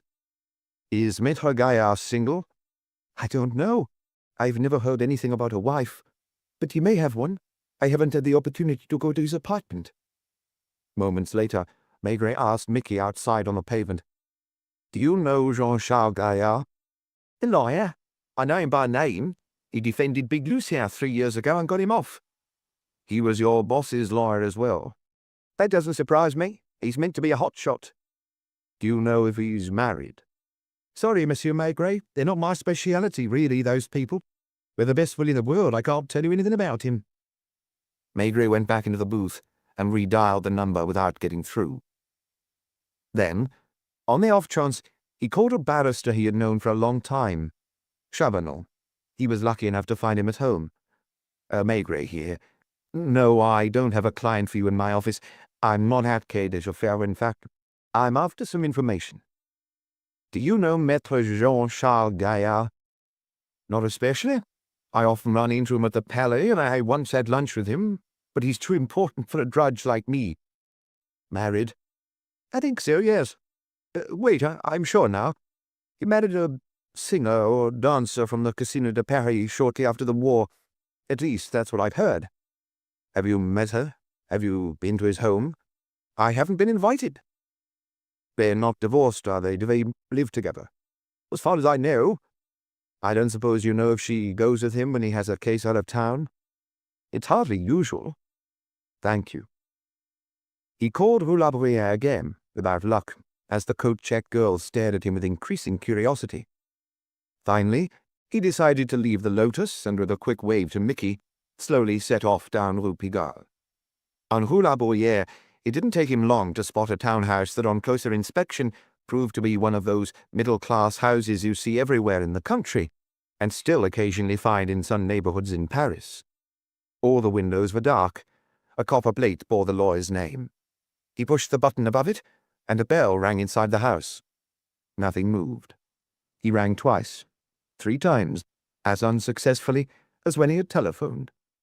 Without really knowing why, he crossed the street to get a view of the whole house.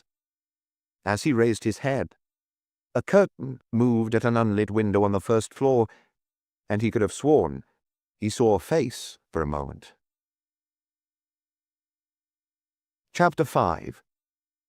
Maigret might have been pretending to be a nightclub owner, doing his best impression of Émile Boulet, despite their differences in height and build, as he strolled around the handful of streets that constituted the former Transat employees' universe, and watched them change in appearance as the hours went by.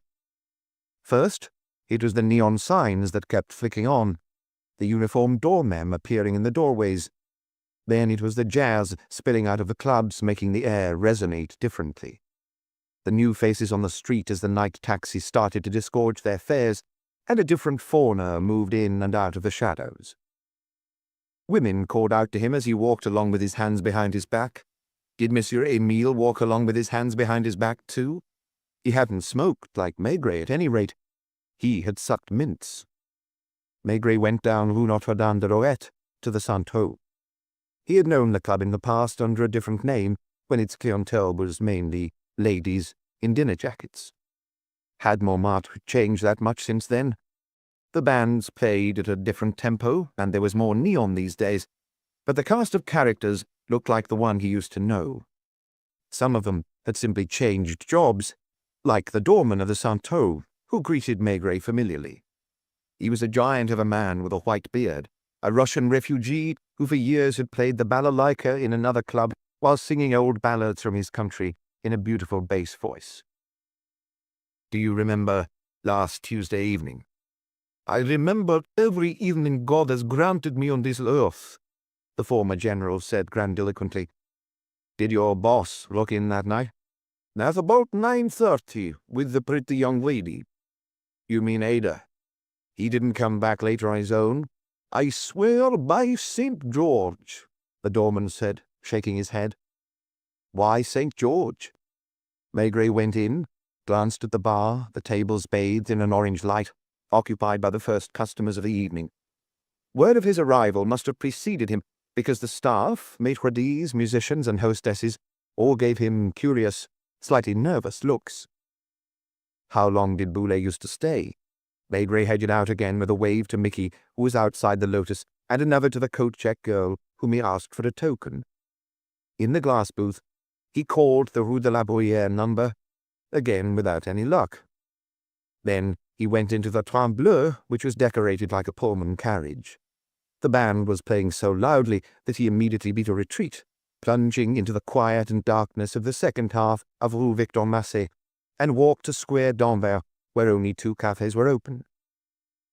One, the Shop d'Anvers, looked like an old-fashioned brasserie in the country. Near the windows, regulars were playing cards, and at the back he could see a billiard table, around which 2 men were slowly, almost solemnly circling. One of the 2 was Monsieur Raison, in his shirt-sleeves. His partner, with a huge belly and a cigar between his teeth, was wearing green braces.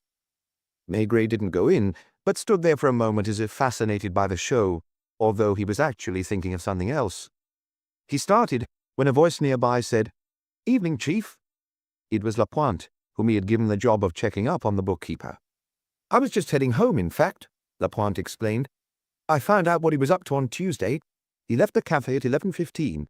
He never stays later than 11:30, and less than 10 minutes later, he was home. His concierge is adamant. She hadn't gone to bed because her husband and daughter were at the cinema that night, and she waited up for them. She saw Monsieur Raison come in, and she's sure he didn't go out again." The young inspector was puzzled because Maigret didn't seem to be listening to him. "Have you found anything new?"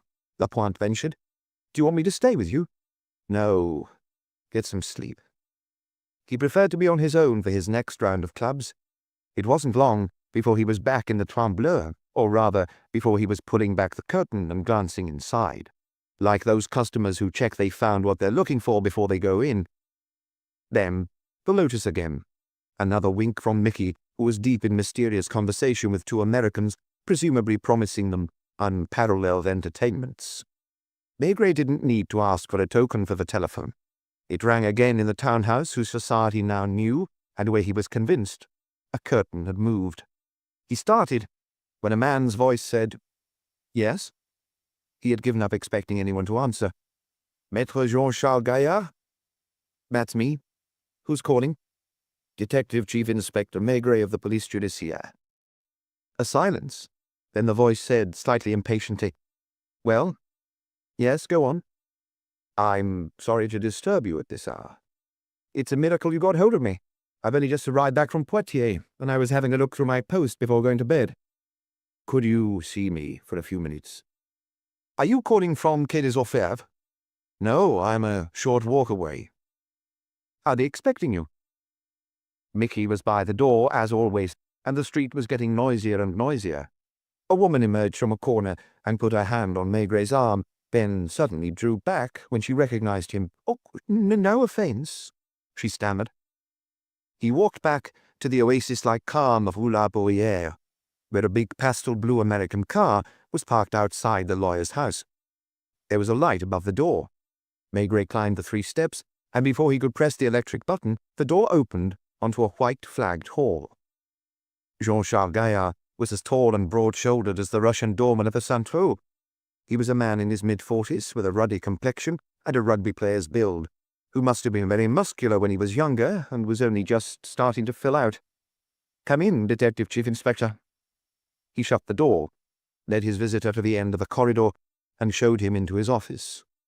Sizable and comfortably but unostentatiously furnished, the room was lit solely by a lamp with a green shade on a desk partially covered with recently opened letters. "Sit down, please. I've had a tiring day, and the drive home took much longer than usual because I ran into a heavy storm." Maigret was fascinated by the lawyer's left hand, which was missing 4 fingers. Only the thumb was left. "I'd like to ask you a couple of questions about one of your clients." Was the lawyer worried or simply curious? It was hard to say. He had blue eyes and blonde, close-cropped hair. "Of course, as long as client confidentiality isn't at issue," he murmured with a smile. He had finally sat down facing Maigret, and his right hand was playing with an ivory paper knife. "Boulet's body was found this morning." "Boulet?" the man repeated, as if he was trying to remember the name. "The owner of the Lotus and 3 other clubs." "Ah, yes, I know." "Didn't he visit you recently?" "It depends what you mean by recently." "Tuesday, say?" "This Tuesday?" "Yes." Jean-Charles Gaillard shook his head. "If he did, I didn't see him. He may have dropped by while I was at the Palais. I'd have to ask my secretary tomorrow." Looking Maigret in the eye, he asked a question in his turn. "You say that his body has been found. The fact that you're here indicates that the police are looking into the matter. Am I to understand that he didn't die from natural causes?" "He was strangled." "Strange. Why?" "Because, despite his profession, he was a good man, really, and I didn't know him to have any enemies. It's true that he was only one client among many." "When did you last see him?" I should be able to give you an exact answer. One moment. He got up, went into the next office, turned on the light, looked in a drawer, and came back with a red office diary. My secretary keeps a note of all my meetings. Hold on. He leafed through the diary, starting at the back and silently mouthing names. After about 20 pages, he exclaimed, "Here we are. 22nd of May at 5 o'clock. I found a note of another visit on the 18th of May at 11 o'clock in the morning. You haven't seen him since the 22nd of May. Not that I remember. He didn't call you. If he called my office, you would have got through to my secretary, so she'll be able to answer that. She'll be here tomorrow at 9 o'clock. Did you handle all Boulet's affairs? It depends what you mean by all his affairs," he added with a smile. "That's a dangerous question. I'm not sure I'm aware of all his activities." "Apparently you filed his income tax returns." "I see no harm in answering that, that's right. Boulet wasn't very educated and wouldn't have been able to deal with it himself." Another silence, after which he explained, "I should add that he never asked me to cheat. Of course, like any taxpayer, he tried to pay as little tax as possible, but only by legitimate means. I wouldn't have handled his affairs otherwise." "You said he visited you on the 18th of May. The night before that, someone called Mazzotti was killed near the Lotus." Gaillard lit a cigarette very calmly, held out the silver box to Maigret, and then took it back when he saw him smoking his pipe. "I see no objection to telling you why he came here. Mazzotti had tried his protection racket on him, and to get him off his back, Boulet had enlisted the help of 3 or 4 strapping fellows from Le Havre, where he was born. I know about that. When he heard about Mazzotti's death, he suspected the police would call him in for questioning. He had nothing to hide, but he was afraid of seeing his name in the papers." "Did he ask your advice?" "Exactly. I told him to be completely open. I think, incidentally, that turned out well for him. If I'm not mistaken, he was called in to kid his affair for a second time on the 22nd or the 23rd, and he came to see me again before that interview. I can't imagine he was a suspect, was he? That would have been a mistake, in my opinion." "Are you sure he didn't come back here this week, on Tuesday, say?" "No. Not only am I sure, but again the appointment, if appointment there was, would be recorded in the diary. See for yourself." He handed the diary to Maigret, who didn't touch it. "Were you at home on Tuesday night?" This time the lawyer frowned. "This is beginning to resemble an interrogation," he remarked, "and I must admit I'm wondering what's in the back of your mind." After a pause, he shrugged and broke into a smile.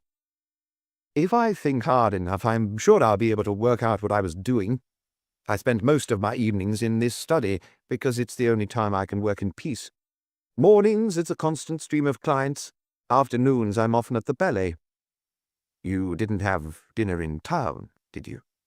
"I hardly ever have dinner in town. You see, I'm not a fashionable lawyer." "So on Tuesday night?" "It's Friday today, isn't it?" "Saturday, in fact, and it's past midnight. I started out for Poitiers very early this morning." "By yourself?" The question seemed to surprise him. "By myself, of course, as I was appearing in court there. I didn't leave my office all evening yesterday." "So what you're really after is an alibi, is it?"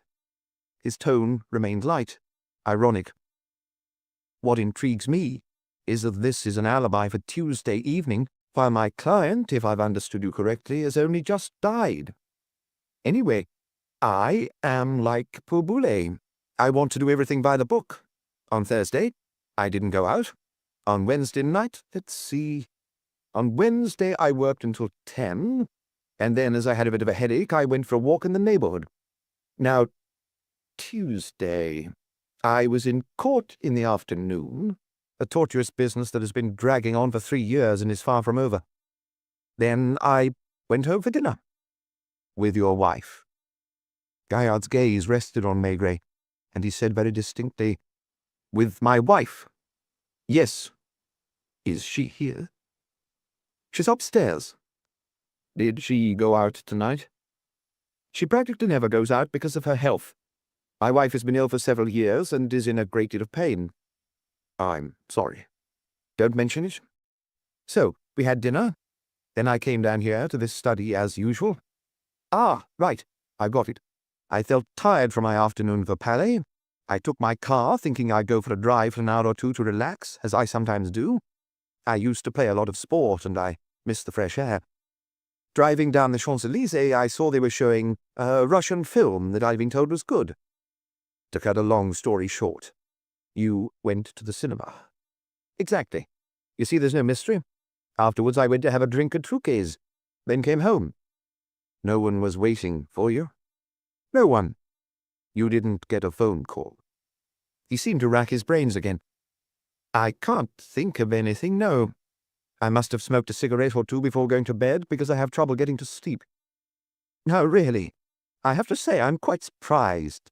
It was Maigret's turn to appear ingenuous. Why? I was expecting you to ask me about my client, but all your questions have been about me and what I was doing. I could easily take offense. Actually, I'm trying to reconstruct Émile Boulet's movements. I don't understand. He wasn't killed last night, but on Tuesday night. But you told me. I told you he was found this morning. Which means that since Tuesday his body... Maigret nodded. He had an amiable look on his face now and seemed open and confiding. It is almost certain that Boulet had an appointment on Tuesday evening, probably an appointment in this neighborhood. And you figured he came here? Maigret laughed. I'm not accusing you of strangling your client. Was he strangled? According to the post-mortem, it would take too long to go through the clues we've collected. He was in the habit of coming and asking for your advice. I wouldn't have seen him at midnight. He might have found himself in an awkward situation, if someone had been blackmailing him, for instance. Gaillard lit a fresh cigarette and slowly blew the smoke out in front of him. His checkbook shows that he recently took a fairly large sum of money out of the bank. May I ask how much? 500,000 francs. That was unusual for him.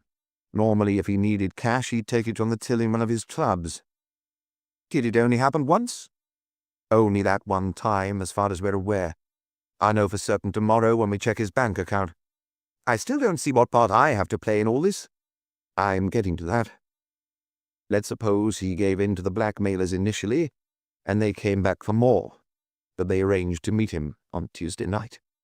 He might have thought of asking your advice. He would have called your number several times during the evening while you were at the cinema. Who answers the telephone in the evening when you're out? No one. Maigret looked surprised, so Gaillard explained. My wife, as I told you, is ill. She had a nervous breakdown initially, which has developed into something more serious. To make matters worse, she suffers from polyneuritis, which the doctors can't treat. She hardly ever leaves the first floor and always has a maid with her, who is in fact a nurse. Not that my wife knows that. I've disconnected the phone upstairs. Servants. We have two who sleep on the second floor. To return to your question, which I understand better now, I don't know of any attempt to blackmail my client. I should also say that I would be surprised if there were such an attempt because, knowing his affairs as I do, I can't think what he would have been blackmailed about. Which is why he didn't come to ask for my advice on Tuesday night. Which is also why I don't know what he did that night. When you told me that he'd been killed, it didn't come as a great surprise.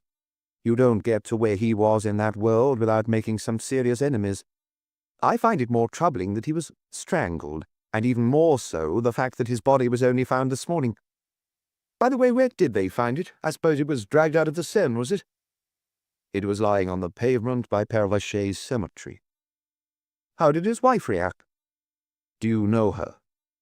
I'd met her once. Boulet was crazy about her. He insisted on me seeing her and the children. He invited me to dinner at Rue Victor Mercier. That's when I met the whole family.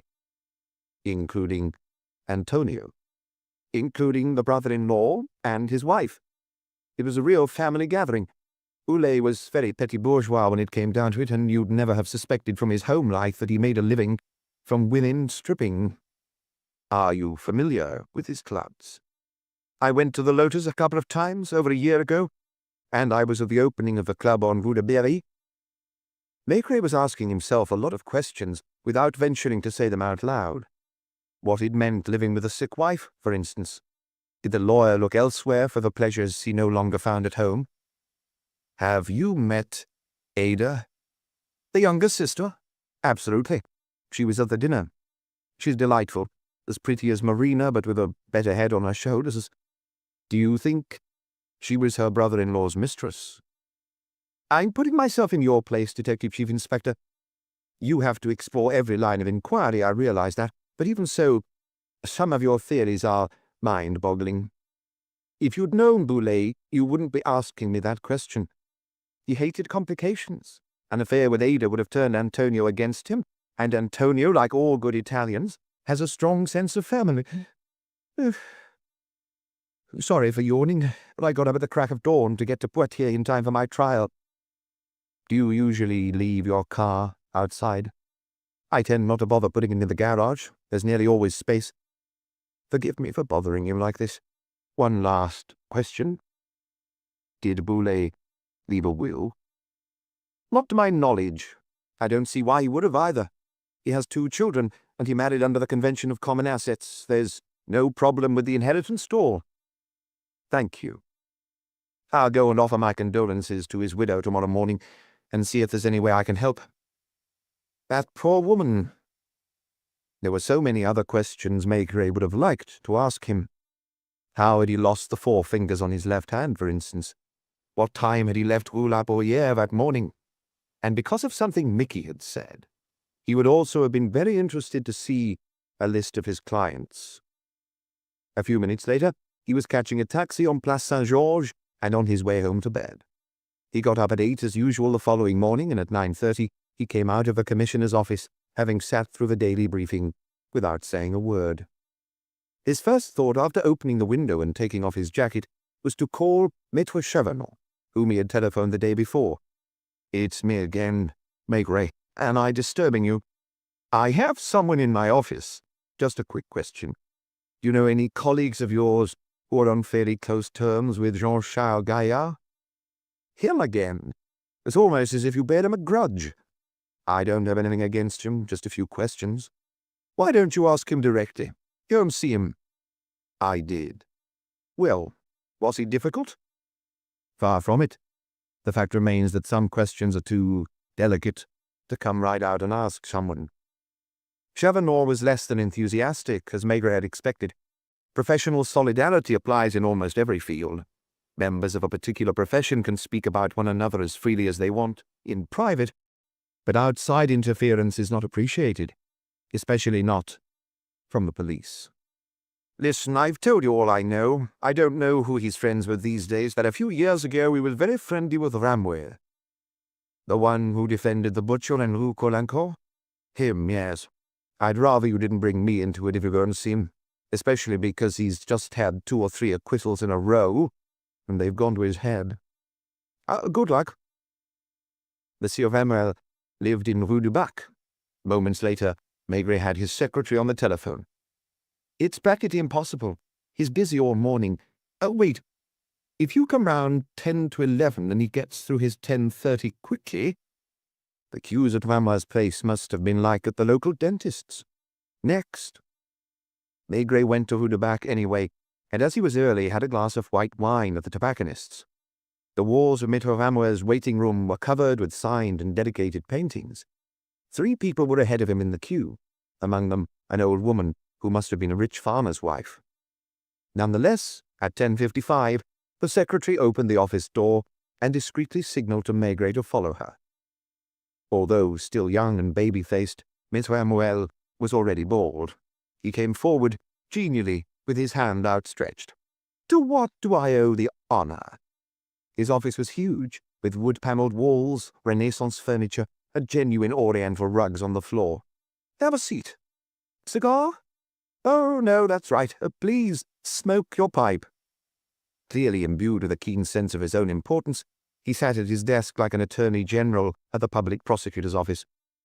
I can't think of a case I'm working on that... It's not about one of your clients. I feel rather embarrassed, actually. I'd like you to consider this a private visit. Ramwell was so used to assize court trials that he continued to behave in private life as he did in court, with the same exaggerated facial expressions, the same arm movements that could only have been more sweeping if they'd been enveloped in the flowing sleeves of a black robe. He began by opening his eyes comically wide, then spread his hands in a show of surprise. "Come now, Detective Chief Inspector, you're not going to tell me you're in trouble, are you? Defending Detective Chief Inspector Maigret? What a thing!" "I just need some information about someone." "One of my clients?" he asked, assuming an offended air. "I hardly need remind you." "Don't worry, I'm not going to ask you to breach client confidentiality. The reasons that will take too long to explain. I need to know something about one of your colleagues." The lawyer's brows furrowed ostentatiously, as if he was putting on one of his characteristic displays before a jury. "It doesn't involve betraying a friendship, either." "Go on. I'm not promising anything, you understand." It was annoying, but Maigret had no choice. "You know Jean-Charles Gaillard rather well, I think." A look of mock embarrassment. "We used to socialize." "Did you fall out?" "Let's say we see one another less frequently nowadays." "Do you know his wife?" "Janine. I first met her when she was still dancing at the Casino de Paris. It was just after the war. A delightful girl at the time, and so beautiful. She was known as La Belle Lara. People would turn and look at her as she walked down the street." "Was that her name?" "No, she was actually called Dupin, but her stage name as a dancer was Janine de Lara. She probably would have had a brilliant career." "Did she give it up for Gaillard?" "When he married her, he promised he'd never ask her to leave the theatre." "Didn't he keep his word?" This triggered a pantomime of discretion. Cromwell seemed to be weighing the rights and wrongs of answering, sighing heavily as if torn by contradictory feelings. "Honestly, everyone in Paris society knows anyway. Gaillard came back from the war, covered in medals." "Was that where he lost 4 fingers?" "Yes. He was at Dunkirk. In England, he joined the Free French. He went through the African campaign, and then, if I remember correctly, found himself in Syria. He was a lieutenant in the commandos. He never talks about it, I must say. He's not one of those people who regale you with tales of their wartime exploits. One night, when he was meant to be taking an enemy patrol by surprise, the boot was on the other foot, and he only survived by grabbing hold of a knife that was being driven into his chest. He's a tough customer. He fell madly in love with Janine and decided to marry her. At the time, he was a pupil at Maître Juin's, the common law specialist, and wasn't earning much. Seething with jealousy, he spent his evenings backstage at the Casino de Paris. You can guess the rest. Gradually, he got his wife to give up dancing. He started working very hard to provide for her. I often put clients his way." "Did he continue practicing common law?" This time, Cromwell assumed the embarrassed air of someone wondering if the person he is talking to will be able to understand him. "It's certainly complicated. There are some lawyers who hardly ever appear at the Palais, but nonetheless have substantial practices. They are the ones who make the most money as legal advisors to big companies. They know company law and its every last intricacy inside out." "Is Gaillard one of those?" "To a degree. Mind you, I've hardly seen him for a few years. He's in court relatively infrequently. I'd find it hard to define his clientele exactly. He doesn't represent big banks and industrial concerns like his former boss." Maigret listened patiently, trying to guess what he was implying. "With the current tax laws, many people need expert advice. Some, given their activities, need to make sure they're on the right side of the law. An owner of a chain of nightclubs, for instance." Cromwell feigned surprise, confusion. "I didn't realize I'd been so specific. Not that I know whom you're referring to." Maigret remembered his conversation the previous day with Louis Boubet, alias Mickey. They had both recalled the heyday of the Tivoli and La Tetoune, the mix of underworld bosses, lawyers, and politicians you used to meet at her restaurant. "Boulet's been killed," he said abruptly. "Boulet?" "Monsieur Emile, the owner of the Lotus, the Trembleur, and a couple of other clubs." "I haven't had time to read the paper this morning. Was he a client of Gaillard?" His show of ingenuousness was disarming. Obviously, that is one of the categories I was referring to. It's not easy to avoid trouble in certain professions. What happened to this boulet of yours? He was strangled. How horrible.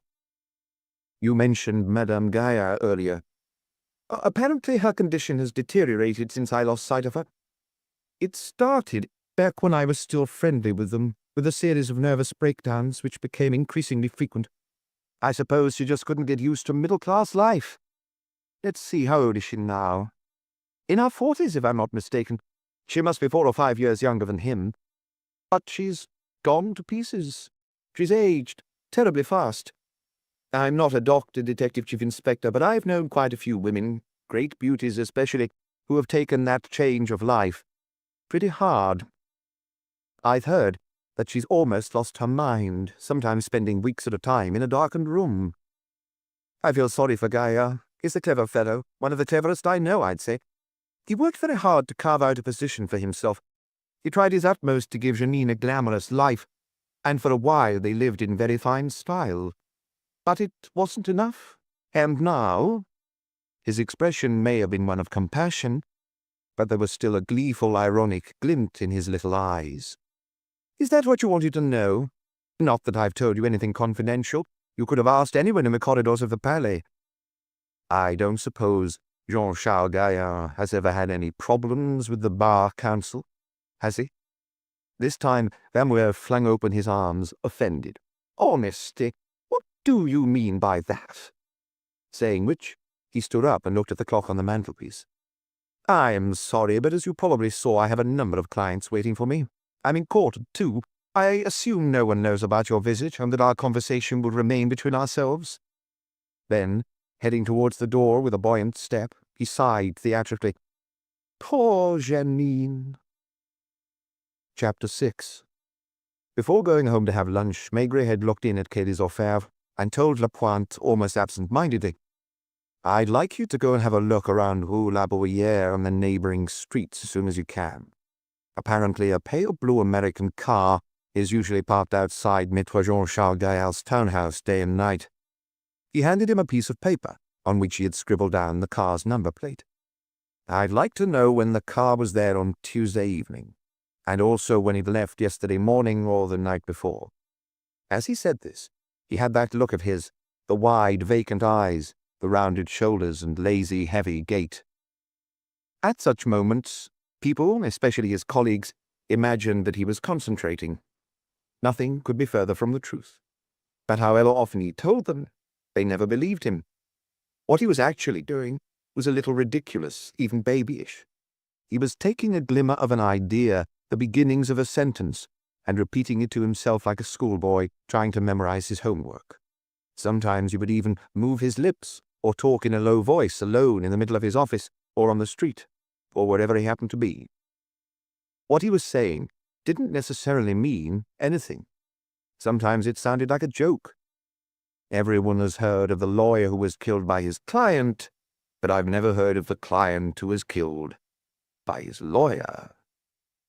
That didn't mean he was accusing Jean-Charles Gaillard of strangling the puny owner of the Lotus and other clubs.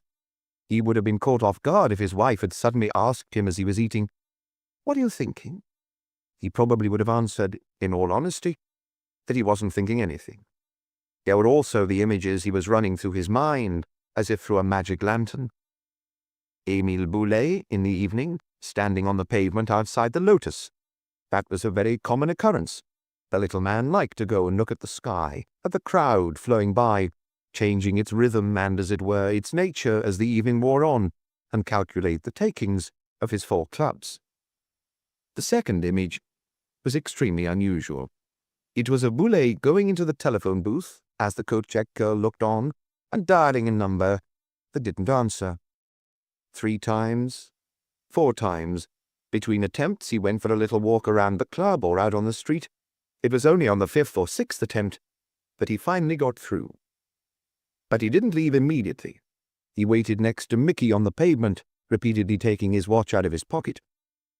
He didn't go home to get his automatic, Maigret almost said out loud. Émile had a license, He was entitled to carry a gun. When Mazzotti and his gang were making trouble for him, he had one on him constantly. The fact he wasn't armed that night meant that he didn't suspect anything. And then, after a certain time, without saying anything to the doorman, who looked like a wizened little boy, he hurriedly started walking down Rue Pigalle. That was the last image. At least, the last one of Emile alive. "Do you have plans for tomorrow?" He looked up from his plate and stared at his wife as if he was surprised to see her standing there by the open window. "Tomorrow," he repeated in such a blank voice that she burst out laughing. "You are in a different world. Sorry to—" "What's tomorrow?" "It's Sunday. Do you think you would have work?" He hesitated before answering. He didn't know. He hadn't thought about Sunday. He hated interrupting an investigation, always maintaining that speed was one of the main guarantees of success. The more time elapsed, the harder it was to elicit information from witnesses. He needed to keep up the momentum, to continue exploring the little world into which he'd been plunged. And now, along came Sunday. A break, in other words. And that afternoon was going to be pretty much wasted too, because Saturday was almost like Sunday for most people these days. "I don't know yet. I'll call you this afternoon." Spreading his arms out theatrically like Maigret Defends Himself, he added, "I'm sorry, there's nothing I can do." Naturally, the police judiciaire was already much sleepier. Offices were empty, detective chief inspectors and inspectors had left for the countryside. "Isn't Lapointe back?" "Not yet, Chief." He had just looked in at the inspector's office, where the hefty figure of Torrens was showing his colleagues a spinning reel. He couldn't expect everyone to be as mesmerized by Émile Boulet as he was. He didn't know what else to do on the case while he waited for Lapointe, nor did he have the heart to throw himself back into administrative planning on a Saturday afternoon. In the end, he went in to see Lecoin, his colleague from Vice, who was reading the newspaper. He looked more like a gangster than a policeman. "Am I disturbing you?" "No." Maigret went to sit on the windowsill, not really knowing why he was there. "Did you know the owner of the Lotus?" "I know them all, really." Idle and rambling, their conversation went on for nearly an hour, without anything coming out of it. As far as Lecoin was concerned, the former cruise ship waiter was an honest guy who wasn't part of the underworld, so much so that some people in Montmartre had given him a contemptuous nickname, the Grocer. By 4 o'clock, it was as if Sunday had come around. Maigret opened the door of the inspector's office again. "Lapointe?" "Not back yet, Chief." He knew it was pointless, but he still went through the door to the Palais de Justice. That morning he had resolved to go to the clerk's office and get the list of clients Jean-Charles Gaillard had represented in court. The Palais de Justice was almost empty, its vast corridors echoing and draughty. When he pushed open the door of the clerk's office, he found no one there. It was bizarre. Anyone could have gone in and rummaged through the green filing cabinets that covered the walls from floor to ceiling. Anyone could have gone and taken a robe from the barrister's cloakroom, for that matter, or even sat in the judge's chair. "The botanical gardens have better security," he grumbled. He headed back to his office, and there, finally, was Lapointe. "I've come back empty-handed, Chief, even though I talked to almost everyone who lives on the street, or at least everyone who hasn't gone away for the weekend. They're all familiar with the blue American car. Some know whom it belongs to, others notice it every morning as they're leaving for work and don't give it another thought. When I asked about Tuesday night, most people rolled their eyes.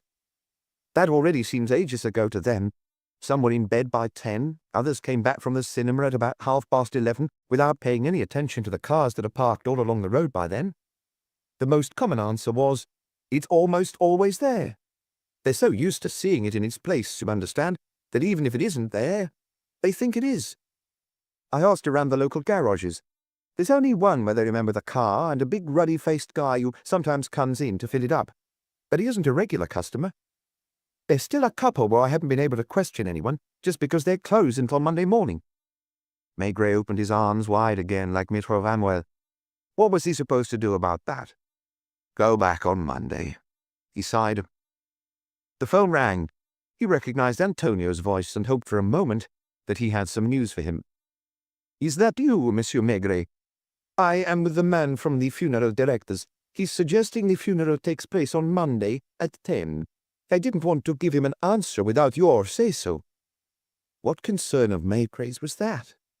Fine. I will receive an announcement. The service will be at the Church of Notre-Dame de Rohet. Maigret hung up and stared blankly at Lapointe, who was waiting for instructions. You can go. Have a good Sunday. If Lucas's next door, send him in. Lucas was there. Any news, Chief?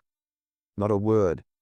I want you to go to the clerk of the court first thing on Monday morning and get a list of Jean-Charles Gaillard's cases. No need to go back to the year dot. The ones he's handled in the past 2 or 3 years will do. Are you going back to Montmartre tonight? He shrugged. What was the point? He wished Lucas an enjoyable Sunday as he had Lapointe, then picked up the telephone. Put me through to my apartment. Hello, is that you? As if he didn't know she was the only person it could be, as if he didn't recognize her voice. Do you remember the times of the Montmartre trains? Today, yes. Before dinner, if possible. 5:52. Would you like to spend tonight and tomorrow there? Good. Pack the small suitcase. No, I'll ring myself. It was on the banks of the Seine, a few kilometers upstream from Corbeil. There was an inn there, the Vieux Garçon, where the Maigrets had been spending the occasional Sunday for over 20 years. Maigret had discovered it during an investigation, a little place tucked away by the river, which was popular with anglers. Now the couple were regulars.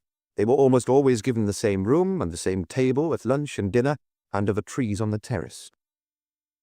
Hello, get me the Vieux Garçon in Montmartre. Near Corbeil. The Vieux Garçon, yes. It's a hotel. Reading up on it, he had discovered that Balzac and Alexandre Dumas had once been regular visitors, and that later the Goncourt brothers, Flaubert, Zola, Alphonse Daudet, and others had attended literary lunches there. Hello, Maigret here. What's that? It's beautiful weather, yes. This was not news to him. Our room is occupied. But you have another, but he doesn't look onto the Seine. Well, no matter. We'll be there for dinner. So, despite Émile Boulet, they ended up spending a peaceful Sunday by the river. The Vieux Garçon's clientele had changed over the years. The fishermen Maigret had met in the past had almost all disappeared. They had either died or become too old to get about. New ones had taken their place, as keen as they had once been. Some prepared their fishing spots days in advance. You could hear people getting up at 4 in the morning to go and moor their boats in the current between a couple of stakes.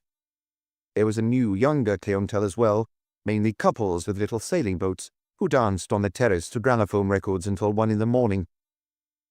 Maigret slept soundly regardless, waking to the crowing of roosters and footsteps of people going off to fish, and finally got up at 9. Around 10 o'clock, as they were finishing their breakfast under the trees, watching the sails maneuvering on the water, Madame Maigret murmured, "Aren't you going fishing?" He didn't have his fishing rods or tackle, which he had left in their little house in Menx-sur-Loire, but he could always borrow some from the landlady. Why would a lawyer kill his client?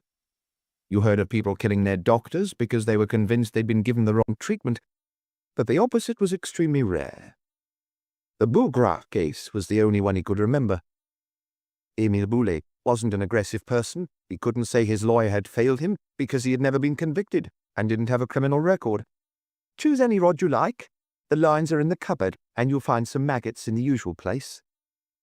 They walked along the bank in single file and chose a shady spot near a dead tree. As chance would have it, Maigret caught about 15 roach within half an hour. If he'd had a net, he would probably have also landed the chub weighing over half a kilo, which broke his leader. It is true that he didn't get another bite after that. His wife looked up from her magazine every now and then and watched him with an amused smile. They had lunch at their usual table, while the other guests, as always, turned to stare and whisper. Wasn't the head of the crime squad allowed to spend a Sunday in the country like everyone else, and fish if he felt like it? Afterwards, he went back down to the riverbank, failed to catch anything else, and at 6 o'clock he and his wife were in a packed train, heading back to Paris. They ate some cold cuts and watched it grow dark, looking out at the streets that were still all but empty, and the apartment buildings across the way where a few lights were starting to come on. Boulay didn't spend his Sundays in the country. His nightclubs were open 7 days a week, and he wasn't the sort of man to leave them unsupervised. The 3 women in his life can't have had any desire to leave their little Italy on Rue Victor Massé either. At 9 o'clock on Monday morning, Maigret stopped off at Quai des Orfèvres to check if there had been any developments, and at 9:45 a taxi dropped him in Rue Pigalle. A funeral notice with a black border was attached to the Lotus's metal gate. There was another on the Trembleuse door in Rue Victor Massé. The pavement across the street from Boulet's home was thronged with people. From time to time, one of them, or a small group, would break away to go into the building, the door of which was draped in black. Maigret followed suit, waiting his turn in front of the elevator where there was a strong smell of flowers and candles. The living room had been transformed into a chapel of rest. Around the coffin stood the dark figures of Monsieur Raison and an old maitre d' who was considered part of the family, while a woman could be heard sobbing in a neighboring room. Maigret shook hands, then went back downstairs and waited with the others. He recognized faces from the dead man's nightclubs, and had the impression that everyone Boulet had employed was in attendance. The women, in outlandishly high heels, had tired faces, eyes which looked surprised to be seeing the morning sun. "Quite a turnout, eh?" Maigret felt a tug at his sleeve. It was the midget Louis Boubet, alias Mickey. He was dressed in black, and seemed proud of the funeral's success. "They're all here." He meant the owners of every nightclub in Paris, including the ones on the Champs-Élysées and in Montmartre, the musicians, the barmen, the waiters. "Have you seen Joe?" He pointed to Joe the wrestler, who waved to Maigret. He was also dressed in black for the occasion. "There's all sorts here, isn't there? Garish suits, showy, light-coloured hats, big signet rings, shoes in suede or crocodile skin. Everyone had come out. Boulet might not have been in the underworld, and his nickname, the Grocer, might have been entirely deserved, but that didn't make him any less a part of Montmartre's nightlife. "Still no idea who did it?"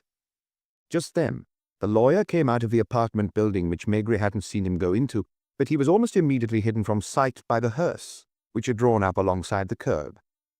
There were so many flowers and wreaths that they had to load up 2 separate cars. The 3 women got into one car, while Antonio walked behind on his own, followed by several rows of staff and performers. Then came all the other mourners, who formed a cortege over 100 meters long. The shopkeepers came out of their shops as they passed. The housewives stopped by the curb. People leaned out of windows. Meanwhile, photographers ran alongside the somber procession, taking pictures. The organ resounded as 6 pallbearers entered the church with a coffin. The women followed, heavily veiled. For a moment, Jean-Charles Gaillard's and Maigret's eyes met. Then the 2 men were separated by the crowd. Maigret stayed at the back of a church, where a ray of sunshine fell across the floor every time the door opened. He went on shuffling through the same images in his mind, like a pack of cards. Boulet taking his watch out of his pocket. Boulet waiting for a few minutes before going down Rue Pigalle. Antonio had done a good job. The prayers of absolution were accompanied by a sung mass. It took a long time for everyone to leave the church. 4 or 5 cars were waiting outside to take the family and their closest associates to Ivry, where Boulet was going to be buried, as Montmartre's cemetery was full. Antonio found time to turn in the crowd and go up to Maigret. "Shall we save you a seat?" Maigret shook his head. His eyes were fixed on the lawyer, who was walking away. He elbowed his way over to him. "A fine funeral," he said, a bit like Mickey in Rue Victor Massé. "Aren't you going to the cemetery?" "I've got some work to do. Besides, I wasn't invited." All of Montmartre was there. The crowd was still dispersing as the hearse and cars drove off. "You must have spotted quite a few of your clients." "That's what it's like, being a lawyer." Changing the subject, as if he found this one unpleasant, Gaillard said, "Do you have a lead?" "Let's call it the beginnings of a lead." "Meaning?" "I'm still missing the most important thing. The motive." "Have you got everything else?" "No proof yet, unfortunately." Did you go to the country yesterday? The lawyer looked at him in surprise. Why do you ask? Like many other mourners, they were walking back up Rue Notre-Dame-de-Lorette, which can really have been so busy at that hour of the morning. They passed the Saint-Tro, where the photographs of naked women had been taken down and replaced with a funeral notice. No reason, replied Maigret. Because I went there with my wife, because most Parisians go to the country or the seaside on a Sunday. My wife hasn't been mobile for a long time. So you spend your Sundays alone in Rue La Bruyère. It's a chance to go over my cases. Was Jean-Charles Gaillard wondering why Maigret was dogging his footsteps? Normally, Maigret would have headed down towards the centre of town, but he kept walking along in step with the lawyer, and they soon found themselves in Rue La Bruyère, where the blue car was in its usual spot, in front of the townhouse. There was an awkward moment. Maigret made no move to leave, as the lawyer stood holding his front door keys. I'm not inviting you in because I know how busy you are. Actually, I was just going to ask if I could make a telephone call. The door swung open. Come into my office. The door to the adjoining office was open, and a secretary in her 30s stood up. Without taking any notice of Maigret, she said to her employer, There have been 2 calls, one from Cam. In a minute, Brissette. Gaillard seemed preoccupied. Do you want to call a Paris number? The telephone's there in front of you. Thank you. The window looked onto a paved courtyard with a rather beautiful lime tree in the middle. Maigret stood and dialed a number. Hello? Has Inspector Lapointe come back? Put him on, will you? Thank you. Yes, hello, Lapointe.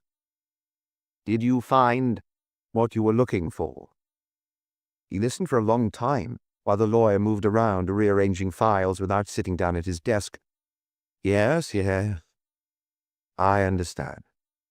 Are you sure of the dates? Did you get him to sign a statement? No, I'm at Rue La Bruyère. Is Luca back? Not yet. As he talked, he looked at the courtyard and saw a couple of black birds hopping about on the paving stones, and the lawyer's shadow as he walked back and forth in front of the window. Wait for me, yes, I won't be long. And I may have some news. He was entitled to put on a little act too, wasn't he? Hanging up the telephone, he pretended to be embarrassed, scratching his head with a puzzled expression. The 2 of them were still standing, and the lawyer was looking at him inquisitively. Maigret purposefully let the silence drag on. He broke it finally to say, with a hint of reproach in his voice, Your memory isn't very good, Monsieur Gaillard. What are you implying? Or, for some reason I can't work out, you didn't tell me the truth. About what? Don't you know? I swear. This tall, strong man had been entirely sure of himself a few moments earlier. Now his face was like a little boy's who has been caught doing something wrong, but is still trying to act innocent. I really don't know what you mean. May I smoke? Please do. Maigret slowly filled his pipe, scowling like a man with an unpleasant task ahead of him. Wouldn't you like to sit down? The lawyer offered. I'll only be a moment. When I came to see you on Friday, I spoke to you about your car. You may have. We had a rather haphazard conversation, and I was sufficiently affected by what I'd just heard not to take in all the details. You told me that your car was usually parked in front of your house and that you left it there overnight. That's correct. It spent last night there and the night before. You may have seen it when you came in. But there were some days recently when it wasn't there. The lawyer made as if to rack his brains. Wait. He was very red in the face all of a sudden, and Maigret almost felt sorry for him. He was clearly only maintaining a modicum of self-assurance thanks to a huge effort. I can't remember if it was last week or the week before that the car needed some repairs. I can ask my secretary. She rang the garage to get them to come and pick it up and fix it. There was a silence, during which he made no move for the connecting door. Call her in. The lawyer pushed the door open, eventually. Will you come in here for a moment? The detective chief inspector has a question for you. Don't worry, mademoiselle, it's a very innocuous question. I'd like to know what day you called the garage to ask them to come and fetch the car. She looked at her employer as if seeking his permission to answer. Monday afternoon, she said finally. That's last Monday, is it? Yes. She was pretty and likable, and her white nylon dress revealed an alluring body. Were she and Gaia? That was no concern of Maigret's for the moment. Did it need a lot of work? I can show you the bill from the garage. It came this morning. They had to put in a new shock absorber. They thought they were going to be able to get the car back on Wednesday morning. But they couldn't.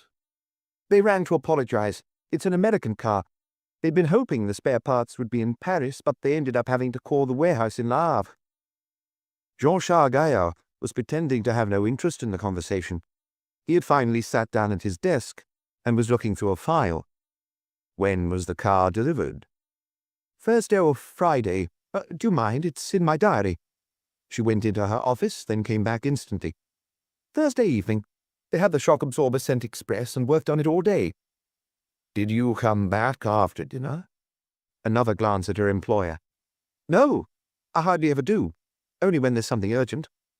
That wasn't the case last week. She gave an emphatic shake of her head. I haven't worked late for at least a fortnight. Thank you, mademoiselle. She left the room and shut the door behind her. Maigret remained standing in the middle of the office, his pipe in his mouth. Well, there it is, he grunted finally. There, what is? Nothing. A minor detail that may be important or not. You know enough about our profession to understand we can't overlook anything. I don't see what my car... If you were in my place, you would. Thank you for letting me use your telephone. It's time I was getting back to the office. The lawyer stood up. Don't you have anything else to ask me?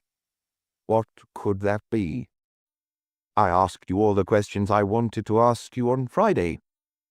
I assume you answered truthfully, didn't you? I've no reason. Naturally. Mind you, the car. I admit I forgot about that. It's the third or fourth time that car has needed work in the last few months, which is why I'm planning to trade it in. Did you get around by taxi for 3 days? Exactly. I sometimes take taxis even when the car is outside. It saves having to look for a parking place. I understand. Are you in court this afternoon? No. I've already told you that I'm not in court very often. I'm more of a legal advisor. So you will be at home all day, will you? Unless I have a meeting somewhere. Just a moment. He opened the door of the adjoining office again. Lucette, will you see if I have to go out this afternoon? Maigret had the impression the girl had been crying. Her eyes and nose weren't red, but she had a flustered, troubled look. I don't think so. All your meetings are here. She consulted the red diary all the same. No. There's your answer, concluded the lawyer. Thank you. Do you think you'll be needing me? I don't have anything specific in mind, but you never know. Goodbye, mademoiselle. She nodded without looking up at him. Jean-Charles Gaillard went out into the corridor ahead of Maigret. The door of a waiting room was half open, and as they walked past, Maigret caught sight of the legs of someone, a man who was waiting. Thank you again for letting me make that telephone call. You're welcome. I'll be off now. When Maigret turned round after walking about 50 meters along the pavement, Gaillard was still on his doorstep, watching him. Chapter 7. It had happened a few times, frequently even, but never in such a clear-cut, characteristic way. He would be pursuing a particular line of inquiry, with a doggedness in inverse proportion to how sure of himself he felt, or how much actual information he had. He would tell himself that there was nothing to stop him changing tack at any moment and pursuing a different line of inquiry. He would send inspectors right and left. He would be convinced he wasn't making any headway, then discover a small new clue, and start cautiously edging forward. And then suddenly, just when he least expected it, the investigation slipped out of his grasp. He wasn't in charge anymore. Events took over, forcing him to do things which he hadn't anticipated, and for which he wasn't prepared. In those cases, there was always a tough hour or two to get through. He would question himself, wonder if he had been on the wrong track from the start, if it was all leading nowhere, or worse still, to some state of affairs utterly removed from the one he had imagined. When it came down to it, what had been his only starting point? A simple conviction, backed up by experience, it was true. Members of the underworld, or mobsters as they're now called, don't strangle people. They used guns or sometimes knives, but there wasn't a single strangling in the annals of the police judiciaire that could even remotely be ascribed to them. Another piece of received wisdom was that professional criminals leave their victims where they kill them. Again, there wasn't a single case in the archives of a mobster keeping a body in his home for a number of days before dumping it on a pavement somewhere. Consequently, Maigret had been mesmerized by Émile Boulet's last evening. The telephone calls, him waiting on the pavement beside the uniformed Mickey, the moment when the former Transat waiter had finally strode off down Rue Pigalle. Maigret's entire hypothesis rested on this, and the business of 500,000 francs being withdrawn from the bank on the 22nd of May. It presumed that there weren't romantic rivalries in the little Italy on Rue Victor Massé, that the three women got along as well as they seemed to, that Boulet didn't have a mistress somewhere, and finally that Antonio was an honest character. Only one of these assumptions, or rather convictions, had to be wrong for the entire investigation to collapse. Perhaps that was why he still seemed bad-tempered and only proceeded with a sort of distaste. It was hot that afternoon. The baking sun beat straight in at the window, prompting Maigret to pull down the blind. He and Luca had taken off their jackets, and behind closed doors were working on something that would probably have elicited at best a shrug from an examining magistrate. It was true that the magistrate in charge of the case was leaving them in peace, convinced that he was just a trivial settling of criminal scores. The press didn't seem remotely interested either. Lawyers don't kill their clients. This was becoming a refrain that Maigret couldn't get out of his head, like a song he had heard too often on the radio or television. Lawyers? Be that as it may, he had still gone to Maître Jean-Charles Gaillard's house that morning after the funeral, but he had been as circumspect as possible. Falling in with the lawyer, as if by accident as they were coming out of the church, he had accompanied him as far as Rue La Bruyère and made sure not to be too insistent in his questioning. Lawyers don't kill. It was no more incontrovertible or well-reasoned than the other assertion he had taken as his initial premise: mobsters don't strangle. But you didn't call a well-known lawyer into Quai des Orfèvres and subject him to several hours' questioning without risking having the whole bar, if not the whole judiciary, on your back. Some professions are more sensitive than others. He had noticed this when he had telephoned his friend Chavanot, and again when he had visited the ineffable Maître Ramuel. Lawyers don't kill their clients. And yet, Jean-Charles Gaillard's clients were the focus of the two men's attention in the golden light of Maigret's office. Luca had come back from court with a list that a clerk of the court had helped him compile.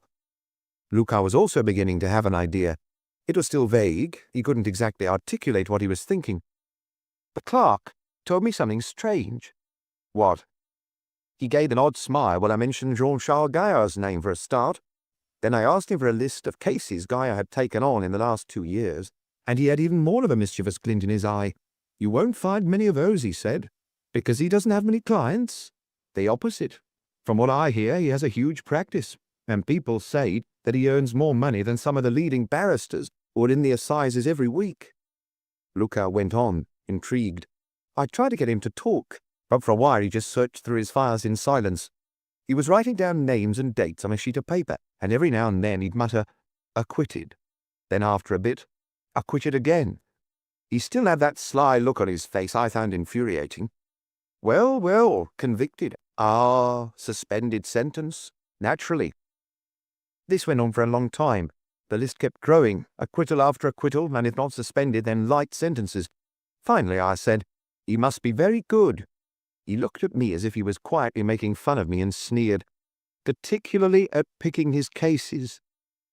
This was the remark that intrigued Luca. Maigret started turning it over in his mind. Winning a trial was obviously more pleasant than losing it, not only for the defendant but also for his legal representative. The latter's reputation would only grow and his clientele increase with each new success. Picking his cases. The two men were going through the list Luca had brought. They had made an initial breakdown. Luca had written the civil cases on one sheet of paper. As neither of them were familiar with that field, it made more sense to leave it to one side for the moment. That left relatively few other cases, 30 or so in 2 years, hence Jean-Charles Gaillard's claim that he wasn't in court very often. Luca went through the names one by one. Hippolyte Tessier, forgery, acquitted on the 1st of September. Both racked their brains. If they couldn't remember anything, Maigret went and opened the door of the inspector's office.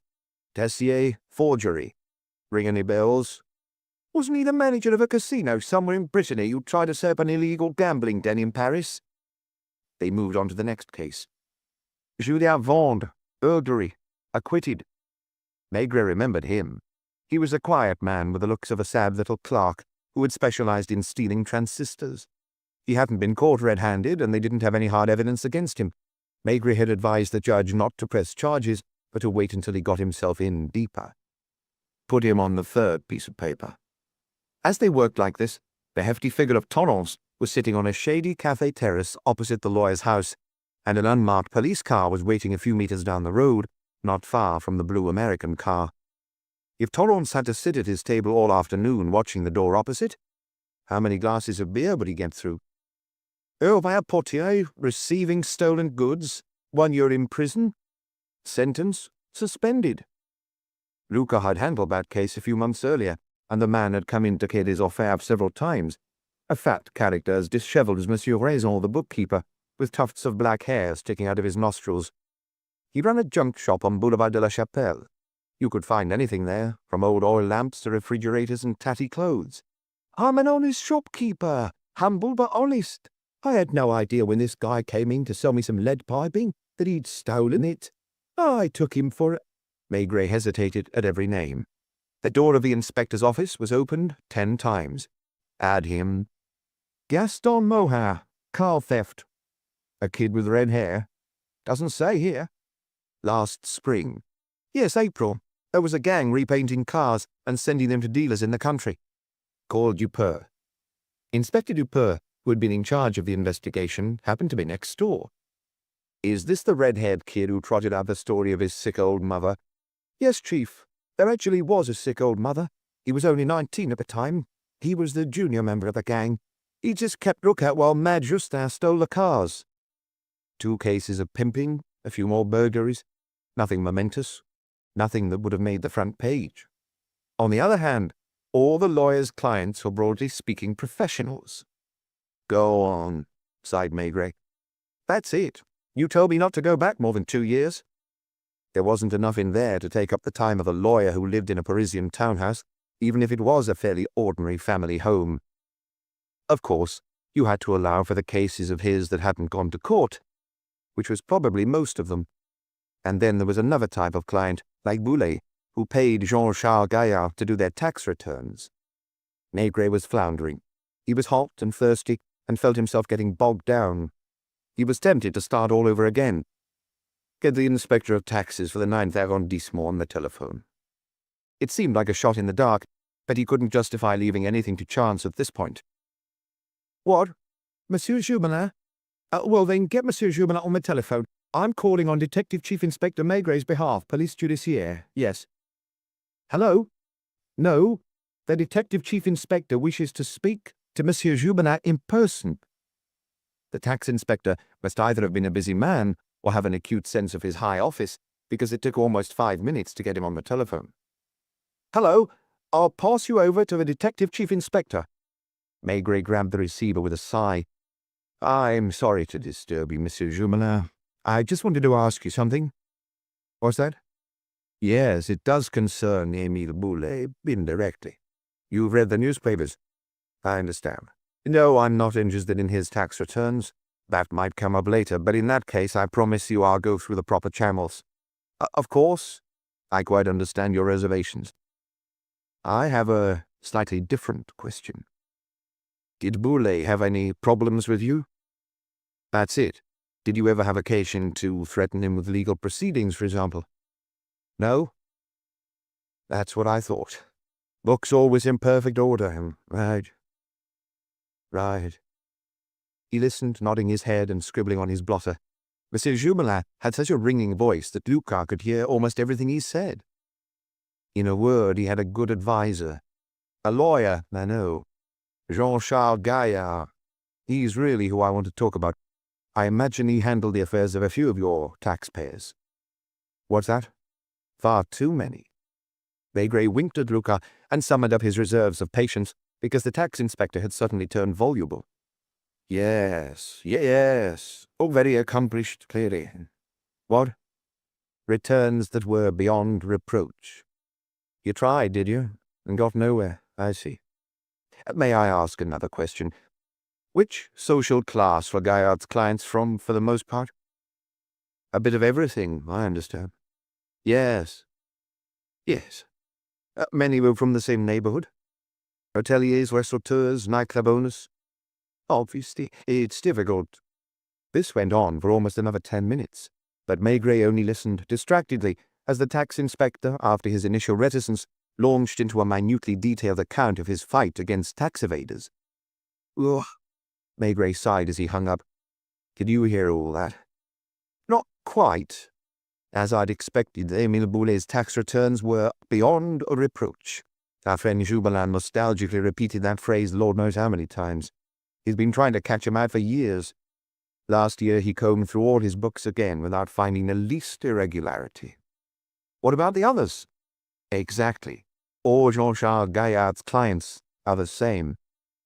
Maigret looked absent-mindedly at the list the inspector had drawn up. He remembered the clerk's remark, particularly at picking his cases. Well, the lawyer was just as good at picking his financial clients, hoteliers in Montmartre and other parts of town, who rented rooms out by the hour as well as the night. Landlords like Joe the Wrestler, nightclub and racehorse owners. As Jubilin was saying just now on the telephone, it's hard proving income and overheads with people like that. Standing at his desk, Maigret looked through the list again. He had to choose someone, and the rest of the investigation might depend on who. Call Dupin for me. The inspector came back into the office. Do you know what's happened to Gaston Morin, who you told us about earlier? A month or two ago, I saw him manning the pumps of the garage on Avenue d'Italie. It was pure chance. I was driving my wife and the kids to the country and wondering where to fill up. Go and ring the owner of the garage and check that Morin is still working for him. Make sure he doesn't tell him anything. I don't want him getting scared and giving us the slip. If it didn't work with him, Maigret would choose another person on the list, then another, and so on, until he found what he was looking for. Admittedly, that wasn't very clear.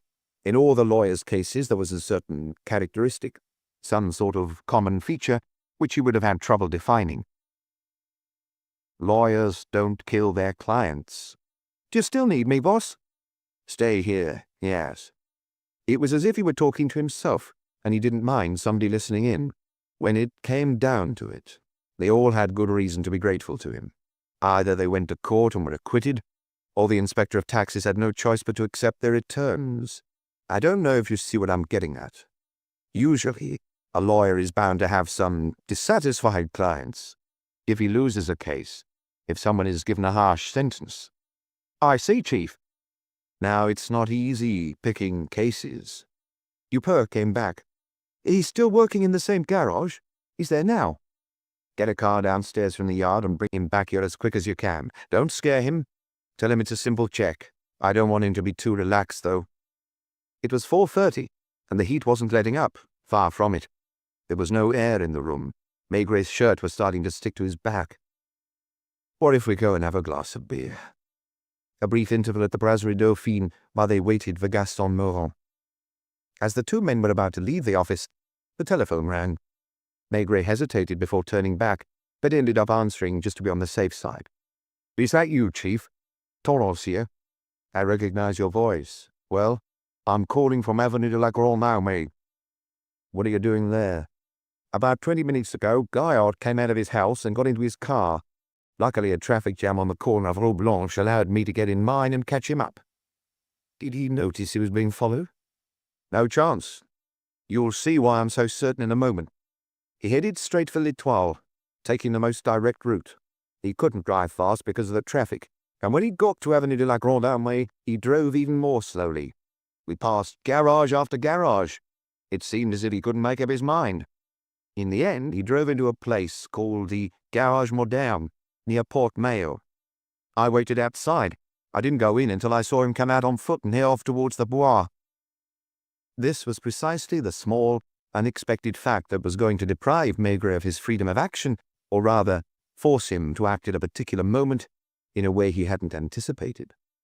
His expression became increasingly serious as he listened to Torrance, and he seemed to have forgotten the glass of beer he had promised himself. "It's a big place with an automatic car wash. I had to show my badge to the foreman. Jean-Charles Gaillard isn't a regular customer. They don't remember seeing him there before. He asked if they could wash his car in under an hour. He's meant to be coming back around 5:30. Have they started work on it? They were about to, but I asked them to wait. A decision had to be made immediately. What shall I do? Stay there. And don't let anyone touch the car. I'll send someone over to bring it back here. Don't worry, he'll have all the paperwork. What about when Gaillard comes back? You'll have an inspector with you. I don't know who yet. I'd rather there were two of you. Be very polite, but make sure, whatever you do, that he comes back here with you." He thought of the young car thief he was expecting. Don't show him straight into my office. Make him wait. He'll probably be outraged. Don't let yourself be overawed. And most of all, don't let him make a telephone call. Torrance sighed half-heartedly. Fine, Chief, but get a move on. I'd be surprised if he's going for a long walk round the Bois in this heat. Maigret couldn't decide whether to go straight to the examining magistrate to cover his back, but he was almost certain that the magistrate would prevent him acting on his instincts. In the office next door, he stared at each of the inspectors in turn. Bache? Yes, Chief. Have you ever driven an American car? Once or twice? Get yourself over to the Garage Moderne on Avenue de la Grande Armée as quick as you can. It's at the far end, near Port Mayo. You'll find Torrance there, who will point a blue car out to you. Bring it back here and leave it in the courtyard. Try to touch as little as possible. Understood. You go along too, Jeannin, but you'll be staying at the garage with Torrance. I've told him what to do. He looked at his watch. Dupeur had only set off for the Avenue d'Italie a quarter of an hour earlier. He turned to Luca. Let's go. If they were quick, they could still have their glass of beer. Chapter 8. Before he had the garage mechanic sent in, Maigret asked Dupeur, how did it go? He seemed surprised at first and asked me if I worked with you. He was more intrigued than worried, I thought. He asked me twice, are you sure Detective Chief Inspector Maigret wants to see me? And he went and washed his hands with white spirit and took off his overalls. Driving here, he only asked one question. Can a case be reopened after it's gone to court? What are you telling? That I didn't know, but that I supposed it couldn't be. He seemed confused the rest of the way here. Send him in, and leave us alone. As he was shown into the office, Morin would have been amazed to learn that the famous Detective Chief Inspector was more nervous than he was. Maigret watched him walk into the room, a lanky young man with tousled red hair, porcelain blue eyes, and freckles around his nose. The other times, Morin began, as if he wanted to come out swinging, you left it to your inspectors to question me. There was something wily but also naive about him. I might as well come straight out and tell you that I haven't done anything. He wasn't scared. Of course, it made a big impression finding himself alone with a big chief, but he wasn't scared. You're very sure of yourself? Why wouldn't I be? The judge said I was innocent, didn't he? Well, as good as, and I played along. You know that better than anyone. You mean you gave up your accomplices? They'd taken advantage of my gullibility. The lawyer proved that. He explained that I'd had a difficult childhood, that I had to support my mother, that she suffered from ill health. Maigret sensed something curious as he was talking. The mechanic expressed himself in a slightly affected way, exaggerating his Parisian salt-of-the-earth accent, but at the same time there was an amused sparkle in his eyes, as if he was pleased with the role he was playing. I don't suppose you brought me in because of that business, have you? I've kept my nose clean since then. I dare anyone to say different. Well, he sat down without being invited, a rare occurrence in Maigret's office, and even took a packet of Gauloises out of his pocket. All right. Still observing him, Maigret nodded. What if we reopened the investigation for some reason? Morin gave a start, suddenly suspicious. You can't. Suppose there are some things I need to clear up. The telephone rang on Maigret's desk. and Torrance's voice said, "He's here." "Did he kick up a fuss?" "Not really. He says he's in a hurry and wants to see you right away." "Tell him I'll be with him as soon as I'm free." Gaston Morin listened, frowning, as if wondering what sort of act was being put on for his benefit. "This is a joke, right?" he said after Maigret had hung up. "What's a joke?" "Bringing me in here, trying to frighten me. You know perfectly well that it's all been sorted out." "What's been sorted out?" "Well, you know that I'm in the clear. No one's going to give me a hard time from now on." At that moment, he gave a rather clumsy wink, which bothered Maigret more than everything else. "Listen, Morin, Inspector Dupin handled your case. The guy who brought me in just now, yes, that's right. I don't remember his name. He was on the level." "What do you mean?" "Well, you know, that he was on the level." "But what else?" "Don't you understand?" "Do you mean that he didn't set you any traps and went easy on you with his questioning?" "I suppose he questioned me the way he was meant to question me." Implicit in the young man's words, his attitude, there was something ambiguous that Maigret was trying to pin down. "It had to be like that, didn't it?" asked Morin. "Because you were innocent?" The mechanic seemed to be growing uneasy himself now, as if he no longer understood what was happening, as if Maigret's responses threw him as much as what he was saying through the policeman. "Come on," Morin said hesitantly after taking a drag on his cigarette. "What?" "Nothing." "What were you going to say?" "I can't remember. Why did you call me in?" "What were you going to say?" "I think something's wrong here." "I don't understand." "Are you sure? In that case, I better keep my mouth shut." "It's a bit late for that. What were you going to say?" Maigret wasn't so much threatening, as steely. Standing against the light, he was a solid mass that Gaston Morin was starting to look at with a sort of panic in his eyes. I want to go," he stammered, getting up suddenly. "Not until you've talked." "This is a trap, then, isn't it? Who's messed up? Is there someone around here who isn't in on the game?" "What game?" "You tell me what you know first." "I ask the questions here." "What game?" "You'll go on asking me that all night if you have to, won't you? I was told that, but I didn't believe it." "What else were you told?" "That you'd be nice to me." "Who said that?" The boy turned his head away, determined not to talk, but sensing that he would capitulate in the end. "It's not fair," he muttered finally between his teeth. "What isn't?" Morin suddenly lost his temper. Hackles up, staring Maigret in the face, he shouted, "You don't know! Is that it? What about the 100,000 then?" He was so intimidated by the look on Maigret's face that his voice trailed away. He saw the imposing mass coming towards him, two powerful hands reaching out, grabbing him by the shoulders, starting to shake him. Maigret had never been so pale in all his life. His expressionless face was like a block of stone. In an unnerving blank voice, he ordered, "Say that again." "You're hurting me." "Say that again."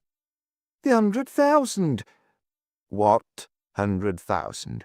Let me go. I'll tell you everything." Maigret released the mechanic, but remained deadly pale.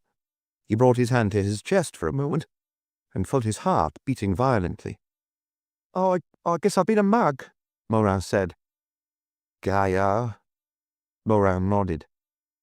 "Did he promise we'd be nice to you?" "Yes, he didn't say nice. He said you'd be understanding." "And that you'd be acquitted?" "If the worst came to the worst, that I'd get a suspended sentence." "Did he charge you 100,000 francs to defend you?" "Not to defend me. It was for something else." "To give to someone?" The young mechanic was so intimidated, tears welled in his eyes. "You." Maigret stood motionless, with his fists clenched for a good 2 minutes, until finally a little colour slowly returned to his face. Then he abruptly turned his back on his visitor, and although the blind was lowered, planted himself in front of the window for a while longer. When he turned round, his expression was almost back to normal, but you could have sworn that he had grown old. But he was suddenly very tired. He went and sat at his desk, pointed to a chair, and unthinkingly started filling a pipe. Smoke. It came out as an order, as if he was exorcising heaven knew what demons.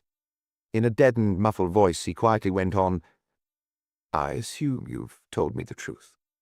"I swear on my mother's life." "Who sent you to Jean-Charles Gaillard?" "An old man who lives on Boulevard de la Chapelle." "Don't worry, we're not going to reopen your case. The guy you're talking about is called Potier and runs a junk shop." Yes." "You'd go out robbing and give him what you'd stolen." "It didn't happen often." "What did he tell you?" To go and see that lawyer." "Why him in particular?" "Because he was in league with the police. I can see now that that's not true. He conned me out of 100,000. Maigret thought for a moment. "Listen, somebody is going to be shown into this office in a moment. Don't talk to him. Just take a look at him and then go next door with the inspector." "I'm sorry, you know. They made me think it was normal." Maigret managed a smile. "Hello, Toros, will you bring him in? I've got someone in my office I want you to keep over there in case I need him. Now, yes." He smoked, outwardly completely calm, but there was a sort of lump in his throat. He stared at the door until it opened, and saw the lawyer, elegantly dressed in a light grey suit, quickly take 3 or 4 steps into the room, an annoyed look on his face, open his mouth to speak, to protest, then suddenly catch sight of Gaston Morin. Torrance couldn't make any sense of this silent scene. Jean-Charles Gaillard had stopped dead. His expression had changed. The young man got up uneasily from his chair, and avoiding eye contact with the newcomer, made for the door. The 2 men were left alone, facing one another. Resting both hands flat on his desk, with a great effort Maigret resisted the temptation to get up, march over to his visitor, and, despite him being taller and sturdier, slap him about the face. Instead, in a strangely weak voice, he said, "Sit down." He must have been even more intimidating than when he had grabbed the young mechanic by the shoulders, because the lawyer obeyed automatically, forgetting to protest against the removal of his car and the fact that 2 inspectors had brought him to Quai des Orfèvres without a warrant and kept him waiting there like a petty suspect. "I suppose you've understood the situation," Maigret began wearily, as if the case was closed as far as he was concerned. As the lawyer tried to answer, he continued, "Let me do the talking. I will be as brief as I can because it's hard for me being alone in the same room as you. I don't know what that boy I told you to be quiet. I haven't brought you in here to question you. I'm not going to ask you for an explanation either. If I had acted on my first instincts, I would have sent you to the cells without seeing you, and you would have waited for the results of the expert assessments there." He drew the 3rd list towards him, the list of Gaillard's clients who had gone to trial and either been acquitted or given light sentences. He read out the names monotonously, as if he was reciting a litany. Then he looked up and added, "Needless to say, these people will be questioned. Some won't talk, or rather they'll keep quiet at first. When they find out that the sums they paid for a specific purpose never reached their destination—" Gaillard's face had changed too, but he tried to stand his ground. He started to say, "I don't know what that young thug—" Maigret slammed his fist down on the desk, making everything on it jump. "Shut up!" he yelled. "Don't you dare open your mouth until I tell you to." They had heard the thump from the inspector's office, and everyone was looking at each other. "I don't need to tell you how you did it, and I understand now why you picked your clients carefully. Knowing that they would be acquitted or given a light sentence, it wasn't hard to make them believe that if they paid—" No, he couldn't talk about it any more. "I have every reason to believe that my name wasn't the only one you used.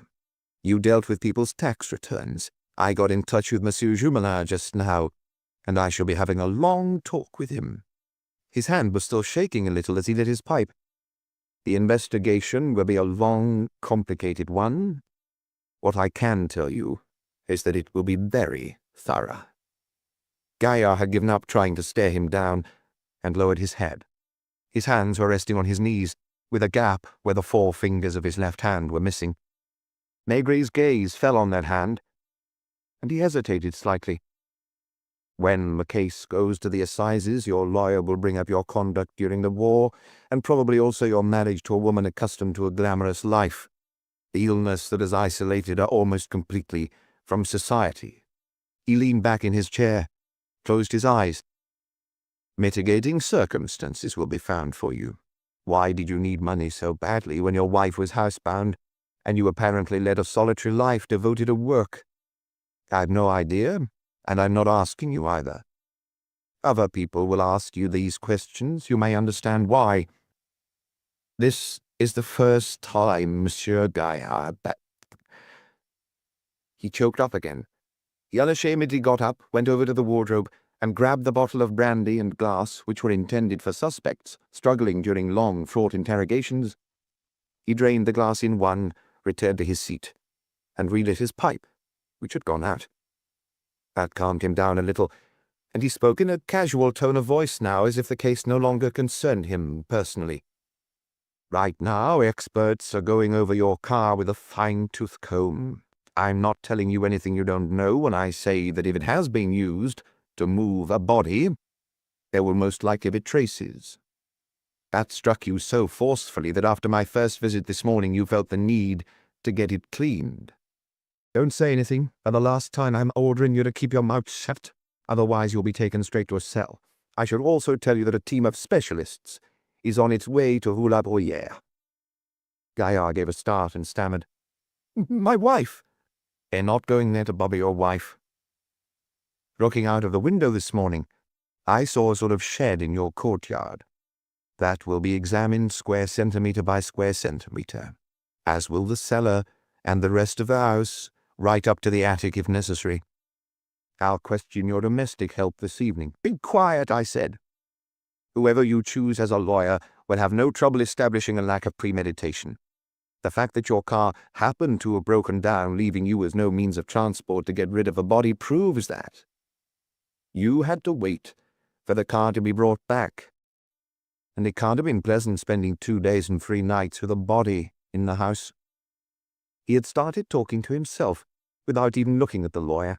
All the little details he had gathered in the past few days came back to him and fell into place. All the questions he had asked himself found an answer. Mazzotti was shot dead on the 17th of May, and we questioned all the people who had recently been victims of his protection racket. At least one of your clients, Émile Boulet, was called in for preliminary questioning. Did he get in touch with you there and then because you dealt with his financial affairs and had already helped out in a couple of relatively minor matters?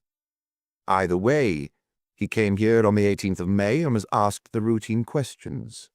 He was then called in a second time on the 22nd or the 23rd. I don't know why.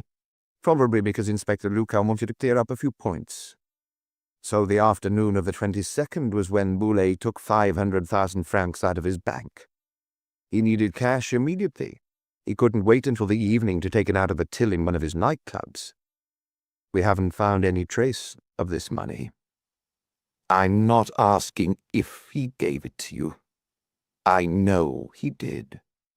He said these words with a contempt he had never shown anyone in his life. On the 8th or 9th of June, Boulet received a third summons for Wednesday the 12th. He took fright because he dreaded scandal, despite his job, or perhaps precisely because of it. Respectability meant more than anything else in the world to him. On the evening of the 11th of June, the day before he is due at police headquarters, he is feeling both anxious and furious because he has paid 500,000 francs to have peace of mind.